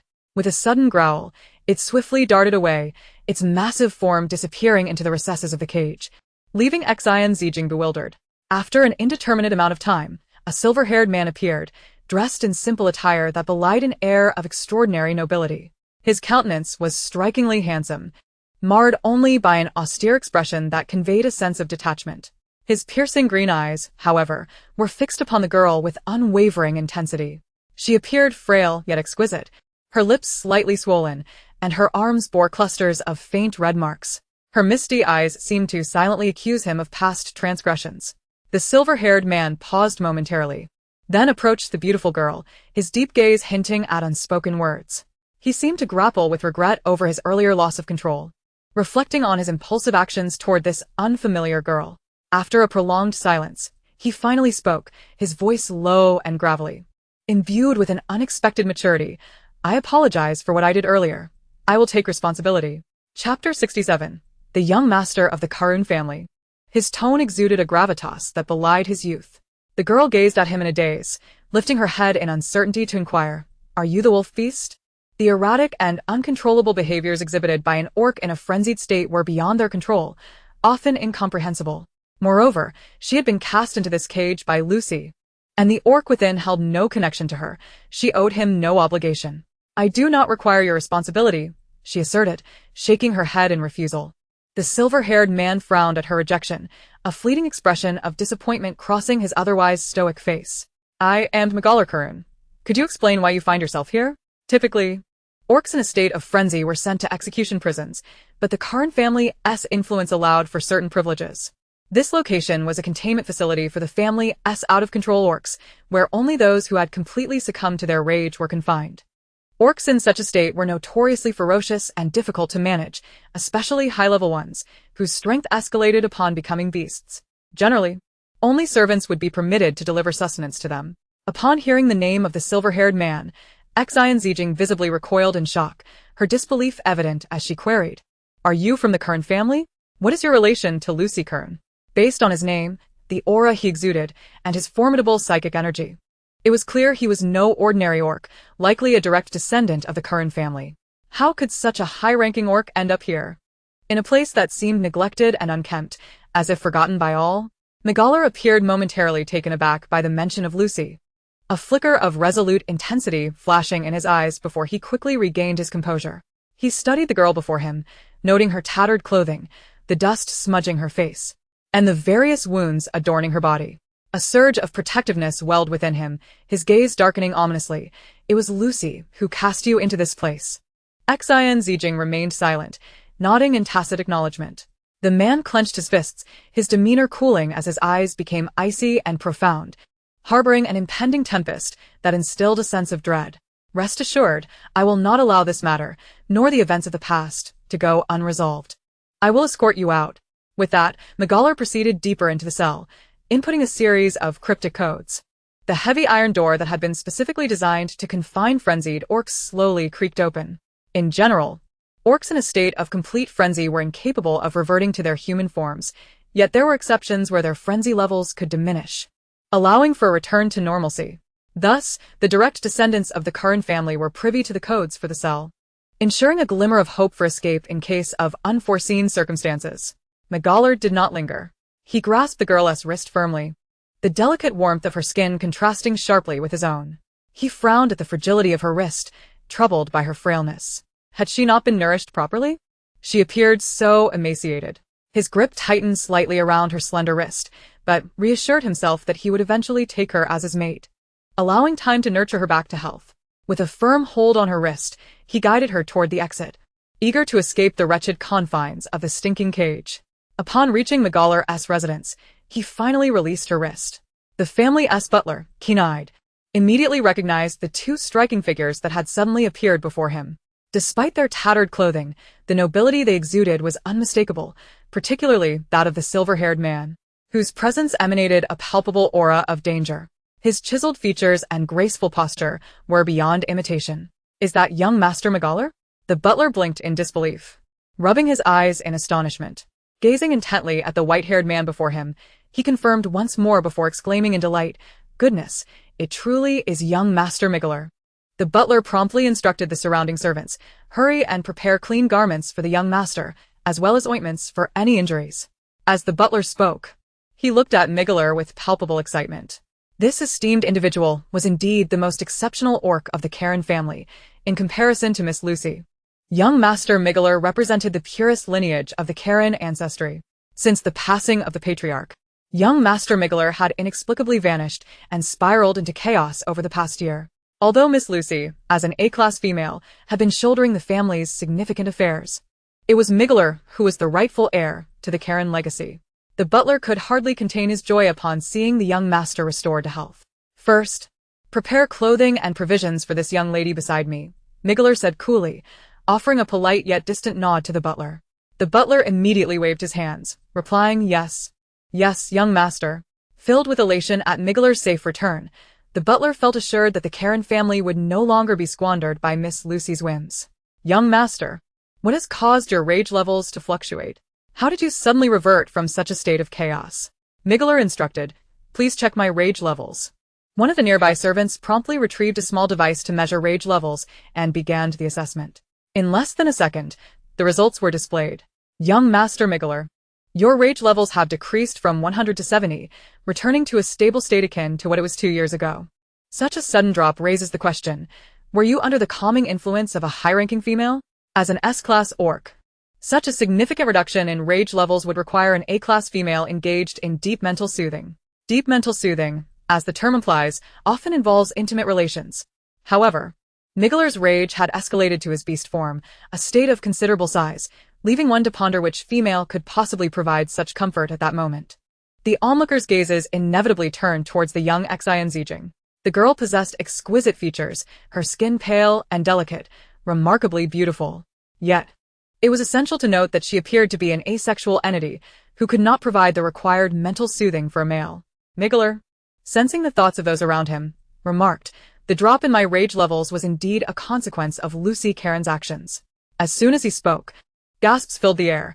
The revelation that Miss Lucy had triggered his rage levels shocked everyone, hinting at deeper underlying issues. "Where is Miss Lucy?" The old butler furrowed his brow. Magaller's lips curled into a sardonic smile. "Who knows? I hope she can evade me for the rest of her life." At that moment, a servant arrived with the medication and clothing for both of them. "Young master, your clothes and those for this young lady are ready. Please tend to your wounds." Magaller accepted the potion, saying, "You may all leave now." Once the servants departed, leaving only the two of them in the room, Magaller disregarded his own self-inflicted wounds from his rage and gently knelt before Xin Zijin, opening the potion. Her skin, fair and tender, bore several wounds, some from scratches, others from falls. The girl resembled a peach blossom in early spring, as if she could break with the slightest touch. Though petite, her figure was well-proportioned, and her delicate skin drew Magaller's gaze, causing his breath to hitch and his heart to skip a beat. Suppressing the sudden heat coursing through him, he tenderly applied the ointment to her wounds. "Does it hurt?" Xin Zijin shook her head, having exhausted too much mental energy while dispelling the red mist from the wolf beast. Now, she felt only fatigue and weakness. Observing her pale face, Magaller's heart grew heavy. He enveloped the girl in his arms, cradling her like a child, gently patting her shoulder to soothe her. "It's all right. You will be my wife from now on, and I will protect you." This was the first time he had embraced her so intimately in his beast form. His touch was delicate, as if he were cherishing a precious gem. Yet, Xin Zijin's eyes widened in astonishment. She wished to push Magaller away, but his arms were as unyielding as iron, and she found herself unable to escape. Leaning closer to her ear, Magaller spoke in a voice laced with seduction. "Will you be my one and only partner?" At his words, Xin Zijin's mind exploded with confusion. She was utterly taken aback. Had she not already rejected him? "Magaller, I've told you that you don't need to take responsibility, she stammered, but her words were gently interrupted by his soft voice. Wolves are fiercely loyal creatures. Once they have chosen a mate, their commitment is everlasting. I have chosen you as my partner, and even death shall not sever our bond. I will not allow you to evade this. Before her stood the noble man, bowing at a perfect angle, his simple attire failing to conceal the noble aura he exuded. Shall we reintroduce ourselves? I am Migler Karen. May I have the honor of knowing your name, beautiful lady? I am Xin Zijin. He will kill me. He will kill me soon. What should I do, mother? What am I to do? Lucy Karen curled up at her mother's feet, hugging her knees, tears streaming down her face from fear. Yes, she now regretted her actions. In her desperation to possess him, she had resorted to cruel measures to tame Migler. Lady Karen gently lifted her precious daughter, comforting her softly. Lucy, do not fear. You are a noble high-ranking female. They cannot harm you at will. But mother... Lucy raised her head, her pleading eyes searching her mother's. Migler is a madman, just like his father. They would not fear the law. Regardless of her status as a high-ranking female, if she had ever harmed them, they would retaliate in the most brutal manner. Outsiders may be unaware, but as Migler's closest kin, they were all too familiar with the Karen family's cruelty. They were not as gentle and humble as they appeared. Beneath that facade lay a heart of ice, indifferent to anything outside their protection. Killing a female was trivial to them. While others may hesitate, they would not. My dear daughter, rest assured, mother will not let anyone harm you. Even my own son, I will protect you at all costs, Lucy. Hearing her mother's comforting words eased Lucy's panic slightly. Mother, it's all my fault for being so foolish. I thought that by using the same method you employed years ago, administering a high dose of aphrodisiac to Migler, he would naturally become my beast husband. But I never anticipated that he would awaken so suddenly and resist fiercely, preferring to spiral into chaos rather than touch me. Lady Karen caressed Lucy's head gently, speaking with tenderness. It's all right, my beloved daughter. No matter what, I will always stand by your side and ensure that that ungrateful child does not harm you. Madame Karen is the biological mother of Lucy and Migler. Back in the day, she was instantly captivated by Migler's biological father, a man of noble bearing and striking handsomeness, whose lineage and prowess rendered him the object of adoration for countless women. Many pursued him fervently. Yet he remained obstinately devoted to the belief that a wolf beast can only love one person throughout its lifetime, callously rejecting any advances that did not spark his interest. Were it not for the formidable strength of the Karen family, many a young lady might have resorted to reporting that esteemed man to the authorities out of sheer frustration. It was only Madame Karen who sought an alternative approach. If a wolf beast is indeed faithful to but one, then securing his devotion for herself was the key. She intended to breach the membrane of his glands, ensuring his loyalty was directed solely toward her. Thus, it was during this endeavor that Madame Karen conceived Migler, believing that by becoming his partner, she would earn the affection of that man. However, from that moment on, Migler's father never allowed Madame Karen to touch him again. While it is true that she harbored feelings for Migler's father, who could withstand such deliberate estrangement, hatred, and emotional cruelty, moreover, wolf beasts are not as humble and courteous as they appear. Rather, they are unyielding lunatics. Migler's father is a madman of grand proportions, while Migler himself is but a minor lunatic. Chapter 69. Will you want me? This time, Xin Zijin truly became a guest of the Karen family. She was formally invited to dine with young Master Migler that evening. Early that day, she was awakened by a servant who had prepared a rather extravagant outfit for her. She donned a special long dress that Migler had prepared well in advance. The hem was intricately woven with silver threads, adorned with a pattern of lilies, and cinched at the waist to accentuate her delicate figure. Where is young Master Migler? Xin Zijin inquired of the androgynous female servant who was helping her with her makeup. The servant, skilled in her craft, had tamed Xin Zijin's slightly disheveled hair into smooth elegance and fashioned it into an intricate updo. A hint of makeup enhanced her naturally beautiful features. The young master seems to have stepped out for a moment. I'm not entirely sure. He instructed me to prepare you first, the servant replied. Very well, Xin Zijin nodded, gazing at her reflection. Her long, ebony hair cascaded down to her waist, with only a portion elegantly pinned up, the lustrous strands highlighting her fair and radiant skin. Time slipped away, and as the hour for dinner approached, Migler remained conspicuously absent. A flicker of impatience surged within Xin Zijin, but she quickly subdued it. She approached the floor-to-ceiling window and drew back the curtains, hoping to catch a glimpse of the estate's surroundings. The estate was vast, resembling a castle, encircled by towering cliffs and dense forests. The evening weather was pleasant, and as she gazed upward, the sky was awash with brilliant stars, the moon casting a serene glow. Miggeler had treated her well. He had instructed the servants to care for her attentively. Nonetheless, remaining at the Karen estate for too long felt inappropriate, and she longed to return to the academy. Ever since Miggeler's rampage value had diminished, he had been occupied with urgent matters upon returning to the estate, and it had been a while since she had seen him. Descending the stairs, she was met with the respectful bows of the servants. "Has the young master not returned yet?" she asked. "He should be back soon." Just as the words left her lips, a figure hurriedly entered through the door, colliding with Xin Zijin. The man paused, momentarily startled by her presence. Miggeler's heart raced as he beheld the beautiful young woman before him, a wave of dizziness washing over him. "I apologize for keeping you waiting." "It's quite all right," Xin Zijin replied, shaking her head as she observed the urgency in his demeanor, noting the increased red mist surrounding him. "Where have you been these past few days? Your rampage value seems to have risen. Where did you go?" she asked, then reconsidering, switched her tone. "Have you been dealing with particularly troublesome matters lately? I sense your rampage value has escalated." Upon hearing Xin Zijin's concern, a hint of joy flickered across Miggeler's handsome face, dissipating the frustrations of the day. "I was handling some minor issues today, which delayed me a bit. I'm sorry for making you wait. I brought you a small gift, hoping you would like it." With that, Miggeler presented her with a magnificent bouquet of black buck roses. "These flowers, a rare relic from the ancient blue star, are unique, just as you are. Indeed, you are my one and only." The black buck rose is a highly coveted flower in the interstellar realm, cultivated under extraordinarily challenging conditions, making it incredibly expensive.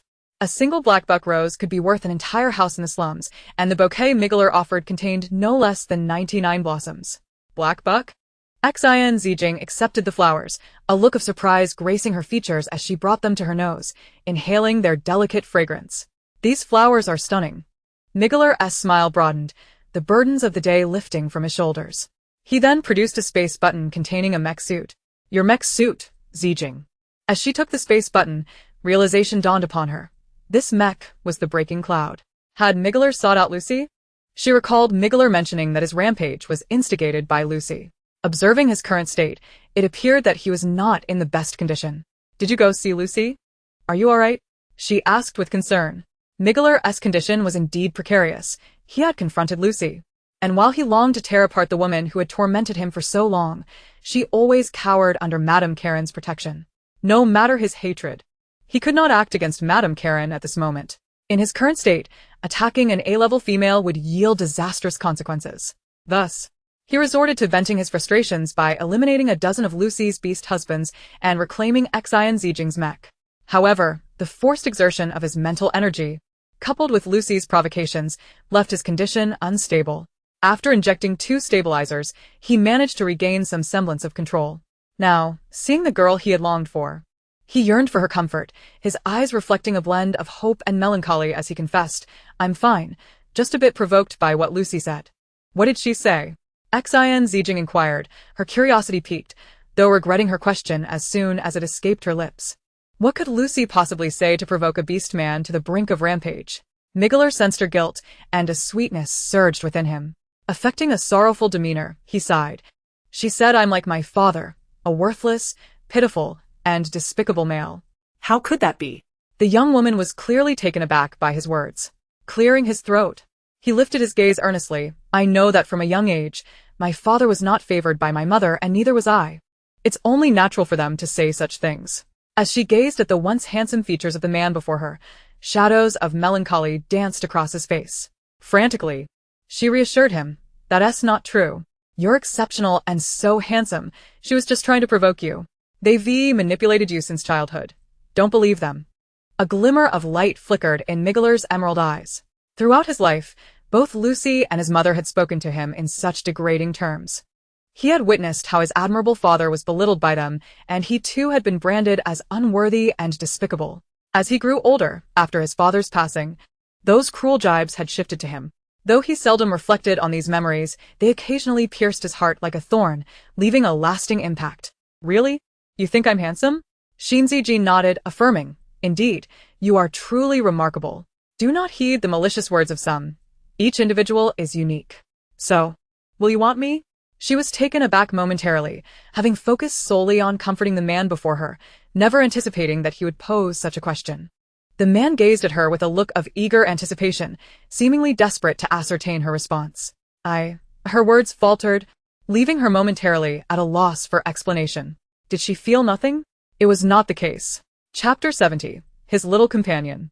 The man before her was undoubtedly exceptional, romantic, courteous, and respectful. It was impossible for any woman not to be somewhat captivated, yet their acquaintance had spanned merely a few days, hardly enough to speak of love. Observing the girl's hesitant and stammering speech, the vibrant green of his eyes dimmed instantly, and the smile that had graced his lips vanished entirely. He lowered his head, murmuring in a daze, "Even you find me distasteful." The girl sensed the abrupt shift in the man's demeanor and widened her eyes in alarm, hastily waving her hands in denial. No, I truly mean it. You are exceptional. I just feel that our time together has been too brief." The man abruptly lifted his head, a hint of grievance and stubbornness flickering in his gaze. "But you have rejected me. You are unwilling." No. Xin Zijin exclaimed, growing anxious. She could not comprehend the man's past hardships that rendered his heart so sensitive and fragile. What she did not know was that in this world, males yearned for love profoundly. Many dreamed of having a wife, and to utter that a male was undesirable was undoubtedly the most venomous curse imaginable. "I would like to." Miguel's previously despondent eyes suddenly sparkled with joy, and he swiftly embraced the girl before him. Xin Zijin, taken by surprise, found her face buried against his chest. Inhaling the familiar, crisp scent, her cheeks flushed instantly. The tall man held the slender girl tightly, resting his chin atop her head, savoring her delightful fragrance. Wishing to envelop her entirely. In a place unseen by the girl, a subtle smile crept upon his lips. After a while, he gently released her from his embrace. Xin Zijin was bewildered. Hadn't she just been comforting him? How had she so suddenly and unintentionally consented? What was their relationship now? Miguel wore a foolish grin. His previously stoic countenance now tinged with a faint blush. He tenderly caressed the girl's face and, with a somewhat clumsy kiss, pressed his lips against her forehead. Xin Zijin felt her body stiffen, her eyes wide open, aware of the warmth of his breath upon her skin. Miguel gently stroked her delicate, fair complexion, inch by inch, as if treating a precious treasure, caressing her repeatedly. "And Miguel," she stammered, her voice akin to a kitten's gentle purr, tugging at his heartstrings. He knew he must proceed slowly, lest he frighten her away. "Are you hungry?"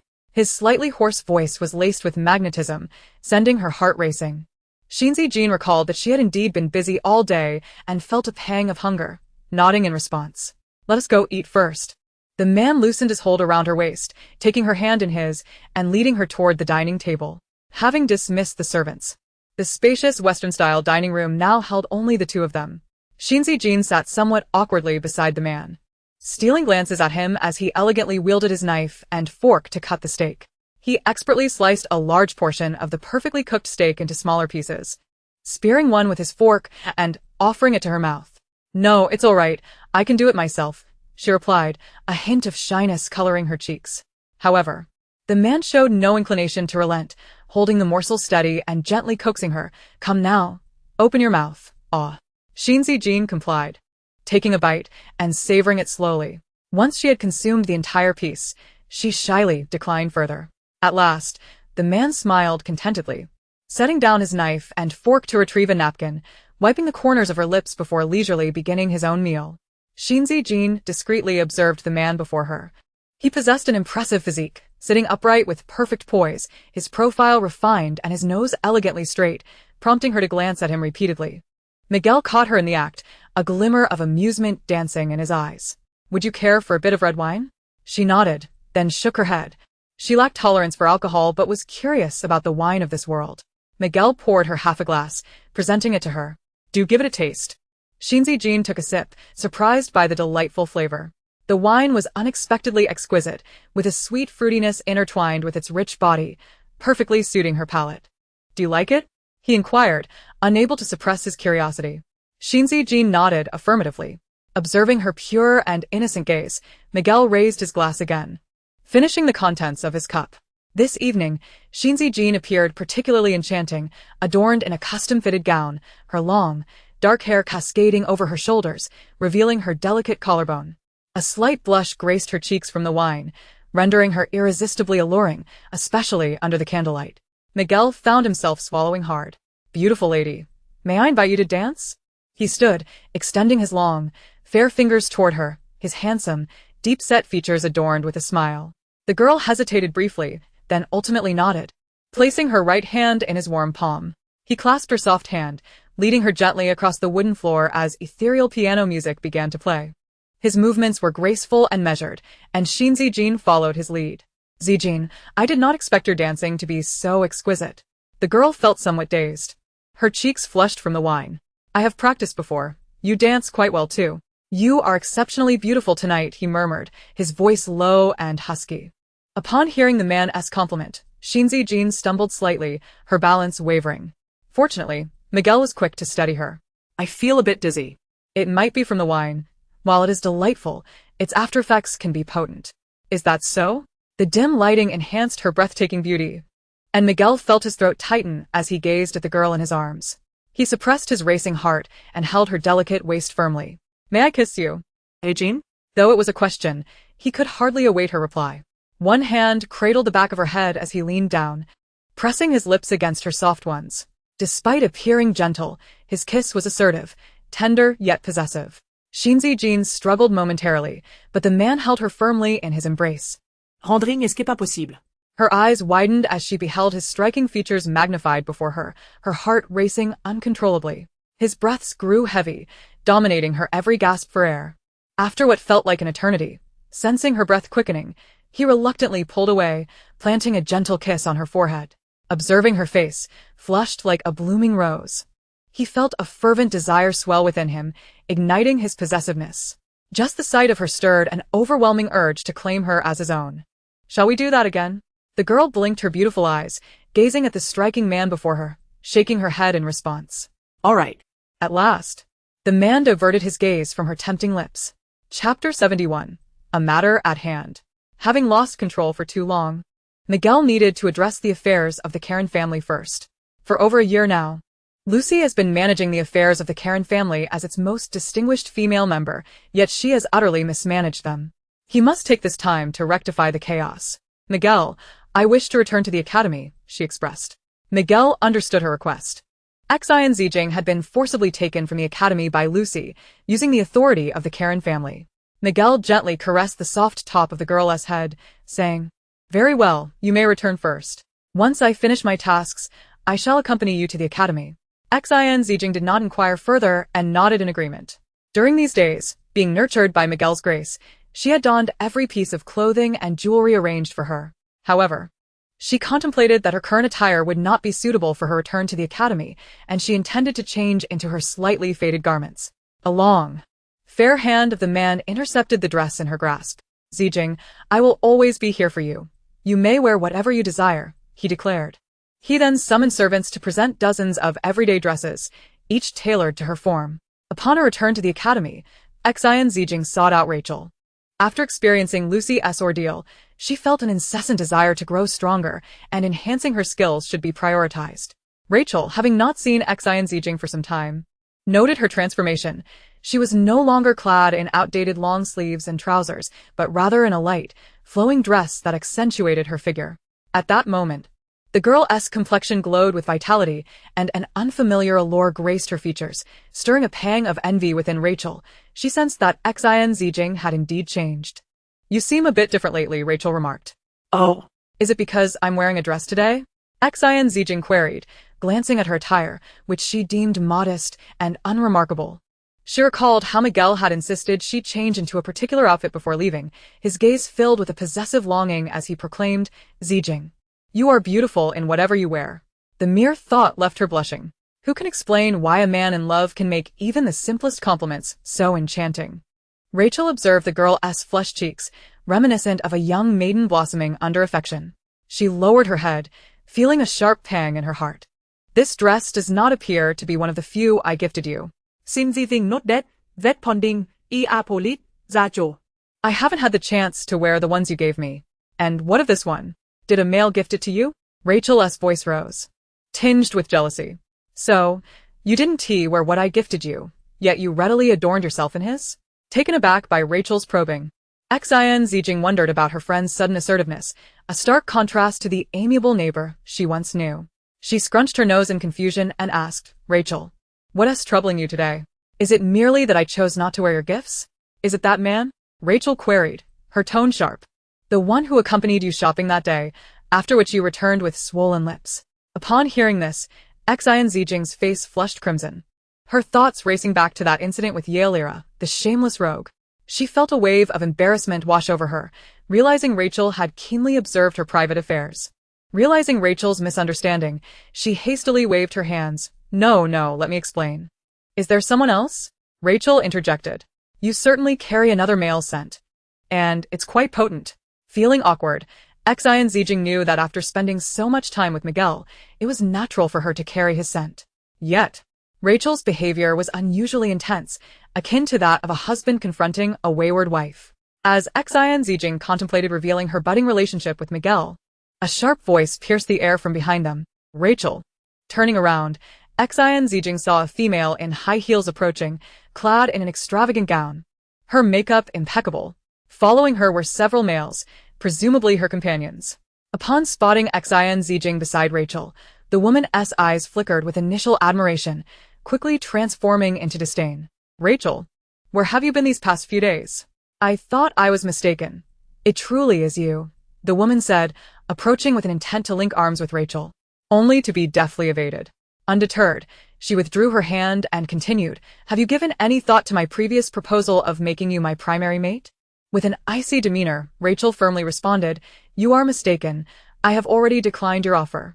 The woman, seemingly undeterred by Rachel's rejection, pressed on. What is your reason for refusal? Do you fancy someone else? She then turned to cast a scornful glance at Xin Zijing, scoffing. Is it her? An androgynous being?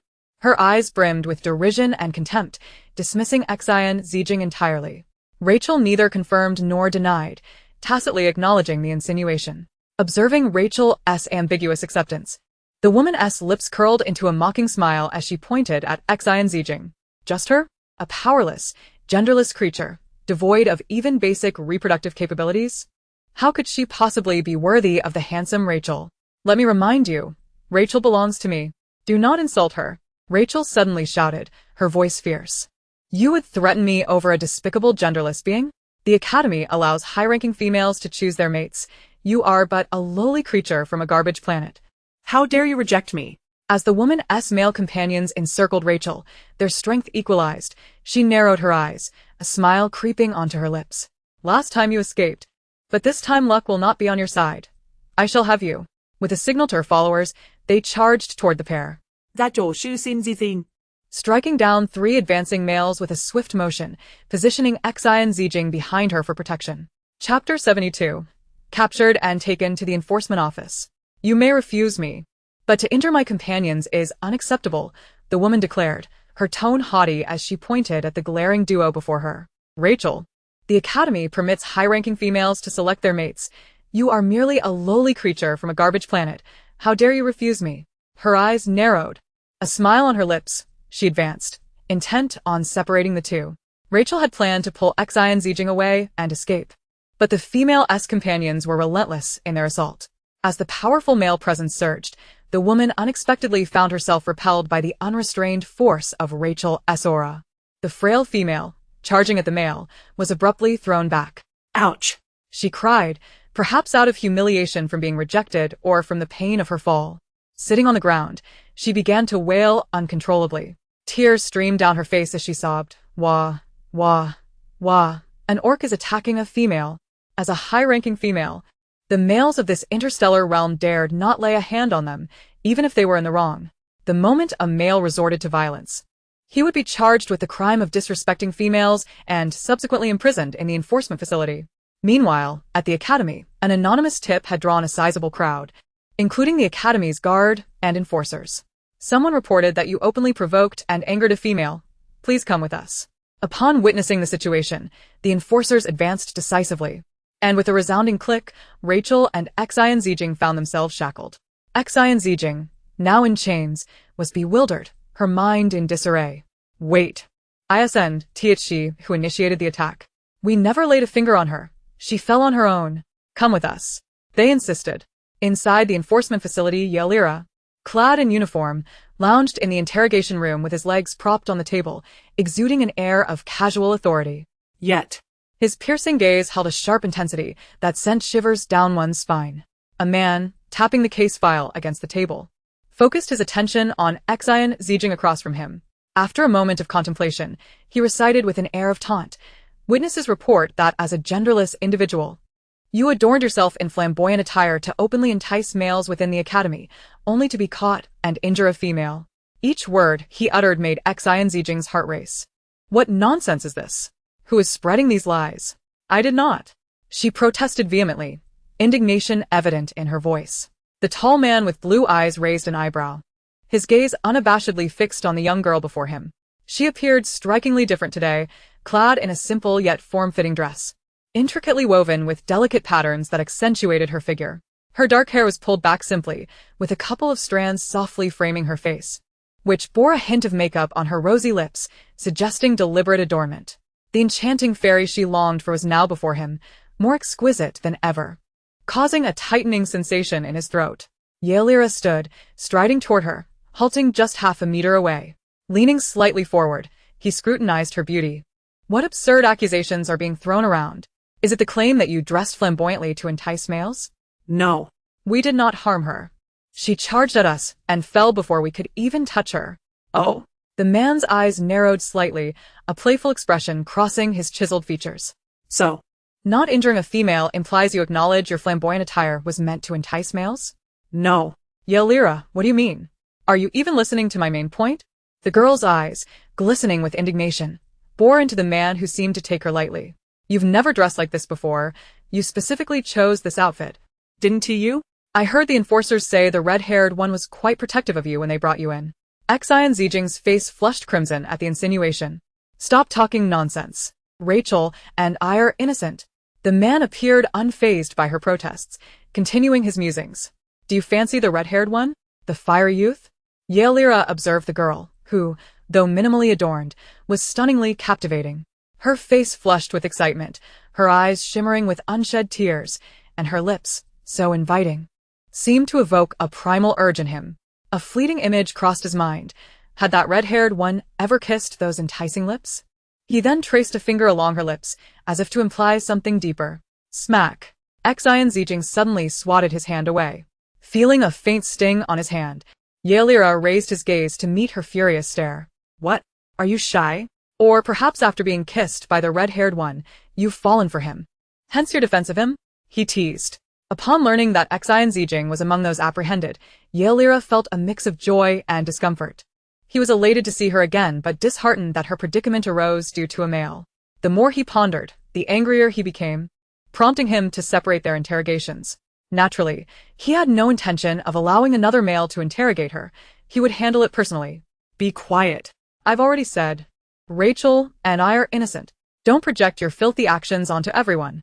Her fervent defense seemed to be for the red-haired one. Yelira sensed his eyelids twitching. He did not wish to hear such things. The woman he adored, like an untamed wildcat, never showed him the same loyalty as she did to the other. Driven by her words, the man retorted, "Filthy? You didn't seem to think so when you were kissed. You appeared to relish it. What's wrong? Are you so eager to leave a man behind? Did I fail to satisfy you?" Chapter 73. Will you be my woman? With that, Yelira grasped Xin Zijing's chin, gently pulling her closer, while his other hand caressed her delicate skin, a gesture that seemed both soothing and yearning. Hearing such blunt words caused her face to flush, and her breath quickened. Gritting her teeth, she attempted to shake off his hand. "You bastard. Let go of me. Release me." The more she struggled, the tighter his grip became. Yelira released his hold on her face, instead capturing her slender fingers, his thumb teasingly caressing her tender skin, which was reddened from the shackles. Her delicate, soft skin contrasted starkly with the cold chains binding her wrists. In a swift motion, he unlocked the shackles and tossed them carelessly onto the table. "Your wrists are red. These shackles are not meant for you. If you like being bound, I'll find something else for you to wear, then you can entice me." Entice? Xin Zijing's eyes widened in disbelief. Being bound equated to enticing? Was he out of his mind? Why was he constantly fixated on such thoughts? As if he were always the lecherous one? Isn't it so?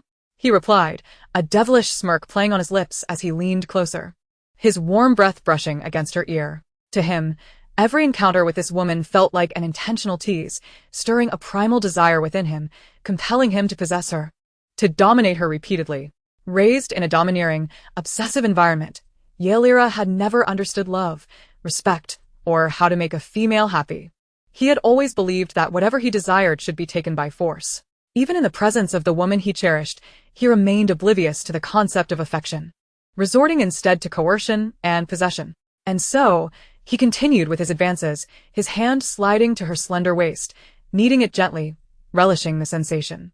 I miss you. Promise me, will you? Be obedient and we can get along well. I'll pretend your affair with the red-haired one never happened. Feeling the warmth of his hand on her waist, Xin Zijin froze in terror, paralyzed, unable to move. What did this lecherous man intend to do next? Get away from me. What more do you want? The young girl's eyes widened in terror, struggling to shout at him. Yet the man's grip was far too strong for her to break free. Yaelira observed the girl's pallid cheeks, drained of color by fear, and a pang of sympathy rose within her, prompting an unexpected laugh. Why do you scream so pitifully, with such a loud voice? Do you wish to attract the attention of everyone in the enforcement office? To make them all misunderstand what I intend to do to you? The man leaned down, attempting to press his lips against her delicate ones, causing the girl to gasp sharply, her body quaking as she turned to evade him, twisting and squirming to escape his approach. However, he firmly held her shoulders, pinning her against the back of the chair, leaving her with no avenue for escape and rendering her resistance futile. Xin Zijin's spirits plummeted, her mind buzzing with despair. This man was nothing but a lecherous rogue, consumed by lust. Calm down, it's not as if we've never kissed before. He craved this woman intensely. Every time they met, inhaling her fragrant scent and observing her every expression, he could not help but desire to devour her, to behold her alluring beauty. Yaelira's voice, deep and hoarse, was laden with palpable longing. Don't touch me. Get away.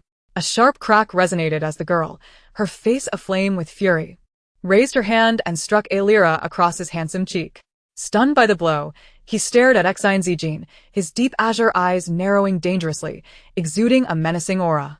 The girl trembled at the sight of his dark, bloodthirsty expression, her legs shaking uncontrollably. Tiny tears fell from her glistening lashes, her eyes reddening as she stubbornly pressed her pale lips together, refusing to show weakness in the face of the man. Yaelira felt an unexpected pang in his heart as he observed her tear-streaked face, almost wishing to wipe away her sorrow. Why are you crying? The man frowned, awkwardly attempting to use his own clothing to dab at her tears. Xin Zijin winced at his roughness, her face stinging. I don't want to see you again. Just go away. His hand froze, a shadow of disappointment flickering in his azure depths before vanishing in an instant. He yanked the girl from the chair, his long arm encircling her, pressing her against the wall as he lowered his head to capture her luscious lips. The girl's eyes widened in humiliation as she struggled fiercely, desperate to push him away, yet she found herself utterly ensnared. Cornered. Her only recourse was to bite down on his ravaging lips, causing him to furrow his brow in pain as a metallic sweetness spread between them. After a prolonged moment, sensing her breath quickening, Yaelira finally released her. He licked the wound on his lip. Stop it, will you? Be my woman. And I will grant you not only myself but my wealth, my properties, and all my assets. What do you say? His coaxing tone elicited nothing but disdain from the girl, who turned her head away, her eyes openly revealing her contempt. Yaelira, incensed by her disdainful gaze, felt an ominous shadow cloak his azure eyes. This woman truly was impervious to both coaxing and coercion. I already have a partner. Xin Zijin Tito Defi Anti. Her body tensing as she braced for his impending advance. And let me warn you, do not touch me again. Yaelira's heart jolted at her words, a flicker of surprise crossing his face. Who? Just then, a loud knocking echoed at the door. Lord Yaelira, Master Miggeler from the Carlin family has arrived, stating he has urgent matters to discuss with you. Yaelira composed his expression, adopting a serious demeanor as he replied, understood.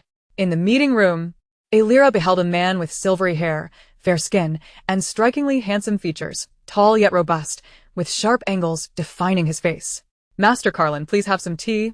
The enforcer offered, presenting a cup. Migler accepted the tea, taking a sip as he regarded Aelira. What brings a member of the Carlin family to the enforcement office? Aelira asked, raising an eyebrow in jest. Lord Aelira, I am here regarding my fiancée. It appears the enforcers have mistakenly detained her, and I hope you can release her. Your fiancé? As far as I know, no member of the Carlin family is engaged to anyone, Aelira remarked, observing Migler twirl the ring on his finger. His expression faltering momentarily. It's Miss Xin Zijin.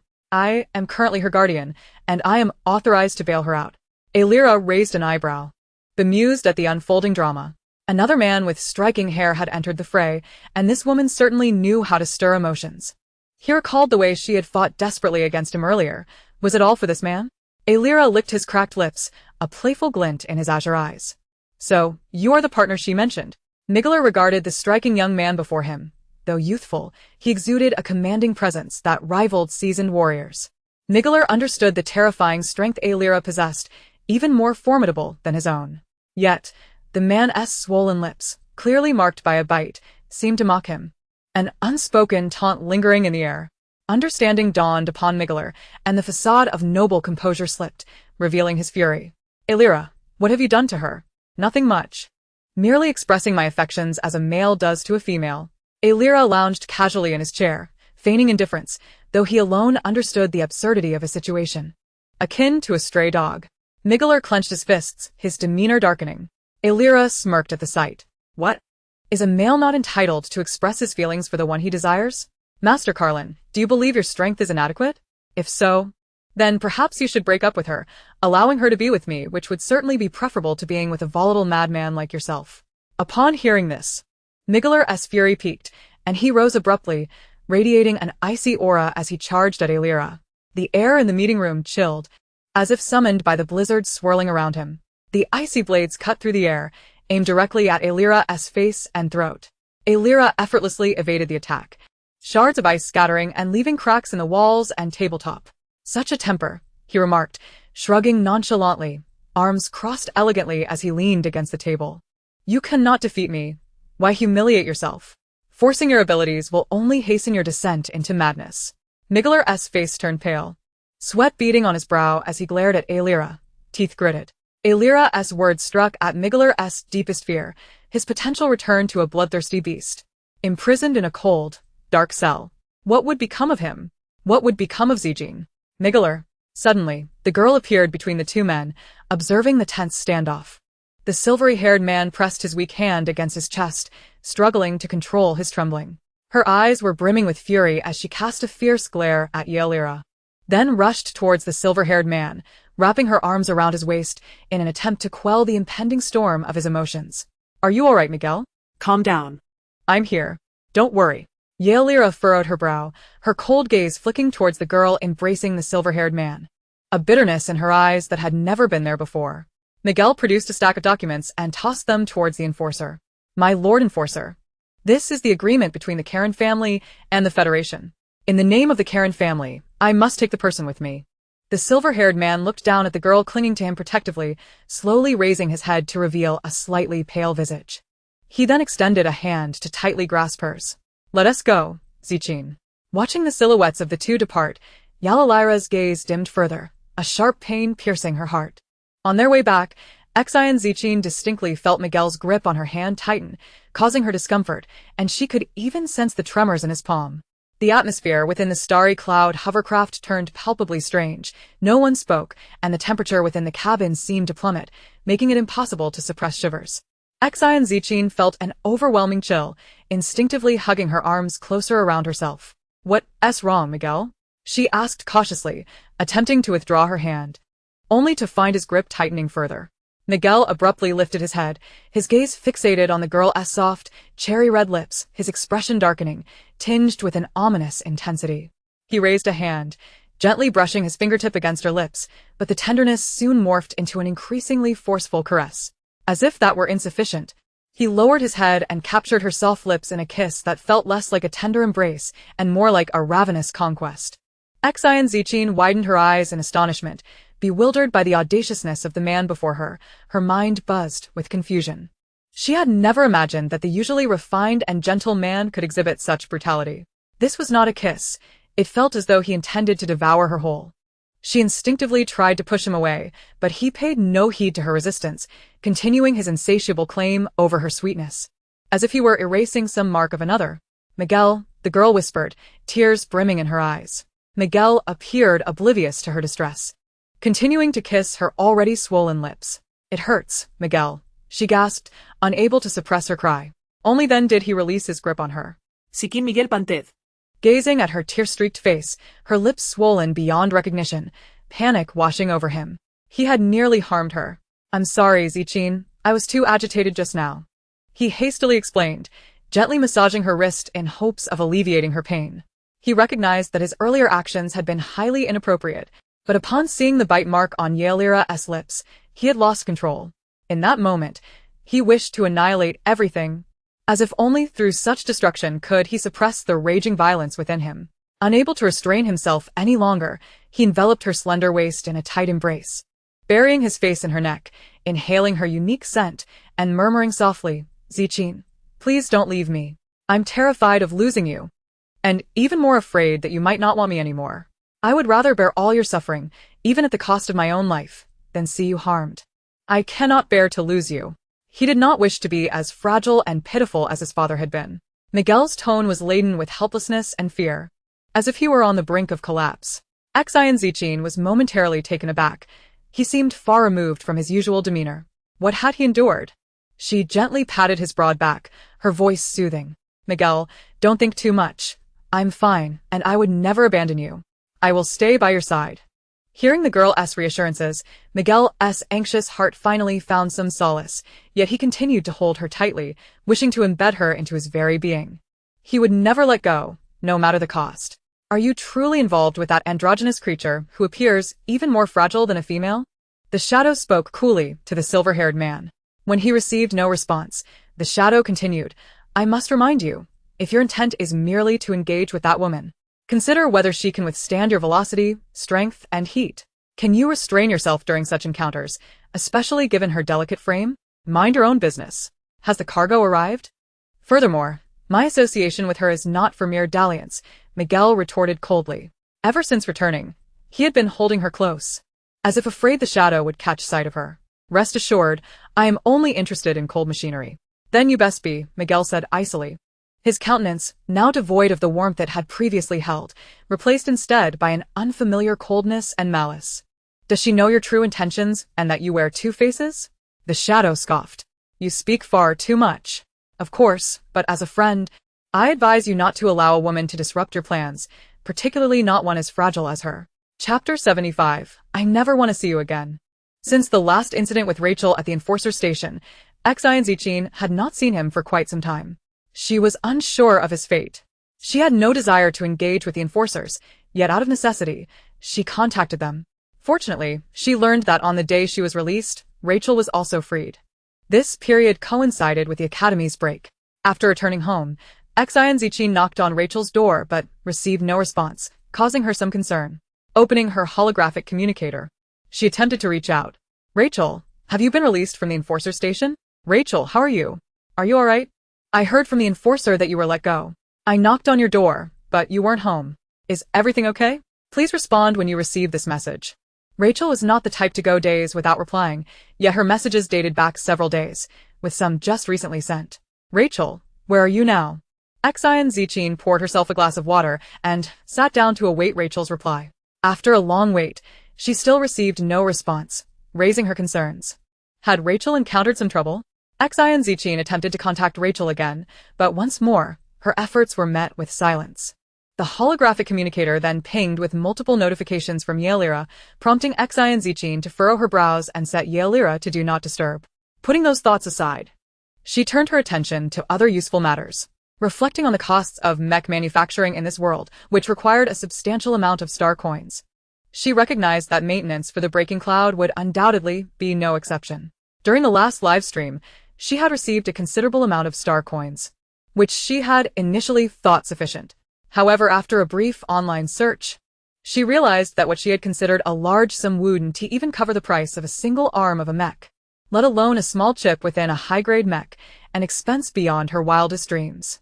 Moreover, the costs associated with operating, repairing, and maintaining mechs were astronomical. plunging the impoverished girl into deep contemplation. Xin Zijin could only take a moment to browse a short video platform, thinking that with the break, she could find time to livestream and earn more star coins, thus securing some funds for the Breaking Clouds maintenance. Ding ding ding. The doorbell rang, an unwelcome interruption. The abrupt chime of the doorbell caused Xin Zijin to furrow her brow. Who could it be? She mused that Rachel was the only one familiar with her abode, and at this late hour, why would anyone seek her out?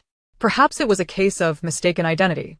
After a moment's contemplation, the young woman decided to wait it out. If it were indeed a mistake, the visitor would surely take their leave. The doorbell persisted, soon evolving into a series of knocks. Bang, bang, bang. Who is it? A deep, gravelly voice resonated from beyond the door. Open up. Was that the voice of Arlira? What brings him here at such an hour? What do you want? She queried, perplexed at his late-night intrusion. Arlira, the security within the Federation has been compromised. We are conducting a routine inspection. No need, just leave, she retorted. You're enforcing this law for what purpose? Is it not shameful? With so many others unchecked. Why target my residence? Are you seeking personal vengeance? Or do you think I'm gullible? Recently, there have been reports of Zerg infiltrating the Federation. Everyone must be examined. Do you wish to be confronted by a male officer wielding cold instruments against your forehead to ascertain whether you've been infested? He continued. And do you believe this flimsy door can restrain me? Aralira's words rang true. He was indeed here for a legitimate inspection. Upon learning that Xin Zijin resided here, he had redirected his fellow officers elsewhere, his overwhelming possessiveness driving him to seek her out personally. After a moment's hesitation, Xin Zijin opened the door, and indeed, it was Arlira. As she stepped aside, he swiftly entered the room. Are you an enforcer or a thief? Why didn't you answer my comms? She recalled her previous annoyance at his audacity and had set her communicator to do not disturb. I was busy and didn't see your calls. Busy? Arlira raised an eyebrow, glancing at her still-activated communicator, clearly intended to avoid his calls. Xin Zijin swallowed nervously, quickly attempting to shift the conversation. About your earlier mention of Zerg invading our minds, what has transpired? You seem well. With your demeanor of confronting me, it doesn't appear you're under their control. The man leaned in closer, an imposing figure looming over her, exuding a palpable pressure. What have you been preoccupied with? I called you several times, and you've ignored my messages. Aralira's dark, profound gaze seemed to harbor endless emotions. Startled by his proximity, Xin Zijin instinctively took a step back, maintaining her distance. Arlira, we have no connection. His heart ached at her words, and a sardonic smile crept across his lips. You've teased me time and again. Now that my heart is ensnared, you wish to disavow me? How utterly shameless. When had she ever flirted with him? The tone of his accusation implied she had led him on. What nonsense are you spouting? Once you've finished your inspection, may I request you leave? His lips parted, laced with temptation and allure. Shall we have an earnest discussion? I promise not to torment you any longer. At least, let's not continue in this manner. There's nothing to discuss, and I already have a partner. Once you're done, please depart. She pushed against the imposing figure before her. Their personalities were wholly incompatible. He was too domineering, and with Migler in her life, any interaction with him was utterly out of the question. Some matters were better articulated for the sake of all involved. After a brief silence, she clenched her teeth and declared, Arlira, let us sever our ties. Do not seek me out again. I wish to avoid you. The man suddenly grasped her shoulders, compelling her to face him, his azure eyes fixed intently on her. His tone dangerous, each word deliberate. Xin Zijin, what do you mean? Yet the young woman showed no signs of retreat. Do you not comprehend? Arlira, do not contact me again. I never wish to see you. He remained motionless, his handsome visage shrouded in gloom, as if pondering for a long time before speaking. Is it because of him? At his words, Xin Zijin froze momentarily. Was he referring to Migler? It wasn't he solely that, even without Migler, she felt no desire to maintain any connection with him. His voice carried an almost imperceptible sadness, before reverting to his usual teasing demeanor. Have you been intimate with him? Is being with him truly pleasurable? The directness of his inquiry momentarily left Xin Zijin at a loss for words, her cheeks flushing crimson in embarrassment. What utter nonsense are you spewing? Is that so? Arlira scoffed, let us pretend I never came. With a resounding crash, the door slammed shut, leaving only the silhouette of the departing man and the echo of the door violently colliding with the wall. Chapter 76. Just a woman. Kurz, what do you think is wrong with the boss? He returns with such a sour expression. What else could it be? It's evident he has been spurned by a woman, who will report the Zerg found on 86th Street. You go. I refuse. I'll get scolded. You go. No. You go. The group jostled one another. The man lounged languidly in a chair, his cerulean eyes devoid of warmth. He had shed his uniform, clad only in a white shirt with an open collar, revealing his well-defined muscles. Towering over 6 feet tall, he wore black trousers, his feet casually crossed atop the table. Even in stillness, with a stimulant between his lips, he exuded an undeniable aura of power. Ha, just a woman. Xin Zijin. Do you truly believe I cannot live without you? I refuse to be ensnared by you. Arlyra retrieved another stimulant from the space compartment. Just a woman. 1, 2, 3, 4. The last of the remaining stimulants were consumed, leaving the floor littered with their remnants. Damn it! He tossed the final empty stimulant to the ground when suddenly, a knock resonated at the door. Enter. Arlyra did not raise his gaze. My lord Arlyra, it is Kurz, came the timid voice, had bowed in a display of remorse. Speak plainly. His tone dripped with impatience, clearly reflecting his foul mood. Kurz cautiously stole a glance at Arlyra's expression, summoning the courage to speak. My lord Arlyra, we found a beast man infested by Zerg on 86th Street. As soon as the words left his lips, Arlyra's previously despondent demeanor transformed. He stood upright. Increase personnel to safeguard 86th Street. My lord Arlyra, should we evacuate? Once a Zerg is discovered, it indicates there are more lurking nearby.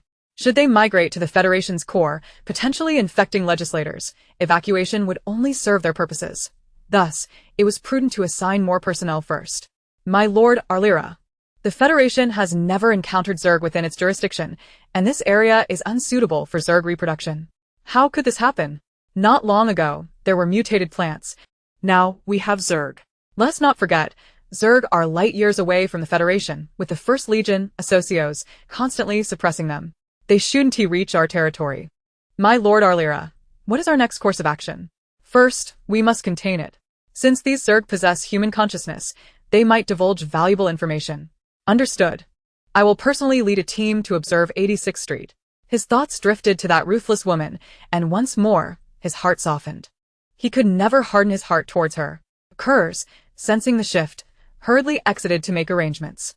As the burdens of the day washed away, like a stream's current, Xin Zijin changed into comfortable attire and lay upon her soft bed, drowsiness overtaking her. Outside, a tempest raged, rain lashing against the window. Suddenly, a flash of lightning illuminated a figure outside, a silver-haired man drenched by the rain. The girl, previously engulfed in sleepiness, was instantly awakened. She suddenly widened her eyes. Migger, Zijin exclaimed. Migger, he called gently. Xin Zijin swiftly scrambled out of bed and rushed to the floor-to-ceiling window, peering down below. Have you lost your mind? She shouted. It's pouring rain, and you're just standing out there getting soaked. Hastily, Xin Zijin flung open the door, allowing Migger to step inside. It was then that she noticed something was distinctly amiss with Migger. His silvery hair appeared longer, and there was a hint of hair on his face. His once elegantly manicured nails were now particularly sharp and elongated, and he stood taller than usual. A massive tail protruded from behind him, presenting Migger in a state that was half werewolf, half beast. Xin Zijin was clearly taken aback. She quickly shut the door and grabbed a towel to dry Migger's drenched hair, anxiously inquiring, What happened to you? Migger offered a wry smile, aware that no beast man would be attracted to a half-mad werewolf, especially not a delicate female. Additionally, he noticed her slightly trembling hands, a clear indication of her fright. After a long pause, he pressed his lips together. Zijin, I'm sorry for scaring you like this. He knew he should not be presenting himself to her in such a manner, just as that person had said. Sometimes, he could not control himself. Yet he yearned for her, desperately wanting to see her, but fearing that he might frighten her, he could only watch her from her window. It was impossible for Migger's current state not to startle her, especially since he would expect to see a glowing green figure in white staring at them from below during a thunderstorm in the middle of the night. With a hint of complaint, she asked, What are you doing here? However, her hands continued to wipe the wet fur, and due to Migger's larger frame, she fetched a few more towels. I've missed you, Zijin. At this, Xin Zijin froze mid-motion. And then, as if she hadn't heard, she continued to question. Why did you suddenly half-transform? Didn't you take any suppressants? Migger remained silent. Xin Zijin pressed on. Are you feeling unwell?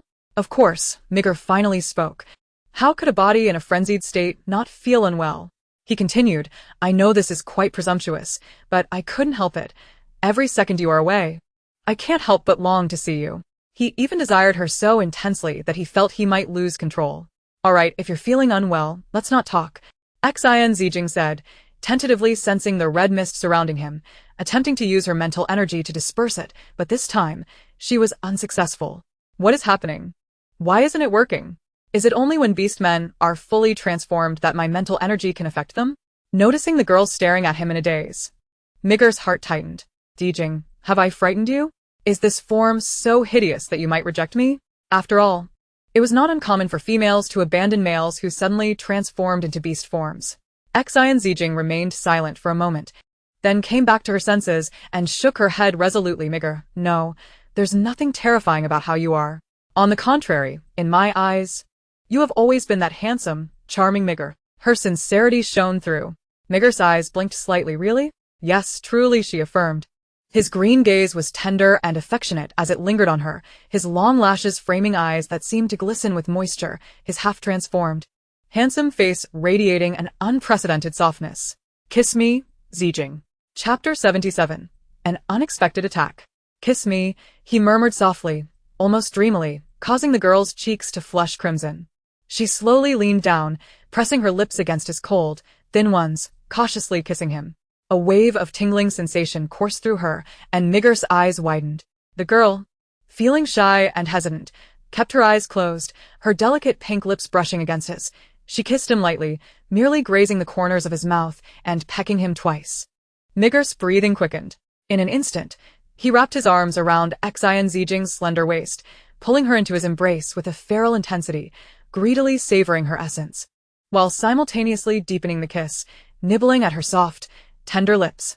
The girl let out a soft whimper, unable to withstand the pressure. The half-transformed beast man seemed to be soothed by her presence, and the fur that had sprouted began to recede, gradually restoring him to his normal state. Just then, Migger abruptly halted, his gaze snapping to the window, fixated with intensity. He tightened his hold on the girl. What is it? She asked, sensing his sudden alertness. He released her. The wind is changed, he murmured.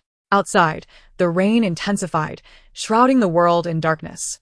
The sound of raindrops was accompanied by the rustling of leaves in the wind, occasionally pierced by flashes of lightning. What does that mean? Xin Zijing felt the icy pressure emanating from Migger and instinctively huddled into herself, clutching her shoulders and curling up. Something is watching us. Migger summoned his ice abilities, the temperature plummeting as frost enveloped the room, slowly forming a solid barrier. Stay here, he instructed. I've created a barrier with the frost. The situation here is quite abnormal. Remain in the room and don't move. Give me half an hour to inspect the surroundings of this building. Do not look outside or wander around. If you hear any sounds from outside, do not investigate until I return. What is happening? Although frightened, Xin Zijing maintained a calm tone. The room was now fortified with a barrier. If whatever was outside intended to attack, it would surely try to lure her into opening the door. Migger frowned, offering no further explanation, and leaped out of the window, vanishing into the inky darkness. Xin Zijing stared into the abyss outside, where flashes of lightning illuminated the night sky. Something felt off tonight, though she could not pinpoint it. An unsettling sensation loomed, as if something ominous was silently encroaching upon her. She wrapped herself in her blanket, sitting on the bed and watching the outside world. She did not like the darkness of the night. It felt perilous. Glancing at the time, only 10 minutes had passed. The rain continued to pour, accompanied by thunder. Xin Zijing curled up on the bed, hugging her knees. The entire building trembled, and fine cracks appeared on the glass. Ah, ah, ah. Piercing screams echoed throughout the building. What on earth was happening? Zijing, come out. A man's urgent voice called from outside. Upon hearing Migger's voice, Xin Zijing sprang to her feet. No, something's wrong. Wasn't Migger supposed to be gone for half an hour? Why is he back so soon? Migger. Why don't you come in yourself? The voice outside paused for a moment before responding weakly. Zijing, I just went out to scout and encountered beastmen and parasitic insectoids. They attacked together. My frenzy hasn't subsided completely, and I've sustained serious injuries with my powers nearly depleted. I can't lift the barrier I've set. Is that true? She asked, alarmed. What is happening outside? How could there suddenly be beastmen and parasitic insectoids? Although 86th Street was on the outskirts of the Federation, it was still under its jurisdiction. Why was there such a significant disturbance? Sensing the woman's confusion within, Migger made no move to exit. Instead, he extended his sharp claws, slashing at the door, which instantly cracked, creating an opening through which he slipped inside. The man was not far from Xin Zijin, separated by a layer of ice barrier. Forcibly entering would inflict even greater harm on his already injured body. Hearing the sound of the door being torn apart, Xin Zijin approached, only to behold the sight of a strikingly handsome man with silver hair, his chest marred by a deep, grotesque wound. Blood flowed along the contours of his lean skin, staining a patch of his pallor crimson. Startled, Xin Zijin took a few steps back, her heart aching. Miguel, you. Sure. Miguel gestured for her to remain calm. It's nothing serious, just a flesh wound. He then spat out a mouthful of blood. Cough, cough. Zijin. You need to come with me. 86th Street isn't safe right now, and reinforcements haven't arrived yet. I can only be at ease if you leave with me. His voice was tinged with weakness, sounding painfully strained. His injured form and frail breath evoked deep sympathy. You're hurt? Are you alright? Cough, cough, I'm fine. Zijin. That lizard has already been driven off. Don't worry, just come with me now. Miguel continued to urge her, though his voice grew increasingly feeble, betraying the facade of strength he was desperately trying to maintain. The girl paused for a moment before asking the silver-haired man, Miguel, where exactly do I have a noticeable red mole? Miguel visibly faltered, and after a few seconds of silence, he replied, Zijin, let us leave 86th Street first. Cough, Miguel. Xin Zijin persisted. The red mole. Where is it? You know. Yet this time, he remained unresponsive. Suddenly, his demeanor twisted grotesquely, and a cold, furious voice erupted from him. His once recognizable voice transformed into something entirely different. The emerald hues of his eyes morphed into a blood-red glare, fixated menacingly upon the girl before him. You damned! How would I know what games you play with your man? Where the hell is that red mole? On your chest? Or perhaps on your thigh? Are you two lovebirds trying to test me now? Bullying me, a solitary beast? Ha! The beast man unleashed a string of profanities, clearly enraged. His fury escalating with each utterance as he shed his disguise, revealing his true visage. Chapter 78. The noble-bred illusionary beast. His face bore half-retreated scales and small bumps, with large, round eyes darting about. Fangs peeked from the corners of his mouth, and his hands transformed into sharp claws adorned with scattered scales. A robust tail followed suit, and upon closer inspection, the beast man appeared to be a lizard, still bearing remnants of its scaly form. Is it a chameleon? Xin Zijin stared in astonishment as the silver-haired man morphed into this half-shed-scaled beast man. Perhaps it was true that the majority of interstellar male beastmen were strikingly handsome. She had seen many, but the sudden shift to a lizard-like form left her momentarily stunned. Though peculiar, the chameleon's large, glistening eyes were rather endearing. At that moment, the girl gawked at the beast man, but to the lizard, her expression only served to infuriate him further. What chameleon? You're the chameleon. What is that expression on your face? The beast man roared, flailing about, his crimson eyes filled with murderous intent. And nothing, the girl stammered. You're infuriating. Just like that Miguel guy. Both of you are tormenting me. I swear, stop wasting time and come out. Xin Zijin merely furrowed her brow, remaining rooted in place. Damn it, this accursed genderless creature. The beast man cursed, flinging off his icy demeanor and striking the ice layer with his tail. Yet the layer remained unyielding, showing no signs of cracking. This was the barrier Miguel had conjured within the room, capable of repelling his attacks. The ice was astonishingly resilient, and despite exerting all his strength, the lizard man had failed to budge it even slightly. Humph! The beast man scoffed. Without Miguel here, I wonder how long this wretched ice can hold. With that, he continued to assault the ice barrier, each strike resonating with a powerful thud. Bang! Bang! Bang! With each attack, a substantial tremor followed. Xin Zijin frowned, observing the lizard man's relentless strikes. He appeared formidable, and she wondered how much longer Miguel's protective shield could endure under such intense assault. Glancing at her watch, she noted that only 20 minutes had passed. Hold on a little longer, she thought. With every blow, Faint cracking sounds echoed, the ice beginning to show fissures. Crack, snap, the fractures multiplied. And as Xin Zijin checked the time, only a few minutes remained. The lizard man, noting her fixation on the clock, scoffed. What are you watching? Waiting for Miguel to rescue you? I assure you, he won't arrive anytime soon. How absurd. Do you think I'm the only beast man here? Upon hearing this, Xin Zijin raised her gaze to the lizard man. Are you implying there are other beastmen? What is happening with them now? The lizard man sneered. You should focus on yourself. We don't even know each other. Why would I come after you? Ha ha ha. He chuckled coldly. True, you don't know us, but we're only targeting Miguel. However, who would have thought you would be his Achilles heel? Xin Zijin's pupils constricted as she realized, you intend to use me as leverage against Miguel? At that moment, the lizardman's eyebrows arched in surprise. With one final strike of his tail, the ice shattered, and in an instant, the entire barrier collapsed. Without further ado, the lizard man lunged at the girl with claws drawn. Xin Zijin concentrated, summoning holy flames, and unleashed them with force. The lizard man, clearly unprepared for the seemingly fragile genderless being before him to possess such powers, was taken aback as the holy flames detonated against his hardened, scaly skin. Igniting a blaze that seared him, the heat propelled Xin Zijin backwards, causing her to stagger as she retreated. You! The lizard man gaped at her, incredulous. You actually have powers. At that moment, Xin Zijin felt a cold sweat form in her palms. This small burst of holy flame had consumed a significant portion of her mental energy. What would she do if the lizard man charged at her again? In her current state, summoning another holy flame would be an immense challenge. Do you need assistance? A sudden male voice echoed through the empty room, causing Xin Zijin to look up in surprise. There stood a striking man clad in a law enforcement uniform, his expression impassive as he leaned against the window. Yelira, you! Xin Zijin exclaimed in astonishment, having not anticipated his sudden appearance. Without further ado, Yelira coalesced a blade of wind and directed it towards the beast man. The lizard man raised an arm in defense, but the pressure from an SS-level beast man was beyond his capacity to withstand. Boom! The wind blade struck the beast man. Hiss! That hurts! The lizard man howled. Propelled against the wall by the force of Yelira's attack, spewing forth a significant amount of blood as the wall crumbled behind him, dust swirling about.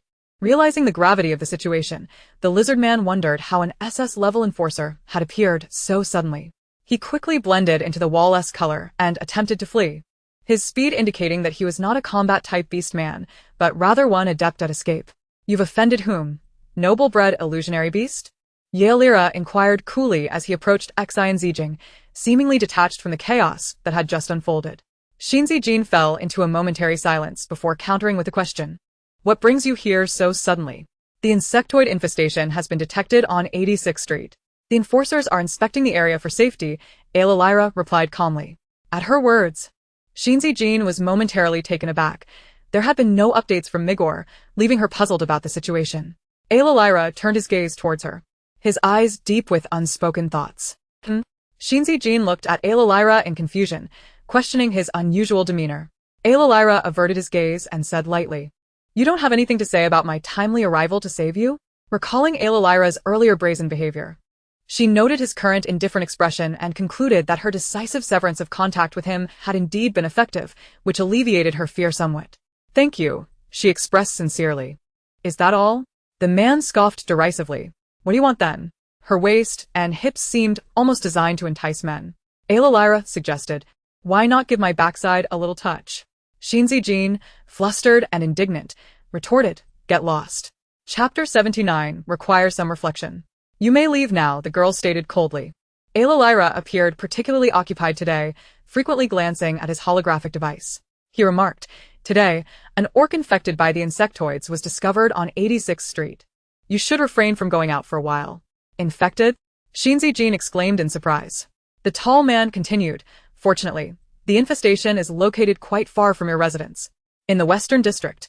He was supposed to lead the enforcers in investigating the Western area, but his concern and longing for the girl compelled him to come to her building instead.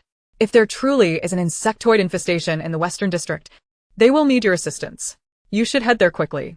Just then, Yelira's holographic device buzzed with an urgent message. Boss. We've detected a large number of insectoid infestations in the Western District, and they have already begun to riot. Are you nearby? Can you come to provide support?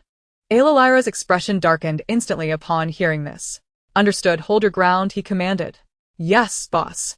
After terminating the communication, Ayla turned his gaze to Xin Zijin, his tone tinged with helplessness. I have a mission and must leave. Please stay safe. He seemed poised to say more, but the unmistakable scent of masculinity lingering in the room, coupled with her noticeably swollen, rosy lips, quelled his words. Xin Zijin nodded. All right, go. Ayla did not look back, vanishing swiftly from the spot. Xin Zijin glanced at her holographic device.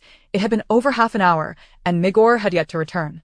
Her residence was in a disheveled state, the door torn apart by a lizard, the walls marred with a massive dent, and most of her belongings scattered about.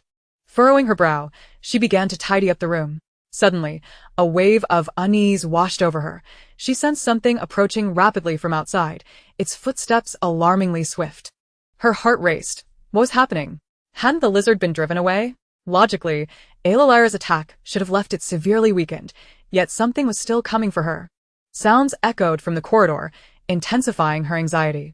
Rising, she walked to the door to peer out. Leaning down to glance into the corner, she spotted a massive black shadow. It seemed to sense her gaze and slowly lifted its head. It was a half-orc, its brown fur not yet fully shed, towering at over 3 meters. With powerful limbs and menacing fangs glinting ominously. Xin Zijin's heart sank as she realized this half-orc, like the lizard-orc, was also a noble exotic beast. She hurriedly locked her door. However, her actions evidently attracted the creature's attention as it drew nearer. The door was suddenly kicked down, and the beast lunged at her. A chilling wave swept over her as a white ice blade sliced through the air, striking the half-orc's neck. Xin Zijin felt a tight grip around her waist, falling into a cold embrace. Migor's hand clasped firmly around her waist, his deep voice resonating in her ear. Don't be afraid. Stunned, Xin Zijin looked up at him. His features were striking, with deep, captivating eyes and thin lips pressed into a serious line, though he exuded an aura that kept others at bay. His actions toward her were unexpectedly gentle. He pressed her head against his chest, and the silver-haired man conjured a flash of cold light, unleashing a flurry of ice blades upon the half-orc. The sharp ice blades, akin to razor-sharp daggers, pierced the half-orc, who clutched his throat in agony as blood gushed forth, staining the ground. He collapsed, eyes wide in his final moments. Slowly, he released his grip on the girl. Migor treated the lifeless body with disdain, crushing the half-orc's skull beneath his foot before kicking it aside. Witnessing the gruesome scene, Xin Zijin's legs turned to jelly, and she fell to the ground, dazed. Migor knelt beside her, cupping her face in his hands, examining her pale complexion with furrowed brows. I'm sorry I'm late. Are you all right? Xin Zijin, clearly shaken, stammered. I'm fine. Suddenly, Migor's expression turned icy, and the temperature in the room plummeted. Ice crystals formed on the walls, floors, and ceiling, an unsettling chill enveloping the space. Migor, what are you doing? She asked, alarm rising within her as the frost continued to spread, thickening on the windows. The aura of lethal intent radiated from the encroaching ice, leaving her feeling trapped. She approached, grasping his arm anxiously. Migor, please stop. The ice blades will eliminate all living beings within 1,000 meters, he replied, his gaze colder than she had ever seen. No. This is a residential area. There are many innocent orcs here. If you act indiscriminately, you'll condemn everyone. Their deaths are of no concern to me, Migor responded, his tone unwavering. Xin Zijin stared at him in shock. The ice continued to spread, and she couldn't help but seize his wrist, shouting, No, Migor. Please don't kill the innocent. There are at least hundreds of orcs in this building. Are you truly willing to slay them all? A flicker of emotion crossed Migor's eyes before he replied coolly, I only care about your safety. Xin Zijin gasped, realizing that this was a side of Migor she had never encountered, calm yet chilling. In that moment, she felt that this was his true nature. Stop, Migor. I am a living person. I cannot stand by and watch you slaughter the innocent before my eyes. If you insist on this path, then we shall sever all ties from this point forward. Migor's pupils contracted slightly. She was testing him, gambling on whether this suddenly unfamiliar man would heed her words and cease his violent actions. Releasing his arm, she stepped back. Slowly, he withdrew his powers, and the temperature in the room began to rise, once more. Migor lowered his gaze, concealing the turmoil within. Zijin, how could you say such a thing? Xin Zijin offered a bitter smile, unable to meet his eyes. She turned her back, her posture resolute though her slender waist trembled slightly. Migor watched her retreating figure, lost in a moment of trance. Perhaps we both need some time apart. Chapter 80. Discovery. No. The man suddenly embraced the girl tightly from behind. I don't want this. Please don't abandon me. You promised you would never leave me. He held the girl in his arms with a grip so fierce it seemed as if he wanted to meld her into his very being. His hoarse voice trembled with fear and anxiety, revealing a panic he had never shown before. I'm sorry, Zijin. I cannot control myself. The mere thought of those vile creatures harming you makes me wish to annihilate them all. I was reckless. I didn't care about my surroundings. Please forgive me. His grip tightened, almost as if he were trying to crush her into his body. Xin Zijin found it impossible to break free. Let go of me first. She gritted her teeth. Migor shook his head, clutching her even closer. I cannot. I want to let go. I am terrified. If you ignore me, I will be heartbroken. I fear I might not see you again, and I dread losing you. He held her with a desperation that spoke volumes. Leaning closer to her ear, he whispered fervently. Perhaps spurred by her words, I don't want to leave you. I refuse to be separated from you. Tears streamed down his face as he trembled, kissing Xin Zijin's cheeks and neck, leaving a vivid red mark upon her delicate skin, a testament to his overwhelming emotions. Sensing his turmoil, Xin Zijin sighed. Migor, please calm down and release me. I never said I didn't want you, but you're hurting me. Upon hearing her voice, Migor reluctantly loosened his grip. Itching. Your place is in ruins. Please come back with me. Do not forsake me. Feeling the turmoil radiating from him, the girl's heart ached. She could not comprehend how Migor, who had always been gentle and courteous in her eyes, could suddenly transform into such a bloodthirsty figure. Migor had always occupied a special place in her heart, and witnessing his uncontrollable state stirred unease within her. All right, she finally acquiesced, and Migor's tension eased. Upon returning to the Karen family estate, Migor arranged for Xin Zijin to stay in the solitary room he had previously designated for her. He seemed to revert to his former gentle self, and they both tacitly avoided discussing the unpleasant events that had transpired. Yet, Xin Zijin could distinctly sense that Migor had changed. His green eyes now held not only the usual affection but also a more primal intensity, akin to that of a beast. If she had not witnessed his ferocity before, she might have attributed this to a man's possessiveness in love. However, now she felt a chilling apprehension. Was Migor truly overwhelmed by his emotions? Or was he inherently a cold and deranged individual? In the days that followed, Migor was particularly busy. Given his previous clinginess, Xin Zijin found herself seeing less of him. Even when he was present, he would only bestow a fleeting kiss upon her forehead before hastily departing to attend to matters. Why is he so occupied lately? The servants of the Karen family continued to treat her with utmost respect, as if she were the lady of the house, which only deepened her sense of unreality. As if she were ensnared in a dream, Xin Zijin pondered on Migor's propensity for losing control. It pained her to see him in such a state. She recalled the place of their first encounter, the dilapidated cage within the Karen estate. At that time, the man had held her hand firmly, protecting her even while mired in his own turmoil. There were memories worth cherishing in that place. Unbeknownst to her, Xin Zijin found herself drawn back to that very cage, which remained as dim and damp as before, cloaked in dust. The sound of chains rattling nearby pierced the silence. How could there be chains? Is someone still imprisoned inside? No. Migor had told her that there were no longer any captive beastmen inside since their escape. What could possibly be causing such commotion? Driven by curiosity, she approached. Not far from the bars, she discerned the source of the stirring within. Her heart raced as she recognized the figure before her, a beast man bound in chains, suspended in midair. Her arms dangling helplessly, with massive chains driven into the walls at her shoulders. Upon sensing an intruder, she twisted her body into a grotesque posture, feebly lifting her head to see who had come. The beast man raised her gaze, and upon seeing Xin Zijin, her eyes blazed crimson, emitting a low, guttural growl, akin to a beast on the brink of despair. Wretched creature, you wretched creature. Ha! It's you. The chained beast man, clearly a female by her size and voice, bore the marks of severe disfigurement, her flesh grotesquely twisted in places. With all her strength, she struggled to crawl free, but the chains held her captive, rendering her motionless. Xin Zijin stood frozen, her heart pounding at the sight before her.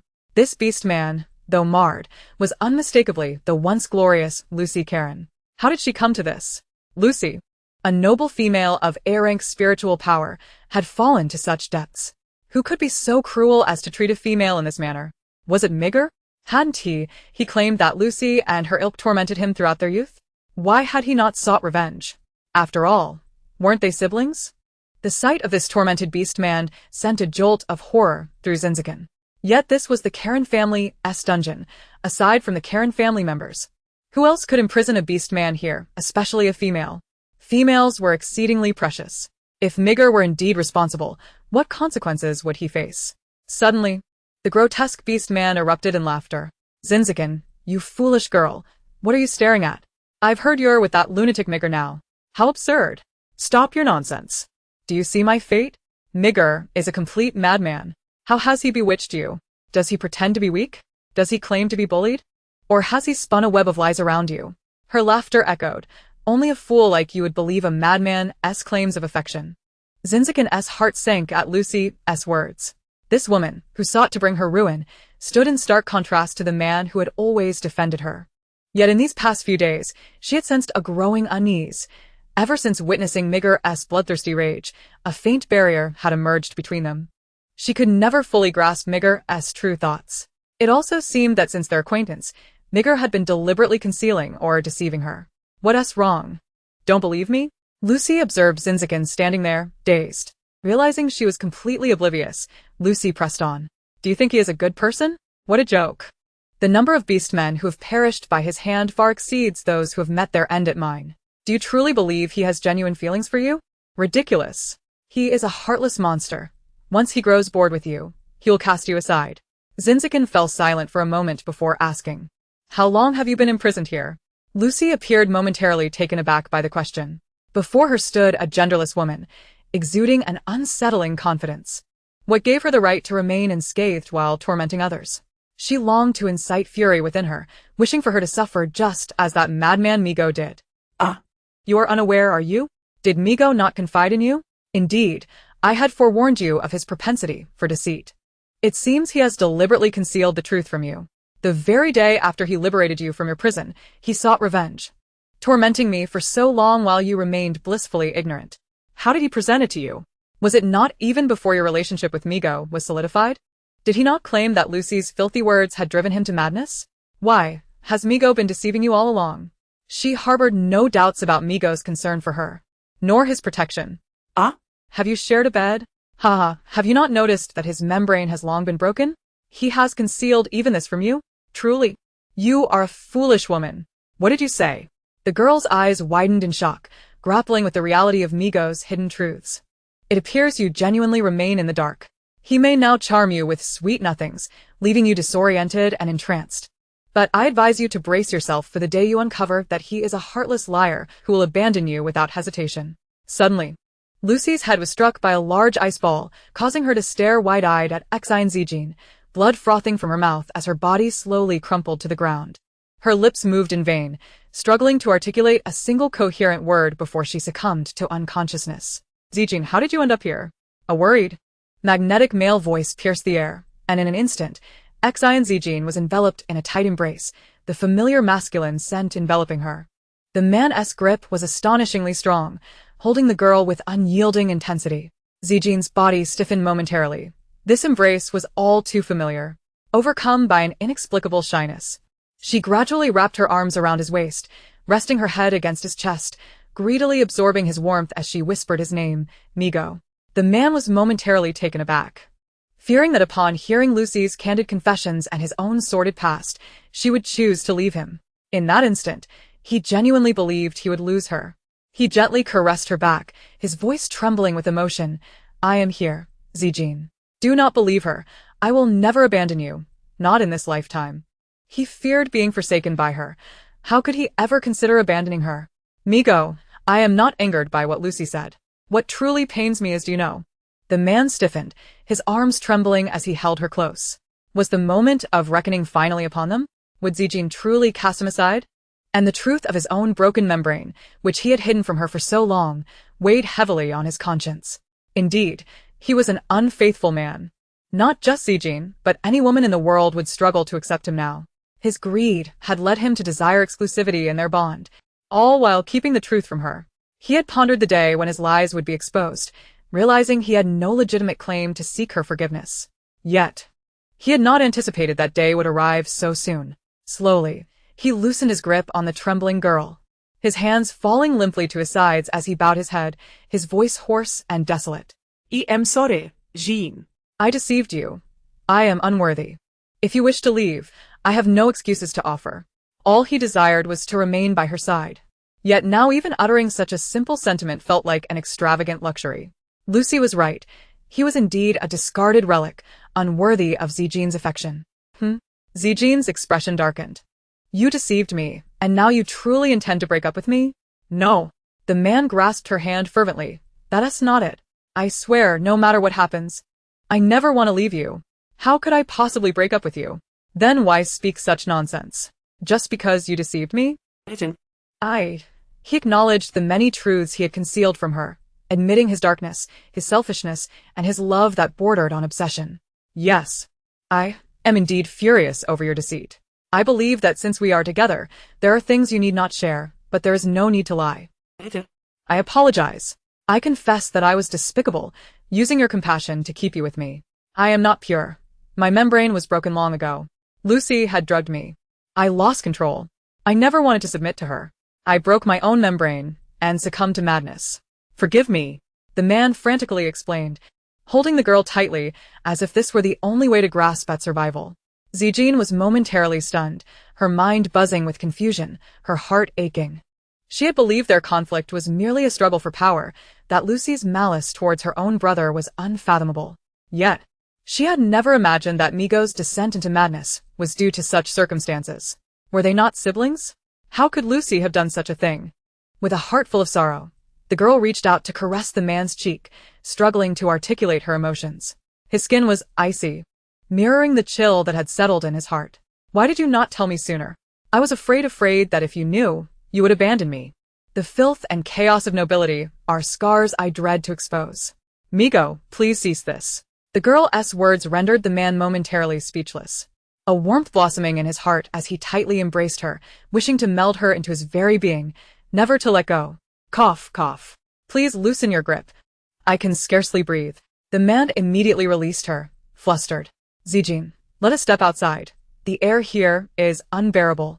He grasped her hand, leading her out of the dim confines of the dungeon. He held her wrist firmly, afraid that if he let go, she might vanish from his life. When I hold you, I am overcome with impulse. Whether embracing you from the front or behind, I find myself yearning for you. Yet, I hesitate to voice my desires. Even though we are already together, I fear that you will discover the truth of my broken membrane, that you will disdain me and leave. Thus, I prefer to conceal it for one more day, hoping you would never find out. So, Zijin, shall we? He craved to possess her wholly, believing it would grant him a sense of security. Enough. The girl's face flushed crimson. Yet, considering the man's vulnerability, she added, we shall discuss it later. Migo, frustrated, rubbed his forehead. I apologize, Zijin. I was too hasty. I have yet to provide you with a grand wedding. A wedding? The girl was momentarily taken aback. This was a thought she had never contemplated. She wasn't ready for such a commitment. Migo, I am still studying. I do not wish for that just yet.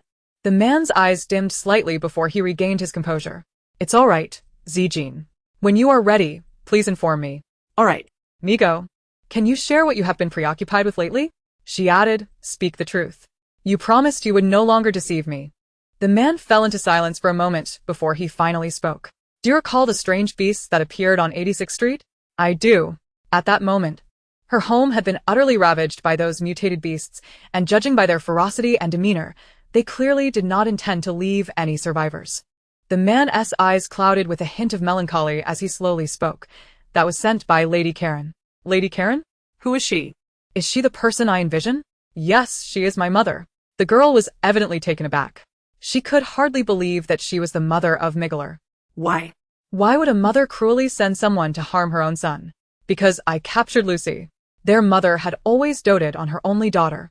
And Migler chose not to elaborate further. In that moment, Xin Zijin found herself at a loss for how to comfort the man before her, so she simply grasped his large hand tightly. He lifted his gaze to meet hers, his eyes softening as he gently said, Fortunately, I still have you, Zijin.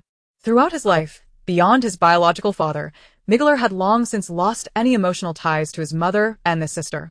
Unable to contain himself, he pulled her into a tight embrace, whispering, "Zijin, meeting you has exhausted all my fortune. In a few days, I shall escort you back to school, all right? It would be unsafe for you to remain by my side. The military academy has guards and teachers, making it arguably the safest place in the Federation. And you? I will be fine." The girl nodded in acknowledgement. Suddenly, Xin Zijin jolted awake, her eyes wide open. She had dreamt that Rachel was injured, lying on the ground, drenched in blood and barely clinging to life. She was desperately calling out, but he would not awaken. In a flurry, Xin Zijin activated her holographic device. The chat logs remained stagnant, dated 2 weeks prior, consisting solely of her messages to Rachel, while she had received no response from him. What could have happened to Rachel? Was he in trouble? Xin Zijin typed, "Rachel, it has been too long since I last saw you, and you haven't replied to my messages. I haven't seen you at the academy either. Where have you gone?" The holographic device remained eerily silent, the profile picture indicating he was offline. The haunting imagery from her dream lingered in her mind. After a moment's contemplation, she set a special reminder on Rachel's interface, ensuring she would be notified immediately should he message her. Just then, an alert popped up from Lionel. Xin Zijin opened the message. "Zijin, are you free? Come to the sanctuary. I have procured some medication to strengthen your mental fortitude." "All right, I'm on my way." She felt that her mental prowess was still rather feeble. The tall, blonde man approached her with an unfamiliar vial, sitting down beside her. "Drink this," he urged, his gaze gentle as a spring breeze brushing against her face. "What is this?" Xin Zijin inquired, eyeing the dark liquid within the small bottle. Its peculiar scent reminiscent of an unsettling line from a play, "The young master must take his medicine." Lionel twisted off the cap of the potion. "Your mental capacity is exceedingly low.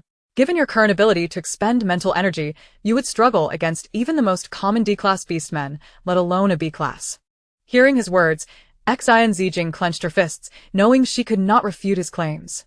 Although she had awakened her abilities, conjuring even a single fireball was a considerable feat for her, not to mention using it for defense or offense. She had witnessed Migler and Yalira wield their powers, and her small fireball was incomparable. The sacred flame is not easily controlled.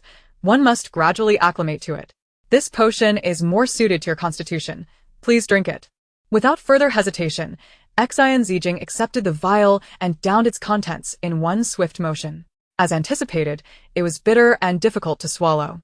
"Is this potion hard to obtain?" she asked casually. Lionel paused momentarily before returning to his usual demeanor. "Not at all. It's quite commonplace." Oh. "Is it available for purchase?" "Not really. Only I can procure it. You should visit the sanctuary once a month, and I will have it ready for you." Xin Zijin nodded, signifying her agreement. "Thank you, Lionel." At that moment, Xin Zijin felt her holographic device vibrate. Who could be messaging her? Noticing her sudden change in demeanor, Lionel inquired, "Is something the matter?" "Yes, I believe so. I should return." All right. Upon departing, Xin Zijin opened her holographic device, noticing an abundance of messages from Rachel. Chapter 83. Rachel is injured.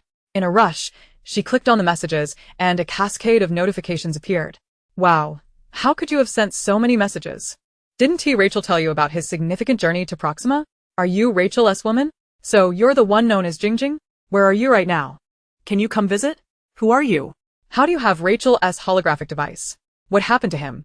Is he in trouble?" The person on the other end appeared visibly excited upon receiving her responses. "I'm his brother, Scarface. That fool Rachel has been knocked out cold for days. If it weren't for brotherly loyalty, he might have already perished." Upon reading the messages, Xin Zijing's heart sank. She hastily initiated a video call. The other party was momentarily taken aback, but quickly accepted the call. The figure on the screen was not the familiar red-haired youth Rachel. Instead, a muscular man with numerous wounds adorned his body, particularly a prominent cross-shaped scar across his face, giving him a fearsome appearance. Seeing the imposing figure, Xin Zijing was momentarily startled, but quickly regained her composure. "How do you know my name? Where is Rachel?" The man, taken aback by the beauty before him, was astonished to witness such an exquisite individual, realizing why Rachel cherished her so dearly. Even in his unconscious state, he had been murmuring her name. While he has been out cold, he kept mumbling Jingjing. "How would I know who that is?" He has barely hanging on. I glanced at his holographic device and noticed your messages indicating deep concern for him. I deduced you must be Rachel's beloved. He is a romantic at heart. Even on the brink of death, he is still whispering your name. I was curious. Who could be so special to a beast man that he would utter such a name? Now I see. You're truly stunning. It's no wonder he is infatuated. Xin Zijin had no patience for the man's idle chatter. Nor did she care why Rachel had labeled her so affectionately. What mattered now was that Rachel was gravely injured and unconscious. Scarface, you said Rachel was hurt. How is he? Can I see him? Sure, just a moment. Scarface adjusted the camera to reveal Rachel lying on the bed, eyes closed as if in slumber. His body bore numerous injuries, some still bleeding despite having been minimally treated. Although pale and devoid of color, his handsome features were still discernible, a testament to Rachel's striking appearance. A tightness gripped Xin Zijin's heart as she gazed at Rachel. Rachel, Rachel, Rachel, she called out anxiously. But the red-haired beast man remained unresponsive. Scarface, what on earth happened? What is wrong with him? She implored, her voice laced with urgency. At that moment, the scarred face bore a grim expression, furrowing his brows as he somberly stated, the mech was utterly shattered, and his body bears numerous injuries. Several bones are fractured. But I cannot provide specifics. Xin, where are you? Can you come to see him now? At this moment, Rachel is most eager to see you. Xin Zijin inquired. How is he now? Where are you? On Proxing, near Underground Street 56, close to the arena. Can you make it here? Perhaps if you arrive in time. You might catch a final glimpse of the lad. All right, please take care of Rachel. I will head there immediately. The scarred face nodded. Let me know when you arrive. I will come to fetch you. With that, Xin Zijin ended the holographic call. Proxing, a planet 3,000 light-years beyond the Federal Capital Galaxy, typically engages in trade with the Federation or the Empire, dealing in various military supplies and technological products, as well as a wealth of precious minerals. It was her first journey off-planet, and a brief inquiry into the travel procedures revealed that they were quite similar to air travel, albeit with more advanced interstellar transportation. Being a genderless individual, she opted for several sets of black attire, complete with a hat and mask, to avoid any unnecessary complications as she ventured to this unfamiliar world. After her careful disguise, she endeavored to present herself as an adolescent beastkin. Unless observed closely, it would be difficult to discern her true nature. Once aboard the starship, Xin Zijin attracted numerous curious gazes directed at her petite, frail figure clad in unusual garb, yet no one probed further. Though such concealment might seem peculiar, it was preferable to outright exposure. Ignoring the odd stares, her thoughts were solely focused on the gravely injured Rachel. She was determined to arrive swiftly. Having stocked her spatial pocket with an ample supply of medications, she fervently prayed that Rachel would endure and not succumb to his injuries. The starship utilized a space jump mode, and after half a day, it finally reached its destination. Upon disembarking, Xin Zijin was greeted by a pungent blend of machinery and gunpowder in the air, an unpleasant scent that caused her to instinctively adjust her clothing. A tall beastkin approached her. It was the scarred face. After scrutinizing the girl in her hat and mask for a moment, he inquired, Rachel's woman, is it? Follow me. How did you recognize me? Your disguise is rather clumsy. Fortunately, I recognized your eyes. But it is a good thing you concealed yourself, for if anything were to happen to you, Rachel would likely come back to haunt me. Oh, is that so? He then turned and led the way, with Xin Zijin following closely behind him. After navigating a series of twists and turns, the scarred face finally halted and pushed open a door. Xin Zijin stood at the threshold, inhaling deeply before stepping inside. Upon entering, she beheld Rachel lying on the bed, his face ashen. His wounds had only been superficially treated, yet they appeared exceedingly grave. His breath was shallow, exuding a fragile aura, as if teetering on the brink of death.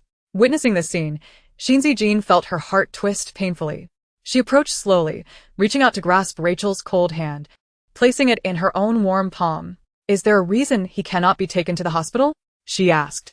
The scarred face, taken aback by the sensitivity of this genderless girl, responded with a nod. Yes, Proxing is under the control of those people. Going to the hospital would be tantamount to walking into a trap. Rachel is grievously injured all over. Even if you were to reach a hospital, survival is not guaranteed. Xin Zijin furrowed her brow at this revelation. Why are they targeting Rachel? He is such a formidable S-class beastkin. How did he end up like this? The scarred face sighed. This matter is difficult to explain. Rachel's identity is not so simple. There are things he must convey to you when he awakens. Xin Zijin retrieved all the medications from her spatial pocket.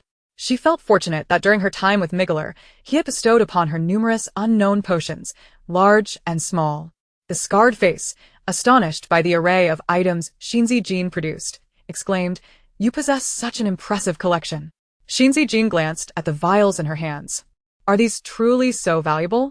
With gleaming eyes, the scarred face remarked, "Not merely valuable, but exceptionally rare, priceless. In fact, these items are difficult to procure even for the nobility of the Federation, let alone on this backward planet of Proxing. It seems Rachel is fortunate to have you. With these medications, he might just cling to life." Upon hearing this, Xin Zijin swallowed hard, feeling the weight of the potions in her hands. Migler. Jin. Don't space out. Quickly, help me remove Rachel's clothing and apply the medications. Wait. Remove Rachel's clothing? Observing the girl standing frozen in place, a blush crept onto the scarred face's features. He urged her impatiently, "What's wrong? Are you shy? Aren't you Rachel's woman? You should have seen everything by now. Why the embarrassment? I am not. If you're not his woman, why are you so distressed over his injuries? And why come all this way to Proxing with such fine medications? Who would believe that?" Looking at Rachel's pale, weakened face, Xin Zijin ceased to argue and swiftly stripped him of his clothing, casting it aside. She then lifted a corner of the blanket to cover his most private areas. "Oh. You seem quite adept at this. I take it you two have had your share of fun together," the scarred face teased. Xin Zijin's brow furrowed. "Just apply the medications." The scarred face chuckled as he injected Rachel's arm with a syringe filled with medication, then proceeded to clean the blood and wounds on his body. After applying a layer of transparent ointment and bandaging him up, he finally stepped back. Wiping the sweat from his brow, the scarred face sighed. "At last, that's done. I'm utterly exhausted. I'll sleep in the living room tonight. If anything arises, call for me, and I will come immediately." After he departed, Xin Zijin quietly sat by the bedside, gazing at the pale-haired man before her. What had Rachel been doing all this time? Unable to resist, she reached out to touch his forehead, seeking to gauge his temperature, but as her fingers brushed against his cold skin, he grasped her hand. Jean. His raspy voice emerged from his throat. Xin Zijin immediately snapped to attention. "Rachel, you're awake?" She looked at the man before her, but his eyes remained tightly shut, as though he were merely murmuring in a dream. She attempted to withdraw her entrapped hand, only to find that even in his gravely injured, unconscious state, his grip was still strong enough to prevent her escape. "Jean, don't leave me," he murmured softly in his dream. The girl paused, her gaze falling on Rachel, her expression a mixture of complexity and concern. "Jean, I have thoughts I shouldn't harbor, and I feel so envious. It weighs heavily on my heart. Jean, I don't know how to tell you this. Will you come to me in my dreams again?" Xin Zijin remained silent, allowing Rachel to hold her hand. For a long while he did not release his grip, remaining in his unconscious state, yet he seemed to sense the familiar fragrance of the girl lingering near his nose, which brought him a sense of comfort. Xin Zijin could sense that Rachel's nightmares seemed to have subsided somewhat. She lowered her head and observed Rachel, noting the slight moisture in his eyes and the sheen of fine sweat on his forehead. Gently, she wiped away the perspiration and tidied the disheveled strands of hair that adorned his forehead. Gazing at his weary visage, her lips parted slightly as if to utter something. Yet the words eluded her. She leaned closer to listen. Jean, I truly adore you. I genuinely adore you. I wish to remain by your side forever.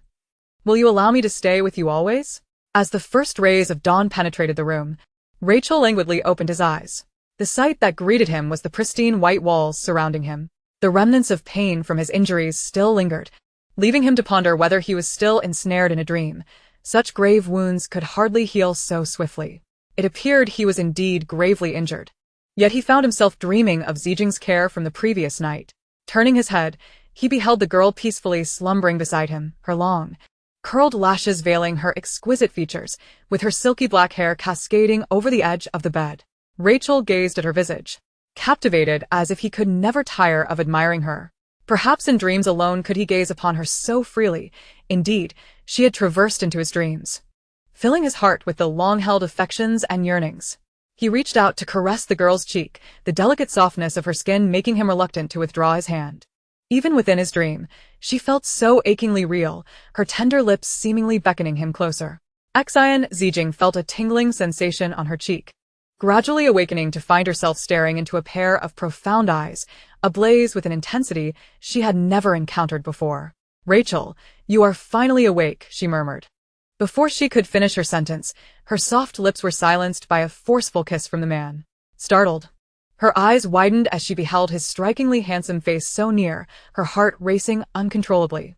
Rachel hungrily savored her sweet essence, as if he wished to meld her into his embrace, not releasing her even as her breaths grew shallow. "Rachel," suddenly, the door swung open with great force. The girl hastily extricated herself from his hold, standing there flustered, her lips slightly swollen from his kisses, her hair in disarray yet exuding an unexpected allure.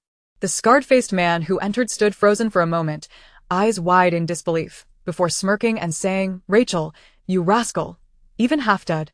You still find time to kiss a woman." Chapter 85. The cause of the injury. Rachel shot him a cold glare, causing the scarred man to immediately fall silent, realizing he had unwittingly interrupted a private moment. The girl glanced at the scarred man before quickly turning her attention back to Rachel, relieved to see that despite his pallor, he appeared to be stable. "Rachel, you're awake. How is your body holding up?" Upon hearing the girl's concerned inquiry, a flicker of embarrassment and joy crossed Rachel's eyes. It was indeed true. Zijin had truly come. Yet, as he recalled his earlier actions towards the girl he cherished, especially noting her tender, slightly swollen lips, it felt as though they were accusing him of his earlier indiscretion. He found it difficult to meet her concerned gaze. "I feel much better," he replied. "Your complexion looks much improved. You truly are an S-class beast man. Your recovery abilities are remarkable," the scarred man chimed in, moving closer to Rachel and examining the bandages wrapped around his chest. "Not bad at all. It seems you're on the mend. Just one night, and even your minor wounds are healing. But you ought to thank your woman for rushing over with medicine, or else, well, you would have been in quite a predicament." Rachel suddenly realized he was no longer in the Federation but on Pro Star. "Zijin, how did you come to Pro Star?" "Of course, I called her here. You have no idea of your condition at that moment. You were barely clinging to life. If I hadn't brought her here, you might have passed without seeing her one last time. Thankfully, I had the foresight to summon her. If it weren't for the life-saving medicines she brought, you might never have seen her again," the scarred man recounted, still shaken by the thought of that moment. "Is that so? Zijin risked everything to come from the Federation for me. She must have been worried upon hearing the news of my injury."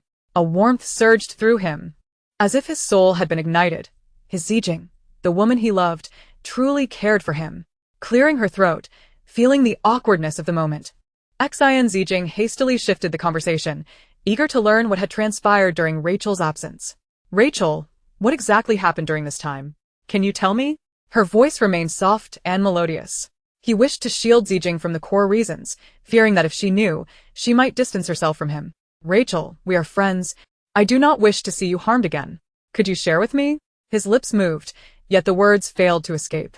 "Let me explain," the scarred man interjected, unable to restrain himself as he observed Rachel's unusual hesitation. "Recently, any beast man who wins 15 consecutive matches in the arena can earn a reward, a mechanical core. It's a vital and precious material for repairing mechs." "The mechanical core? Rachel, you've been missing for so long because you were in the Pro Star Arena to win this core?" The girl's gaze was fixed intently upon Rachel. Rachel nodded. As Xin Zijin scrutinized his expression, a sudden realization struck her. "Rachel, did you do this for the sake of the broken cloud maintenance?" Rachel fell silent, and the girl pieced together the fragments of his silence, deducing that it was those arena fighters who had inflicted his injuries. The scarred man chimed in, "Not quite. The arena battles may involve life and death contracts, but if one party suffers fatal injuries, the other bears no responsibility. That's simply the rule of the arena. Furthermore, Rachel triumphed in 15 consecutive matches with absolute prowess." Xin Zijin.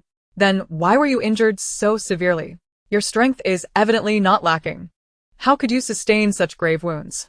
Did those men regret their alliance and turn against you?" Rachel shook his head. "It was not from the arena.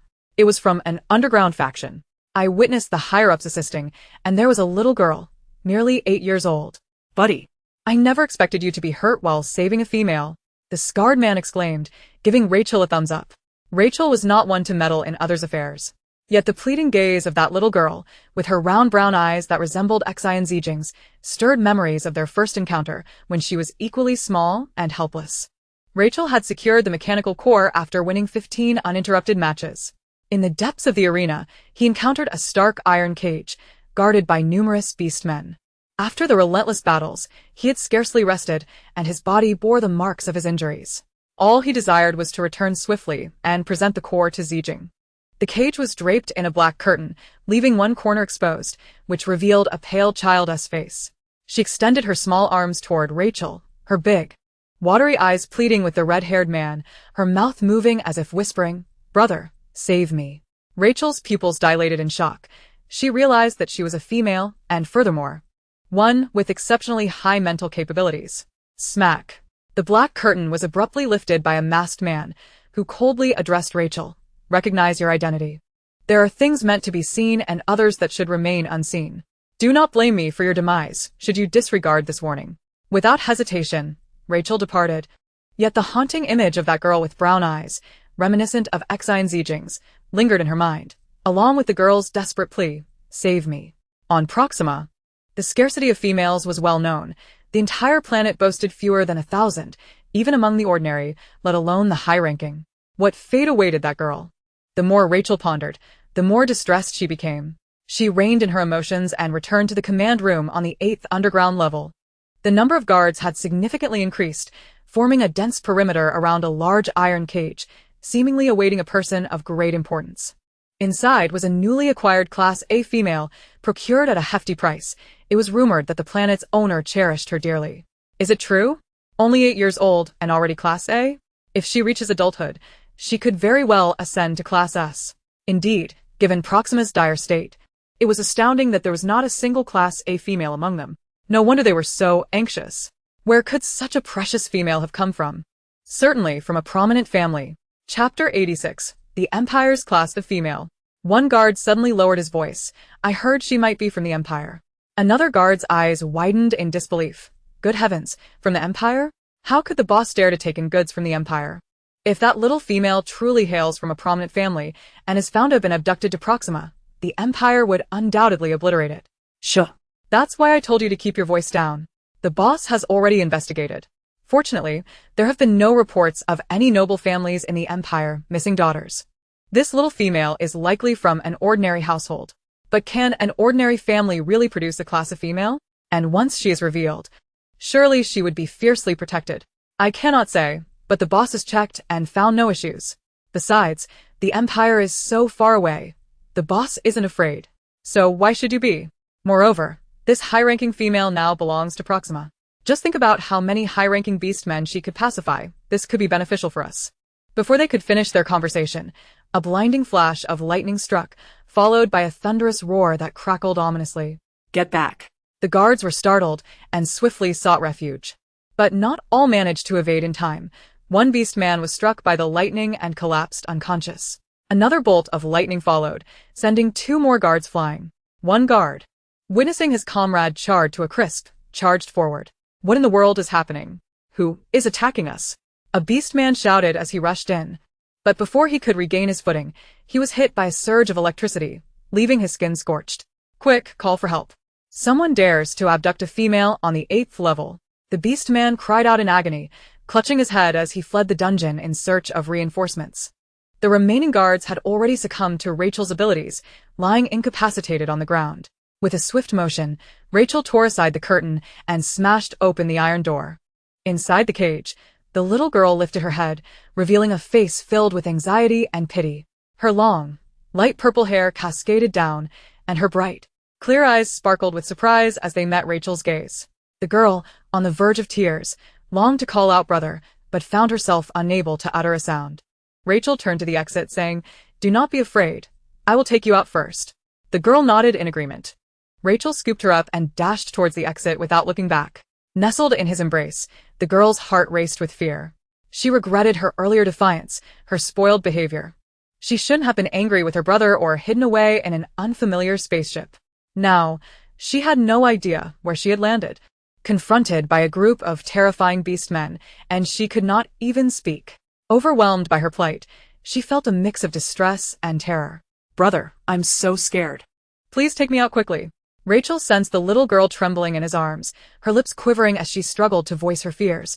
nearly on the brink of tears. You can't speak? The girl nodded. Did they give you something?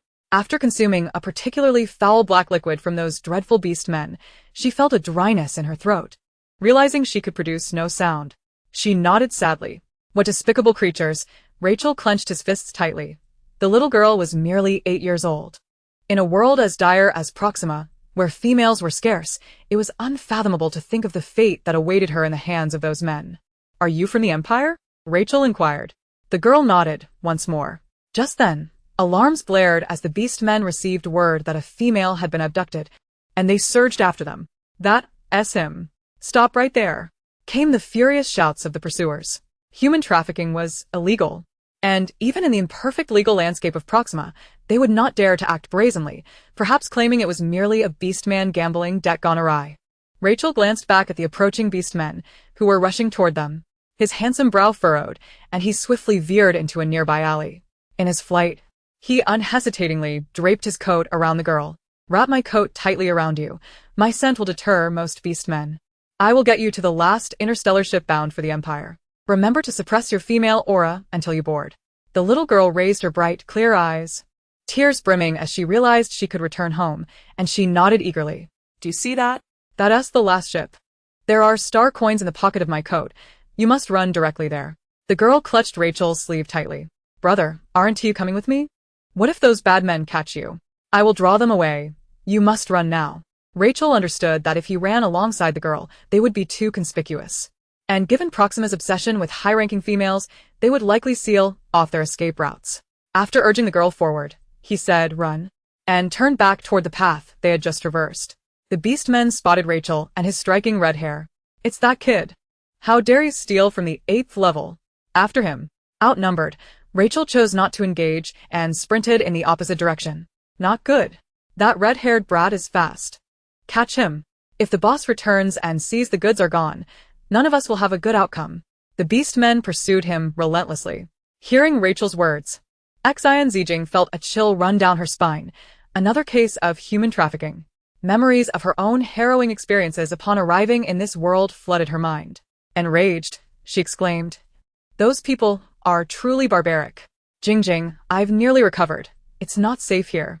We must leave at once, Rachel declared, taking hold of Xin Zijin's hand as they prepared to escape.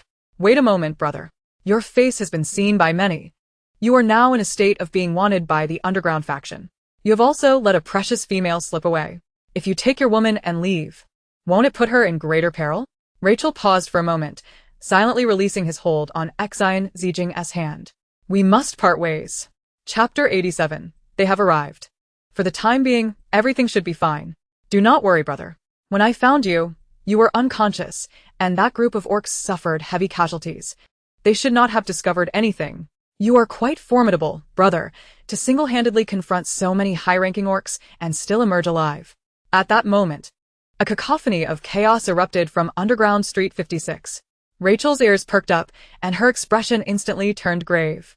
The patrol from the underground street is here. They have arrived far too quickly. Scarface's countenance also darkened as he looked at Rachel, urgently advising, Brother, I was careless. I did not expect them to search this place. You need to leave immediately, or else if they find you here, we will all be in deep trouble. Yet. Rachel glanced at the beloved Xin Zijin beside him and understood that, given his current predicament, having Jigging by his side was more dangerous. If they were discovered, he might drag them all down with him. Scarface hastily urged, There's no time to ponder. You must go first, your woman can stay with me. Once the search party has passed, you can return. Remaining here will only burden us. With gritted teeth, Rachel cast a lingering gaze at Xin Zijin, retrieving a mechanical core from the spatial pocket and handing it to her. Zijin, take this. Is this the mechanical core? The girl accepted the core, her heart a tumult of emotions. Indeed, Rachel had come to Pro Star to win this core for her. He had always been this way. From the moment she met him, he had unconditionally given, even when she had never reciprocated. She clutched the core tightly in her palm, noticing the girl frozen in place. Staring at the core with an expression of hesitation, Rachel said, Zijin, I will go out and hide for a moment. I will return to fetch you later. All right. Rachel sighed, turning to leave, casting one last glance at her before vanishing into the alley. Once Rachel had departed, Xin Zijin surveyed the surroundings for any traces left behind. collecting the bloodied bandages and medicines Rachel had used, storing them in her spatial pocket. After confirming everything was in order, she felt a slight sense of relief. Suddenly, a harsh knocking echoed at the door, startling Xin Zijin and causing her fingers to tremble, nearly dropping the items she had organized. After studying her emotions, she donned the oversized black cloak and mask she had prepared earlier, leaving only her eyes and bare hands exposed. At this moment, Scarface pretended to be unaware and angrily shouted towards the door, "Who is it? Why are you asking so many questions? Hurry up and open the door." Why so much chatter? "The leader of the underground street is looking for someone. You better cooperate, or you might get killed." "Dog Fong. Why are you talking so much with the people inside? Just kick the door down." "Boss D, do you really think Rachel will be here?" "As soon as the boss gives the order, they will definitely break in." The man, referred to as Boss D by the orcs, wore a spacious black leather coat with a silver chain around his neck. He was tall and slender, if not for the aura of menace surrounding him. One would hardly suspect he was the leader among these fearsome orcs. A silver mask obscured half of his face, and his sharp, piercing gaze fixed intently on the silent iron door. After a prolonged silence, impatience flickered across his features, and in a low, raspy voice, he uttered a single word: "Smash." No sooner had the words left his mouth than two pairs of feet kicked the iron door, which was then opened from the inside. Scarface peeked out, and upon seeing who it was, his expression tightened. "Boss D, why have you come in person? What on earth has happened?" At that moment, an orc activated a holographic device, projecting an image of Rachel's face. "Have you seen this person?" No. Scarface immediately replied. "Step aside." Boss D shot him a cold glance, signaling him to move. After a moment's hesitation, Scarface opened the door, slowly stepping aside. Boss D entered the room, waving his hand for his subordinates to begin searching. The man had sharp eyes. He quickly spotted a girl sitting at a table, sipping tea, and frowned. He couldn't help but look at her a moment longer, but because she was cloaked, he could only discern her general outline. Scarface, seeing them come in, quietly retreated to a corner, unable to suppress the thought of how much trouble Rachel had gotten himself into, prompting the leader of the underground city to personally investigate. Boss D narrowed his eyes at the woman calmly drinking tea across from him. Though obscured by a hood and mask, her delicate, elongated fingers poured tea without pause. However, her amber eyes seemed startled by the sudden intrusion, momentarily flickering with panic before returning to composure. As Boss D approached, his form was not as robust as the other orcs, yet the pressure he exuded was palpable. Each step resonated with a dull thud, causing Xin Zijin's heart to race uncontrollably while she maintained her outward calm. When he was about a meter away, she began to ponder how powerful this orc's presence was and whether she could evade him if he decided to attack. At that moment, Boss D broke the silence. "Androgynous one, why conceal your face? I do not recall seeing you in the underground street before." Scarface immediately stepped forward, half shielding the girl from the man. Boss D. "This is my little sister. She has always been timid. She rarely stays here, but she returned to accompany me during her break." "Is that so?" The man cast a fleeting glance at Scarface, who was visibly shaken, his body tensing with fear. Scarface swallowed hard, striving to maintain composure, replying with a forced smile. Meanwhile, the girl said nothing, only looking at Scarface with a pleading expression. "Brother, I am scared." Scarface quickly understood and exclaimed, "Boss D, please do not frighten her. She is not only unappealing in appearance, but also an androgynous one who has been bullied since childhood, which is why she covers her face." A searching orc approached Boss D and shook his head. "Boss, we found no sign of Rachel. That kid is likely not here." Then the orc noticed Xin Zijin, who was thoroughly covered, and exclaimed, "Oh, boss, this androgynous one dares to cosplay you." Before the orc could finish, another struck him on the head. "Use your brain. How dare you jest with Boss D?" The man's expression darkened, and his sharp gaze bore into Xin Zijin's face, as if trying to see through her. "There's truly no one here you seek. Might you consider leaving?" The girl lowered her gaze, appearing genuinely frightened by the group. Scarface interjected hastily. "Boss D. This girl is particularly timid. We should refrain from teasing her." "Leave," the man commanded, no longer looking at Xin Zijin, and departed with his entourage. Scarface promptly closed the iron door behind them. Chapter 88. The Betrothal. "Boss D, that kid Rachel was nearly beaten to death by us. Where could he possibly escape to?" An orc grumbled in dissatisfaction. Boss D's gaze darkened, yet his fox-like eyes gleamed with an inscrutable light. Sometimes, when one misplaces an item and cannot find it, the best course of action may indeed be to compensate with a new possession. The Ian family seeks female unions, does it not? After all, Elvia has yet to encounter a woman destined for such a union. A genderless female is still a woman. The orc scratched his head, bewildered. Boss, what do you mean? I can't quite grasp what you're saying. Charlie cast a glance at him, refraining from further elucidation. He had an unshakable feeling that the eyes he had just seen were the most crystalline and beautiful in the world, such exquisite eyes. Even if belonging to a genderless being, held undeniable allure. Return, the man coldly uttered, causing the orc to shiver involuntarily. Charlie had become increasingly capricious of late. What was amiss now? Meanwhile, Xin Zijin and the scar-faced man were still reveling in the departure of that group, only to be taken aback when they unexpectedly returned.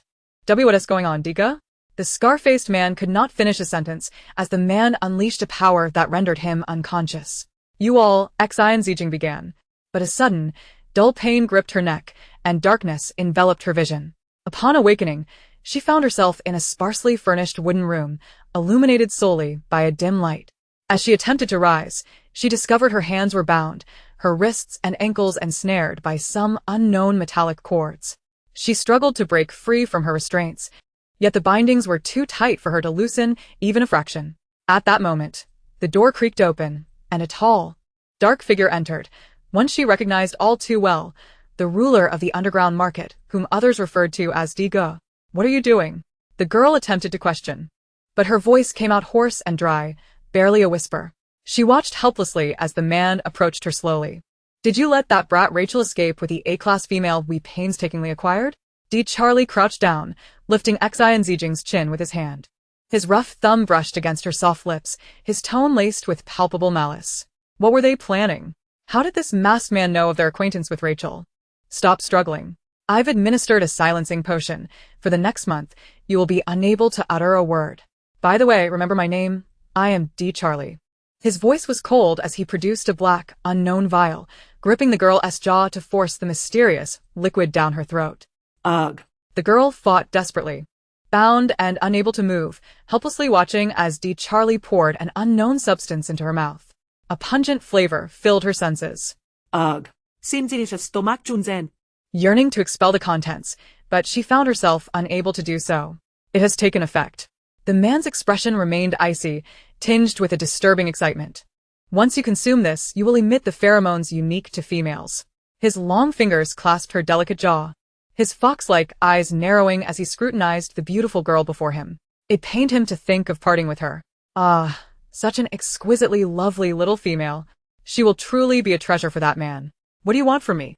The girl opened her mouth to interrogate the inscrutable man, but her throat felt constricted, silencing her completely. The man caressed her silken hair, their eyes meeting as his alluring gaze held an enchanting quality, capable of drawing one in with a mere glance. Now, sleep well. By tomorrow, you will know everything. His voice was like an incantation, rendering her vision hazy as her consciousness gradually slipped into slumber. Observing the peaceful girl resting on the bed, Charlie's eyes shimmered with inscrutable emotions. Charlie. The Ian family is indeed extravagant. 10,000 combat ships, 2,000 C-class mechs, 1,000 B-class mechs, 200 A-class mechs, and 10,000 laser guns. A man clad in a black robe listened attentively as his subordinate recited the list, sparks of greed flickering in his eyes.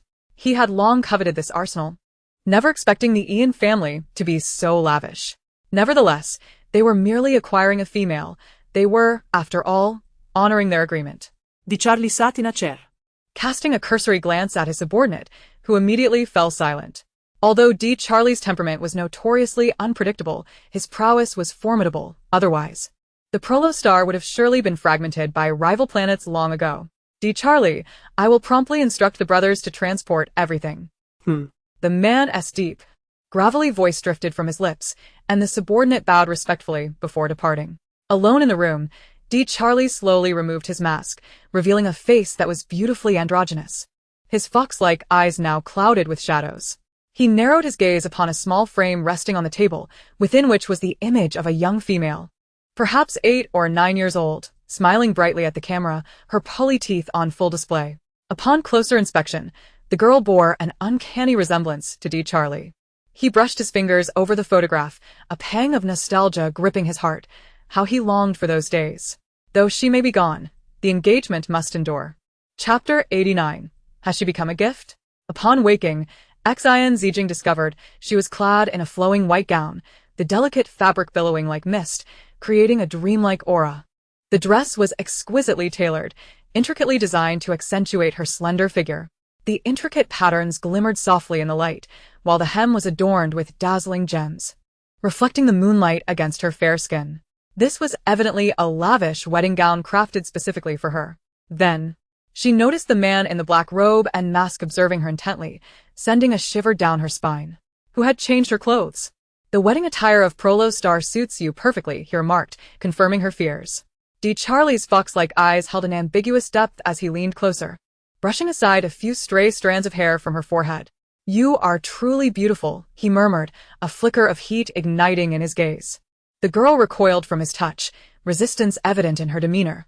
At that moment, she felt like an object, exquisite and grand, poised to be offered as a gift. The man smirked at her reaction, leaning closer to whisper in her ear, "You ought to know what can be said and what cannot. Otherwise, I cannot guarantee the safety of everyone you know in the underground market. One must always pay the price for the mess they create. Wouldn't you agree, little female?" Xin Zijing's heart tightened. This man, indeed, knew everything. He was the one who had changed her clothes, and her hands beneath the gown had formed tight fists. The man disregarded her struggle, gently draping the delicate lace veil over her head. There, it's perfect. Perhaps this situation may turn out to be a blessing in disguise for you. Before she could contemplate further, the meticulously styled veil was placed atop her carefully arranged hair. And everything seemed to have been prepared in advance. Dee Charlie led Xin Zijing into an unfamiliar spacecraft, where the sounds of the engines reverberated around her. The white veil before her, of an unknown texture, was undeniably delicate and beautiful, yet her vision was largely engulfed by a blinding whiteness, rendering her unable to see clearly. However, she could sense the presence of numerous orcs standing not far away, seemingly all subordinates of Dee Charlie, their demeanor laden with aggression yet protective. At the forefront was none other than Dee Charlie, from whom she felt a distinct difference compared to the others.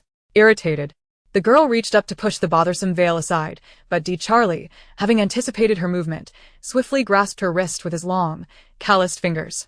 He leaned closer to her ear and whispered softly, "Whether on Proxima or Saint Aethion, it is improper for a female to lift her veil before the ceremony concludes. Naturally, it is the duty of your husband to unveil you. Otherwise, your marriage may face misfortune." It became evident to her that his intention was to present her as a gift, to be married off without her knowledge of her future husband as identity. The spacecraft employed spatial jumping, and after nearly an entire day of travel, it finally descended slowly. Dee Charlie, holding her firmly, led her out of the vessel. Just as she intended to take a step forward, he swept her up in his arms, his strong grip cradling her securely.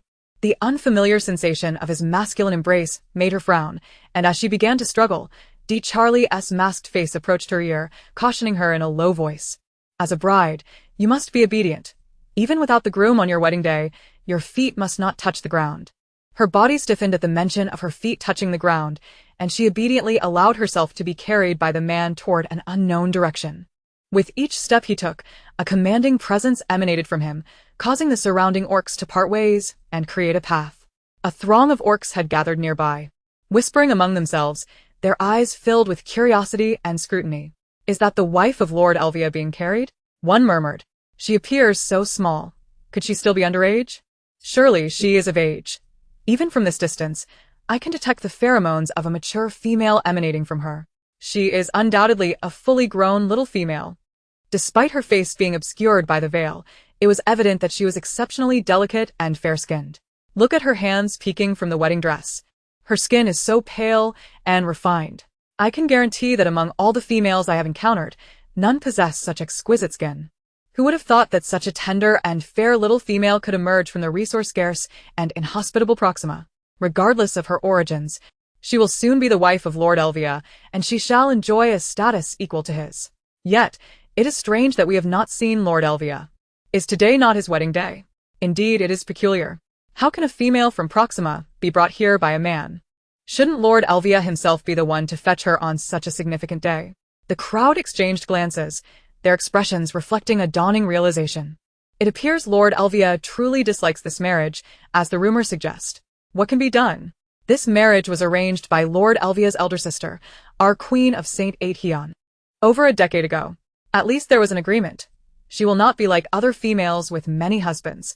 She will have only Lord Elvia as her mate for life. No wonder Lord Elvia is so exceptional, with so many females in the galaxy.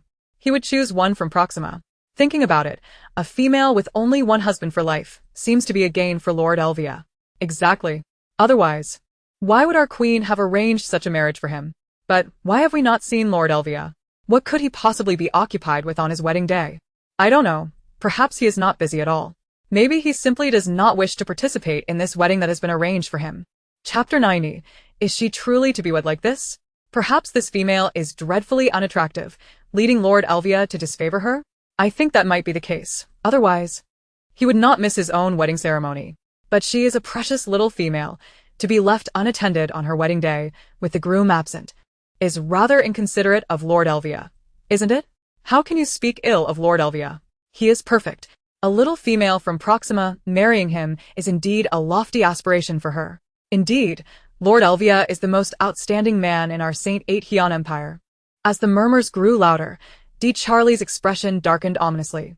Ha! He scoffed softly, tightening his embrace around the delicate girl.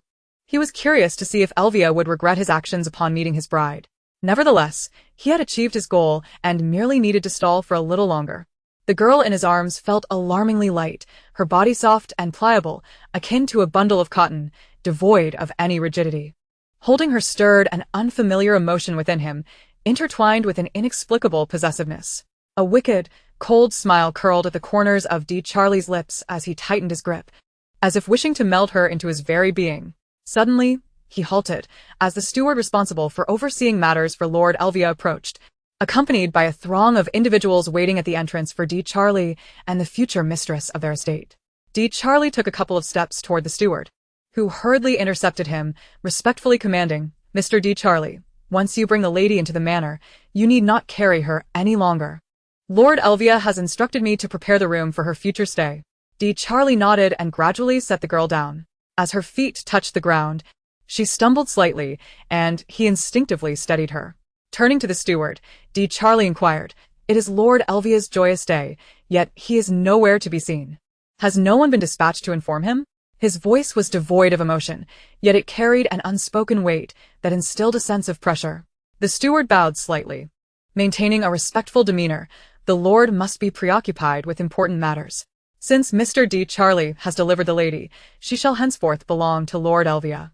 It is not fitting for an outsider to question such matters. As the steward spoke, the previously calm and indifferent man transformed dramatically. His expression turned frosty and menacing, a hint of bloodlust flickering in his eyes, exuding a palpable aura of brutality. The steward was momentarily taken aback by this display. In this world, aside from Lord Elvia, few could instill such trepidation with merely a gaze. Yet, as Lord Elvia's steward, maintaining composure was essential. He could not allow himself to be intimidated by a mere look. Thus, narrowing his eyes, he addressed the leader from Proxima. "Since the lady has already been delivered, I kindly request Mr. D. Charles to escort his companions back. Otherwise, if the auspicious moment is delayed, Lord Elvia may return in a displeased state." D. Charles scoffed lightly, not lingering any longer.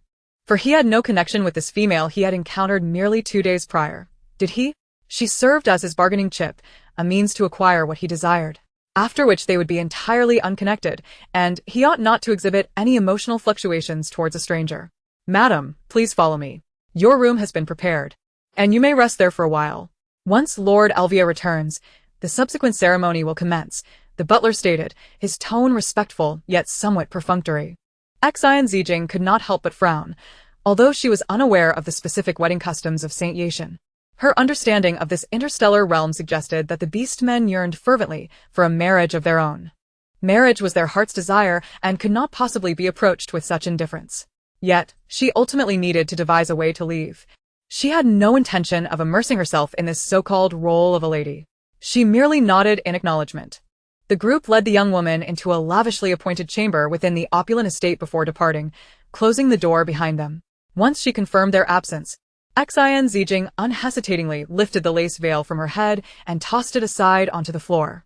The long mist air enveloped her, and she exhaled deeply. For she had no desire to engage in such bothersome formalities. The notions of fortune or misfortune held no relevance to her. She quietly surveyed her surroundings.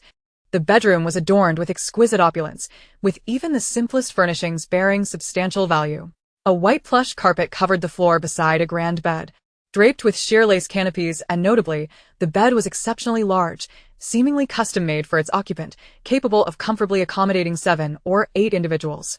Since she had arrived at this place and had been thrust into this bewildering marriage, the inhabitants of Lovestory could no longer concern themselves with her. She mused that if the owner of this residence disregarded her, it might afford her the opportunity to escape sooner.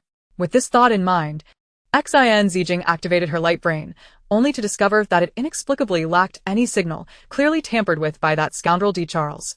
She furrowed her brow. The door was tightly shut, and the windows were positioned rather high. The young woman staggered over to the window. The curtains were drawn tightly, allowing no light to penetrate. To achieve a better view, she fetched a chair, climbed atop it, and pulled aside a corner of the curtain. Peering outside, she found herself gazing into the verdant expanse of the estate, only to catch sight of a group of armored guards patrolling the area. Their keen eyes scanned the vicinity, and upon detecting her, Xin Zijin swiftly withdrew, closing the curtain. How astute these guards are! What manner of place is this? Can I even escape? A series of knocks resonated at the door, startling Xin Zijin and nearly causing her to slip from the chair. In a flurry of panic, she leapt onto the soft bed, flipping over and hurriedly retrieving the white veil she had discarded, hastily placing it back upon her head. Her movements were fluid, and she finally settled gracefully on the plush bed. Chapter 91. Elvia. The door swung open, and a tall male figure entered the room. Xin Zijin could only discern a blurred silhouette through the veil. The man appeared quite tall, with an admirable physique, exuding an aura of cold danger that sent shivers down her spine. Upon entering, Elvia's gaze fell upon the little female who sat upright, hands resting on her knees, her delicate lace veil draping her head. She seemed diminutive, perhaps even smaller than the average female, yet her curves were well-defined, and she possessed a fullness that surpassed that of ordinary females. The man's gaze lingered on the once pristine bed, now showing signs of disturbance, and a mysterious smile curled at the corners of his mouth. It appeared that this female was not as docile as her poised demeanor suggested. "Have you been wandering about?" he inquired, his voice low and melodious, imbued with a rich magnetism. The tall figure approached her, his keen perception evident even in the dimly lit room, where the ambience was set by soft, muted lighting. Just as Xin Zijin anticipated the man would walk directly towards her, he unexpectedly bent down, retrieving a small pair of high heels that she had inadvertently left behind in her hasty flight from the window. The incongruity of the shoes in his large hands sparked a hint of curiosity as he raised an eyebrow. He mused, lifting the shoes. A wave of embarrassment washed over Xin Zijin as she realized she had been caught in an awkward predicament. "Everything here will belong to you. No need to rush in exploring," he remarked, "and certainly no need to lose your shoes." It dawned on her that he genuinely regarded her as someone fresh from the impoverished corners of Lovestory, someone who had never encountered such grandiosity and was compelled to explore, a playful girl prone to losing her shoes. The man approached her, half squatting, as he deftly lifted her foot from beneath her skirt, attempting to assist her in putting on the high heels. His long, pale fingers clasped her slender ankle, the cool touch sending a shiver through her. How could his fingers be so cold? He, too, appeared taken aback by the delicate beauty of her foot, its skin reminiscent of exquisite jade, and he wondered how it would feel to touch. Without hesitation, Elvia's fingers glided over her skin, the warmth eliciting a sense of longing that surpassed his expectations. Having successfully adorned her with the high heels, the man stood tall, casting an imposing shadow over the petite figure before him. He reached out, intending to lift the bothersome veil and glimpse the visage of his future bride, to see what lay behind those delicate, pale ankles. However, just as his fingers grazed the edge of the veil, the butler's voice resonated from outside. "Sir, you have returned. Numerous esteemed guests have already arrived. Please attend to them promptly." At this, Elvia's hand hesitated, and after a moment's contemplation, he ultimately withdrew, turning to leave. After confirming that Elvia had indeed departed, Xin Zijin sprang to her feet, quickly discarding the veil. Today marked Elvia's wedding day, a gathering of dignitaries from all corners. And among the throng, she might find an opportunity to slip away unnoticed. Yet, aside from the multitude of patrolling guards, there was the despicable D. Charles, who had undoubtedly fed her something to obscure her identity. She could no longer conceal her feminine essence, nor could she feign being genderless.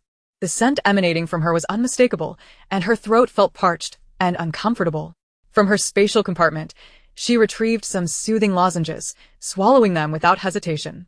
Regardless of whether they could cure her hoarseness, at the very least, they would provide her some relief. Suddenly, the tightly shut door was forcefully kicked open. Accompanied by the resounding crash of the door slamming against the wall, Xin Zijin's eyes widened in terror.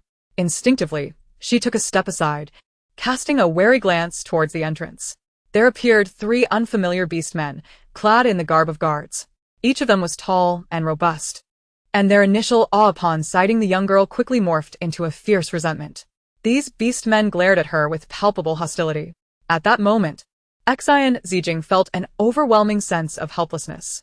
The manor, which seemed to be heavily guarded and orderly, unexpectedly harbored such audacious beastmen brazenly kicking down the door to the master's bedroom.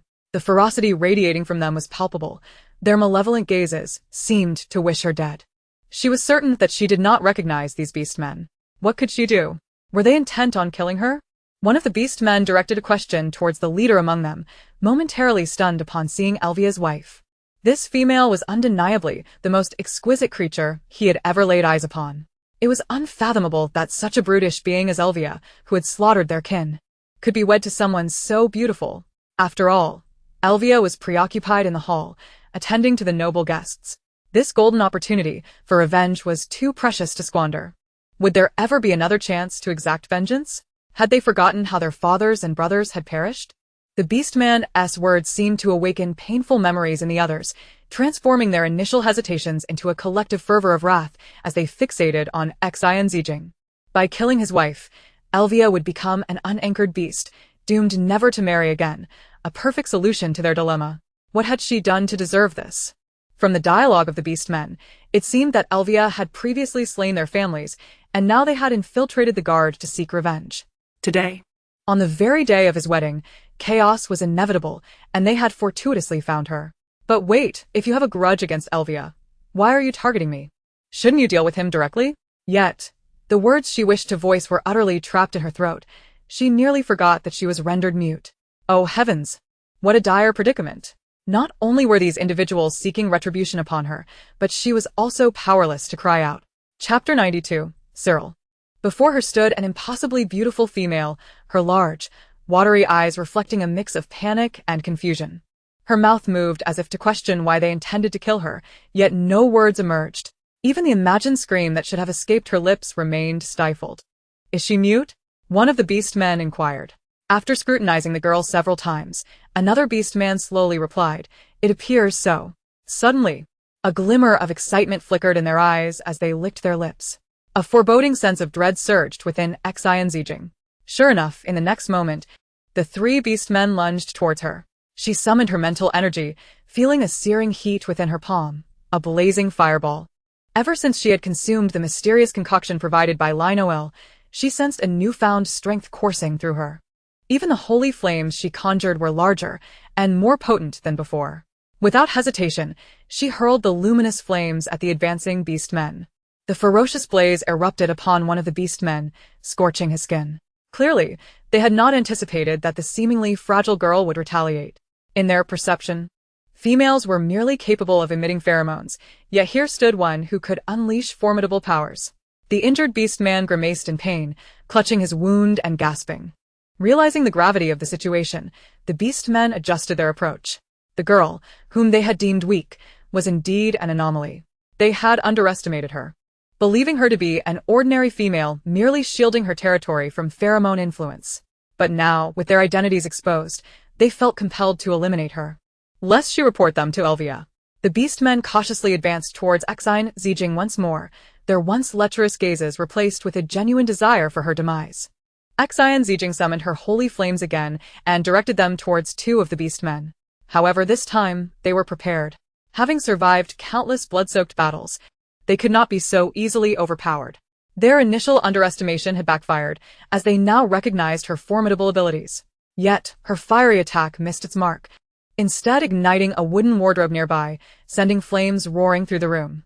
The blaze rapidly spread, consuming the garments within, and soon the entire room was engulfed in fire. The beast men were taken aback. This female had set her own wedding chamber ablaze. Thick smoke billowed from the inferno, and the rising temperature forced them to cough and tear up.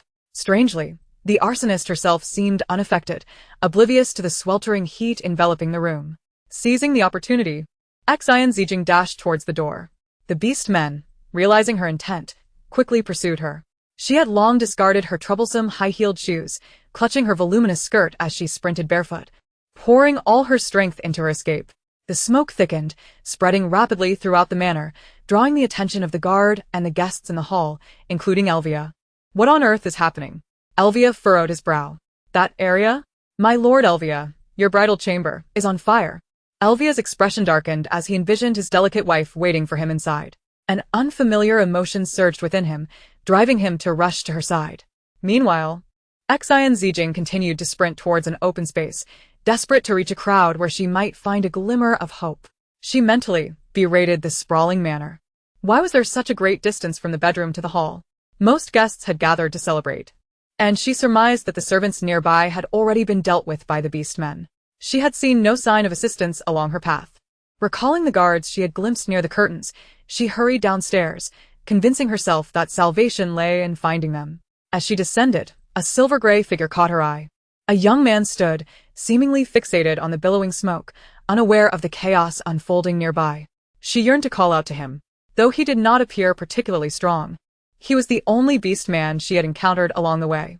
If she could just get closer, he would surely notice her. As she drew near, the boy's profile became unmistakable. His familiar silver-gray hair and form revealed him to be her roommate, Cyril. Cyril was here, within Elvia's estate. Cyril was undeniably formidable. He would surely be able to rescue her.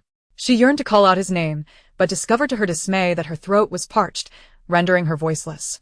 In that moment, she finally heard the sound of hurried footsteps ascending the stairs, indicating that the guards had at last realized something was amiss. The man at the forefront was tall and imposing. Upon seeing several male orcs pursuing his newlywed female, his handsome visage morphed into a mask of fury and murderous intent. He swiftly advanced to shield her from harm, and she instinctively leaped into his broad and sturdy embrace. His gaze was laden with anguish and guilt as he held the fragile girl tightly. Though his actions were simple and somewhat rough, they were imbued with a tenderness that suggested he was cradling a priceless treasure. Alvea looked down at the delicate head nestled against him and murmured, "I'm sorry." His voice a low rasp. It was at this moment that Cyril sensed someone approaching him. He turned to find a female clad in a flowing white wedding gown rushing into Alvea's embrace. Alvea, with a face full of concern, held the petite figure tightly. And although her face was obscured, he could surmise that this bride was indeed Alvea's new wife. Initially, due to his mother's insistence, Alvea had been discontented with this marriage, seeking solace in his uncle. However, it seemed he was quite pleased with his petite spouse now. Relieved, Cyril considered that he should not intrude on Alvea's family matters, having never been inclined to gossip, and thus discreetly withdrew. Chapter 93. Resolution. Alvea's guard quickly sprang into action, soon apprehending the orcs who had pursued Xin Zijin, pinning them to the ground. Alvea, meanwhile, clutched the trembling girl, who seemed to be quaking from the aftermath of her ordeal. His large hand gently caressed her back, attempting to soothe her troubled heart. "Fear not. I am here." His deep, resonant voice reached her ears, and Xin Zijin finally realized that the man who provided her such comfort and fiercely held her was her so-called husband, Alvea. Though his embrace was cool, she could feel the steady, powerful rhythm of his heartbeat, inexplicably comforting. She had just caught sight of Cyril and wished to break free to meet him, but Alvea, interpreting her desire as fear, tightened his hold. He pressed her head closer against him, creating an even more intimate connection. The nearby orcs were taken aback. They had never witnessed Alvea exhibit such gentleness. His demeanor toward the girl radiating both compassion and protectiveness. Alvea's tone turned icy as he narrowed his eyes at the three orcs pinned to the ground. "To set fire in my bridal chamber and threaten my wife. Are you truly so eager for death?" His words dripped with a chilling menace, as if he viewed them as already deceased. The orcs, firmly restrained by the guards, were paralyzed with fear beneath the oppressive aura emanating from Alvea. They yearned to explain that, while they indeed intended to harm his wife, the fire was not of their doing. At that moment, the scent of male arousal wafted through the air, originating from the very orcs being subdued. Alvea's previously displeased expression transformed into one of primal ferocity, his eyes narrowing into slits reminiscent of a beast. The onlookers dared not breathe, having gleaned what the three orcs had intended for Alvea's wife. Instinctively retreating a few steps to avoid incurring his wrath, cut off their appendages and cast them into the beast pit, Alvea commanded coldly, adding ominously, "Do it vertically." The guards, taken aback, gasped at the gruesome order, some imagining the pain that awaited. The beast pit was no ordinary place. It housed a host of venomous creatures, specifically designed to punish traitors and spies. While orcs might not perish within a day or two, they would endure unspeakable torment. Yes, the guards acknowledged, swiftly hauling the three orcs away. Alvea then directed another group to extinguish the flames. Go, extinguish the fire. The team hastily made their way to the burning chamber, which the guards had already surrounded. However, due to the ferocity of the blaze, they resorted to throwing automatic sprinklers into the inferno. As the devices detonated upon impact, water erupted, saturating every corner of the room. Yet, the flames surged forth relentlessly, proving impervious to their efforts. How can there be flames that refuse to be extinguished? What shall we do? The captain of the guards, flustered, contemplated that if the fire continued unchecked, the entire structure would be engulfed within 2 hours. Resolving to report back to Alvea, he hurriedly made his way. At that moment, Alvea noticed that the girl in his arms was barefoot, her delicate, pale feet slightly reddened from their earlier flight. Furrowing his brow, he lifted her entirely, her body settling upon his solid arm. Xin Zijin was taken aback by the suddenness of his action, cradled as if she were a child. The motion was so natural that she instinctively grasped his collar in an awkward reflex. She looked up, silently signaling him to set her down. This was Alvea's first encounter with his petite wife. He prided himself on not judging any orc by their appearance, and had accepted that his bride could be less than beautiful. Yet, he found her exquisite. Beneath long, luscious lashes, her dark eyes shimmered with a hint of timidity. Her skin pale and translucent, and her long, ebony hair cascading over her shoulders, framing her delicate features. Despite her disheveled state from panic, even the most composed and mature man could not help but be momentarily entranced. His small wife seemed to be pushing against him, and Alvea couldn't help but smirk inwardly. Now that they were wed, she ought not to resist or feel shy. Xin Zijin finally beheld her so-called husband's face. His strikingly handsome features accentuated by deep-set eyes that darkened with intensity, his lips pressed into a firm line. Was this man truly so striking? Please set me down. She acknowledged his overwhelming stature. Seated upon his arm, he remained steadfast, as if her weight were inconsequential. Yet, embarrassment washed over her. Acutely aware of the astonished gazes directed their way, as if more were shocked by his actions than anything else. At that moment, a communication came through from the guard. Lord Alvea, the fire cannot be extinguished. Alvea raised an inquisitive brow. What are the items inside? He recalled that his wife had adored the grand bed, especially as it bore the marks of her earlier presence. After burning for nearly half an hour, everything within had likely been reduced to ash, and the fire's inexplicable resilience baffled him. Xin Zijin's heart sank at this realization. Was it her sacred flame? Remembering her earlier experience in the purification chamber, where her holy fire had also proven impervious to water, she concentrated, attempting to summon her spiritual energy to retrieve the sacred flame. Indeed, as the mental energy surged, news arrived once more, revealing that the flame had inexplicably extinguished itself. The onlookers attributed this to the effect of the water sphere. Xin Zijin felt a slight dizziness. It was far more taxing to retract the sacred flame than to unleash it. She resolved to consult Lanuel regarding the specifics in the future. Relying solely on the unquenchable nature of the sacred flame could lead to unforeseen consequences. Chapter 94. The Bond of Companionship. At that moment, Alvea noticed the pale visage of the person in his arms. Their wedding chamber had been reduced to ashes, yet fortunately, the young female remained unharmed. The man, filled with concern, cradled her back to his quarters. She felt lighter than he had anticipated. Her form was as delicate as a feather, and the unique pheromones of the female stirred every nerve within him. Alvea gently placed her upon the grand bed in his chamber. Although the bed was not as expansive as that in their nuptial suite, it was equally plush. He hoped the young female would find delight in it, rolling about as they shared joyous moments together. After summoning a servant to prepare warm water, Elvia tenderly lifted the girl's feet to cleanse them with care. Xin Zijin lowered her head, feeling the man's fingertips brush gently against her instep. Once he had dried her feet, he proceeded to wipe her toes with a prepared handkerchief. Xin Zijin was astounded. The man before her, seemingly as stoic as his body temperature, now exuded the tender demeanor of a common male beast man caring for his partner.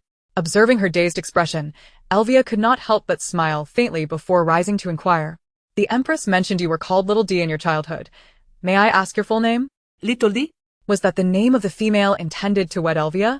She had no knowledge of her full name and had no desire to disclose it to the man before her, knowing she would inevitably depart.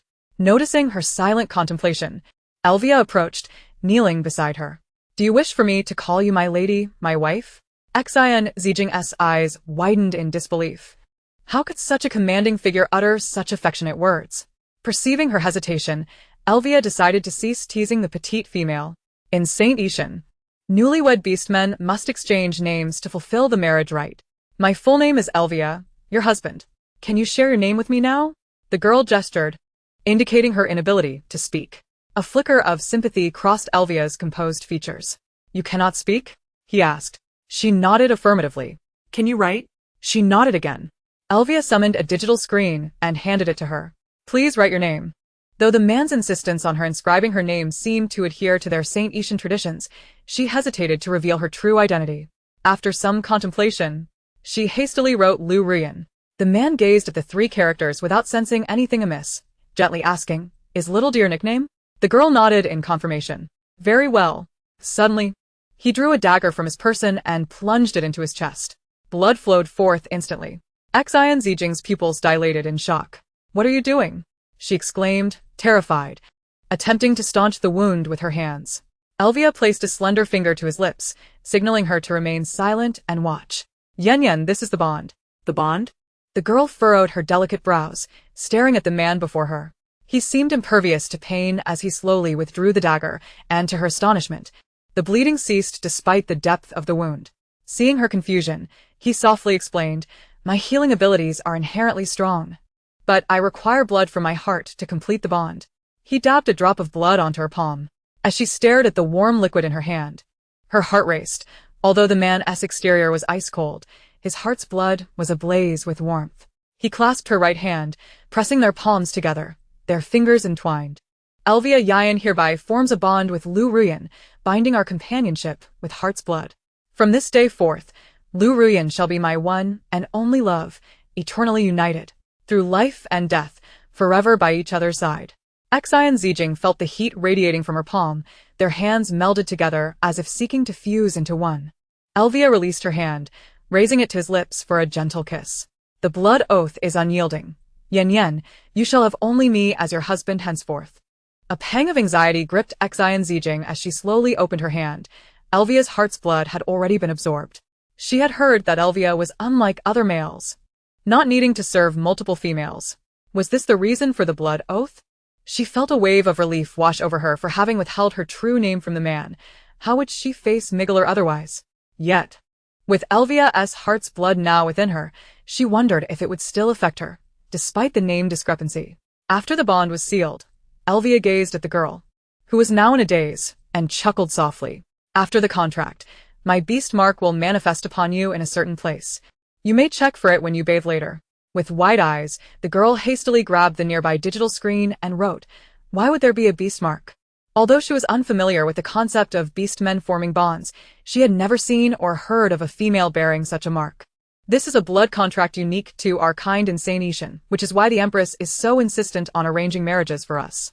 Although Cyril is my nephew, our connection is merely through maternal lineage. Perhaps I alone possess the ability to forge a bond that ensures a female's loyalty to only one male in all of Saint Ishan. From this day forth, Lu Ruyan shall be my one and only wife. Though she had used a pseudonym, her body was undeniably her own. The man before her had formed a bond with her. Did this mean she was truly tied to him? Overwhelmed by these thoughts, Xin Zijing averted her gaze from the towering figure of Elvia, leaping from the bed in a panic and rushing to the bathroom, locking the door behind her. She stripped away her garments piece by piece, standing before the mirror to inspect herself. To her astonishment, she discovered that her skin, smooth as jade, and her slender waist, delicate as a willow, now bore a peculiar pattern. A black serpent-like mark began at her inner thigh, coiling toward the center of her leg. Chapter 95. The Empress's Gift. To her disbelief, Alvia's beast mark had indeed manifested upon her. Xin Zijin felt a chill run through her heart. Did this mean she was bound to this man for eternity? A sense of guilt washed over her regarding Migler. What was she to do? Alvia's beast form was that of a serpent, and why, of all places, had this mark appeared on such a private part of her body? Alvia observed his delicate wife emerging from the washroom, her countenance somewhat dazed. The once elaborate wedding gown had been discarded, evoking a fleeting pang of pain within him, quickly replaced by a calm inquiry. Did you see the beast mark? Where did it appear? The maiden's cheeks flushed upon hearing his question, momentarily at a loss for how to respond to such an awkward topic. Does the beast mark not have a fixed position? She scribbled. No, he replied, his voice steady. He continued, it typically depends on the will of the bonded, determined by their preferences. The girl shyly adjusted the skirt around her thighs, acutely aware that the beast mark burned with the same fervor as her master's gaze. Alvia's eyes flickered with keen insight for a brief moment, his throat tightening. Does a false name also hold significance? He murmured softly, Ruyan. The girl looked up, bewildered, meeting the earnest expression on his face, and Alvia's gaze softened further. He stepped closer, causing her to retreat in trepidation. He halted, lowering his eyes to her tempting, cherry-red lips, noting her guarded demeanor, and refrained from advancing. Are you hungry? The thought of the fright his little wife had endured today, coupled with the fact that he had yet to unveil her veil, filled Alvia with regret. She nodded. It was already evening, and she had not eaten all day. He summoned a servant to prepare food, and the attendants began bringing in an array of dishes to set upon the dining table. Meanwhile, the elegant upper garment of his wedding attire had already been stained with blood. He required a bath to cleanse himself and tend to his wounds. The servants promptly set to work.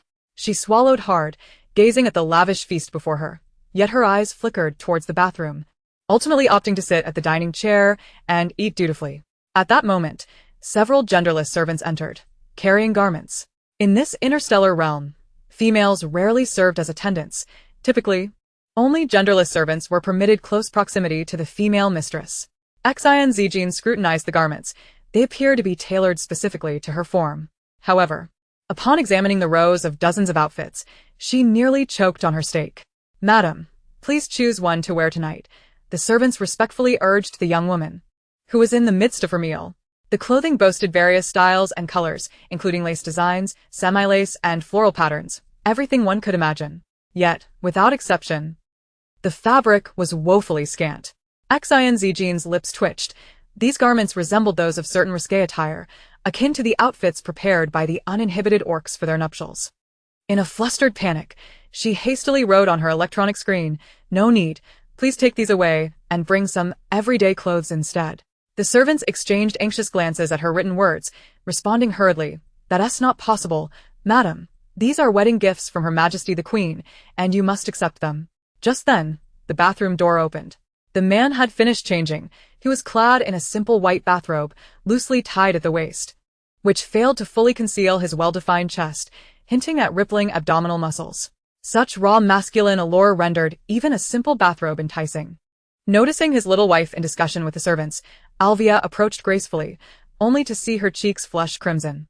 He then spotted the 2 rows of clothing the servants had brought and instantly understood the cause of her embarrassment.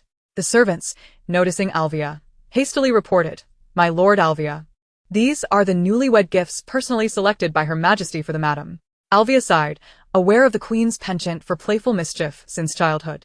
He could have simply refused, but upon seeing the styles of the garments and the bashful blush on his young wife's face, an unfamiliar feeling stirred within him. He was curious to witness her donning these outfits, standing before him, flushed and shy. Feeling a tightness in his throat, Alvia suppressed his emotions and coldly instructed the servants, "Leave the clothes and fetch some of the madam's everyday attire."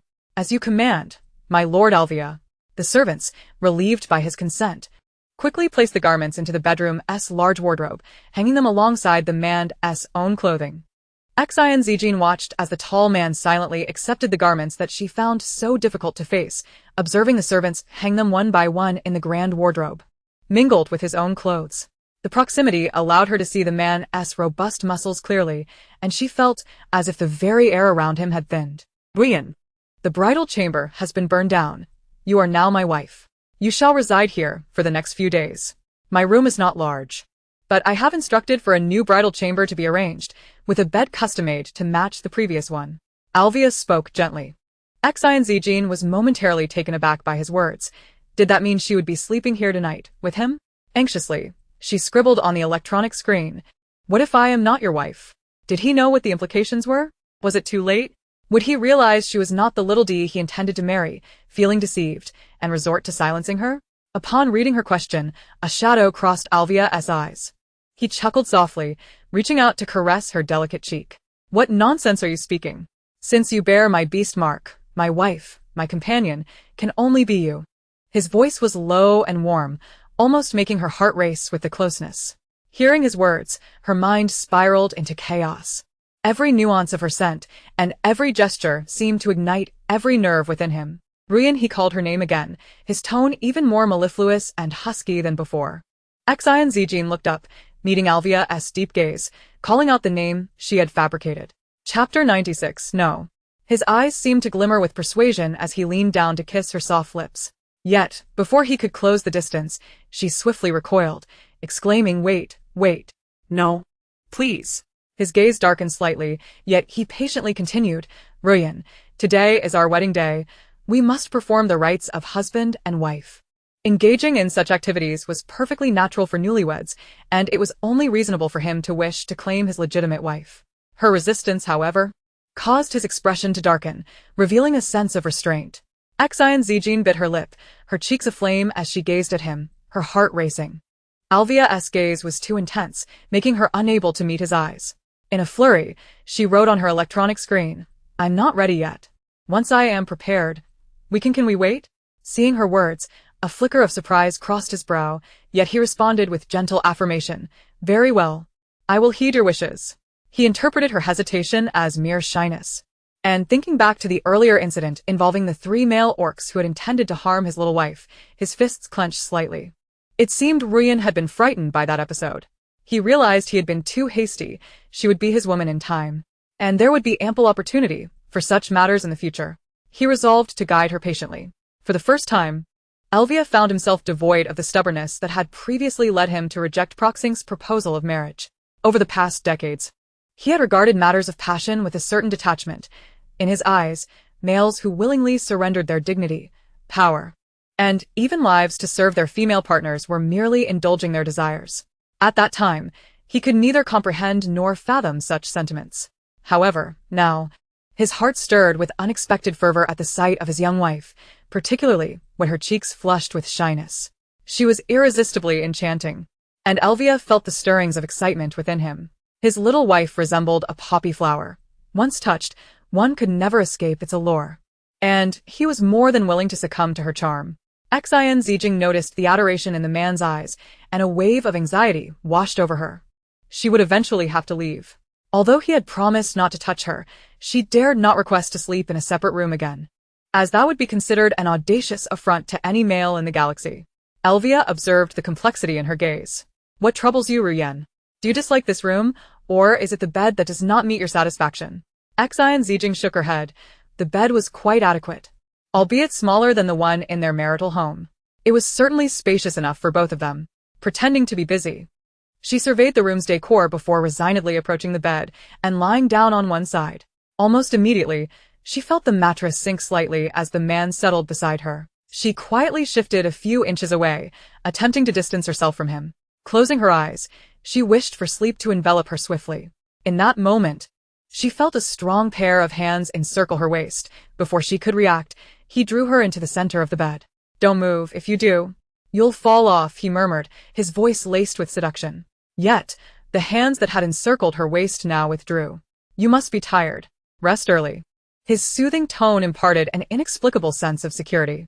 Alvia was a man who appreciated comfort. Whether it was the bed prepared in their marital suite or the one in his private chamber, Both were soft and inviting, infused with his distinctive, refreshing scent that lulled her into slumber. As her eyelids grew heavy, she succumbed to sleep, her breathing becoming long and steady. However, in her dreams, Xin Zijin found herself restless, feeling as if she were ensnared by some unseen force, her limbs tightly bound, with something damp brushing against her face. Upon waking, she discovered herself alone in the room, her heart racing as she checked her clothing, which remained unchanged. Even her position on the bed was unchanged. Lying squarely in the center, she propped herself up, rubbing her sore body, attributing the discomfort to the aftermath of the previous day's harrowing experience. Upon returning to the palace, Cyril was reprimanded by his mother, the Empress, who expressed her relief that Elvia, the longtime bachelor, had finally married. Now, her concerns shifted to her only son. Cyril, possessing both looks and talent, had yet to encounter a suitable female. Should she arrange a marriage for him, as she had for Elvia? The mere thought sent a shiver down Cyril's spine. He was nothing like his uncle. Elvia showed no interest in any female, and marriage was merely an addition to his life. However, the thought of Xin Zijin, his roommate from the military academy, stirred something within him. If she were the one, he would be amenable to his mother's matchmaking, but she was in the Federation, far removed from Saint Yashin. Cyril, Her Majesty has instructed you to finish this stack of books today, a servant announced, approaching with an imposing pile of texts. Cyril gestured for him to set them down. The servant bowed respectfully and retreated. Cyril casually picked up one of the books to glance at the title, The Study of Beast Men, which made his brow twitch. Hadn't he studied enough of this in the academy? He pulled out another, 100 Ways to Pursue a Female. He tossed it aside and reached for a third. Enhancing Male Charisma. Ensure a female falls for you at first glance, and another, Self-Study for Males. Master this and enjoy knightly favor. His brows furrowed further. His mother's choice of reading material was far too pointed. With a resigned sigh, he stuffed the books back into the pile. Finally, he spotted a particularly eye-catching volume. Withdrawing it to inspect. Proper Techniques for Stealing a Partner. Oh, an agricultural book? He opened it to find the first line boldly stating, As long as you wield the hoe well, no corner is unyielding. He continued reading. First tactic, relentless pursuit. As long as you remain persistent, you need not fear failure. If all else fails. Cyril's brows knitted together, and he snapped the book shut, casting it far away. Indeed, it was the same old advice repackaged. Chapter 97. Personal Attendant Ollie. Following the recent attack, the estate underwent a thorough overhaul of its guards and staff. Elvia had specifically requested that several capable, genderless attendants be assigned to his wife. Madam, Lord Elvia may not always be available to attend to you, the butler stated as he escorted several genderless attendants to Xin Zijin, allowing her to select a few for personal service. Xin Zijin was not accustomed to having servants at her beck and call, and initially intended to decline. However, the butler was quite insistent. What female does not have a few personal attendants by her side? Especially one as esteemed as you, the wife of Lord Elvia. After some contemplation, she reluctantly agreed to choose one. She surveyed the attendants before her. All were genderless, each possessing distinct appearances. Despite their lack of gender, their impressive auras suggested they were skilled individuals, handpicked by the butler, standing as a lead among their kind, even surpassing many ordinary beast men in strength. They stood tall, their postures straight and their gazes resolute, embodying the calm demeanor of trained warriors. Among them, the last attendant stood slightly taller, her figure well-proportioned. Though her features were unremarkable, her deep-set, fox-like eyes were captivating, compelling attention. What is your name? Xin Zijin inquired, pointing to the last attendant. Madam, my name is Ollie, she replied, her voice low and melodious, carrying a magnetic quality that blurred the lines of gender. Ollie, a memorable name, as enchanting as her eyes. Xin Zijin shifted her gaze away and addressed the butler. I will keep just one of them. Whoever wishes to accompany me may stay. The butler had hoped Xin Zijin would select them all, but upon noticing her apparent discomfort and reluctance, he relented. Ollie, you shall accompany the madam from now on, he instructed, directing his attention to the taller, genderless attendant. Ollie seemed to possess a greater aptitude than the others, and having been singled out by the madam, she was likely to be more readily accepted. The other attendants who were not chosen displayed subtle disappointment, while Ollie remained composed, her expression unwavering, as if she had anticipated this outcome. Thank you, madam. Thank you, steward. She bowed respectfully. The others were instructed to leave, and only Ali remained, following the steward to familiarize herself with the surroundings and the rules. Once she had acclimated, she would be assigned to attend to Xin Zijin. After the steward had completed his instructions, he placed Ali in Xin Zijin's chamber and informed her that Ali would be responsible for her daily care and meals. Any needs could be communicated to Ali. Xin Zijin had previously experienced life as a genderless individual and had even interacted with others of the same kind. The inherent humility of genderless beings was something that could not be masked, yet Ali seemed somewhat different. She showed respect and dedicated service to Xin Zijin, but there was an air of distinction about her that set her apart from other genderless individuals. Perhaps she had previously enjoyed a favorable existence, untouched by ridicule, and her movements occasionally betrayed a hint of pride that was not typical of her kind. Her skills and taste were impeccable. Whether in clothing coordination or hairstyling, she excelled. Elvia summoned a servant to bring forth a plethora of garments and jewelry. Each time Ali glimpsed the adornments sent by Elvia, a fleeting glint of ferocity would flash in her eyes. It was undeniable that Elvia treated her wife exceptionally well, as they shared the same chamber. Elvia would attend to state affairs during the day and would return at night. Xin Zijin often pondered how to tactfully decline his advances. He had never overstepped his boundaries, at most bestowing a passionate kiss upon her forehead as a gesture of good night. Noticing Ali lost in contemplation over the jewelry, Xin Zijin lifted a rather substantial piece and offered it to her. "A gift for you." To her surprise, Ali outright refused. Was not working for the nobility meant to earn remuneration? It was entirely normal to receive rewards for good service. Why did Ali seem disinterested in such matters? Ali appeared to sense Xin Zijin's bewilderment and hurriedly waved her hand, stating, "The steward has instructed that nothing from the madam's room may be accepted. If I perform well, the steward will reward me accordingly." Was that so? Xin Zijin, not one to pry further, accepted her explanation. "Then, madam, please proceed to the bath. The tub has been prepared with milk and rose petals. I shall attend to your bathing with professional techniques that will leave your skin even more supple." Ali's words were clear and well-structured, devoid of any impropriety, yet Xin Zijin was not accustomed to having others tend to her bathing, especially with massages accompanying it, and she felt a sense of resistance. She decisively declined, and a flicker of disappointment crossed Ali's gaze. Xin Zijin, undeterred by her discontent, turned and entered the bathing chamber, instructing her not to follow. She placed her garments on a nearby rack, removed her shoes, and settled into the warm water, which enveloped her body in comfort, prompting a sigh of contentment as she closed her eyes to relish the rare tranquility. That man would return tonight, and she was uncertain how to deflect his advances. After her bath, Xin Zijin dried herself and donned a bathrobe before emerging from the tub. She gestured for Ali to retrieve a dress from the wardrobe. Ali selected a long, conservative gown. "Madam, please wear this tonight." Xin Zijin regarded the white lace gown, with its long sleeves and high neck, as the most modest of the selections, and it suited her preferences. She nodded in agreement, ready to change.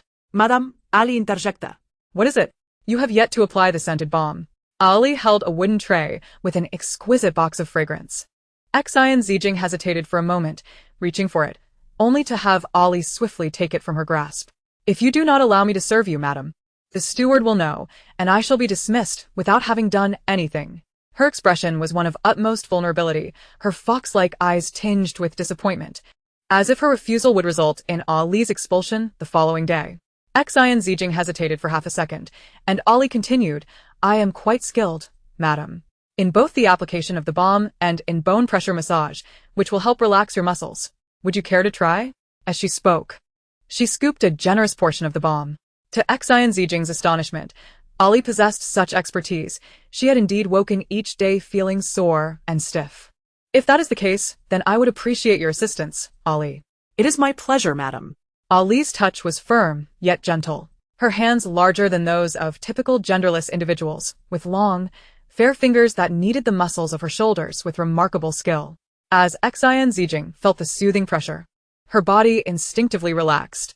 Ali spread the balm evenly across her skin, transitioning from applying it to a gentle massage, her fingers deft and tender. Pausing at each acupoint for a moment, the tension in Xin Zijin's body gradually dissipated. Suddenly, Ali posed a question, "Madam, what are your thoughts on Lord Elvia?" Her voice was neutral, yet slightly sharp, maintaining a polite tone but with an odd dissonance. Xin Zijin momentarily paused, the image of the man's handsome, profound visage surfacing in her mind. Elvia was indeed a man who appeared aloof yet treated his wife with utmost kindness. He was strikingly handsome, strong, and tall. A figure many would covet, even without the Empress's decree for marriage. Yes, he is indeed remarkable, she thought to herself, falling silent thereafter. Ali's massage continued, her technique gentle yet firm, moving downwards, her hand adorned with balm poised to linger upon Xin Zijing's soft, fair skin when it was suddenly grasped by delicate fingers. Ali's body stiffened at once, a flush creeping onto her cheeks as she cast her gaze downward, her voice now a throaty whisper. "Shall we not continue, madam?" Xin Zijing frowned. Although Ali was not male, she still felt uncomfortable with such proximity. "No need. I am changing clothes. You may leave now," she replied plainly. A shadow of disappointment crossed Ali's features, yet she complied, withdrawing her hand and placing the balm aside. "Then, I shall take my leave." Xin Zijing waved her hand, signaling her departure. Ali offered a fleeting smile, turning to exit. Her smile was ephemeral, vanishing as quickly as it appeared. Yet her eyes shimmered with a certain enigmatic glint. Once Ali had departed, Xin Zijing hastily changed her attire and stepped out of the room, quietly surveying the estate. She recalled that Charlie had mentioned the effects of the drug would last at least a month, implying she would remain mute for that duration. She yearned to discover a breakthrough within the estate, perhaps a chance to escape. However, given her current state, it was not just her inability to speak that posed a problem. The pheromones emanating from her would undoubtedly attract unwanted attention. Suddenly, a thought struck her. Cyril. Cyril shared the same surname as Elvia. He had visited on the day of Elvia's grand wedding. Although she was unaware of their relationship, Cyril was the only person she knew in Saint Etienne. Perhaps he could be her means of escape. Elvia, eager to reunite with his beloved wife, returned home early, searching the bedroom for her, yet finding her absent. "Where is my wife now?" After casually inquiring with a nearby servant, Elvia learned that his beloved wife was in the back garden. Upon seeing Elvia hastening towards the garden, the servant began to gossip quietly among themselves. Indeed, Lord Elvia had changed.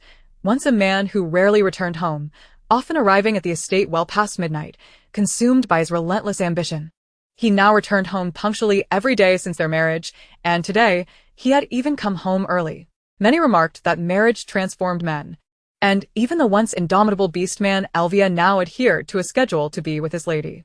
Elvia hurriedly reached the back garden, where he beheld a vision before him, his wife seated gracefully on a swing, her slender figure exuding elegance, with long hair cascading like a waterfall behind her. Clad in a delicate white lace gown, her skin seemed to glow with an ethereal radiance. "Xian, I have returned," he called softly from beneath the shade of a tree. His gaze warm and tender, a gentle smile gracing his lips. Xin Zijin lifted her eyes, momentarily taken aback by the sight of the man holding a gift box that seemed ill-suited to his imposing stature. Had he truly returned so early today? She mused. And then a sweet smile blossomed on her face. Elvia approached, taking her hand and guiding her to a nearby stone bench, where he carefully placed the gift box into her hands. "Open it and see if you like it," he urged softly. She reached out, unsealing the box and unveiling a stunningly exquisite gemstone ring nestled within. The gem, shaped like a hexagon, was pure and translucent, appearing to ripple with the essence of water. Its brilliance intensified by the light, revealing the extraordinary quality of the material. "What is this?" the young woman asked, her eyes filled with curiosity as she gazed at the man before her. He gently grasped her delicate hand, lifting her left and, with a tender motion, slid the ring onto her ring finger. Finally, he placed a soft kiss upon the back of her hand adorned with the ring. His lips were cool and dry against her skin, sending a shiver through her heart. "It is beautiful. Is it not precious?" she inquired. He affectionately caressed her hand, explaining softly, "This is our wedding ring, Xian. I should have placed it upon your finger on our wedding day." Yet, he felt that an ordinary wedding band would be too banal, unworthy of his enchanting wife. After much contemplation, he had envisioned this gemstone. It had taken time to procure and craft into a ring. The gem was indeed the rarest, most valuable and beautiful stone from Saint Etienne, and only it was deserving of her. What Elvia did not disclose was that this gemstone was extraordinarily rare, the only one of its kind in the entire galaxy, originally set in the crown of the Queen of Saint Etienne. In recent days, he had carefully extracted half of the gem from the crown to create this ring. The other half, during the extraction process, had been seen by Cyril, to whom Elvia had entrusted the remaining half of the crown.